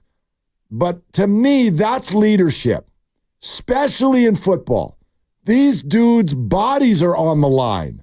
They go out there and make a play. Let them go dance in the end zone. Let them have that moment. They're the ones that are doing the blood, sweat, and tears. And you'll get your credit. You'll get your credit. But that, to me, is a very, very big thing in leadership. If it goes well, push everybody else around you forward. If it goes bad, shove them behind you. Exactly. That's the way to do it, and Nick does the opposite. Right, and I think because of that, that's partly why there is definitely a divide between he and not only the fan base, but maybe the starting quarterback as well. And you heard rumors from last year that they were not on the same page, Jalen Hurts and Nick Sirianni, and you have a game like last night, and that's a classic time where the head coach should step up and say, I probably should have run the ball. I put Saquon in a tough spot, and Jalen Hurts, I put them in a difficult situation where, if we do complete that, we're probably going to win the game. But, looking back at it, I probably should have run the ball, and, a little humility and a little ownership is what you're talking about. Absolutely. And so let's take that to things that we've seen from Kyle Shanahan through the years. Let's go back to last year in Minnesota. And I've always described what he did with Steve Wilks in that game as simply a surprise. I found it to be very surprising. I thought it was telling. This is no criticism of Steve Wilks. It was more a moment where I went, oh, something's wrong in that relationship. But I can also say this. If Kyle were really being an awesome leader in that moment, he wouldn't have said it that way. Because, again, what do you do as a leader when things don't go well? You take all your people and you shove them behind your back. And you stick your chest out and you take the bullet for them. That's what you're supposed to do. Because you get paid the most, you have the word head in front of the name coach. And so you're the guy. And that's the way it works. And it's fair and unfair. We know this. Coaches get wins and losses. Quarterbacks get wins and losses. Nobody else gets wins and losses. Right. Nobody else. So, but that's the way it works. And so we miss the context sometime, and that's fine. But yeah, I don't love it when the leader of the football team does a press conference to be like, so the other people all know that they messed up. I don't know. Did you not hear? Well, we had that last year from Shanahan. That's what I mean. Yeah, what he did in Minnesota. That's not good. It's not good, but it was pretty obvious. And, this year you had the same thing in Minnesota, and we can play the Brian Baldinger cut on the way he broke down the 97-yard touchdown reception from Justin Jefferson. Got it right here. If it was last year or if it was Steve Wilks as the coordinator, I wonder if Kyle would respond differently, because for me, last year the zero blitz at the end of the half, and Mooney Ward tried to get the pick and he didn't. They scored a touchdown and that turned the game. This one's not too dissimilar in that it was a devastating play. Totally. And the defensive coordinator might have messed up with the way he schemed it. Listen, I'll admit, sort of our layman's weakness, which is that I always say, we're just sitting on a couch with bad food in front of us. Right.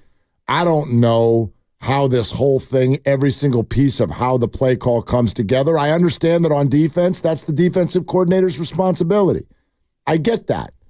And so I'm not saying on the sideline, Kyle should have run up a flight of stairs the same way he did when Brandon Aiyuk was about to get traded and be like, Steve, stop. Sounds like a terrible play call. Let's do it. No, dude, you've got 30 seconds.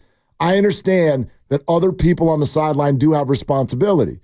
But I also wonder if Kyle Shanahan, if he was given that press conference again, might choose his words a little bit differently. Look, we got caught in a play call there that I didn't like, and we don't really feel, looking back on it, like it was the right thing. That was unfortunate, and we as a coaching staff have had that conversation, and we will try to not be making that mistake in the future. That would land so differently with people, even if that makes Kyle's skin crawl. I get it. Even if it makes your skin crawl, because maybe, Kyle, you had nothing to do with it. But you have the word head in front of the word coach. That's the way you do it.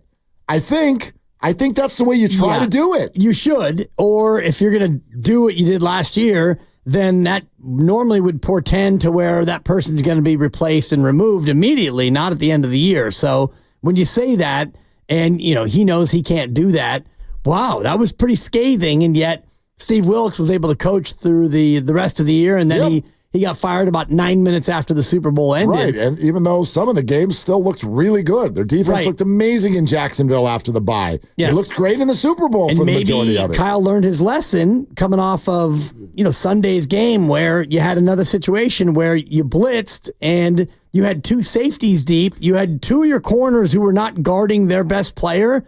That feels to me like a schematic breakdown. Well, you referenced what Baldy, who was great this morning on the Morning Roast, you referenced what he said about that play. I referenced yesterday that Richard Sherman came down on the defensive coordinators, Nick Sorensen, Brandon Staley. What are you guys doing? What was that setup? You can't put your safeties in that position with the best wide receiver in the league. Baldy seems to agree. I don't know what they're thinking. Diamador Lenore's on the other side of the field guarding grass.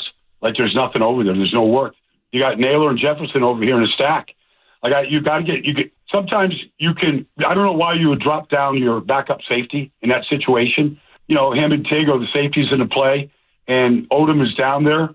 If you're going to play that stack, at least put Travarius on Justin right there, and let Ward take Naylor. At least put your best corner on their best receiver in that situation. And so not only did they get caught with their second corner on the other side of the field, but they got caught with, their third safety on Jefferson like that. And that's, Sam saw that all the way. I think he saw it pre-snap, actually. And the biggest play that I've seen the 49ers give up since Shanahan has been there, happened on the play. Yeah. I mean, obviously, looking back on this, in the moment, you're just frustrated. You can't believe that it plays out that way. But the more sort of NFL people I listen to, this was set up very, very incorrectly. And they tried to blitz, and I think that they thought that would handle it. And once again, like all game long, the Vikings offensive line won this football game. They were incredible. They won the game. Yeah. I know Nick was okay, but the Viking offensive line won that football game. Yeah, I thought Nick was great. And he had 2 sacks, and he had another pressure. And Floyd, I don't believe he recorded a tackle. And your guy, Javon Hargrave, in the middle, who's supposed to be a great pass rusher in the interior, he's not doing anything. He's not good. I would excuse Nick Bosa from this criticism because I thought that he was really good. He was disruptive, but he didn't get any help in the pass rush. And that 97-yard touchdown drive, or touchdown throw, rather, was one of only 4 times they blitzed. So Nick Sorensen and his defensive approach was, we're just going to rush 4, and that's going to be good enough, and it wasn't good enough. And they got beaten in the run game, and Sam Darnold was mostly unpressured in the game. So I wonder if going forward in this next game here against the Rams, without 2 of their top wide receivers, if they try to heat up Matthew Stafford a little bit, because they didn't do that to Sam Darnold. They made it too easy on him. Well, this is what I look for. When people sort of wonder, okay, why are you a fan of this coach? Why are you not a fan of that coach? And maybe this is like the training through the years of watching Steve Kerr coach the Warriors, the training of when I was in LA watching Phil Jackson coach the Lakers. Does it mean that schematically they're perfect? Of course not. Of course not. Steve Kerr's rotations coming up soon on 95.7 The Game. Right. We're only a couple months away. But it doesn't mean that they're schematically perfect. The number one thing I look for in a coach that we can see from the outside is togetherness. Steiny was making the point, well, people have been frustrated with Kyle before. Nobody's ever free from frustration. It's football. It's emotional. You ever worked at a restaurant? Everybody's screaming at each other all the time in the back. And this is football. This is 18 times as emotional and 1 billion times more physical. So sure, people are going to be frustrated. But what I've loved about the Kyle Shanahan era is that the Niners usually look together. They're buttoned up most of the time. And if there's a concern I have right now with what I see, it's not that Christian and Deebo are going to be out. It's that the defensive coordinators have been caught again in Minnesota, letting people get over the top, number one. And Charvarius Ward, after 2 games, is already speaking into microphones going like, well, I would rather play this way, but that's not the game plan the coaches are giving me. Yeah. We're 2 games in. 2 games. To a new defensive regime. Right. And you got a loss. You got a corner saying he'd do it a different way, and the entire NFL media being like, what the hell were you doing? Yeah. And you not look at not good at all. And you look at what this team has been over virtually every year, and it's been a new defensive coordinator almost every year. You have Sorensen, you had Steve Wilkes, you had DeMeco Ryans, you had Robert Saleh. And I know that it's good that these guys are going out and getting head coaching jobs. That means that they're good coaches and that they deserve their promotion to be head coaches. But you're going year after year with a new defensive coordinator, and so far, it's not really working. I'm just looking at the numbers, and they are second to last in blitz percentage. They've only blitzed 6 times in 2 games. 9.5% of dropbacks. Their pressure rate is toward the bottom of the league. Their sack numbers toward the bottom of the league. And I know it's a small sample, just 2 games in, but you saw it on Sunday. You didn't heat up Sam Darnold at all, really. And other than Nick Bosa, you had no heat on him. You said 6 blitzes the whole season? According to Pro Football Reference. And one of them ended with a Justin Jefferson gritty. Correct. Yep. Yeah. A gritty, a 97-yard gritty. A 97-yard gritty. Super gritty. I was surprised he had the energy left to do the gritty after that. That's tiring. That is. The Falcons have blitzed 4 times in 2 games. The Niners have blitzed 6 times in 2 games, according to ProFootballReference.com. Huh. Meanwhile, Minnesota, your leading blitz team, they've blitzed 33 times, Mark. 33 out of 78 pass attempts, they've blitzed. So you saw it on Sunday where Minnesota's bringing 5, they're bringing 6, and they're bringing them from all different angles. And I know every defense is not the same, and the Niners are more a team that is just going to rush 4 and trust the other 7. But I'd like to see them mix it up a little bit and maybe bring a little bit more heat at times.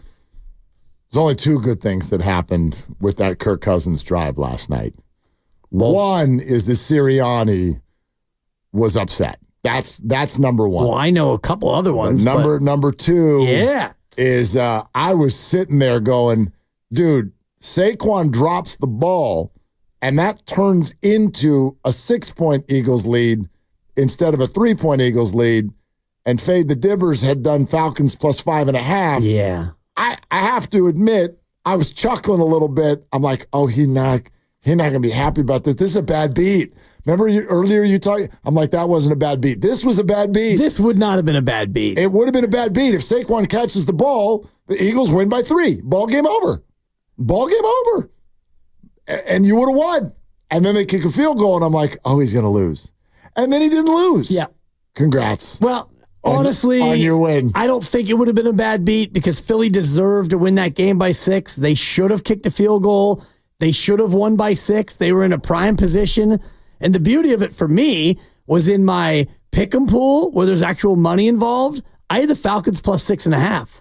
So deep down. Oh, I thought they were 5.5. 5.5 was the real time, but the pool I'm in. Now I'm even more upset. The spreads come out on Tuesday. So I already have my sheet for the week, and those numbers don't change. So that spread actually went from 6.5 to 5.5. So Fade the Dibbers, whatever. I don't want to lose that because I'm proud to be a winner and I won again. But that's not for good. Me, in the money pool, I'm thinking go ahead and kick the field goal, Philly. I got 6.5. I didn't know that. Is winner. That makes me more mad. And the little cherry on top, Grandy. No. Oh, no. Yes. The L for Grandy. Dude. I'm going to call him Glandy. I'm starting to feel bad for the guy. Yeah. I'm 0-2. You don't need to keep rubbing it in, okay? I do. And then remember last year in also, the playoffs? the flip side of this is Steiny won. You can't be happy about that. Yeah, it hurts me a little bit. That's a good point that he just made there. But his point team, for Grandy.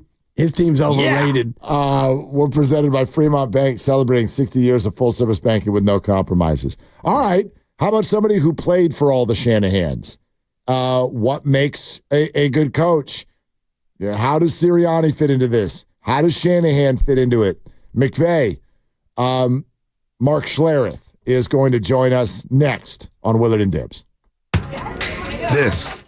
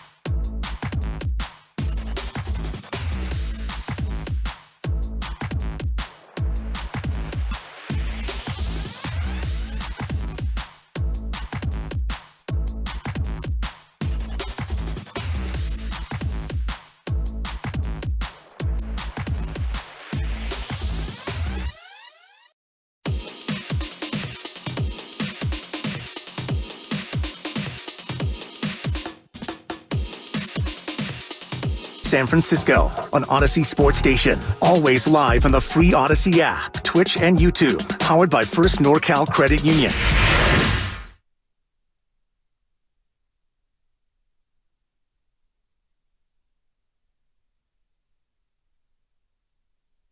Now, back to Willard and Dibs on 95.7 The Game. Oh, it's that time. We look forward to these, Dibs. We look forward to these. Big time. And we're going to get back to the calls at 888-957-9570. We mentioned Baldy on the roast earlier today. Thought he was really good. We got some of that to share with you. We've even got some of the callers from WIP in Philadelphia this morning that we can play for you.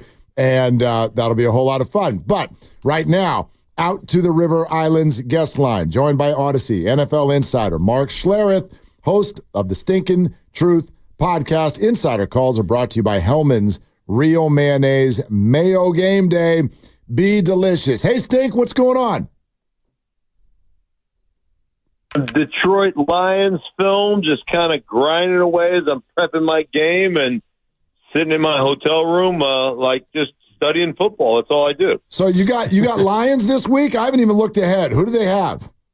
Arizona. And let me just tell you, the film on Arizona from last weekend and what Kyler Murray did, that's one of the top 10 performances I've watched, one of the top maybe 5 performances in offense I've watched in the last decade.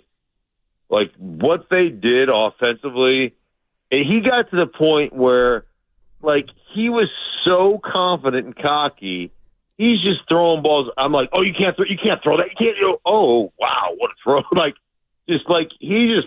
Forget about it. As a matter of fact, he had a throw in this game where he is scrambling around. He's got pressure. Rolls out of pressure, climbs back in the pocket, rolls back out to the outside. Is rolling the outside. He throws the ball.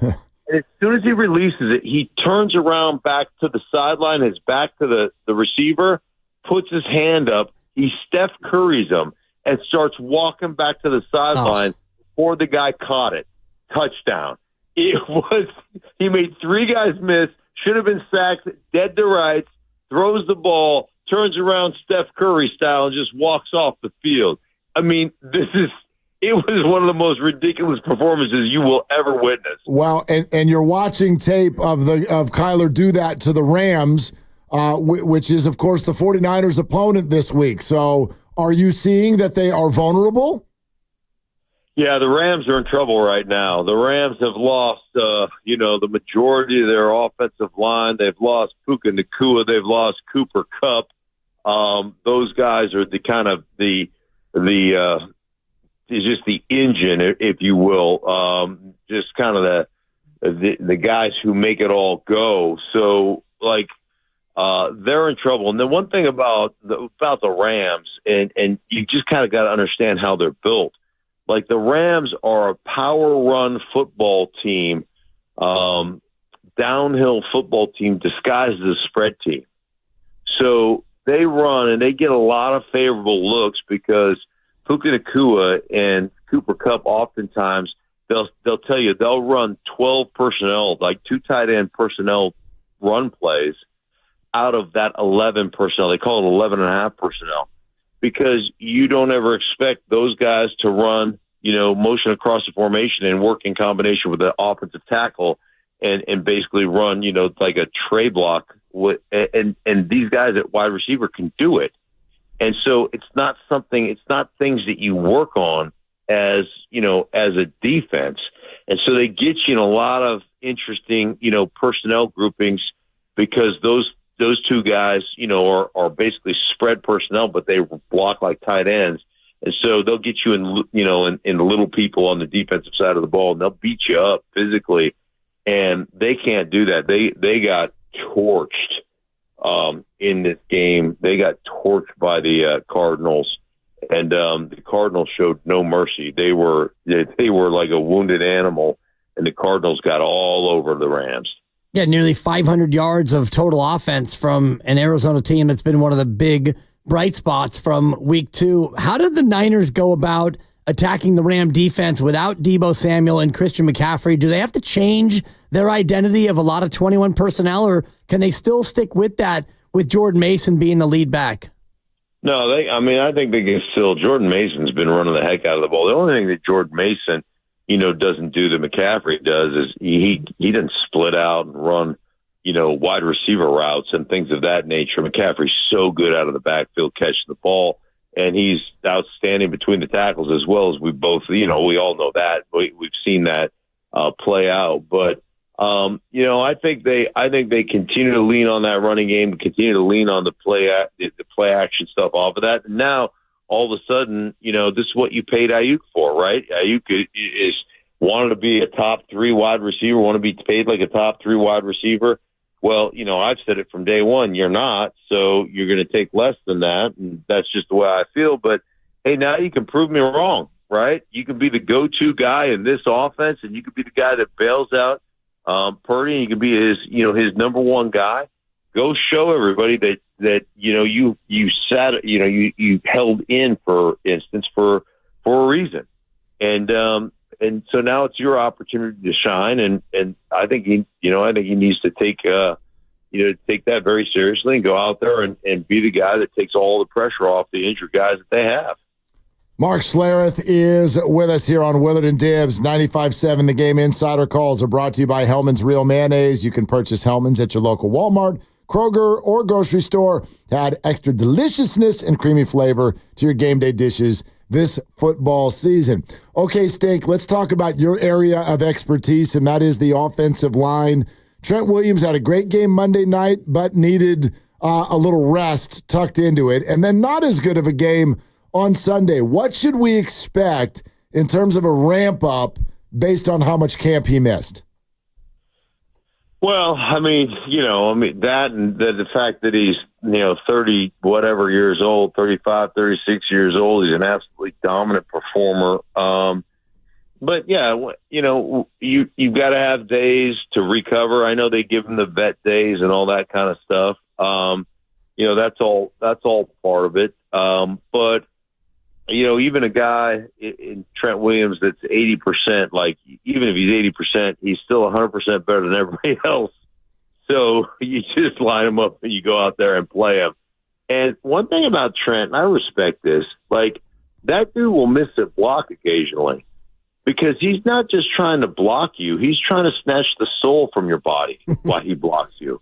And so occasionally, he'll come off the ball, just basically trying to end your life, and you slip him and you'll make a play, and he's just, all right, I'll go back to the huddle. You may make a tackle here or there, or you may make a play here or there, but by the end of the game, you're going to be so physically beat down that you're just going to want to tap out. And I respect the heck out of the way he plays the game that way. Like, he is fearless, and he is not worried about missing a block. Like, every now and again, he'll miss one, and you're like, good for you, big fella, because, you're not getting cheated. That dude does not get cheated. He tries to hurt people, and I'm all for it. It's like a home run hitter who strikes out but takes 3 massive cuts. You can kind of forgive it the way you're breaking that down. That home run hitter that hits one, it's foul, but it's in the upper deck, and everybody comes out of the dugout and marvels at it, right? Like, how in the hell did he hit that far? It's not even in play, but you still just marvel at it. Yeah, impressive to watch him in space and, absolutely pancake people. I can't imagine what that would be like to go up against him. I do look back at the Week 2 game against Minnesota and think about Brian Flores and what he was able to do, confusing Brock Purdy a little bit with his fronts and the Niner offense. Is that something that can be duplicated by other teams, the way Minnesota went about trying to slow down the Niner offense? They're so complex, and they're very sound. Don't get me wrong. They're very sound in a very unsound fashion. So they do things, and they get to where they need to get to out of places they shouldn't be able to get there. So I don't think there's a way. I don't really think you can duplicate what they do. Simply because, like I said, they will. You'll be walked up in an A gap, and you'll be the the deep cover 2 defender, on that side. And so you got to bail out, 26 yards from being in the A gap when they snap the ball. Like it's stuff that you just are like, that's unsound in their disguise and some of their principles, but they get to where they need to get to because they're so versed at doing it. They've done it so much. So you will never see somebody go, oh, look, they really had success in Minnesota doing this. We're going to duplicate that, because it's just like what you'll end up doing is you'll end up costing yourself a game trying to do something that you're not capable of doing. And they have just done it. They have coached it. They have taught it. They've got 100,000 reps at doing it. You don't, and it comes down to a lot of times in the NFL, and I always kind of found this a little bit faulty, but your coaching staff will see a play that somebody else ran and had great success against a particular team. And you're like, oh, we're going to steal that and we're going to use that play, which I understand doing it. And I understand the principle of doing it, right? Because the other team had great success.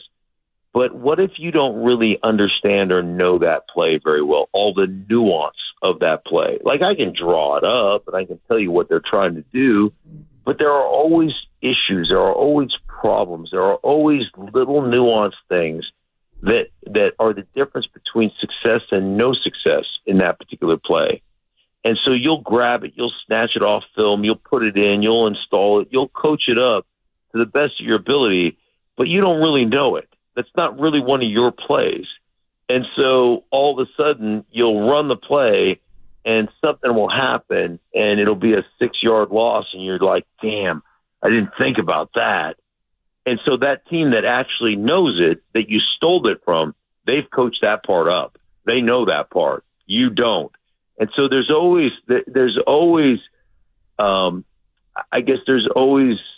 potential disaster in stealing plays and stealing concepts from other people if you don't really know it, if you're not really versed in it, and you have never really coached that particular, situation before. Mark Schlereth with us here on Willard and Dibbs, 95.7 The Game. Stink, I saw a good question earlier today. Actually, I think it was a friend that asked me this. For the 49ers against the Vikings, was that a bad game or a bad sign? How would you answer that? I would say it was a bad game.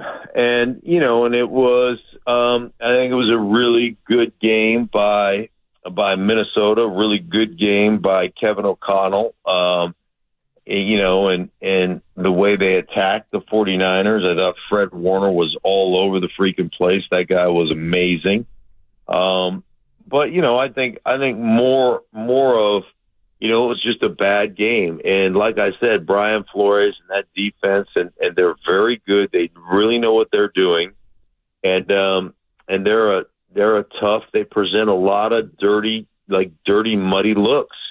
And, that's one of those things that, it's not just your quarterback, it's other players, it's receivers, it's other players that also get confused and also make mistakes. So that's just one that I would chalk up to. They got us. It was a bad game. We didn't play our best. They made a couple of big plays. You can't give up a 97-yarder coming off your goal line. Stuff like that, that's one I would just chalk up to. Hey, man, bad game. We move on. And a bounce-back spot potentially against Los Angeles. Familiar foes, a team that, McVay and Shanahan have gone head-to-head more than twice a year at times. How much do the Niners look at the Rams as somewhat of a wounded animal on offense as far as being able to scheme things up defensively against a team without Cooper Kupp and Puka Nacua? Yeah, I think it's big time. I think it's, you always respect your opponent, but I talked to McVay about it. Like they went about and changed back into kind of what they were because the 49ers just physically wore them out. Last year there were 2 close games, but the last couple of years the Niners have just beat the snot out of the Rams, like physically just wore them out. And that was part of what they addressed with their offensive line and the way they operated as a group is they needed to get more physical. And so last year they did that, and I think both those games, they may have split in the regular season last year. Both those games were close, though, as I recall. But that was the part of the way they addressed what was ailing them, their deficiencies, was like, we gotta be more physical so we can hang with the 49ers. That was part of the whole kind of concept of what they were trying to accomplish. The second game between the Rams and Niners was the last week of the season where the Niners were resting most of their players, but you are right that the Rams did win that game. They rested most of their players, too, for that matter.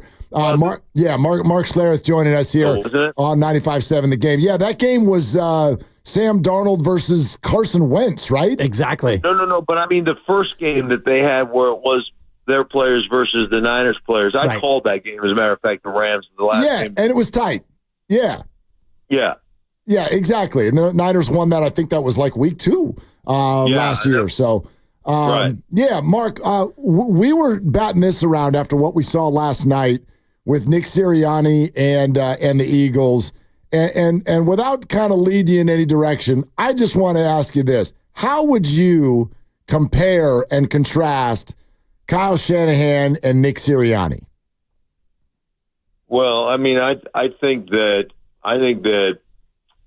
Kyle Shanahan is a phenomenal football coach and has an identity of what they want to be.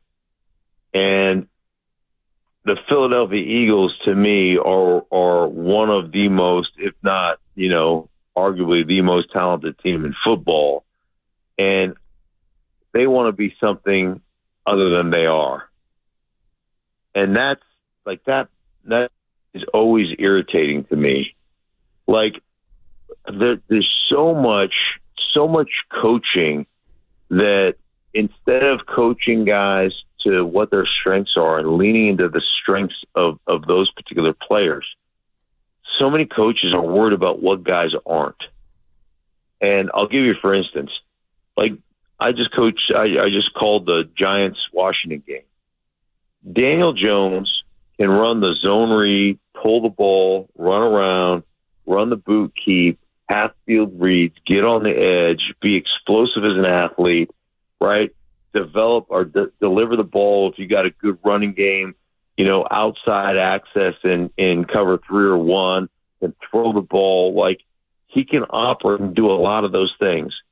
But it seems like with the Giants, they're worried about making him, but he's not quite good enough as a drop back guy. And my thought is, yeah, I get that he's not. So let's lean into what he is.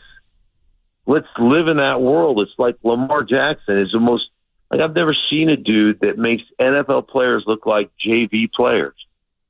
But we're so, we have such a want to make him a drop back, like he's going to drop back and he's just going to eviscerate people. That's not what he is. So why don't we just lean into what we are as opposed to worrying about what we aren't? And it's the NFL, it drives me nuts. Like, damn, we can be really good at being what we are. I just love teams that have an identity. And with Kyle, I always think you guys just have an identity. I know every time I turn on the film, I know what we're going to get. We're going to dominate the run game. We're going to dominate the play action. Everything's going to be married together, and it's going to work perfectly. Mark, always great having you, man. We love it, and we thank you.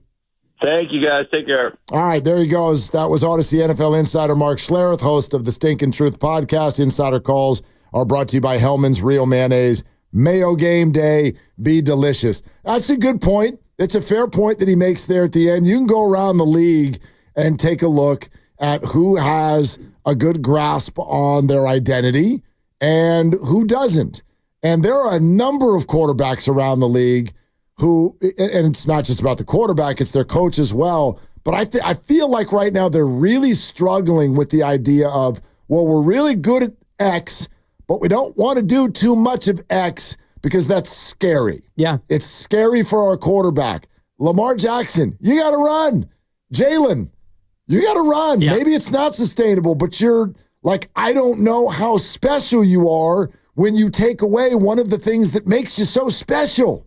And it's hard, I think, too, when you look at some of the younger quarterbacks and, C.J. Stroud, I think, is trying to become more of a passer, and he's not running it.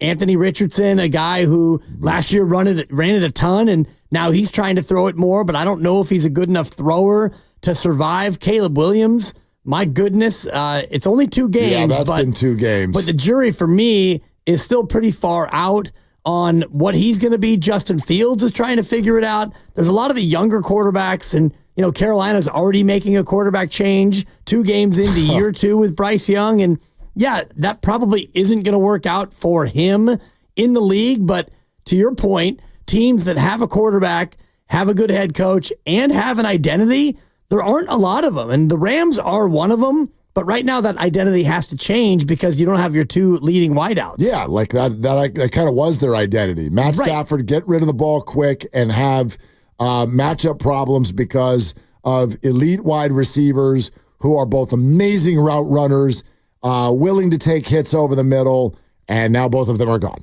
So now what do you do? Right. I mean, how many people out on the streets could even tell you who any of Matt Stafford's targets are? Name them. Yeah, I'm looking at them right now, and I'm looking at 8 people who caught the ball last week. And other than Kyron Williams, I know Tutu Atwell. We got Tutu. You got DeMarcus Robinson, right? He's on the team. Jordan Whittington. Oh, right. And Whittington. Tyler Johnson. Okay. Colby Parkinson. That's their tight end in the absence of Ronnie Rivers. Yeah. Okay. I mean, these are not household names. Is that Skoranek guy still there? He didn't catch it. Is he even there? I don't think so. Yeah, that's who the Niners are going against this weekend. Exactly. And you got Blake Corum and Kyron Williams running the ball. We know Blake Corum from Michigan, but this is not a vaunted offensive package, but don't look past any team now in the NFL. Yeah, no doubt. All right, so there's some of you who want to react to what we were talking about with Stink. Feel free to do that. We'll take your calls, 888-957-9570. Kevin Harlan in about 40 minutes. And then there's also this. I just came across a really interesting Brock Purdy stat. I'm going to give it to you, and then we got to ask, is that a good thing or is that a bad thing? Because you can read it 2 ways. That's coming up next. We're sponsored by Chilton Auto Body. It's Willard and Dibbs. Have you been in a car accident? Chilton Auto Body has 15 convenient Bay Area locations to help restore your vehicle to pre-accident condition. Chilton Auto Body is also actively hiring for all positions. For more details, head to ChiltonAutoBody.com. The Bay Area's leader in collision repair. CMC out, Deebo out. Deebo Samuel.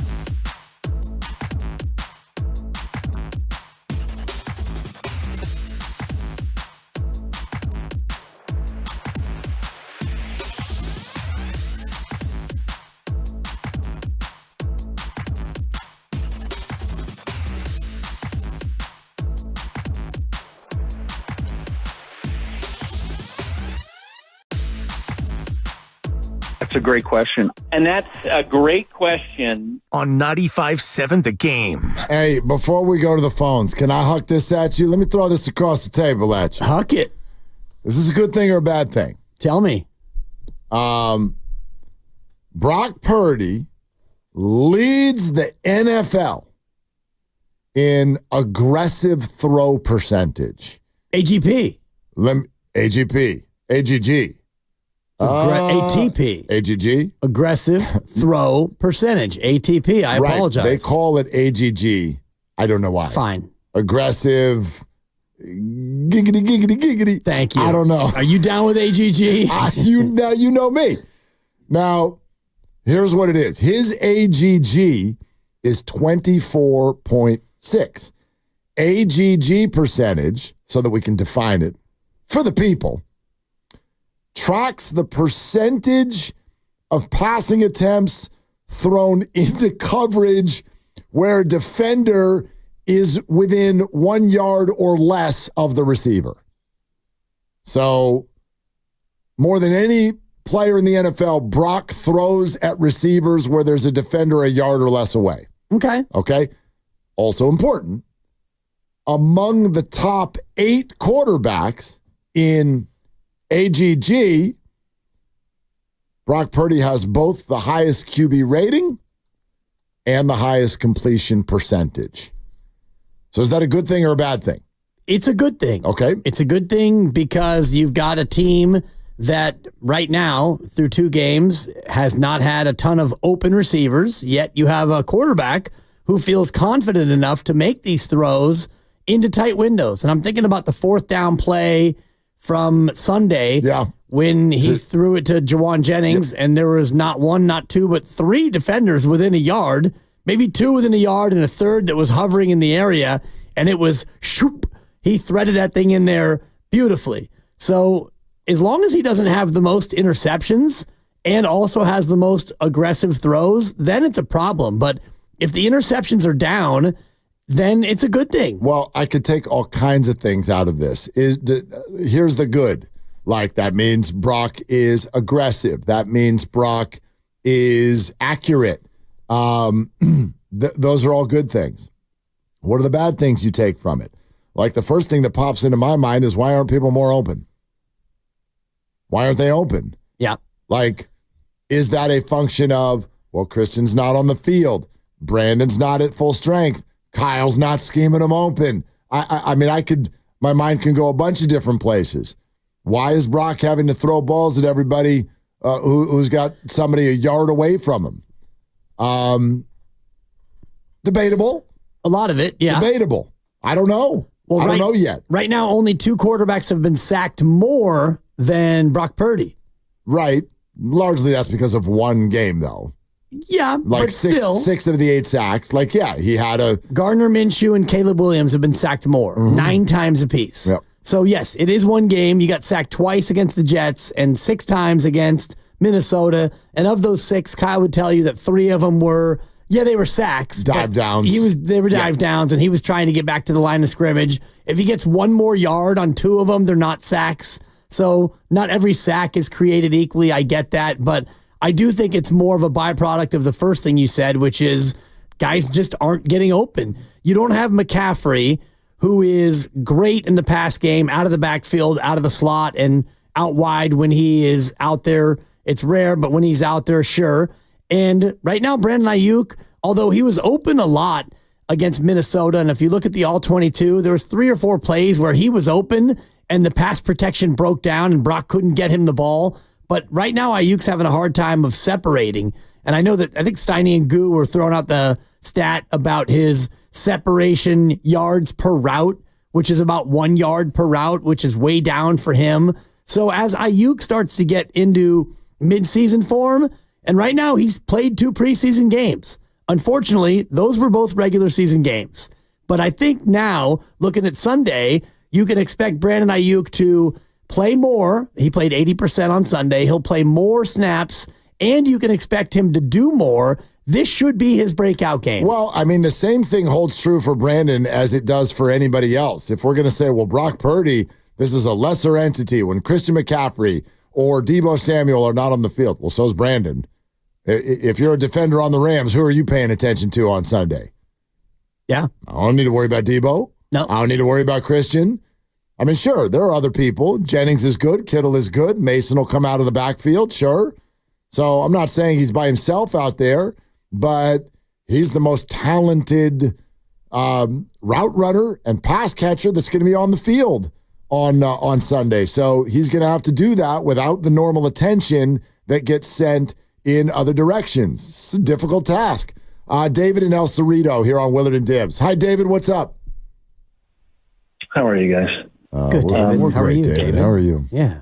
I'm well. Okay, good. Dibbs, you kind of threw me with your logic. I'm just not going to address it. I'm going to move forward to my point. Yeah, I apologize for being so logical and so it's sensible, okay. David. Wait a minute. What did he say, David? I want to know. Well, his comments about maybe Brock Purdy is throwing it into guys who are covered so often because he's not seeing the guys who are open. That's part of it, David, certainly. And it's hard Okay, to throw it to guys who are open when you don't have time to find the open receiver, David. You said that, Dibbs, or you're saying that, David? Are you saying that, David, you're David's saying... mocking me for the simplistic way with which I delivered that Wait a minute. point. Is he mocking you or is he brocking you? Hang on now, David. Are you saying that Brock is throwing into coverage because he's not seeing the open people?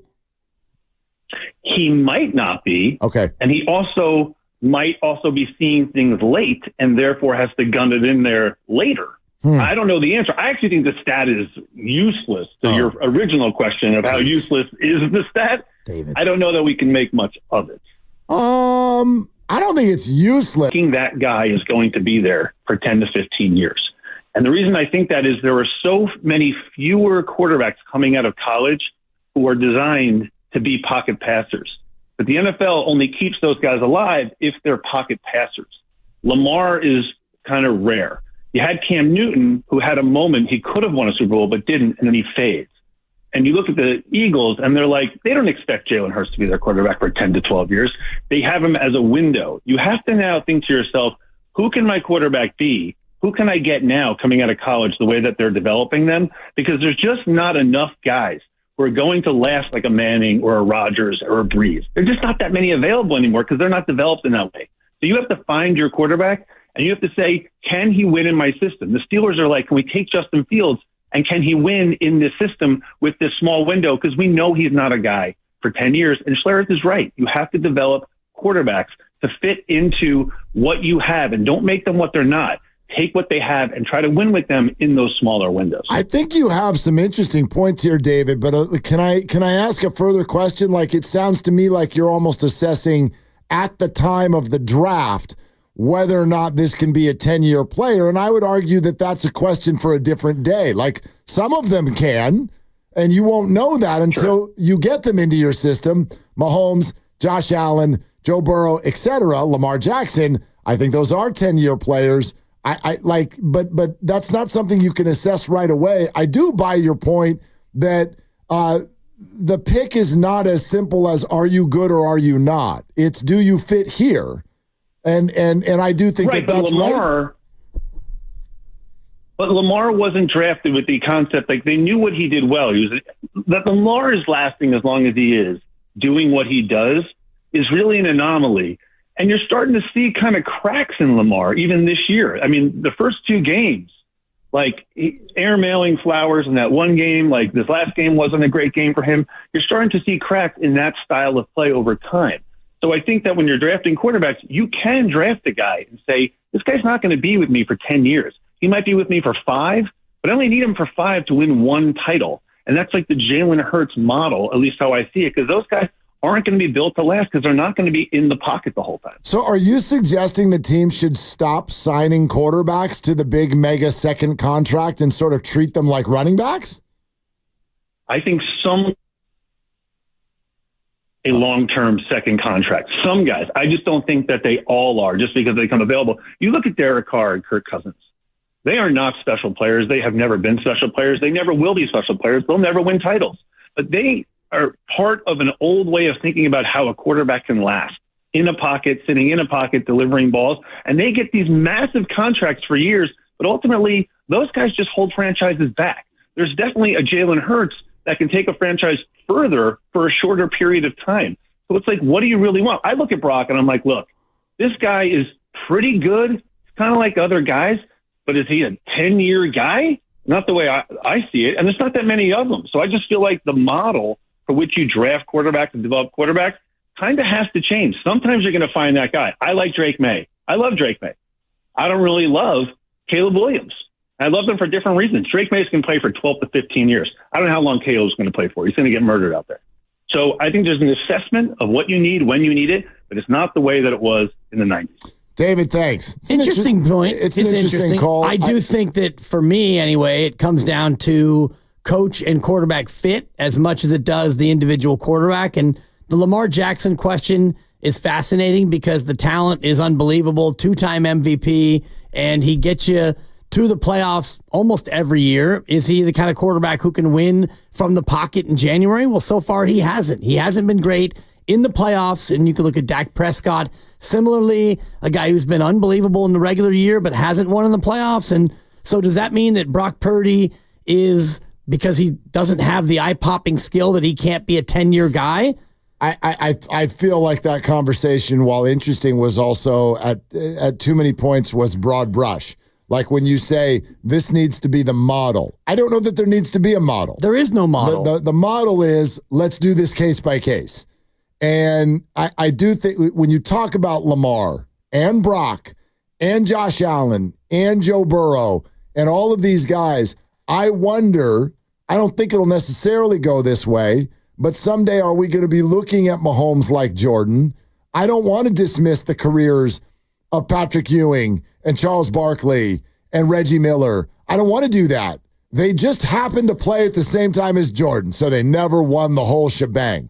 We may be looking at this like that, and that doesn't mean these players aren't good. And then you go down a rung, in my opinion, and get to the players he brought up who he said are like holding organizations back. Derek Carr, Kirk Cousins.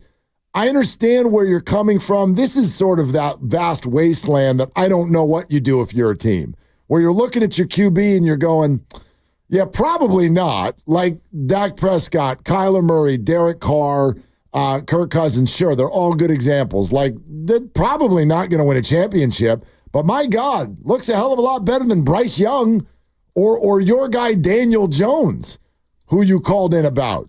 That was there were a few oddities there.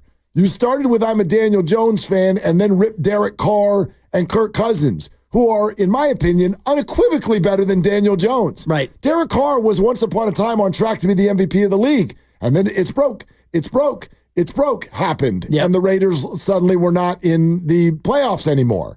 So, like, you can have one-off seasons with those guys. Good things can happen, but what are you asking the team to do? That's why Dallas just gave Dak $60 million. You going to win it all? Probably not. But what do you want? What would you want him to do? Start Cooper Rush? What's their other option? They're relevant with these guys. Exactly. And that to me becomes more of the bar than being a Super Bowl champion, because Josh Allen, he may never win a Super Bowl because, like you said, Reggie Miller, Charles Barkley, Allen happens to be in the AFC at the exact same time as Patrick Mahomes. And so that might be preventative of him winning a Super Bowl. Same thing for Lamar Jackson and Joe Burrow as well. So it's not only about can they win a Super Bowl or not. Derek Carr becomes an interesting one, and it's definitely recency bias, but through 2 weeks, they are the talk of the town. That offense is the most explosive offense in football, and Derek Carr is the author of it. And Dennis Allen, the head coach who many people thought should have been run out of town last year, is now sitting on top of a 2-0 team with the hottest offense in football. So everything changes quickly, and if Derek Carr and Kirk Cousins and Dak Prescott, if they get their teams to the playoffs but don't win the Super Bowl, does that mean that they're not very good? Because only one quarterback wins the Super Bowl every year. Well, exactly right. So, no, it doesn't mean that. So the other 31 quarterbacks are all replaceable because they didn't get it done? Well, that's one thing that I wonder about. Like, he kept referring to the model. And it's funny in sports. We love to look for that, the model. And I just don't know that there is one. Like, you can have a great model, and then there'll be an exceptional player that comes in and totally blows up your model, or it beats your model. Think about how often the model changes. We have a great example right here. Remember when Colin Kaepernick joined the 49ers? And oh my God, the read option. Holy hell, going to change the league.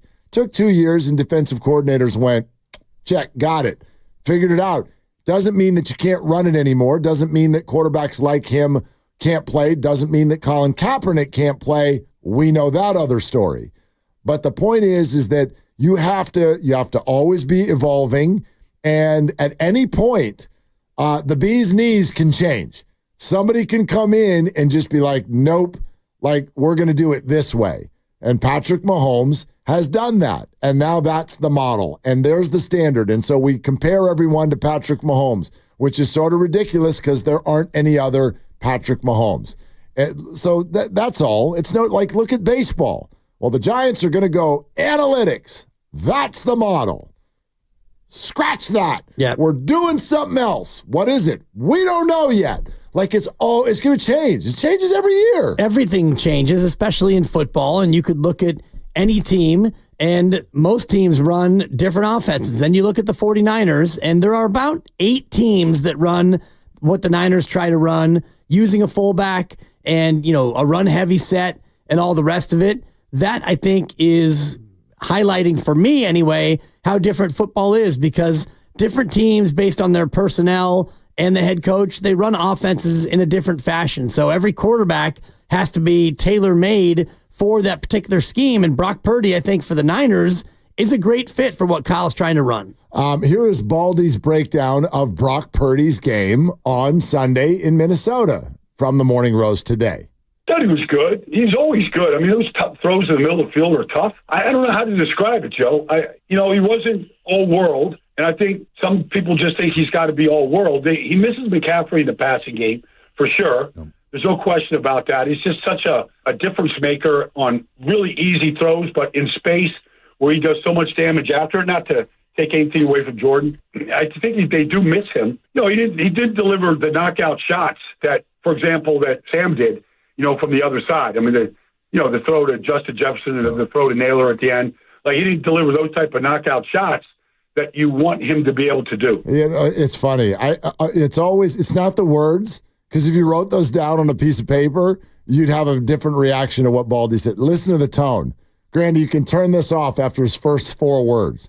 How did Brock do on Sunday? I thought he was good. He's always good. Yeah, I think he's good. He's fine. And I say fine, and you come down my road. Not on this one, I won't. I know. I think that's exactly what he was on Sunday. I don't think he was a huge problem. I don't think he was very good either. Not a game to write home about. A bad pick deep in your own zone. Yep. That'll hurt you. But he wasn't like embarrassing or awful or any of those things. He was fine. Grandy's grades coming up later in the program. Oh, that's right. We get to do that We'll today. get a chance I to, do like that. to get Grandy's professional look at it, a guy who does the overtime show and the pregame shows at times here. He does the football hour, not the pregame show, the football hour. Grandy's a guy tough with the grades now. And so I wonder what he'll give Brock Purdy for his 2 turnover performance. Well, I'm glad we do that on Tuesday because it's kind of like a cooling off period. Totally. It's very similar to what the league gives the players. You don't let the media into the locker room right away because everybody needs a cooling off period. So does Grandy. Can't do this on a Monday. Everybody would get an F. Everybody would get an F. So we wait till Tuesday, take a breath, and let's see what we got. And Grandy, I want you to feel free to change your grades from when you initially issue them to when you deliver them on the air, because I know your grades come out within an hour normally after the game. I see that graphic come out, Grandy's grades, but maybe upon reflection and further review, you might have a different opinion when you watch the film a couple more times. So I want you to feel free to alter your grades as you see fit. Maybe from film, but not based on what you guys say, that's for sure. Okay. He's just bitter. 0-2 in fantasy. That's bitterness right there. Oh, Baldy wasn't done with Brock, by the way. Oh, give me more. Here's more. Staring some receivers down. I think he is locked in on some guys, and he's kind of probably waiting too long for things to open up. And some of that is, Aiyuk wasn't there at all during training camp in the off season, kind of waiting on some things to happen. And And you could be found guilty of that sometimes. Okay, so he said he's staring some receivers down and maybe waiting a little bit too long. You know, we like whenever there's that, you were giving the sacks stat. And whenever you do that, the offensive line. Well, some sacks are quarterbacks' fault. Yeah. Like often, in fact. Yeah, and I do think that the one pick that he threw was exactly what Baldy's saying. Agreed. Staring down the receiver. He stared down Juszczyk. He saw him open, and he waited too long, and that ball was late coming out, and that's why the ball got intercepted. And I think that his praise of Brian Flores, while part of me, it kind of cringes at him praising the opposing defensive coordinator, it's classy, and he's not wrong when he says, oh, your scheme, man, your scheme was great. But part of me is like, you don't need to compliment the opposing defensive coordinator on his scheme when you just went out there and lost a game. But it was clear that was a factor, that the Brian Flores defensive scheme confused Brock Purdy a little bit. Shades of Draymond Green hugging LeBron James. You don't like that stuff. Shades. I don't really understand that. That's just me. I think that you don't understand why I don't like that? Well, I think we want gladiators on the field to act like it 24/7, and they're not. The game ends. They're people. They respect one another. They do the same thing for a living. They're competing with one another, and they go pray at midfield together. They're glad that they're all healthy, and if someone did a good job, you let them know. It's not. You don't need to be mad at each other for the rest of your lives because someone's on the other team. It doesn't really, really bother me. I know it it's doesn't. Just a little bit. Like, what's wrong with it? It's a little annoying. It just like. Here's an idea. What if they had won? Then it's different. Then you can go ahead and praise him because you won. Yeah. You won the damn game. But so then you can say, hey, your scheme was good, I like your but scheme. we still beat you. And what's the other guy supposed to say? Because he lost. He'll say, get out of here, jerk. No, thanks. I like my scheme too. You made some plays. You beat us. Oh, no, don't say that. You can't say good things to the opponent. You can't say when you throw a pick and you fumble and you lose to Minnesota again and you haven't won there in more than 3 decades and you say, oh boy, that scheme of yours, I got scheme envy. I think you can. He did. You could do whatever you want. He's allowed to. It's not against the rules. It's a sign of weakness. No, it's not. We're presented by Fremont Bank, celebrating 60 years of full-service banking with no compromises. 888-957-9570. Is Brock Purdy a little weakling? 888-957. No, Nice. That's not. No. There's more Baldy to play. The phones will light up. Yeah, I know. Grandy's grades are less than an hour away. Kevin Harlan is 20 minutes away. This is Willard and Dibs. Hey, it's Willard and Dibs for Safeway. Enjoy these amazing deals for members. And as always,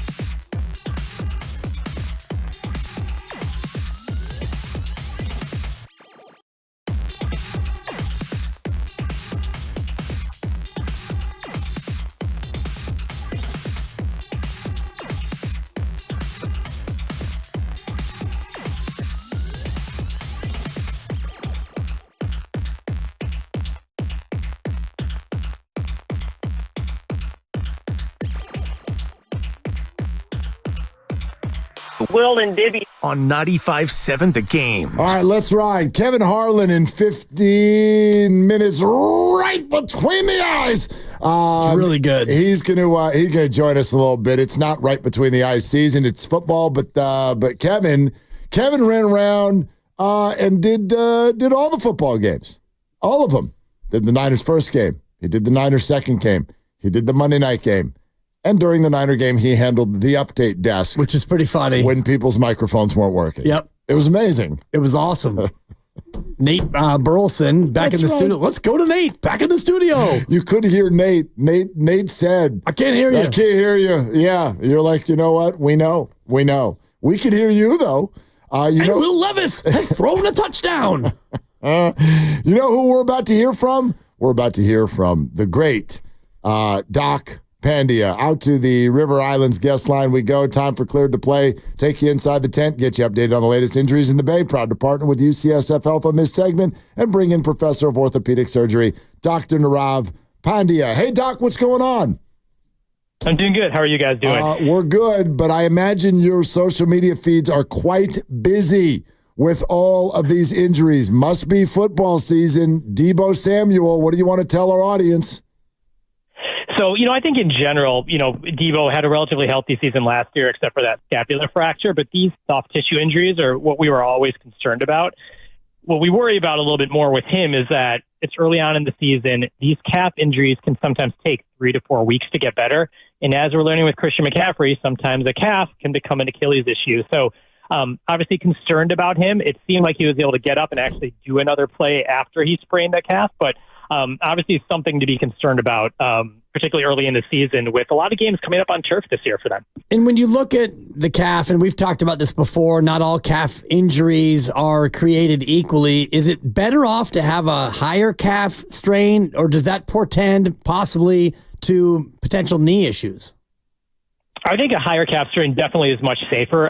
Very rarely will you see a high calf issue and a knee kind of go hand in hand. The reason why a higher calf issue is better is, number one, it's farther away from the Achilles, and it's more in the muscle. And we know that pure muscle injuries, as opposed to muscle injuries that occur where they transition in the tendon, are much worse. So higher up, probably just a muscle issue. Hopefully that's all it is, and we get less worried about it. Those are those 2 to 3 week injuries versus one that goes a little bit lower down. Those you get a little bit more concerned about. And those are the ones that sometimes draw out to 4, 5, 6 weeks. Doc, let's talk Christian McCaffrey. Kyle Shanahan sort of indicated like nobody knows if he's going to be ready when the IR stint is up. When it's up, it's a turf game Thursday night, immediately the next week. I mean, how are you looking at this? A 49er fan should think what in terms of an expectation here? I think the expectation, without knowing the specifics, but just seeing how this is all played out, that this is going to be a 6, 7, 8 week long process. I think 4 weeks, they're going to maybe give him a go and see how he feels. But just because he comes out of IR, 4 weeks from now, it doesn't mean he's going to go in and play in a full game. This may just be, okay, let's get him into practice. Let's see how the Achilles feels. Honestly, with most of these, knowing that in the general population, this takes about 3 months to get better, I would not be surprised if we see a prolonged Christian McCaffrey return. So if he comes off of IR and it's like, look, it's going to be another couple weeks, I don't think people should be concerned. I think that's the natural history of how long these take to get better, particularly at his position where he's explosive. And part of this is just, we just don't know how it's going to feel when he plays. He could look great. He goes out full contact practice and it's like, ooh, I need another couple weeks. So my fingers are crossed, but I'm not super hopeful this is going to be immediately Christian McCaffrey playing at week 5 after he's, off the IR. What's the ramp up like once he's able to be cleared? If it's after 6 weeks or 7 weeks or 8 weeks, is he going to need a certain amount of time to go through practice before he can even play at all? Yeah, ideally you would. And a lot of it has to depend on, how conservative are they with him during IR? Are we going to see him in a boot? Is he going to potentially just be walking around? So let's just assume that they do nothing for the next couple of weeks. They're just shutting him down. He's just doing stuff in the training room. You might need a 2 to 3 week ramp up simply because of what he's doing. Now, if he was a lineman, he's a kicker, you could probably get him back out there pretty quickly, but he's essentially straining that Achilles every single play he's out there. So that ramp up may be, 25% intensity that first week, then 50%. So it could be a couple week ramp up before we see full participation Christian McCaffrey, even when he comes off the IR. Doc Pandya with us. And I know this question's been out there, but I think it's good to keep reiterating it because it's probably on the minds of our listeners and 49er fans. What is the risk whenever he's feeling healthy for recurrence and rupture? Yeah, so the risk of recurrence, if you look at all athletes who get diagnosed with Achilles tendonitis, most studies show that risk is somewhere between 4 to 10%. So the vast majority of athletes who get Achilles tendonitis will not tear their Achilles, but that risk is not minimal. The risk of recurrence, as long as you allow this to calm down and there aren't any chronic issues in that tendon, meaning this isn't something that's going to leave degeneration in that tendon where it's going to be an issue that kind of goes on for a period of time, the risk of recurrence is pretty low. But I do get worried for a running back who's over the age of 28, who's had a lot of touches, are there already some changes in that tendon? So is he going to be more at risk to having pain and an impact on his performance? That's what I get worried about. Tua Tagovailoa has been placed on IR with the Miami Dolphins after a third concussion, and this one looked to be almost as severe as the previous two. When you get to that third concussion stage, what is not only the likelihood of another concussion to happen, but how much time it would take to recover once you have three of these? Yeah, I think, with each concussion, there is differing degrees of severity, but each time we've seen him on the field, these have been pretty significant concussions. We see him posturing on the field. Everyone's extremely worried about him. So each subsequent hit that brain takes is more susceptible to get another concussion. And then you're also kind of piling up all those secondary changes from having these repeated impacts. So I think the duration of which he's going to take to come back from this is going to be much longer. And secondarily, then that risk of getting it again is really, really high. And honestly, that risk of concussion, how it impacts you, is different at each position. Obviously, for a quarterback who has to process a lot of information at a high rate and has to kind of be dodging individuals, that time to come back from a concussion could be significantly longer than, say, someone who's not playing in a position where there's a lot of fast processing that has to take place. So could this be 4, 5, 6 weeks worth of recovery for him? Absolutely. It sounds like he's going to meet with outside neurologists, but I think this is the point at which he needs to decide, what are the risks? What does it mean for my career? And I'm willing to take those. And that's a very personal decision for him. I don't think anyone else should be making that decision for him. Doc, also, with everything going on with 49er pass catchers, Ricky Pearsall would be eligible week 5. Is that crazy? Could he be ready to go by then?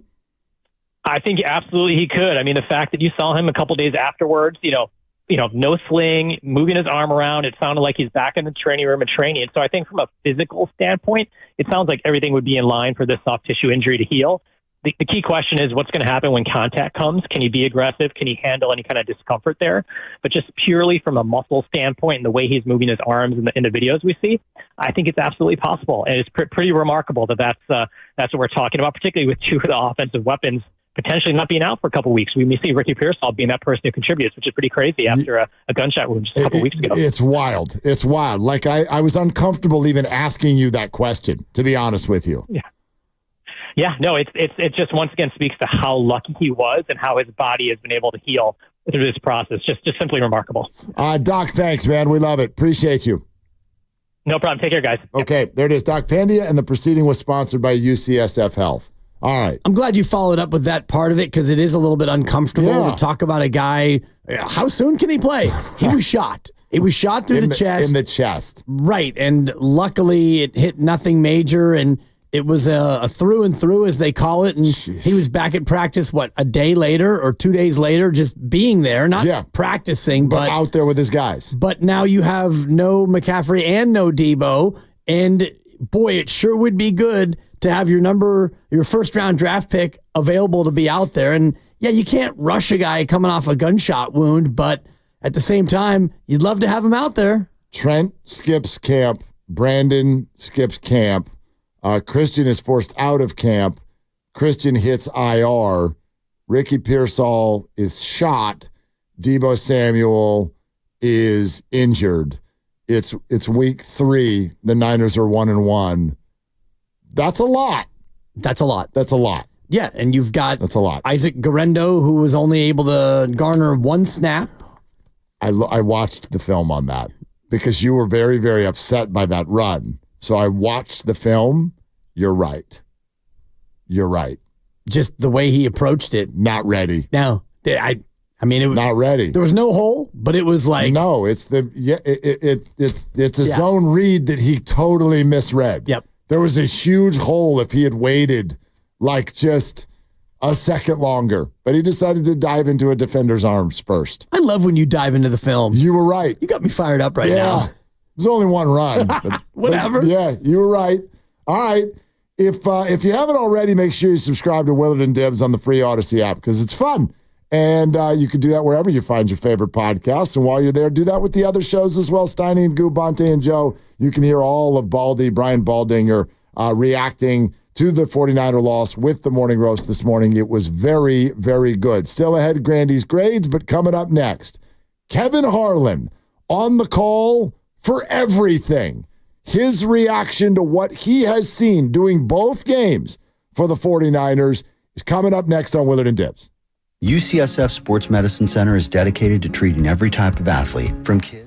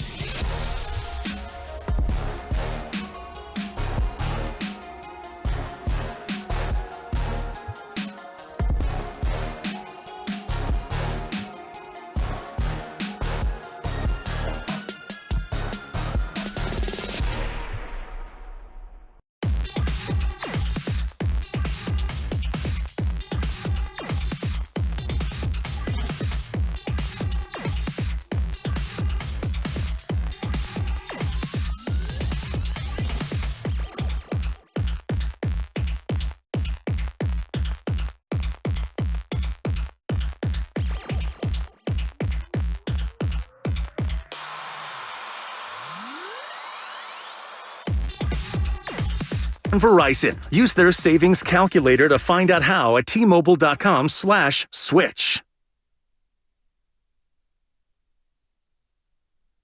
Second down 9. Darnold getting messy, going deep, and he's got Jefferson. He's got Jefferson. It's a foot race downfield with Brown. Shifting gears. Getting a block. That's 6. 97 yards. Holy smokes. Now, back to Willard and Dibbs on 95.7 The Game. All right, continuing here on a Tuesday. Niner fans still licking their wounds a little bit, but we do know that our next guest right here on the River Islands guest line, Dibbs, is someone who tends to put a smile on everybody's face. Always. That is Kevin Harlan, and I don't even know if you know that you're the voice of the Niners now. Let me think. You've done 2 Niner games. You did last night's game, and you handled the update desk on Sunday as well, we noticed. So you're officially doing all the games, Kevin. It's my honor to do them. Believe me, they're a great organization. I always enjoy seeing that team play. They're loaded. They got some injury issues clearly right now. They're coming off a game where actually, Minnesota is a lot better than advertised, kind of like New Orleans. The pundits, I think, underestimated those two teams pretty significantly. Minnesota is tough, and they've bolstered their defense. They've made some changes. They've got weapons on offense, as we saw on Sunday. And they have a quarterback, quite frankly, who's playing with a lot of confidence, and it didn't take long for him to kind of get in his lane and get going. And it was just one of those days for the Niners. They miss McCaffrey, clearly. I mean, he's the motor, as you all know, for that team. And when he's not there and he's not a part of what's going on, like all, special, elite, great players, it's incumbent on somebody to pick up the pieces and try to bring things together. And that's not easily done. It may have looked that way against the Jets, but it's going to be tough until he gets back, and hopefully it's sooner than later. And now Deebo, we get Deebo back out there too with his soft tissue injury. But when this team is whole, I still believe they're the best team in the NFC. I really do. Yeah, pretty impressive game by Minnesota. And you talked about picking up the pieces with no McCaffrey, and you saw Jordan Mason do his thing now 2 straight weeks. What do you make of the young running back and the way he goes about getting those yards?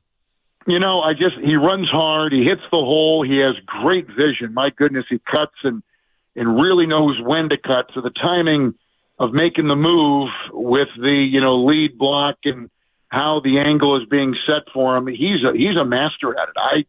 I don't know how he went undrafted. I would say this. I think that the Niners kind of pride themselves on bringing in projects like this. It's been very clear with the variety of players, not the least of which was your quarterback. This kid was undrafted and barely made a ripple coming out of Georgia Tech. But the fact that he has been in that program, knows the offense well, and knows his time is now, and the team needs him.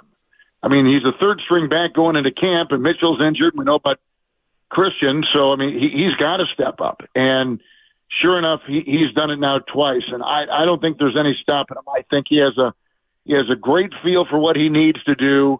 I think you've read and heard out there that Fred Warner kind of took him under his wing this past off season while he has worked out with the Niners and in their facility during these last couple off seasons. He worked with linebackers almost exclusively for a month this past off season, and clearly it's added a little bit of grit, a little bit of toughness to him, and it's showing right now, and they need it. So a quarterback's best friend is a good running game. They've got one, and we saw that again. Purdy answered the bell with his efficient play, but just not enough. And home openers are always great. You saw it Monday night against the Jets, and the Viking fans saw it Sunday against the Niners. Kevin Harlan is with us here on Willard and Dibbs 95.7 The Game. Kevin, I wonder, because there's been a lot, right? There's the Aiyuk holdout, the Trent Williams holdout. Then the season starts. There's no Christian McCaffrey. Now add Deebo to it. You've had a chance, I would imagine, to visit a little bit with Kyle Shanahan through these first 2 weeks, and I wonder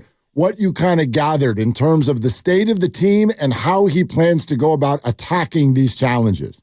Well, he's had challenges before, and he's always handled them well. I really, my admiration for Kyle and the organization is pretty limitless, quite frankly, and they'll figure it out. I think when new roles have got to be taken, when bench guys now are getting more snaps or bench guys are becoming starters, there's a change that ripples right through the team, and everybody's got to make an adjustment to a different degree. And I think that's kind of maybe the process they're going with, right now. They didn't have Trent all camp, and he shows up a week out, and somehow, some way, this guy is superhuman, man. The way he can come back, and I know he was working out on his own. It's not football workout and team workout like you see in camp and everything else. But the fact that he can come in and only miss a couple of plays against the Jets and then do what he did against the Vikings and a pretty good defensive front is pretty startling to me, quite frankly. And my respect for him is off the chart, as everybody's is. He'll be in Canton one day, and it's going to be a proud moment for the Niner organization when he gets in there. And then Aiyuk, I think, is playing. First of all, he's not in that football shape, and there is a difference. You can come and work on your core, and you can come after an off season of working with yoga guys and weight guys and run guys and meal guys and whoever else, the Dalai Lama, and you're gonna until you're in that camp and in the everyday grind of practice and preparation and coaching, it's just not the same. And he's kind of in that stage right now. So his camp is I don't know how many looks he's getting, but clearly the production has been down from what we're used to seeing. I think that's just a blip, and he'll pick up, especially now that Deebo may be on the side here for a bit, and he's going to have to. I mean, the moments of him kind of being in the background and not prominent for the first two games are over. He's got to step up, and he's got to kind of be like Juwan Jennings, quite frankly. He's got to be reliable. He's got to be there, and I think he'll meet the challenge. And I would never underestimate the fact of the weight of that contract. That's a gigantic contract he has. Everybody's eyes are on him. The expectations have now grown, and my guess is he'll handle it. But like with anything in life, it's a change, and that's a change in so many ways. You've got to adapt, and he will. And this will be the team we all thought they'd be here in the next couple of weeks. But right now, they've got to get at least another 3 weeks without Christian, and who knows how much longer without Deebo. But they'll get back there, and they'll be fine, and they'll be the team we thought they were going to be heading into the season. A little bit of survive in advance now for the Niners without Deebo and Christian, and the big guy who is still there, and the guy making tiny money, not the big money, is Brock Purdy. What have you made from Brock Purdy, having seen him twice now in this early season and where he is in his season? I love him. He's wired the same way the great ones are. We talked to him the other day, and his answers are clear and efficient. His direction on answers is you know where his compass is pointed, and I think all the quarterbacks with presence, and he has gained it even more so than when he first got the job some 26, 27, 28 games ago, going back a couple years. He's a confident kid, and he's got a lot going for him. And everybody is saying, well, he's got his hands on the wheel of a Ferrari. Well, good for him. There are a lot of quarterbacks that have their hands on the wheels of a Ferrari, and they start shifting gears, man. They're all over the place. They're fishtailing and they're ramming into the side rails and everything else. So listen, he has got those elements working for him. What I think is interesting for Purdy right now, beginning this week, is he has no Christian, no Deebo. He's got a left tackle still trying to get his feet under him. He's got Aiyuk trying to get his paces. And people are kind of looking at him, and he's going to have to do maybe a little bit more. He's got this big contract, like you talked about, looming, because they're basically getting him for free. That's how they're able to sign Williams and sign Aiyuk and get all these things done. But when the clock is ticking, they're going to have to pay this guy as your quarterback. He will solidify every positive thought that the organization has of him with what he does without a lot of air in those tires and a lot of gas in that tank, right? He's gonna have to maybe move a little bit and adjust, and he can play the same way, but I mean he's going to have to be lights out. And quarterbacks that make $40-50 million a year, that's the way they've got to play when they don't have every part at their disposal. And he's not going to have the parts that make that team special. He doesn't have the engine in McCaffrey. He doesn't have that ubiquitous piece in Deebo Samuel. He's going to have to, the offense is going to have to adjust, and he's going to have to be right there leading that adjustment. So these next weeks are incredibly revealing. And I think it will just solidify his place, not just for this season, but for the rest of his career, in how he handles this offense without having the main parts and the most headline-making guys at his disposal. Kevin Harlan with us, Willard and Dibbs. That's an interesting statement you just made there at the end, Kevin. You're confident that this is going to go well for him.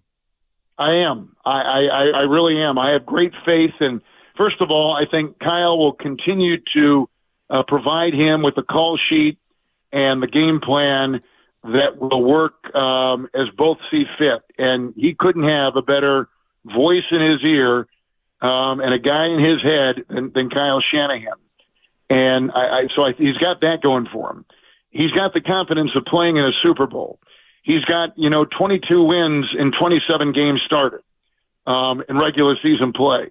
I mean, this guy has done it with a lot of different players, including a Hall of Fame tight end and other parts that can emerge, like Juwan Jennings. And he's proven he can do it. And now he's going to have to, really kind of, I wouldn't say carry, because the team is still, even with McCaffrey and Samuel gone, I mean, the team is still terrific.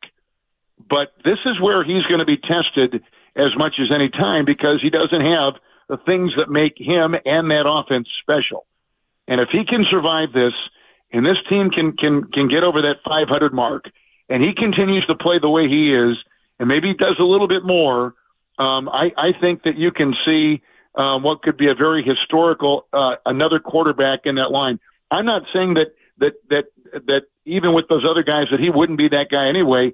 I just think on the cusp of a big contract, and it's coming, that this puts all worries aside, that he is the right guy in every form and fashion.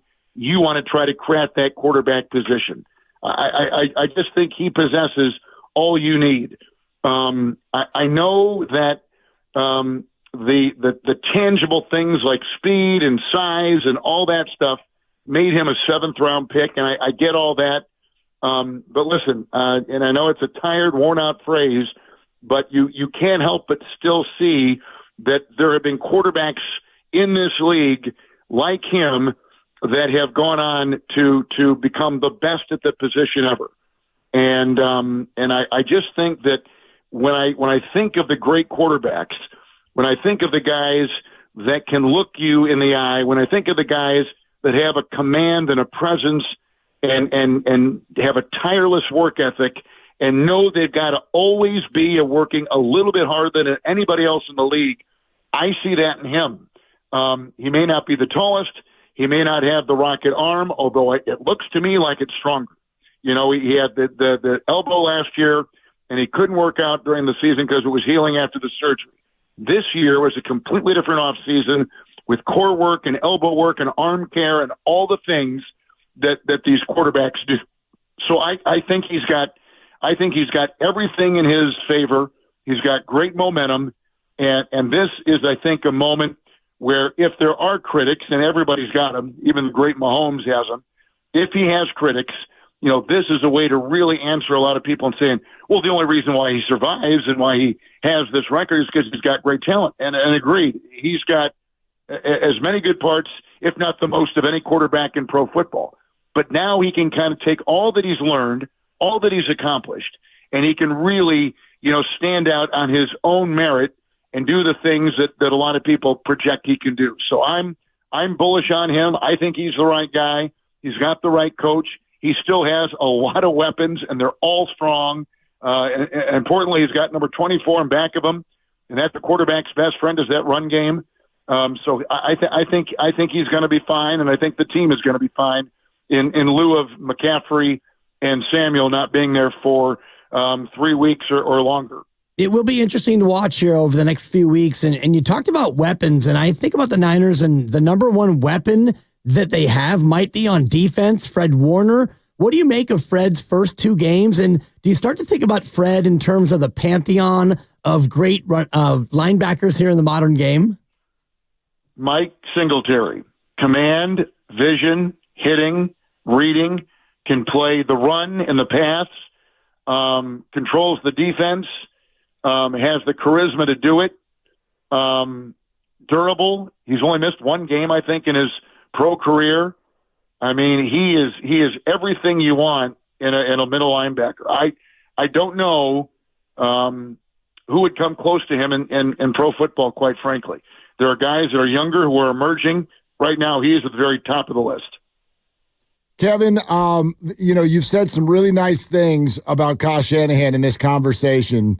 Having done the game last night as well, we've had some conversations today about Nick Sirianni. I'm certainly not asking for you to take a shot, but I would love your reaction to what happened last night, and maybe also a little compare contrast. Like, he's gotten under Niner fans' skin a little bit, the fiery nature of the way he handles the sideline. And then the call at the end of the game last night has a lot of us scratching your head. How would you kind of compare and contrast Kyle and Nick? Well, I did that game last night and in Philadelphia, so I got to see it, firsthand. And it's rare. The word collapse is a very strong word, and I almost think of it in terms of losing a 20 or a 30-point lead. And that would look like a collapse. But to have Kirk Cousins coming off Achilles tear and still not really mobile and doing what he did in that frame with that defense, now listen, he's got a new defensive coordinator. There's still a lot of newness about what they're trying to do. They made the change there in the offseason. They got Vic Fangio, who's not a blitz guy, and he really sticks to his principles. And sometimes they can come back and get you, and they did last night. But Sirianni has been on the hot seat here for a while, and I don't know if it was coincidence or not, but Belichick was in the building last night. And yes, he was doing the Manning cast, and I saw him walking on the sideline before the game. So I don't know why he was in the building, but he was. And I'm not saying anything about that means anything. Had they won by 40, I would still mention that he was there because, people are after Nick right now. And, listen, he's been to a Super Bowl. They've had great starts. I'm not sure where him and the quarterback are on the page. They've got a new caller in Kellen Moore, who's come from the Chargers, and before that, Dallas. I still think that's a work in progress. Quarterback played well last night, but he turned it over again.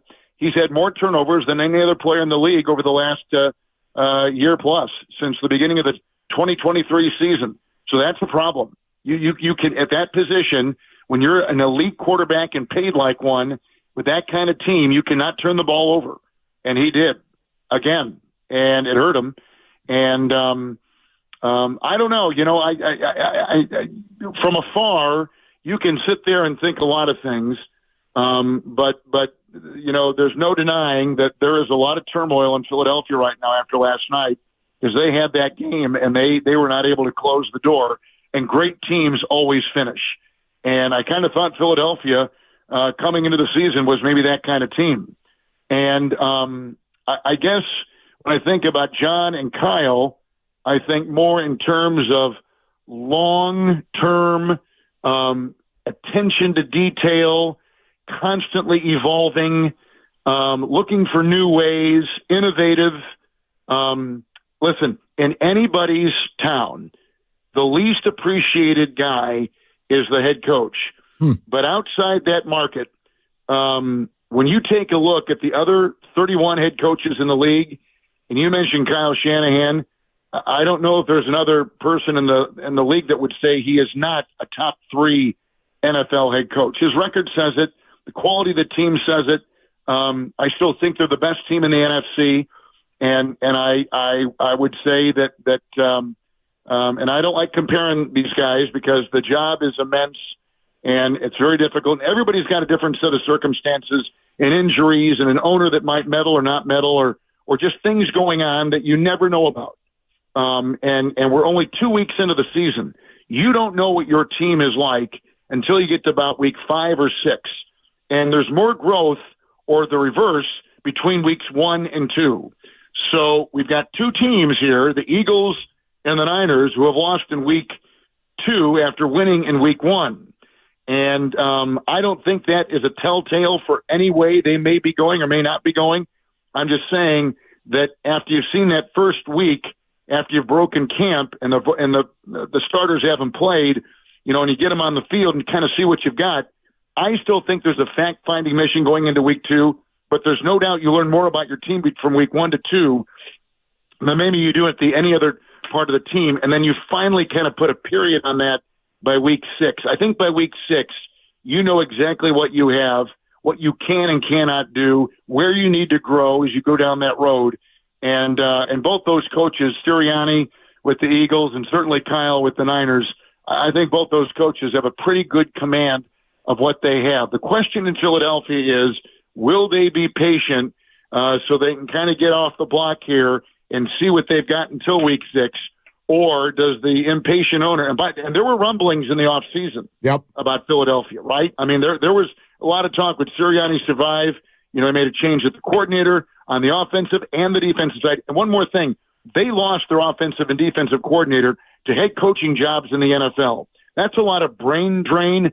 Belichick went through it, certainly at New England, but they lost one guy to the Colts and one guy to the Cardinals. That's hard to replace 2 coordinators like the Eagles had to do. So I almost give them a little pass here because I think they're still, even at this stage, trying to collect themselves and get to back where they were a couple years ago, and that was as a Super Bowl team that just lost to the Kansas City Chiefs very, very late in the Super Bowl a couple years ago. Kevin, you're the absolute best, man. Thank you so much for making some time for us, okay? My privilege. Thanks, guys. Great being on. Thank you so much, and I hope I get to see the Niners for another week coming up. They were fun on Monday, and even on Sunday, quite frankly. That was a terrific game. It didn't end up the way that you wanted it out there, but it was enjoyable. That was a loud building, man. I'm telling you what, my ears are still ringing. And even Philadelphia last night, we're doing the game there, Kurt Warner and I were, and it was loud, but nothing like that downtown Minneapolis stadium. That indoor stadium was loud and very tough to communicate, I'm sure, both offensively and defensively for the 49ers.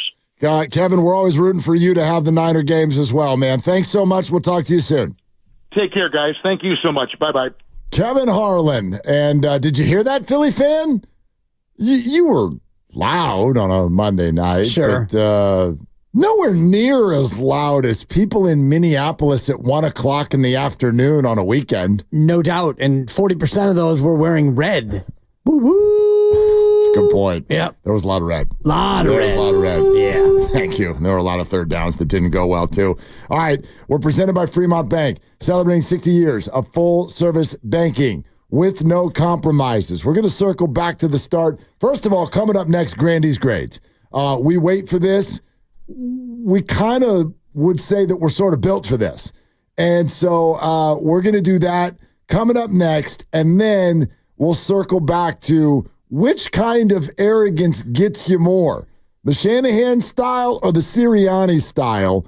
That's next on Willard and Dibs. Meantime, I'm here to tell you about my weight loss journey, which has been great. It's been 6 months now, and I've lost 25 pounds, and I've kept the weight off thanks to Abundant Life Weight Loss. You can find out the secret to losing up to a pound of fat every day. That's right, 1 pound of fat a day off your body by following this great program. Many people find that they can lose between 20 and 30 pounds in the first month or 2. That certainly was the case with me in my weight loss journey. And the best part about it is you don't have to worry about injections or drugs. There's no surgery, no hormones or steroids, no prepackaged meals, no exercise required, and no counting points or calories. It's just a good, solid program where you get to eat the food that you like to eat, and you go about it in a certain way that's going to help you lose weight. I've dropped a couple of inches off my waistline. I'm down at least 1 t-shirt size, and I've never felt better. All you have to do is call for a free consultation, 925-854-5140, or go online to abundantlifeweightloss.com. Come into Friedman's Appliance in Pleasant Hill September 27th through September 29th for their fall clearance sales event. Take advantage of factory direct prices, one-of-a-kind opportunities, special pricing on floor models, and convenient financing. Save on new appliances from trusted brands like Miele, Bosch, Electrolux, LG, and Maytag. Visit Freeman's Appliance in Pleasant Hill for their fall clearance sales event, September 27th through September 29th, for the best time to save on new appliances for your home. Plan your dinner at Whole Foods Market. Get no antibiotics ever.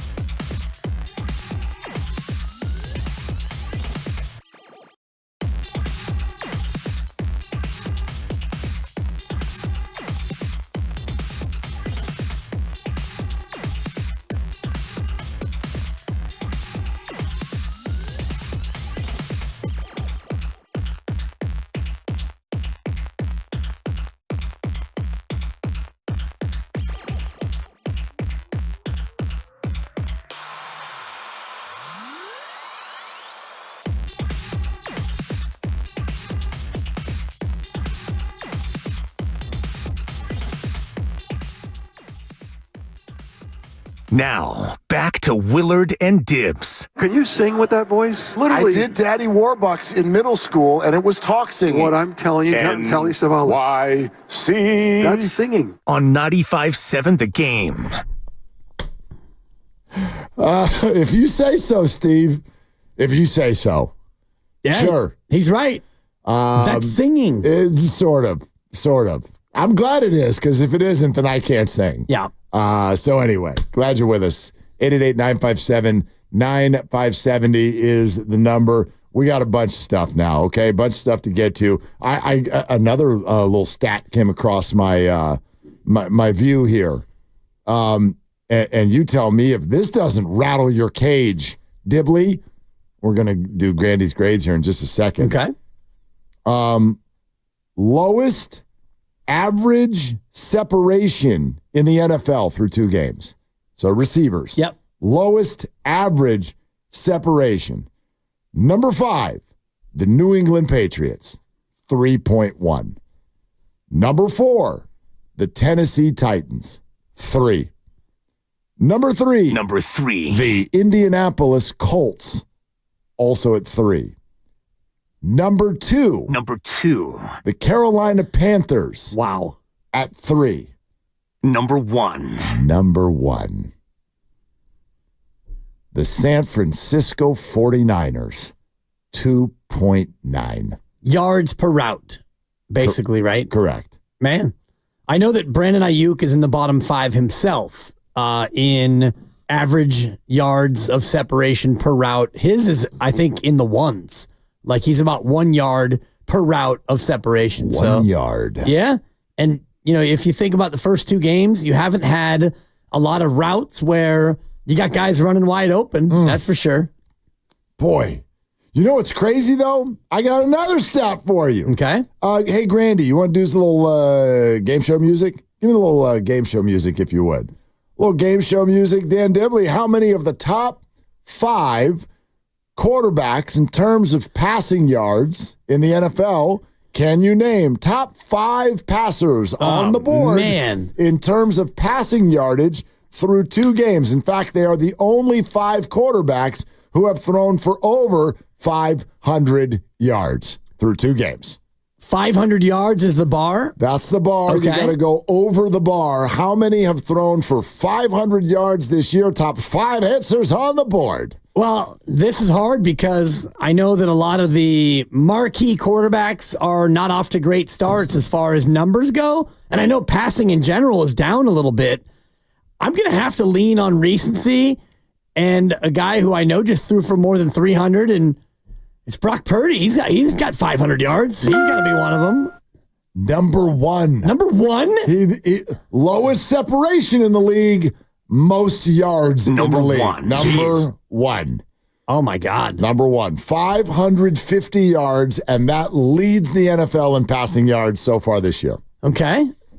Just for, because that kind of drives the point home. But anyway, the other 4, just for fun. Who do you think? I mean, Baker Mayfield's got to be one of them. He's having a good start to I'm sorry, Baker Mayfield is 10th with 474 yards. 10th? Yeah. Man. What about Derek Carr and their explosive offense? Oh, that's a good guess. That is incorrect. Derek Carr is 13 with 443 yards. 13? 13, yes. He's thrown like 17 touchdowns. 5 yards per attempt, 5, Derek Carr. yes. Oh, 5 touchdown throws, which is tied for the league lead. Haven't they scored on every drive this year? They have gone on a stretch of 15, I think, 15 consecutive drives with a every score. drive that he's led. I think he's gotten pulled maybe at the end. Yeah, 15 for 15. Man. All right, what else? You got one more guess. You got 2 strikes on the board. You got Brock Purdy, but you're 0 for the rest. Yeah, thanks. Yeah. Man, how about the quarterback that they have this week coming up, Matthew Stafford? Number 2, very good. Okay. 533 yards. Well, they've been trailing, so I figured that they've been throwing it a lot. Yeah, good point. Man, I want to say, how about C.J. Stroud, my quarterback? That's my quarterback.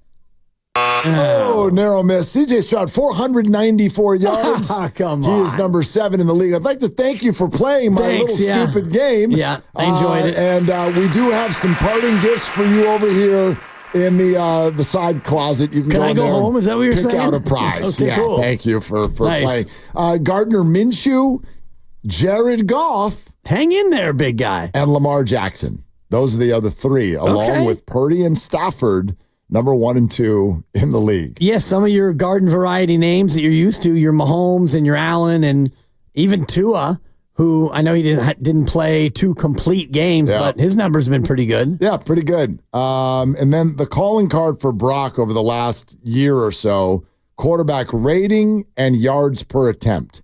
And he's still high on those, but has not established himself as the leader in either of those categories as of yet.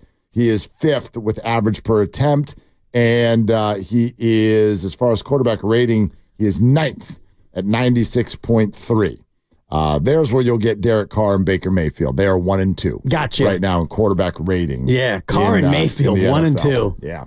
Bit of a topsy-turvy week 2. Everybody saw that coming. You want to know where Patrick Mahomes is in terms of quarterback rating? Probably like 12th. Scrolling. Patrick Mahomes is 15th. Jeez. 15th in quarterback rating. Tucked in between Aaron Rodgers and Kirk Cousins. And right behind Gardner Minshew and Justin Fields. Everybody saw that coming? Yeah. All right. Grandy's grades? Want to do some Grandy's grades? This is, ladies and gentlemen, where we take a look back at the most recent 49er game. We go position group by position group, and Mark Grandy hands them out. All right, let's get to it. 49ers fell to the Vikings. Week 2, 23-17 was the final score. Let's start with my first of 7 different groups. We'll go quarterback, skill positions, which is running back, wide receivers, tight ends, offensive line, the front 7, which is the down linemen and the linebackers, secondary, special teams, and coaching. We'll begin, as always, with the quarterback. This might be a big one. I don't know. I might get a lot of people disagreeing with me. I wasn't that harsh on Brock. Gave him a C+ for his performance on Sunday against the Vikings. What do you think? A C+ is, I think that's in the range. I think that a straight C would have been maybe more appropriate. I think, and Mark and I talked about it, he did make some big-time throws. More red zone inefficiency, 2 big turnovers, so it certainly wasn't an A or a B. I don't want to quibble with C+ or C. C- feels a little too harsh, but I think C+ is in the range. Yep, C+ is actually exactly where my mind went yesterday. Yours went C, mine went C+. I'll agree with it. I'll agree with it completely. Like you've got a couple of very, very damaging mistakes in there. You also have, as you said, you have some dot throws, some big plays. You have over 300 yards passing. You had your first touchdown pass of the year. Not all bad for Brock. C+ feels about right. Yeah. I also think part of the reason why I wasn't a little more harsh was when you're under pressure as much as Brock was, and what you're talking about with lack of separation from your receivers that you're throwing to, so much of what hindered the offense. Maybe you blame it on Brock, but he wasn't really helped out by anyone around him either. I agree. Like, again, to me, the trenches of the football, we'll get to those grades. The trenches of the football game were not in the Niners' favor for the most part. Yeah. All right. Up next, skill position. So this is running backs, wide receivers, and tight ends. Same grade as quarterback. I gave him a C+. What was the thinking? Jordan Mason was the buoy that kept them up. I wasn't particularly impressed by Deebo Samuel, despite his numbers. There was some garbage time yards that he got in there towards the stretch, down the stretch. And again, what we're talking about with the quarterbacks, I didn't think some of this is Aiyuk. I thought Kittle was good. There wasn't a lot of help that the skill position players provided Brock Purdy. They could have, maybe got open a little bit more and provided easy access. So a C+ buoyed by Jordan Mason. What do you think? I would lean toward B-. Yeah, and me too. I think that Kyle Juszczyk deserves a lot of credit. He had a couple of great catches, including the toe tapper on the sideline. And I don't want to gloss over Jordan Mason in his second start, going 20 for 100 yards. And he was really the only running threat. And early in the game, outside of that first drive where they didn't run it at all, he was the guy who was moving the chains. I thought that he was terrific again. George Kittle was a matchup problem. And, Aiyuk did what he could do with the limited number of targets that he got. I have a question. Jacob Cowing is a skill position player. However, his mistake happened within the framework of special teams. So does that count?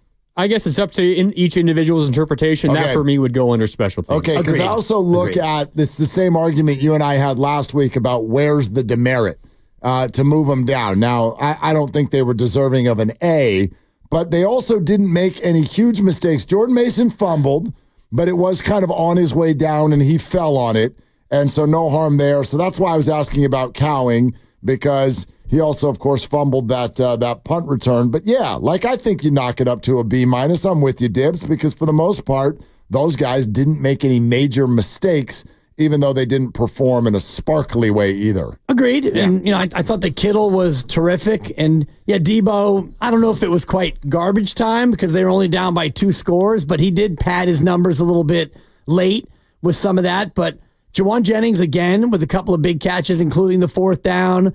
Conley with a grab. Eric Saubert with a couple of catches. I didn't think that the skill guys were the issue, so I give him a B-. We are in the midst of Grandy's Grades, and you're listening to 95.7 The Game, KGMZ FM and HD1 San Francisco, an Odyssey sports station, always live on the free Odyssey app, Twitch and YouTube, powered by First NorCal Credit Union. For a low-rate auto loan, apply online or just ask for First NorCal financing at the dealer. Grandy, back to you. Up next, the offensive line. This is where it gets a little uglier, I should say. It hasn't been great so far. Offensive line, I gave them a D+. My thinking was it would be worse, but half of their job was the run game, and the run game worked very well. But the pass blocking, that was pretty bad all game long. So a D+ for the offensive line for me. How many penalties? Do we have that in front of us? Ooh, I don't have it off the top of my head. I have the box score right here. The total penalties for the team, 4 for 30. Okay. And I know Trent had one, and I believe the majority of those were offensive line. There was an illegal formation penalty. There was a false start on Trent Williams. So only 4 penalties, though, accepted against the Niners. Yeah, I'm not going to argue with your D+. I think that it's somewhere in that range. The bottom line is they were outperformed by their counterparts for sure.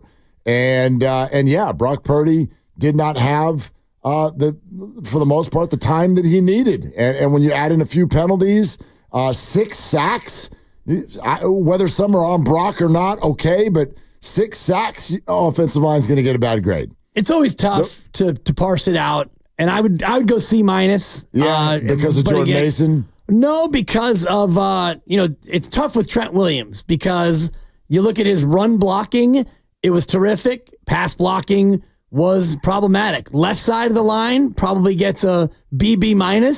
Right side of the line and the center, D- to an F. So when you look at the whole group, you had a couple of guys, like Trent Williams was not terrible. He's not as good as he usually was. Yep. The right side of the O-line, Pooney, and the center, they had a lot of issues in the game. So the 5-man unit, and you have to look at it as a unit. For sure. C-. I don't argue with a D+. They were not great. Sorry about that. Up next, Grandy. Hi, Grandy. Front 7. This is maybe the most difficult one for me because you're kind of morphing a couple of position groups together. The defensive line, your down linemen, and your linebackers. Obviously, the star of the game for the Niners was Fred Warner, and he's the reason why this grade is somewhat decent. For the front 7 as a whole, I gave them a B+, our best grade of the day so far, but that is largely because Fred Warner was an A++++, and everyone else was not great. Fred was a stud. Nick was certainly good enough, but that's 2 players, and you said there are 7 of them because they're called what? A front 7. Correct. And so that means that outside of those 2, I would argue that you got very little from that position group. Those 2 are there, and Fred saved the game from getting out of hand, so I'll grant you that, but B+ feels a little too easy for my liking. I could have wrapped my head around a B, felt more like a B- to me, because you do have guys like Javon Hargrave and Leonard Floyd who just were unable to really make a mark in this football game. You had a whole game to make a mark. You're going up against Sam Darnold. This is a doable thing, and they didn't do it. Yeah, I would give him a C+, and I think you nailed it with Fred and also Nick Bosa. I would have him in the A category, but other than that, you allowed Ty Chandler, not Tyson Chandler, the former center from Los Angeles, Ty Chandler, 82 yards on 10 carries. So, I mean, you got gashed in the run game. Sam Darnold, you only got to him a few times. And outside of Nick Bosa, Floyd was a no-show. Javon Hargrave continues to struggle. I didn't think that the front seven was as effective. And I put part of it on the coordinator, Nick Sorensen, because you didn't heat up Darnold at all. You blitzed 4 times. You thought that you could get it done with your base, with your 4-man rush, and you didn't. So I give him a C+, the front seven. Yeah, that's fair. I get your guys' points. Up next is the secondary. This one was strange because the last drive, I think, knocked the secondary down a couple of pegs. They had a bunch of 3rd and long conversions the Vikings did there, and that was without Justin Jefferson on the field. That was disappointing. I ultimately settled on a C- for the secondary because I thought largely, for the most part, they did a pretty decent job. You have the 97-yard touchdown, obviously. One mistake in the first half that was terrible, and that can never happen. And then you had the final drive that I'm talking about otherwise, but Darnold throws for 268. 97 was on one bad play. Jefferson, 133 yards. One play for 97 yards. Other than that one mistake, this was largely a pretty good day for the secondary. I know you can't just forget about one play. I don't think it was as bad as a lot of people do, so I'm settling on a C- for the secondary. I guess I can work with that. The only rebuttal I would have that would make me feel like it might be a little bit more in the D+ range. I guess here's the thing that's in the favor of the secondary. You said some of it. Plus, I also think that the 97-yard play to Justin Jefferson is a little bit more on the defensive coaching staff than it is on the players. With that said, what was your assignment?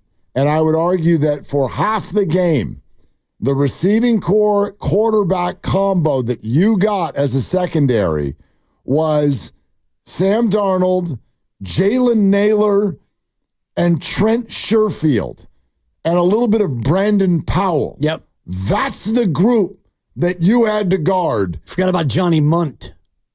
Who? Go Ducks. No Jefferson for half the game. No Jordan Addison at all. No TJ Hawkinson. And last year's backup quarterback throwing the ball, I hold you to a higher standard than that. I'm going to knock him down below what you said. Below a C-. Yes. I was thinking C-, but you're kind of swaying me because I was thinking about the last scoring drive, and I'm just looking at the names, and it was Powell and Munt and Naylor and Munt and Powell. And these are 3rd down conversions. Munt? Dude, Munt. You have no answer for Munt. And when you watch, especially the 3rd and 8 pass to Naylor that went for 26 yards, there was confusion. And the 97-yard pass play for the touchdown, there was confusion. Sure. I thought the secondary looked a little bit slow, a step slow. There was definitely confusion on a lot of it, including that drive. So I was going C-, Grandy, but I think it might be a D+. Damn, you agreed with Willard, huh? Well, he kind of swayed me because as I'm looking at it. Thank you. Well, man. And they didn't have Hawkinson. You didn't have Addison or Madison. I'm good in debate class now. And I can put out a point. Well, you don't have to agree with it, but I can put out a point now. And when I mentioned Munt, and you Munt? When you got Johnny Munt and you don't have an answer for Johnny Munt, then it goes from a C- to a D+. Johnny Munt. Fair enough. All right. Up next is special teams. I know this is where Dibs disagrees with me as well. Boy. Obviously, there was the blocked punt. Yep. Mitch Wishnowsky just becoming an observer, which was odd. There was the muffed punt by Jacob Cowling. They fell on it. Didn't ultimately hurt them that bad, although the next play, I think, Purdy threw an interception and it turned into a touchdown. There was Deebo Samuel bringing the ball out of the end zone and only getting out to like the 15 and then a penalty on top of it. Yep. Not great. All of that considered, it didn't really hurt you a ton. That's why I know Dibs was going for an F. I gave the special teams unit a D+. It's an F. I think it's an F because the way that the punt was blocked was an absolute giveaway. It was a give up. It was a sieve. You let a guy straight through the B gap, and he had a straight line, and that thing was blocked easily. It wasn't one of these athletic plays where the guy goes around the corner and gets a piece of it. That thing was smothered. And yeah, Mitch Wishnowsky did the staring contest. The muff punt. That was so bad. Isaac Yadam recovered it. He recovered 2 fumbles on the day, by the way. Yadam. The kick return was a debacle from Deebo taking it from 3 yards deep. He had momentum going forward. Those 3 plays, while not directly leading to points, all of them, those were disastrous plays. They get an F. Am I remembering this correctly? The punt block led to the first quarter field goal? Field goal. The field goal. The defense did not allow them anything. It led to points. Yep. Correct. It led to points. All right. So, and you said D+? D+. I'm going to split the difference with the two of you. I'm going to go D. And the only reason that I'm going to say that, I'm going to agree that D+ is too soft because of all the things you just said, Dibs. The reason I'm not going to give an F is, and again, as a teacher, an F means you didn't do squat. You did nothing. And Jake Moody is perfect on the year. And so I got to give them points for something because they showed up, they did their assignment, they didn't do it well, but therefore you get a D. That's what I would give them. Okay. Yeah. Yep, Jake Moody, perfect field goals and extra points. Not many, only 3 kicks in total, but he was good overall. Okay, last one is the coaching. I gave coaching overall a C+ for this one. I'm probably a little more encouraged just because I saw Kyle Shanahan be aggressive, and I want him to be aggressive, and it's one of my sticking points with Shanahan for years now. The fact that he went for it twice on 4th downs on one drive, I was trying to scour game logs and try to find another time where he's gone for it on 4th down multiple times in a single drive. I couldn't get through every single game, but I hadn't found one. I was so ecstatic he did that. Of course, it failed. The 4th and goal from the 2 at the end of that long drive. He went for it again later on. Didn't get that one either. But I was encouraged by that overall. There were some other mistakes. Defensive coordinator Nick Sorensen and the Justin Jefferson touchdown debacle. All of that, I get it. Overall, I might be a little bit lighter on this because I was just so eager to see Shanahan be aggressive finally, even though it didn't pay off. So C+ for me for coaching. I C-, and that's generous. The more I've looked at the film and looked at what went wrong in this game and the fact that they only blitzed 4 times and Kyle Shanahan electing to go for it on 4th and 2 instead of taking the 3, the 97-yard debacle on the big touchdown to Justin Jefferson where inexplicably you don't have your best corner guarding their best receiver. You got 2 safeties deep, neither of whom is really a good deep cover guy. Those coaching mistakes for me are inexcusable. You said C-? Yeah. And Granny, you said C+? Correct. It's an A. Kyle Shanahan is the greatest coach who has ever lived. Now, I think I'm going to lean toward you, Dibs, on this one. I don't think it's a D, but I think a C- sounds about right to me. And because I do look at it collectively, the position that the defensive coordinator put their players in a couple of times did not work. I did not like.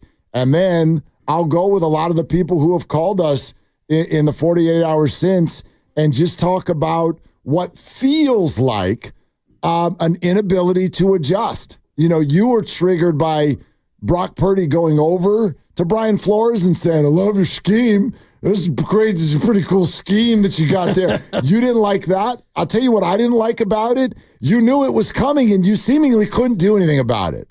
Like, you're the scheme master. You're supposed to be able to out-scheme Brian Flores.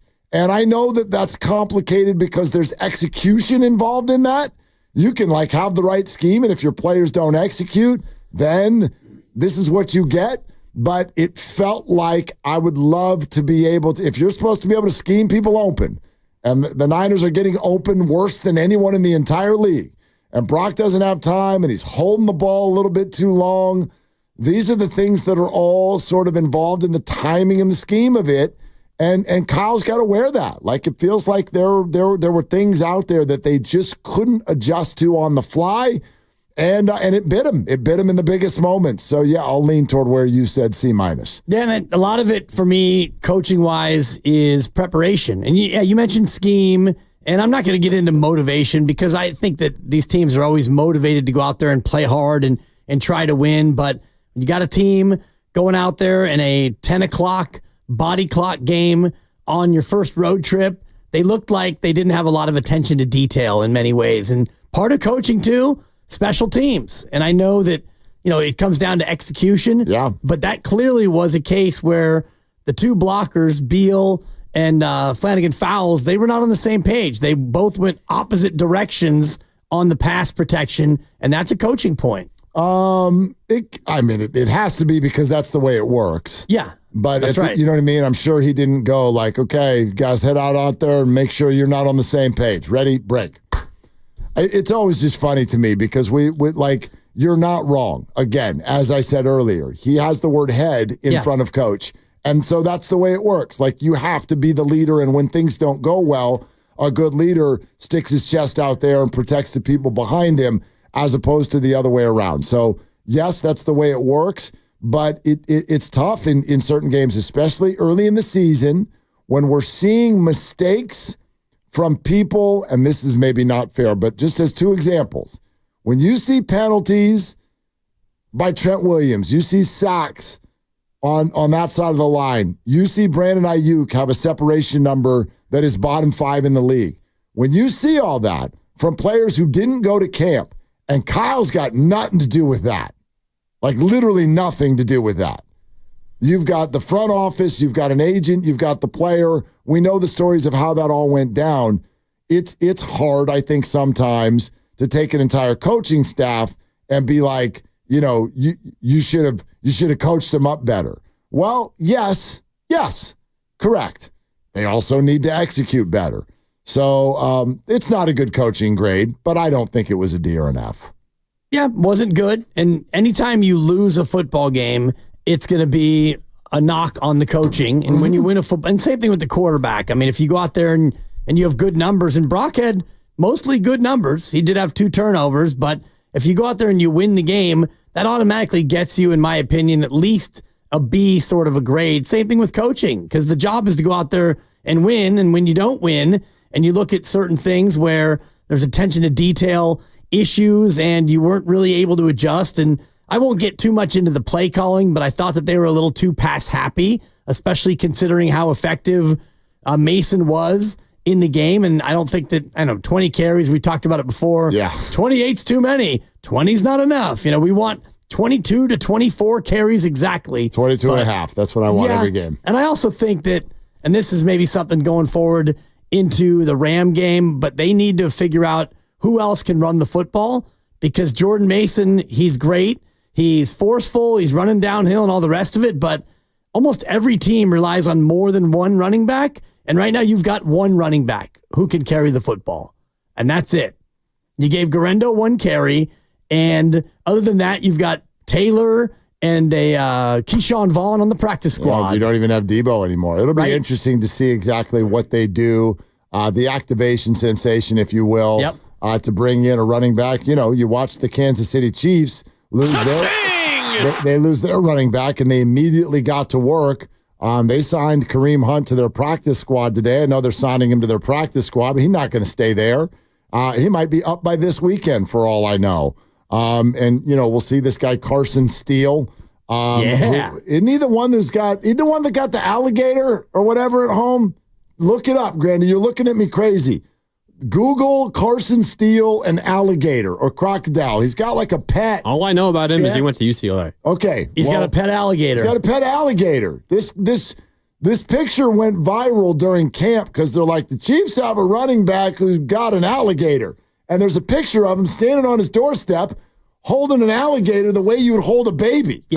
Apparently his alligator's name is Crocky J, even though he's an alligator and not a crocodile. I'm out on this guy. He's calling alligators crocodiles? No, it could be ironic. I mean, it's like people who name their pets like Bob. This is my dog, Bob. Well, you can name anybody Bob, but the Crocky thing isn't that, like, unless the alligator wears Crocs, the indication is that it's crocodile. But it's better than saying this is my alligator named Allie or Al. Why? This is at least clever, Crocky J. This is a line from a People magazine article. I'm looking at it right here. The running back clarified that Crocky J is an alligator and not a crocodile, but chose the name because he thought it, quote, sounded a little better. Okay. I mean, name your pet whatever you want to name your pet. You know what I mean?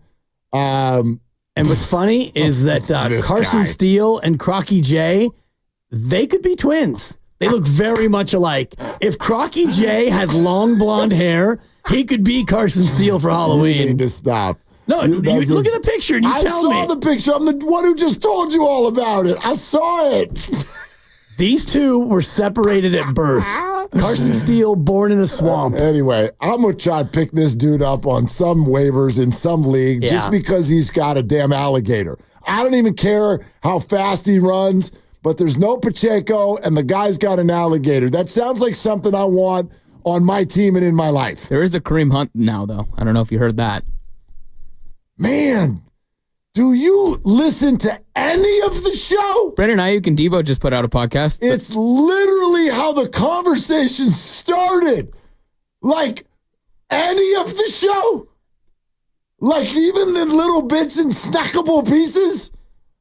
Brandon Aiyuk was asked why he ultimately chose to stay with the 49ers, and it's because the Niners are family. So that's what I've been learning about the last I'd like 40 us minutes. to be more family. Listen to the show. Hey, Lucas. There's stuff happening in here. Deebo didn't want to call Brandon Aiyuk during the negotiations. He just left him alone. Because I don't know if you know this, he actually went through negotiations pretty recently, too. Oh, my God. Did you know that Carson Steele has an alligator named Crocky J? This guy sounds like an idiot. Only a Bruin would do that. Oh, my God. It's just any of it. Like, just a piece. Pick 1 hour and listen to that. Trent apparently called Deebo during his negotiations, and he wouldn't answer the phone. He didn't want to talk to anyone. YouTube, Odyssey app, there's so many resources. You can hear any of it. Just a little bit of the show. Deebo said 1 to 2 weeks for his injury. That's what he said on the pod. Yeah, on the pod. Okay. I'm glad you're I'm glad you're enjoying the podcast. Wherever you get your podcasts, which is apparently in the other room. All right. All according to Bleacher Report. Liv News trying her best, by the way. And if you're going to go listen to that podcast, don't. It's really not very good. That's the highlights I just gave you. Wow. Perfect. She pretty much just interviewed those two the whole time. It must be better than our show because we know which one you're listening to. There you have Hey, I'm it. out here trying to gather news for you. I appreciate it, man. Trying to gather No, content. you keep doing your job. Do your job, and then we'll do ours. All right. Anyway. Kareem Hunt, I don't know if you heard. Yeah, Kareem Hunt. It's on the practice squad. Cool. Kansas City Chiefs. Samaje Perine also there. Yeah, he's on the team. He sure is. He likes to catch passes. Good luck on your waiver wire tonight while you're asleep. I think Samaje Perine has a cat. It's named Doggy J. Come on, what are we doing? I don't know. It must be the 5 o'clock hour. It was a 2 at best. Whatever. Anything will make me laugh right now. Like if I don't laugh, I'll cry. So, that's what I'm going to do. I think the bigger question is, what do the Niners do at backup running back? And well, that's kind of what we're getting at. Right. Like the Chiefs got right to work when their running back got hurt.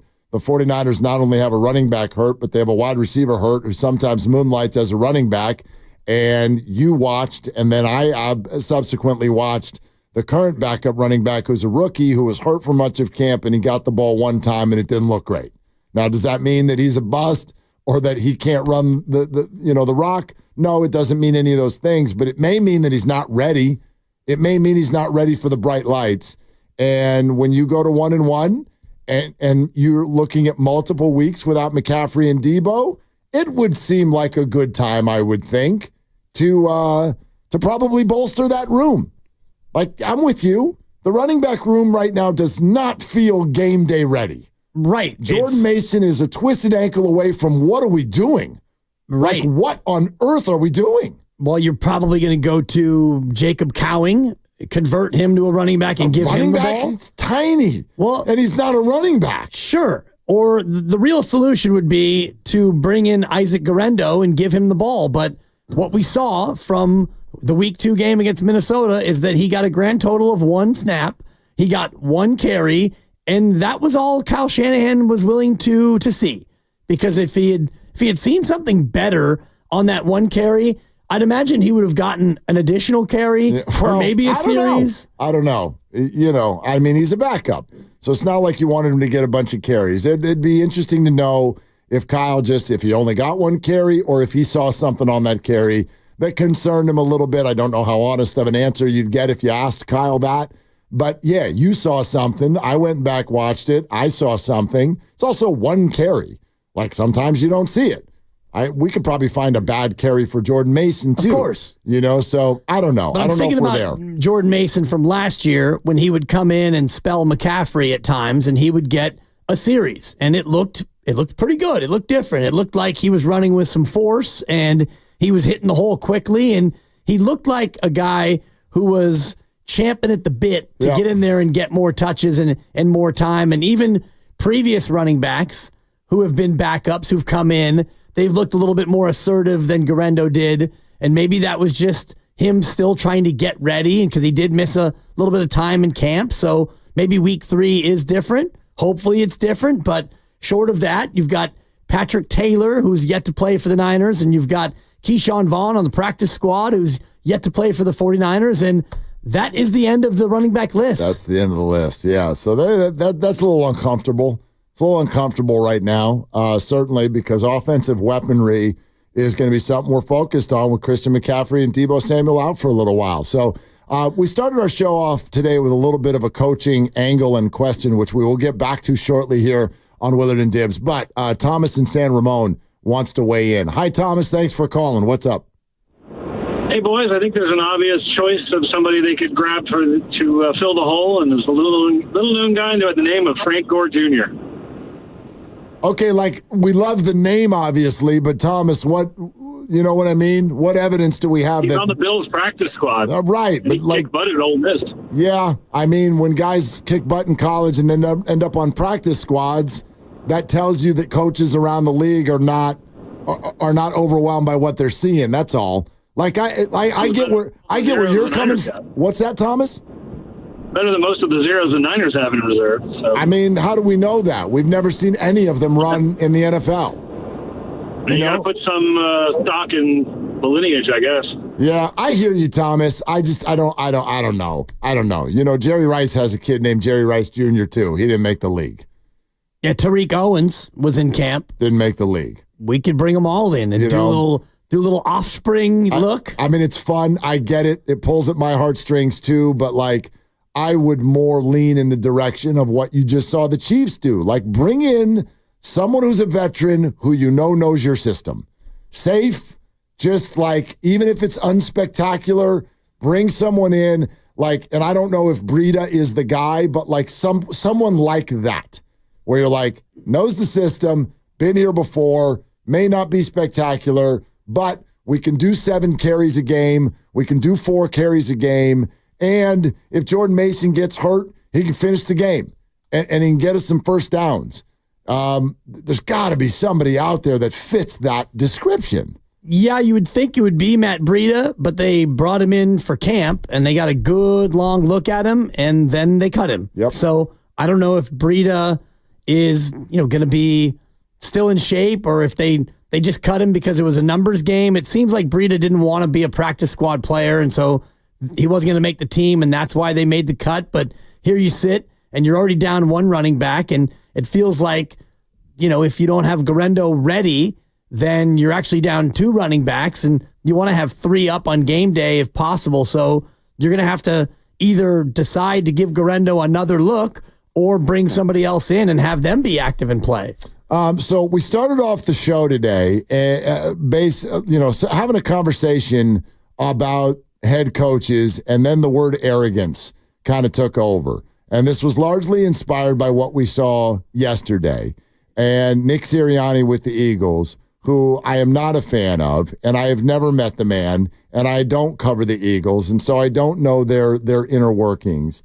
But I'm always on the hunt within our fan base to learn more about the things that seem to bother some fans about Kyle Shanahan. You heard Kevin Harlan just come on with us last hour, and if you didn't, Odyssey app, YouTube, Kevin Harlan said something in that conversation that I'd like to highlight, because I know it's loss week, and that means it's we hate the coach week, and I get that.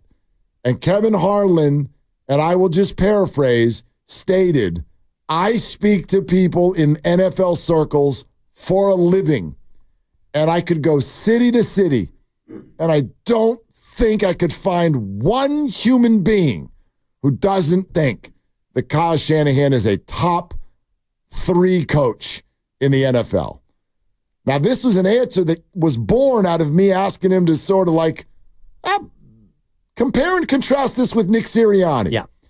And his answer about Nick was just kind of like, well, I mean, he was on the hot seat in the offseason, and last night was weird, and Bill Belichick was walking around on the sideline. So that was interesting. Yeah. That's his answer. So I look at this Kyle Shanahan arrogance thing that I keep hearing, and I'll acknowledge what you're seeing. I get it. Smartest guy in the room, right? Knows all the play calls, has the family lineage, a little bit of a jerk sometimes in a press conference in terms of his tone. I get all that. Isn't Nick Sirianni, isn't that what we're actually talking about? Arrogance. Somebody who, when his players succeed, he wants to make sure that he and his Uncle Dom are on camera and spitting with saliva, walking halfway out on the field, yelling at players, get your bleeping head in the game. This guy who, oh, by the way, results business, right? Am I right? 7 of 9. He's lost. 7 of his last 9 football games. Including a playoff where they got motorboated. 2-7. 2-7. That's the kind of arrogance that gets me. And I wonder, we wonder, 888-957-9570, how do you compare and contrast that word and these 2 coaches? Well, you think about arrogance and you think about success rate. And for Nick Sirianni right now, having lost 7 of 9, his act is wearing thin. And, Philadelphia fans, and I know we have a call that we can play from Philly radio this morning that will probably speak to the level of anger that they're feeling toward him and toward this team. And yeah, if you have won 7 of 9, if they'd had the success that Kyle's had of late, all of a sudden Nick Sirianni's act is not so annoying. It actually becomes endearing, and you're probably loving him, and that they fired up Nick Sirianni and the emotion of the coach, and they're winning. So I do think that the idea of arrogance goes hand in hand with success. And we took calls yesterday with 49er fans criticizing Kyle Shanahan for not going for 2. He botched it. Yep. Should have kicked the field goal early.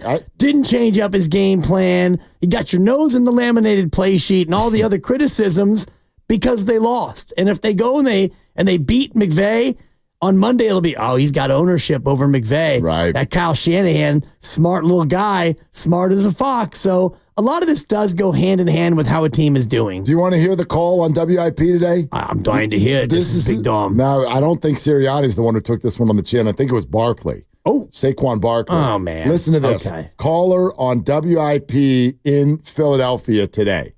We are a 3-win team. You know what? First off, Saquon Barkley, I'm not going to forgive you. You're still a giant. No, he's got to score 5 touchdowns a game to make up for dropping that pass. A little leaguer could do that. And I'm wrong, too. Last year, I thought we had bad coaches. No, we have horrible players because they're such prima donnas who can't practice even tackling because of that collective bargain agreement. We're not going to get better. You know what? The Redskins are going to win this division with 6 wins because they all suck. I'm furious right now. What I saw last night was a disgrace. We deserve better than that. Those guys tackling, Seth will tell you, is effort. And I did not see that last night. Saquon Barkley has played 2 games as a member of the Philadelphia Eagles, and in the other one, he scored 3 touchdowns. He's a giant. He's still a giant. He's got to score 5 touchdowns for me to get over that. No, 5 a game. Oh, 5 a game. Not 5 touchdowns. Oh, sorry. 5 per game. I think that'd be a record. Prima donnas. Yeah. If he had 5 a game for the remaining 15, that's 75 plus the 3, 78 touchdowns. I think that's a record, Mark.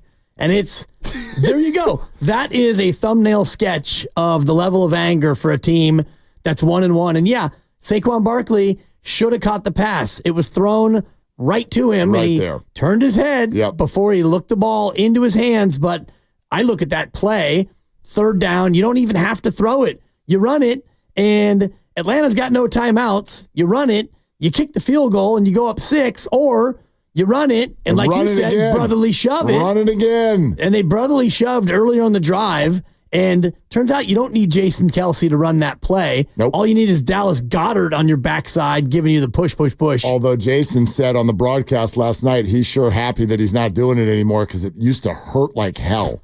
And doesn't it look like it? Can you imagine just being at the bottom and the epicenter of that every time you do it? So you've got basically 22 human beings. Oh, my You're God. one of them, and you're actually the one leading the way and probably first to the ground. Yes. You hike it, you push forward, and you dive to the ground. You stick your head in there and then allow what I would estimate to be about somewhere in the neighborhood of 2,500 pounds jump on your back.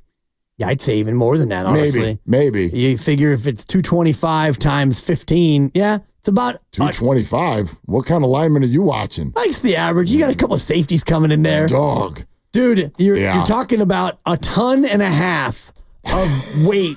Smelly professional athlete weight. And it's on you. That dude's like, I'm podcasting. That's not, I'm podcasting now. Get my wife, let's do some commercials. Like, oh my goodness. Hey, look who's on the line. It's one of our faves. It's Filmo Mike. Filmo, cook, do it. Oh man. I love this topic because it's something about Sirianni I just can't stand. First of all, he reminds me of that player that's like on the team that's talking hella crap, but ain't really it's on the bench. It's like, bro, you're not even doing nothing. Like, you feel me? It's like that. And then second of all, they need to replace his face for the Jordan emoji for his face. Because he's a constant Jordan emoji in the face. He always looks like he's crying. Like, I don't get it. And then he always got Big Dom beside him like nobody. Oh, come on, bro. He don't even. And then lastly, when it comes to Kyle is smart, right? And he knows he's smart. And when you're at the level that he's at of NFL football, you have to be the smartest, or you have to think that you're the smartest person in the room, no matter what you're trying to get off. If you're trying to give off some Jim Harbaugh vibes, you're trying to give off some, you feel me, Bill Belichick, Kyle Shanahan, he's smart, and the players respect it, and they know he's smart. With Sirianni, they looking at him like, bro, you don't even really know what you're doing for real. So I'm much rather and so happy that we have Kyle Shanahan as a coach. I know I called him Kyle should have have a championship, but Kyle, I swear to God, he's one of the best coaches in the league, seriously. And I would, oh my God, I would hate having Nick Sirianni as a head coach. Oh. Seriously, it would just be, oh my God, it would be the worst. Filmo, you are always welcome here, and I love your take. Thank you very much for the call, man. We love it. We love it when you check in. I just think it's hard for a fan to look at a situation and actually know, like even a play call. Hey, dummy, why'd you call that play? Well, I don't even know if that was the play that he called. He might have called the go route. He might have called a slant. Maybe it wasn't there. Maybe I don't know who messed up. But here's one thing I think fans can see. Are you able to keep your group together? You're in charge. You're in charge. It's not just play calls. It's culture. It's chemistry. It's keeping people wanting to go play for you. And Kyle Shanahan, in my estimation, has never had a problem with that. And I don't even know if I've ever heard anyone criticize him for that. I get some of you think he's too smart. Some of you will think he passes when he runs. He runs when he should pass. He hasn't learned his lesson. No one has ever called and said, dude, the locker room's a hot mess. Yeah, and what did we hear about Philly going into the year? The locker room's a hot mess. Right. A.J. Brown screaming at everybody every other game. Jalen Hurts hates the guy. Big Dom getting his name known, thrown out of football games and off the sideline. The whole thing is a circus, and he's the ringleader. in charge. Exactly. Yes. And part of it, I think, is that he doesn't have anything else to do during the game because he's not calling plays. That's Kellen Moore. He's not calling the defense. So be the CEO, be the head coach, be the leader. But his leadership style is like Filmo Mike was saying, the Jordan emoji. He's out there crying and complaining and stirring things up with Big Dom. And that's just not the way Shanahan goes about it. And you'd have to have somebody who's much more even-keeled. You can't rise and fall with every high and low over the course of a game, and that's what he does. Dude, he's on the field so much. Was it the Devontae Smith touchdown last night where he's just running all like he's flying down the sideline, his sweat flying out of his face, screaming, yelling, bumping people. And look, dude, if you're an excitable human being, you're an excitable human being. You know, Guru ran onto the court at a youth basketball game. It happens. But come on. Oh, no. You're grandstanding. Let Jalen Hurts and Devontae Smith be on camera. Yeah. They're the ones getting hit out there. But it's all fine and good when you're winning and if your team is into it. But already you've got things that are falling apart in Philadelphia and you're losing. So the criticism is going to come down on you. Yeah, no doubt. We're sponsored by Safeway. Glad you're with us. Not done with your calls. Hey, Bobby, stay right where you are. We love it when you call. 888-957-9570 is the number. This is Willard and Dibs. Head to Safeway this week for this digital deal and more. Nabisco family size Oreo cookies, selected varieties like limited edition Coca-Cola Oreos.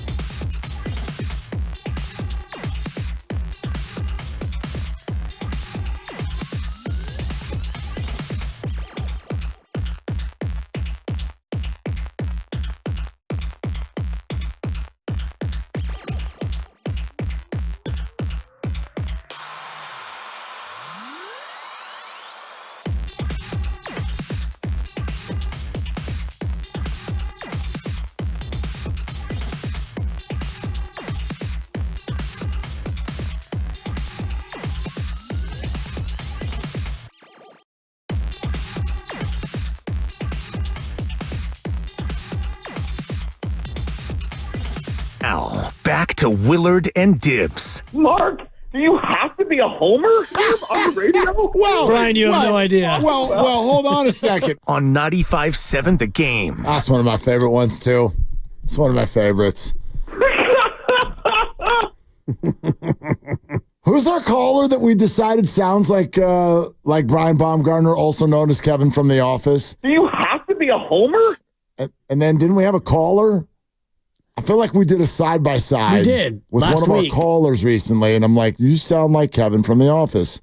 It was one of our out-of-town callers, I believe. Yeah. But a repeater. Yes. Anyway. Yeah. That's a great question. No. That was Dontrell Willis. Yeah, the D train. I was out that day. And Dibber will forever be mad that happened. And right, because the train is my guy. We go back. Not anymore. We got history. He didn't just say that's like, listen to the tone. It wasn't just a great question. It was like, damn. That's a great question. Yeah. Yeah. You can have that one. That's my guy now. I think I have the last 3 on this show. I think I'm riding a 3 good question streak. Inaccurate because factual. No, that's a really good question, dude. That was not that long ago. Anyway, let's go to Bobby in Los Altos and say hi to Bobby. He's one of our favorites too. Hi, Bobby. What are you doing? Hey guys, thanks for the love. I appreciate that. Yeah. Hey, thanks for calling. I wish I could prop bet before the season started that the term JP Mason load management would be a top priority of the team. I think that would have paid out 100-1 at least. But in terms of Kyle, look, I've never thought he was arrogant. You know, when he started his career with the Niners, he was 6-10, 4-12, something like that back in year 1 and year 2. I used to always call in and say, you know, the record's not great, but he never seems to lose a team. They still give the effort. The effort's there. You never feel like the team gave up. So I don't think he's arrogant. If he was arrogant, I think he would lose the team. Now, here's my problem. He does know how to lose a game when he is winning. But unfortunately, here's the biggest problem in my mind. He does not know how to win when he's losing. He does not know how to win when the team is down in the fourth quarter. As you guys know, there's an incredibly damning stat that he just broke last year in the playoffs against Green Bay. He was 0-30. 0-30, statistically impossible, when he was trailing in the fourth quarter by 7 or more points. He just doesn't know how to win when he's losing. But Bobby, do those 2 playoff games not do anything for that? Look, he broke the seal against Green Bay. I mean, the immaculate reception against Detroit was incredible. I don't think it actually fit the stat, but yes, he finally broke the seal, and maybe if he's like Phil Mickelson, he wins the first major, and now he can win 5 or 6. But 0-30, I want us to play Carolina every year, every week, and I want us to be down 0-20 in the fourth quarter and just watch us come back so that we can say we know how to win when we're trailing in the fourth quarter. Yeah, if Bryce Young was the quarterback, they'd win every single one of those football games if they were down 20-0 going into the fourth quarter. They wouldn't be down 20-0. I also don't know if he's going to quarterback any more games in the NFL, as a starter at least. Bobby, I hear you. We've all been over this. Thanks so much, Bobby. We've all been over the whole Kyle Shanahan thing about trailing in the fourth quarter. And I'm not going to say that 2 playoff games last year erases that.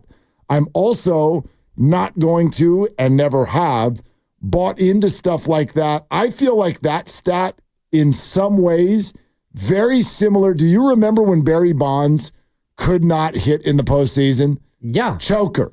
Terrible, terrible, terrible, terrible. It just was the reality of him in the postseason. Right. And then what happened in 2002? I think he hit 6 home runs in the playoffs. He homered every single time that he came to the plate in 400 at-bats. Anyway, I'm exaggerating. The point is this. The point is like those things when you small sample size stuff, and I actually do think, in the fourth quarter when you're trailing, what happens most of the time?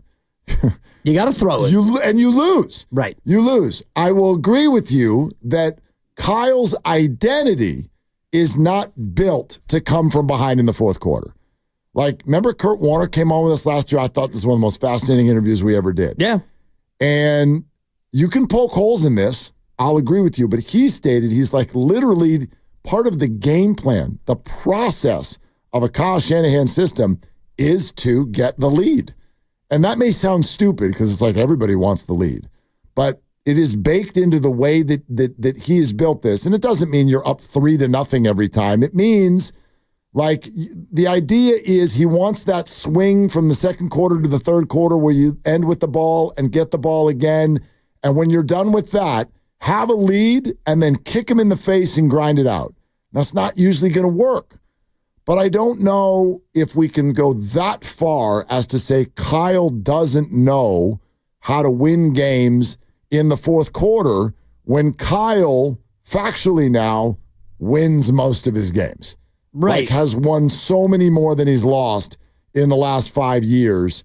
But if you go through all those wins over the last 5 years, and maybe I'll do that tonight after we put the baby down. And I'll just go through and see how many of those games they trailed. Not in first score. No, but when did they trail in these games? Like third quarter and they won the game. We know that fourth quarter by 7 or more, they don't come back from it. But were there games where they're down by 7 late third and they score to tie it and then they win the game? Yeah. The anatomy of a Kyle Shanahan win is exactly what you're talking about. You get the lead, you run the ball, you keep the lead, you don't turn it over, your defense is revved up, you win the time of possession battle, you win the game. And the way they run their offense, they don't do a lot of 3 wide receiver sets. Very rarely do they go 4 wides. Yeah. The roster is not built to come from behind because you don't have that many guys on your team. Down by halftime in LA last year, week 2. Is that correct? That sounds about right. You guys remember that one? And then how about the game in LA to go to the playoffs with Jimmy Garoppolo? That was come from behind. Right, but I don't think you were down by 7 or more. No, but I mean, look, you weren't down by 7 or more, I don't think, in the fourth quarter against Green Bay. The winning touchdown was, you were down by 4. You went and got a touchdown.